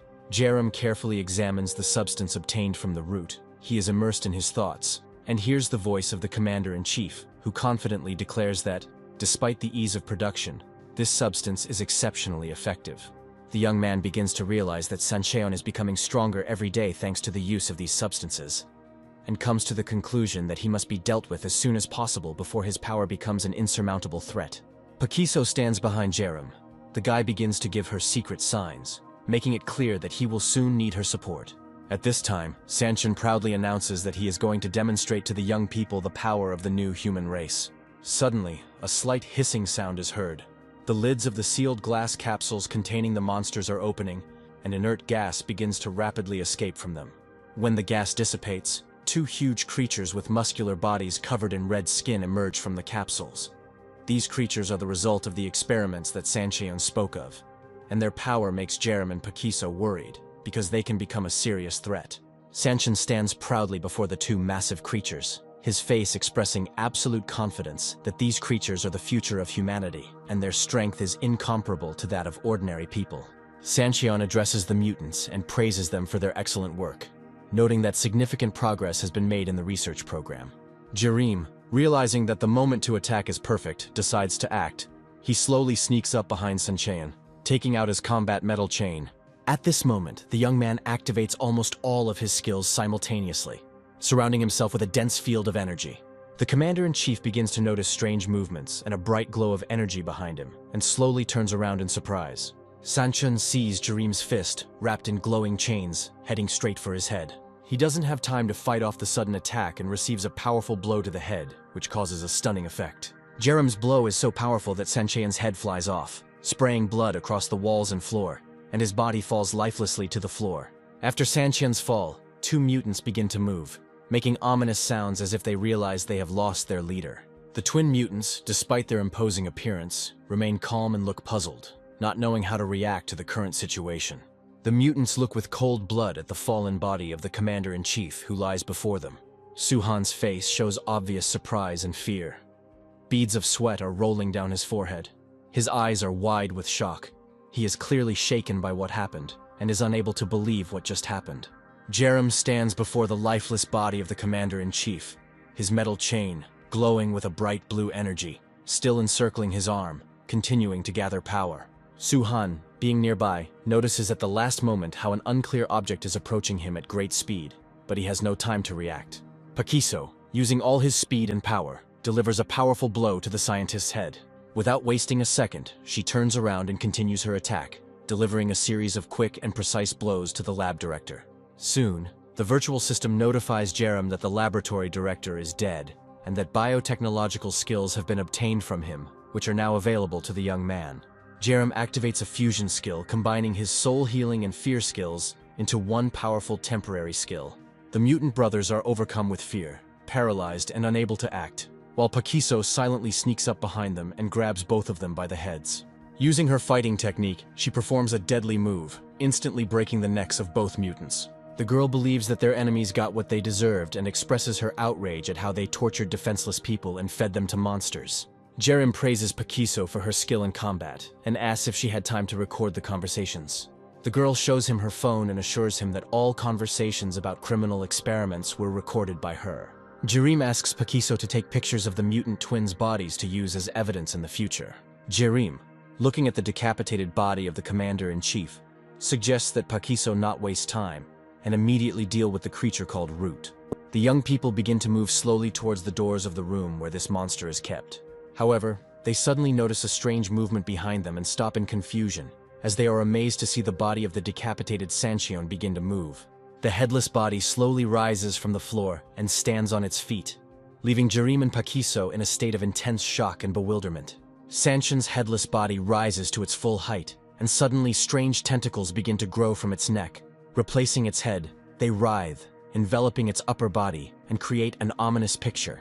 From within Sancheon's regenerating body, a distorted voice filled with rage emerges, cursing Jerem and demanding to know how he dared to do such a thing.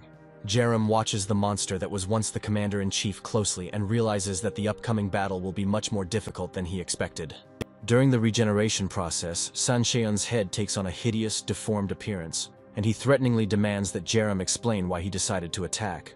Jerem, with a smile on his face, calmly replies that the reason is simple. Sancheon is disgusting and greedy, which was his fatal mistake. Sancheon's head has regenerated, but has acquired a terrifying, inhuman appearance. His malice and hatred are now clearly visible on this terrible form. He is ready to continue his fight with Jerem, and is determined to avenge the defeat inflicted on him.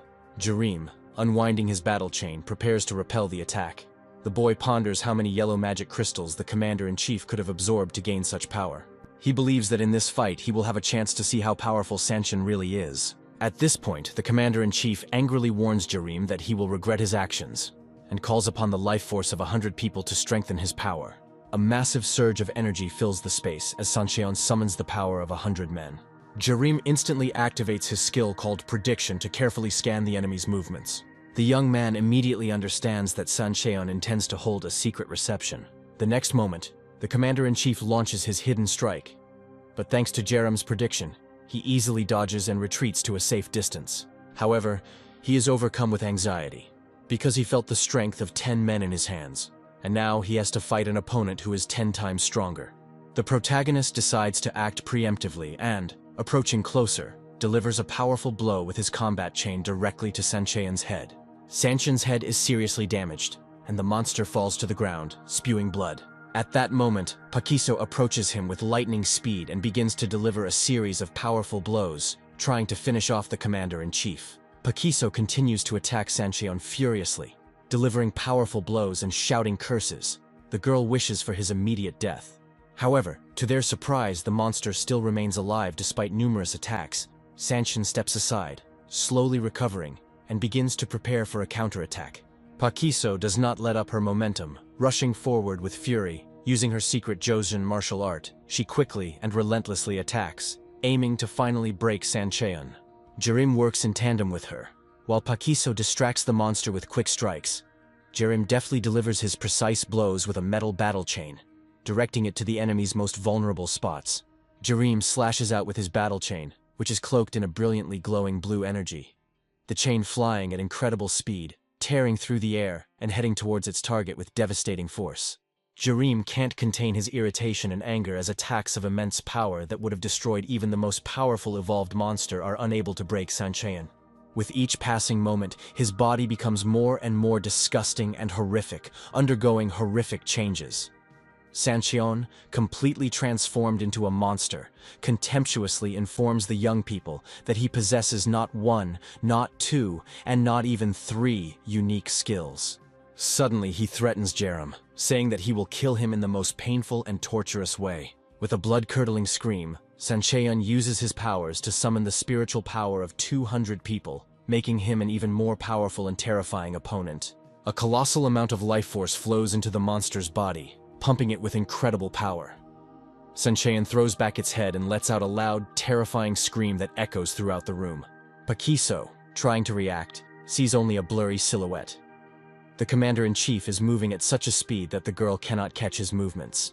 In the blink of an eye, Sancheon is at her side, deftly blocking her defensive blocks and delivering a crushing blow that sends her flying back. Meanwhile, Jerem calls the virtual system and tries to activate a skill called Analytics to assess the situation, but is unable to obtain the data. The commander-in-chief moves towards him with lightning speed and delivers a series of powerful blows, unleashing all his fury on the young man, giving him no chance to defend himself. Sancheon displays incredible skill in combat, easily deflecting defensive blocks and moving forward with lightning speed to deliver a devastating blow. Jerem struggles to contain the monster's relentless and deadly attacks, his mind consumed by despair, as he cannot remember the last time he encountered such terrifying and boundless power. Sancheon, without weakening his pressure, advances towards the guy, repeating over and over again the single word, "Die." At this tense moment, the laboratory door bursts open with a bang, and a squad of soldiers from the military organization SHIELD bursts into the room, starting to loudly call out for the commander-in-chief, trying to find him in the chaos. What appears before them is a terrifying scene of young people struggling to survive, fighting for their lives as a huge, furious monster attacks them in a rage. Sanshin slowly turns its head towards the soldiers, who are carefully and methodically moving forward, hiding behind massive armor shields, and makes ominous sounds. The next moment, Sancheon, letting out a heart-rending, terrifying cry, rushes at the squad with incredible speed, intending to crush the soldiers. Before them stand panicked fighters, covering themselves with shields, their faces distorted with fear, their eyes clearly aware of the impending threat. The next moment, Sanshin reaches the group of soldiers standing at the entrance with incredible speed, and delivers a blow with terrifying force that cuts them in half. Sanshin makes inhuman, eerie sounds, his voice trembling with malice and bestial rage. He raises the severed arm of one of the soldiers above his head. The commander-in-chief begins to chomp and greedily devour the severed limb, satisfying his bloodthirsty rage. The soldiers standing nearby are tense to the limit. Their faces are pale with fear. They tightly clutch their weapons in their hands, realizing how helpless they are in the face of the forces with which they must fight. The commander-in-chief suddenly begins to rapidly increase in size, his body instantly filling with incredibly powerful, enormous muscles. The soldiers, overcome with panic and fear, simultaneously open fire from their machine guns, aiming their weapons at the monster approaching them. Sanshin suddenly pushes off the ground with such speed that he instantly disappears from the spot where he was just standing, leaving the soldiers in complete confusion. They start turning their heads, trying to figure out where the monster that was right in front of them just a moment ago could have disappeared to. Suddenly, Sancheon appears behind them and instantly grabs the two soldiers with a powerful grip around the neck, his hands squeezing them with unrelenting force. The commander-in-chief lifts the soldiers high above his head, his angry roar deafening everyone around him, and then, without the slightest effort, he breaks both of their necks. One of the soldiers is terrified. He can't believe what just happened, his expression reflecting absolute fear of what he sees. The commander-in-chief, with terrifying force, brings down a fatal blow on one of the soldiers, tearing his body into pieces, blood flying in all directions. The bodies of the dead soldiers are scattered everywhere. Jareem looks at the commander-in-chief with hatred and anger, realizing that it will be incredibly difficult to deal with him, because his powers exceed all expectations. The young man decides to request the help of a virtual system, intending to activate a skill called fusion in order to combine two skills and create something more powerful. Jareem asks the system to quickly select two skills that will help him destroy a dangerous monster in the shortest possible time, without giving the enemy time to counterattack. The virtual system offers him the use of a yellow magic stone, which can significantly enhance the power of any chosen skill. Once activated, the system informs Jerem that it has combined its analysis and biotechnology skills, creating a temporary skill that will allow the young man to mimic his opponent's abilities, copying their strength. The virtual screen displays a message stating that Jerem now has the ability to analyze his target's body and copy its abilities for use in combat. Without wasting any time, Jerem immediately activates the mimicry skill and begins to analyze the commander-in-chief, hoping for instant results. The next moment, his body bursts into a bright blue flame, and the boy feels how significant changes begin to occur in his body, filling him with both strength and unbearable pain. During the transformation, the system informs that the process can be sped up by using a sample from the enemy's body, which will allow the changes to be completed more quickly. Jerem looks around the lab for a suitable sample and notices body parts nearby that previously belonged to the commander-in-chief. Making a quick decision, he takes one of these parts in his hand, which dramatically speeds up the transformation process. His body begins to rebuild at an even greater speed. The virtual system informs him that the pattern has been accepted, and the process of imitation is in full swing, promising the transformation to be completed soon. At this time, Jerem falls to his knees, clenching his teeth from the sharp pain that pierces his body, trying to hold back and not scream from the unbearable sensations. The Sanshin completely consumes the soldier's severed arm and slowly licks its grisly paw, savoring the taste of its prey. With a feeling of triumph, he raises his hands up and lets out a joyful cry, announcing that his strength has now been restored and he feels great. With its disgusting tongue lolling from its ugly mouth, the monster turns to Jerem and mockingly asks if he has any last words before he dies. At this time, Jerem's body is enveloped in a bright blue glow of energy. Turning to the monster, he calmly replies that Sancheon should ask himself this question. The commander-in-chief begins to laugh terribly, his laughter filled with contempt. He calls Jerem impudent and insolent for being so confident in the answer. The next second, Sanshin lunges forward with terrifying speed, raising its massive paw for a powerful blow, intending to tear the guy apart. Having acquired the skill of mimicry, Jerem easily dodges the Commander-in-Chief's swift attacks, demonstrating incredible agility, and delivers a powerful blow to the enemy's body. Sanshun, who did not expect such a development, cannot hide his surprise, not understanding how Jerem was able to break through his strong defense. Taking advantage of the moment of confusion, the guy continues to attack relentlessly, raining down furious blows on the monster, each of which throws the Commander-in-Chief further and further away. Jerem doesn't stop for a second, getting closer to the enemy with each strike, continuing to increase the pace and overwhelming the enemy with his pressure. Suddenly, a powerful explosion occurs, destroying Sancheon's body, turning him into a formless and frightening creature. Jerem, without giving the monster a moment to recover, activates additional skills, and gathering all his strength, delivers a crushing blow that causes another colossal explosion, finally throwing the remains of the Commander-in-Chief aside. Sancheon crashes into the wall with incredible speed after a powerful blow, leaving a dent and huge cracks that spread across the entire surface. Jerem, standing over him, calmly says that now his opponent can say the last word before his inevitable death. However, instead of fear, Sancheon opens his terrifying mouth wide and laughs loudly, mocking Jerem and noting that he surprised him with his fighting skills. At this point, the monster begins to quickly recover, its torn limbs instantly regenerating. Sancheon slowly moves towards the young man, declaring that it is time to teach him a lesson. Sancheon's head begins to change, losing its humanoid form, its face becoming increasingly frightening. The monster declares that they will now fight for real, and calls upon the life force of 500 people. Jerem's face reflects a mixture of determination and tension, his gaze focused on his opponent. He is clearly ready for the next move despite all the danger. The Commander-in-Chief's body is rapidly mutating, losing its former humanoid form and turning into something formless, resembling a giant biomass. This monstrous mass emits terrifying, inhuman screams that echo throughout the laboratory and slowly begins to approach Jerem. Suddenly, a part of Sancheon's body bursts open, and countless tentacles burst out from within, writhing in the air. The Commander-in-Chief's body almost completely loses its human form, turning into a tentacle-covered mass, dotted with many huge, sinister eyes that follow Jerem's every move. The virtual system informs the young man that his opponent has undergone a significant transformation, but thanks to the skill of imitation, Jerem's own powers have also increased significantly. Despite the surge of energy, the boy experiences unbearable pain, barely holding back from screaming. The vile creature, shaking its tentacles, slowly and menacingly moves forward, preparing for a new attack.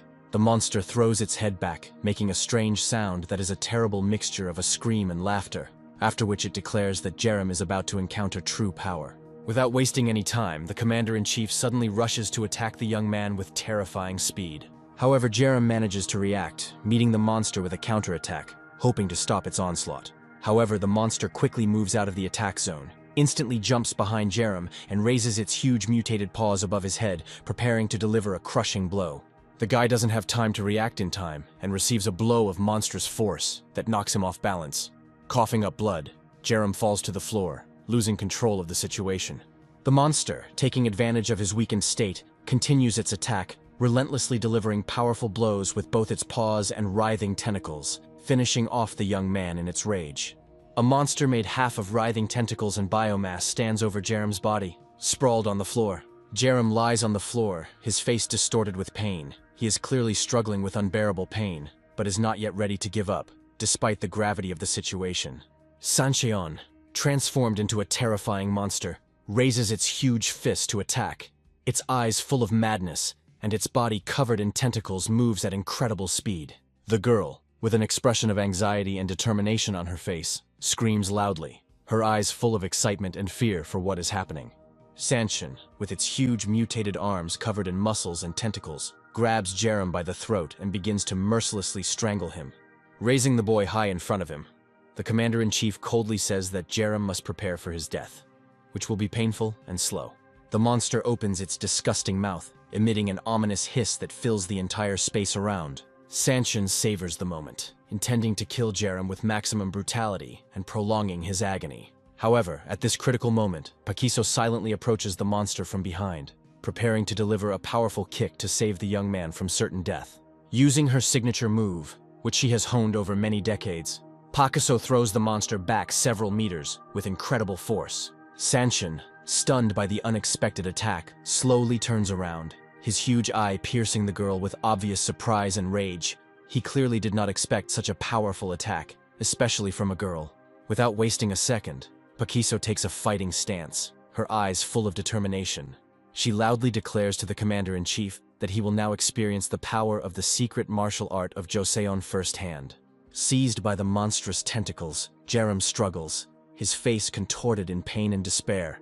Sancheon looks at his victim with a disgusting grin, reveling in his superior strength.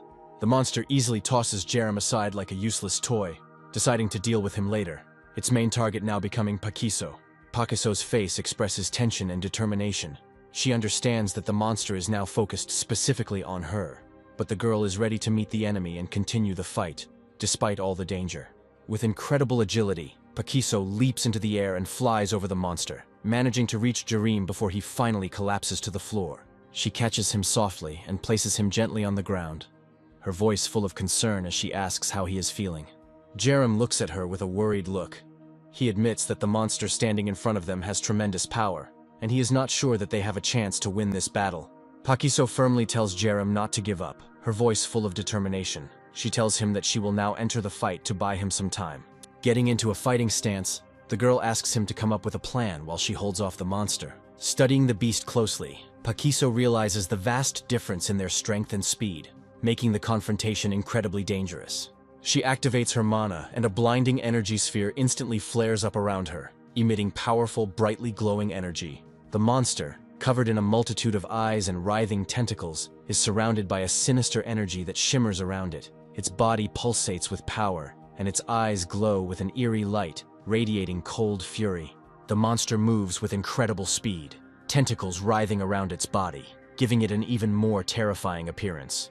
It directs all its strength into one decisive blow, seeking to destroy its opponent. Pakiso's gaze is filled with absolute determination and concentration. Her eyes are full of confidence. A bright blue energy flares around the girl. She is going to use it in the confrontation with the monster. Pakiso prepares for the final attack, her stance filled with inner strength, streams of blue energy swirling around her, growing ever more intense. Pakiso knows she can't defeat the monster in a direct confrontation, so she exploits her opponent's weaknesses, deftly dodging and parrying his furious blows. Using secret techniques of the Joseon martial art, the girl skillfully repels the commander-in-chief's numerous attacks, demonstrating exceptional skill. The creepy monster looks at her with surprise and irritation. He clearly did not expect to meet in her such a strong and agile opponent who is capable of withstanding his rage. Pakiso gathers all his strength into a fist surrounded by bright blue energy and, with a powerful cry, rushes forward, preparing to deliver the finishing blow. Pakiso manages to break through Sancheon's defense, dealing him a powerful blow that knocks the monster aside. A huge hole instantly appears in the monster's body, but it begins to quickly regenerate, its tentacles hissing and writhing, healing the wound. Sancheon looks at the girl with a creepy grin and begins to laugh an inhuman, wild laugh. A moment later, he attacks again, raining down multiple blows on Pakiso with his tentacles that grow straight out of his back. But thanks to the Joseon art, Pakiso manages to deftly maneuver and evade every blow. At this time, the virtual system informs Jerem that he is witnessing a high-class martial art in action, and soon his own understanding of divine demonic art will greatly increase. Jerem struggles to get up from the floor, unable to hide his surprise at the fact that Pakiso is fighting on equal terms with a monster that has summoned the spiritual power of 500 people. He sees how the girl not only deftly dodges fatal blows, but also successfully launches counterattacks against the commander-in-chief. Once again, she manages to break through the monster's defenses and deal a crushing blow to its shapeless biomass-like carcass. Each of her blows inflicts significant damage on the monster. Under the pressure of Pakiso, the monster loses its balance and flies back at great speed. After another powerful counterattack, Pakiso jumps back to an advantageous position and freezes for a moment, waiting for the monster's reaction. At this time, Jerem watches as pieces of the flesh of the monster that was once the commander-in-chief fly around the room. Without wasting any time, the guy decides to use his synthesis ability and grabs one of the pieces of the monster's flesh. Jerem, overcome with energy, clutches a glowing piece of monster flesh in his hand. A powerful red glow flares around him. His body is pierced by incredible forces, and his face is distorted with pain and tension. Jerem experiences excruciating pain as his body is filled with the life force of 500 people, every cell of his being overflowing with power. Meanwhile, Sancheon quickly recovers from the damage he sustained, laughing loudly and declaring that he hasn't experienced such pleasure in a fight in a long time. However, his confidence quickly turns to shock when a sudden blow cuts his body in half. Jerim, using the synthesis skill, rushes at the monster, bringing down a series of crushing blows on it, which continue to inflict significant damage to the monster. Pakiso, seeing this, is unable to contain her joy. The girl smiles, glad that Jerim has not only recovered, but also entered the fight again. The guy bends down and picks up a huge chunk of the Commander-in-Chief's body from the floor. At this moment, the space is illuminated by a bright red light.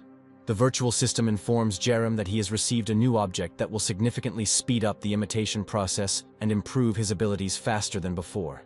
Gaining immense power through his fusion ability, Jerim fearlessly charges at Sancheon, unleashing a series of powerful blows that the beast is unable to parry.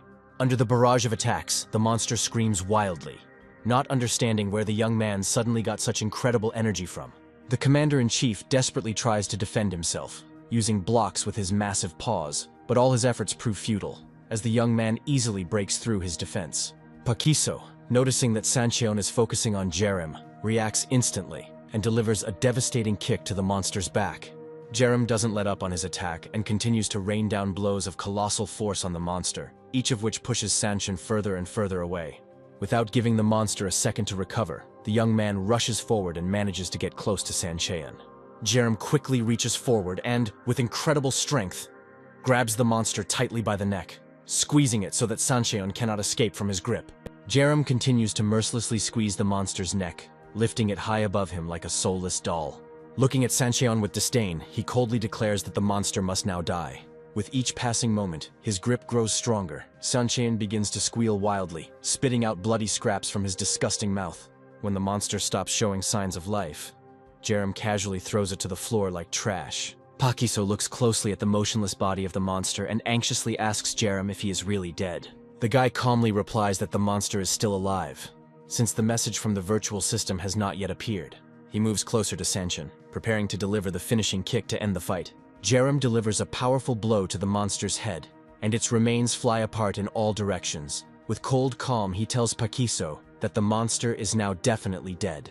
At this point, Sancheon's body begins to rapidly disintegrate into biomass, and its surface is engulfed in bright flashes of energy that slowly fade away. Jerim watches this process. The virtual system informs him that soon his body will begin to change noticeably. In addition, the system informs that he has received a new skill called Recovery. Jerim looks closely at his previously injured arm and is surprised to realize that his body is now capable of regenerating in just minutes. Pakiso, not understanding what exactly is happening, feels that some changes have occurred with Jerim and asks him about it with concern. Jerim calmly replies that these are small things that are not worth worrying about, and immediately changes the subject, asking if she is okay and if the girl was injured. Pakiso is clearly unhappy with his evasive answer, her gaze filled with suspicion as she looks at him. Soon the young people reach a room where a creature called a root is located. Pakiso shares her impressions and says that this thing seems familiar to her. When the young men go inside, they are surprised to discover that the floor of the room has been breached and the creature has dug a huge tunnel to escape. Jerim believes that the monster could not have gone far in such a short time. The guy suggests immediately setting out in pursuit. Without hesitation, the young people jump into the huge tunnel and begin to fall rapidly downwards. A moment later, they find themselves in a huge sewer shaft and are running in the direction where the monster disappeared. Pakiso expresses his surprise, sharing with Jerim his thoughts on how, despite its apparent clumsiness, the monster is capable of moving at incredible speeds.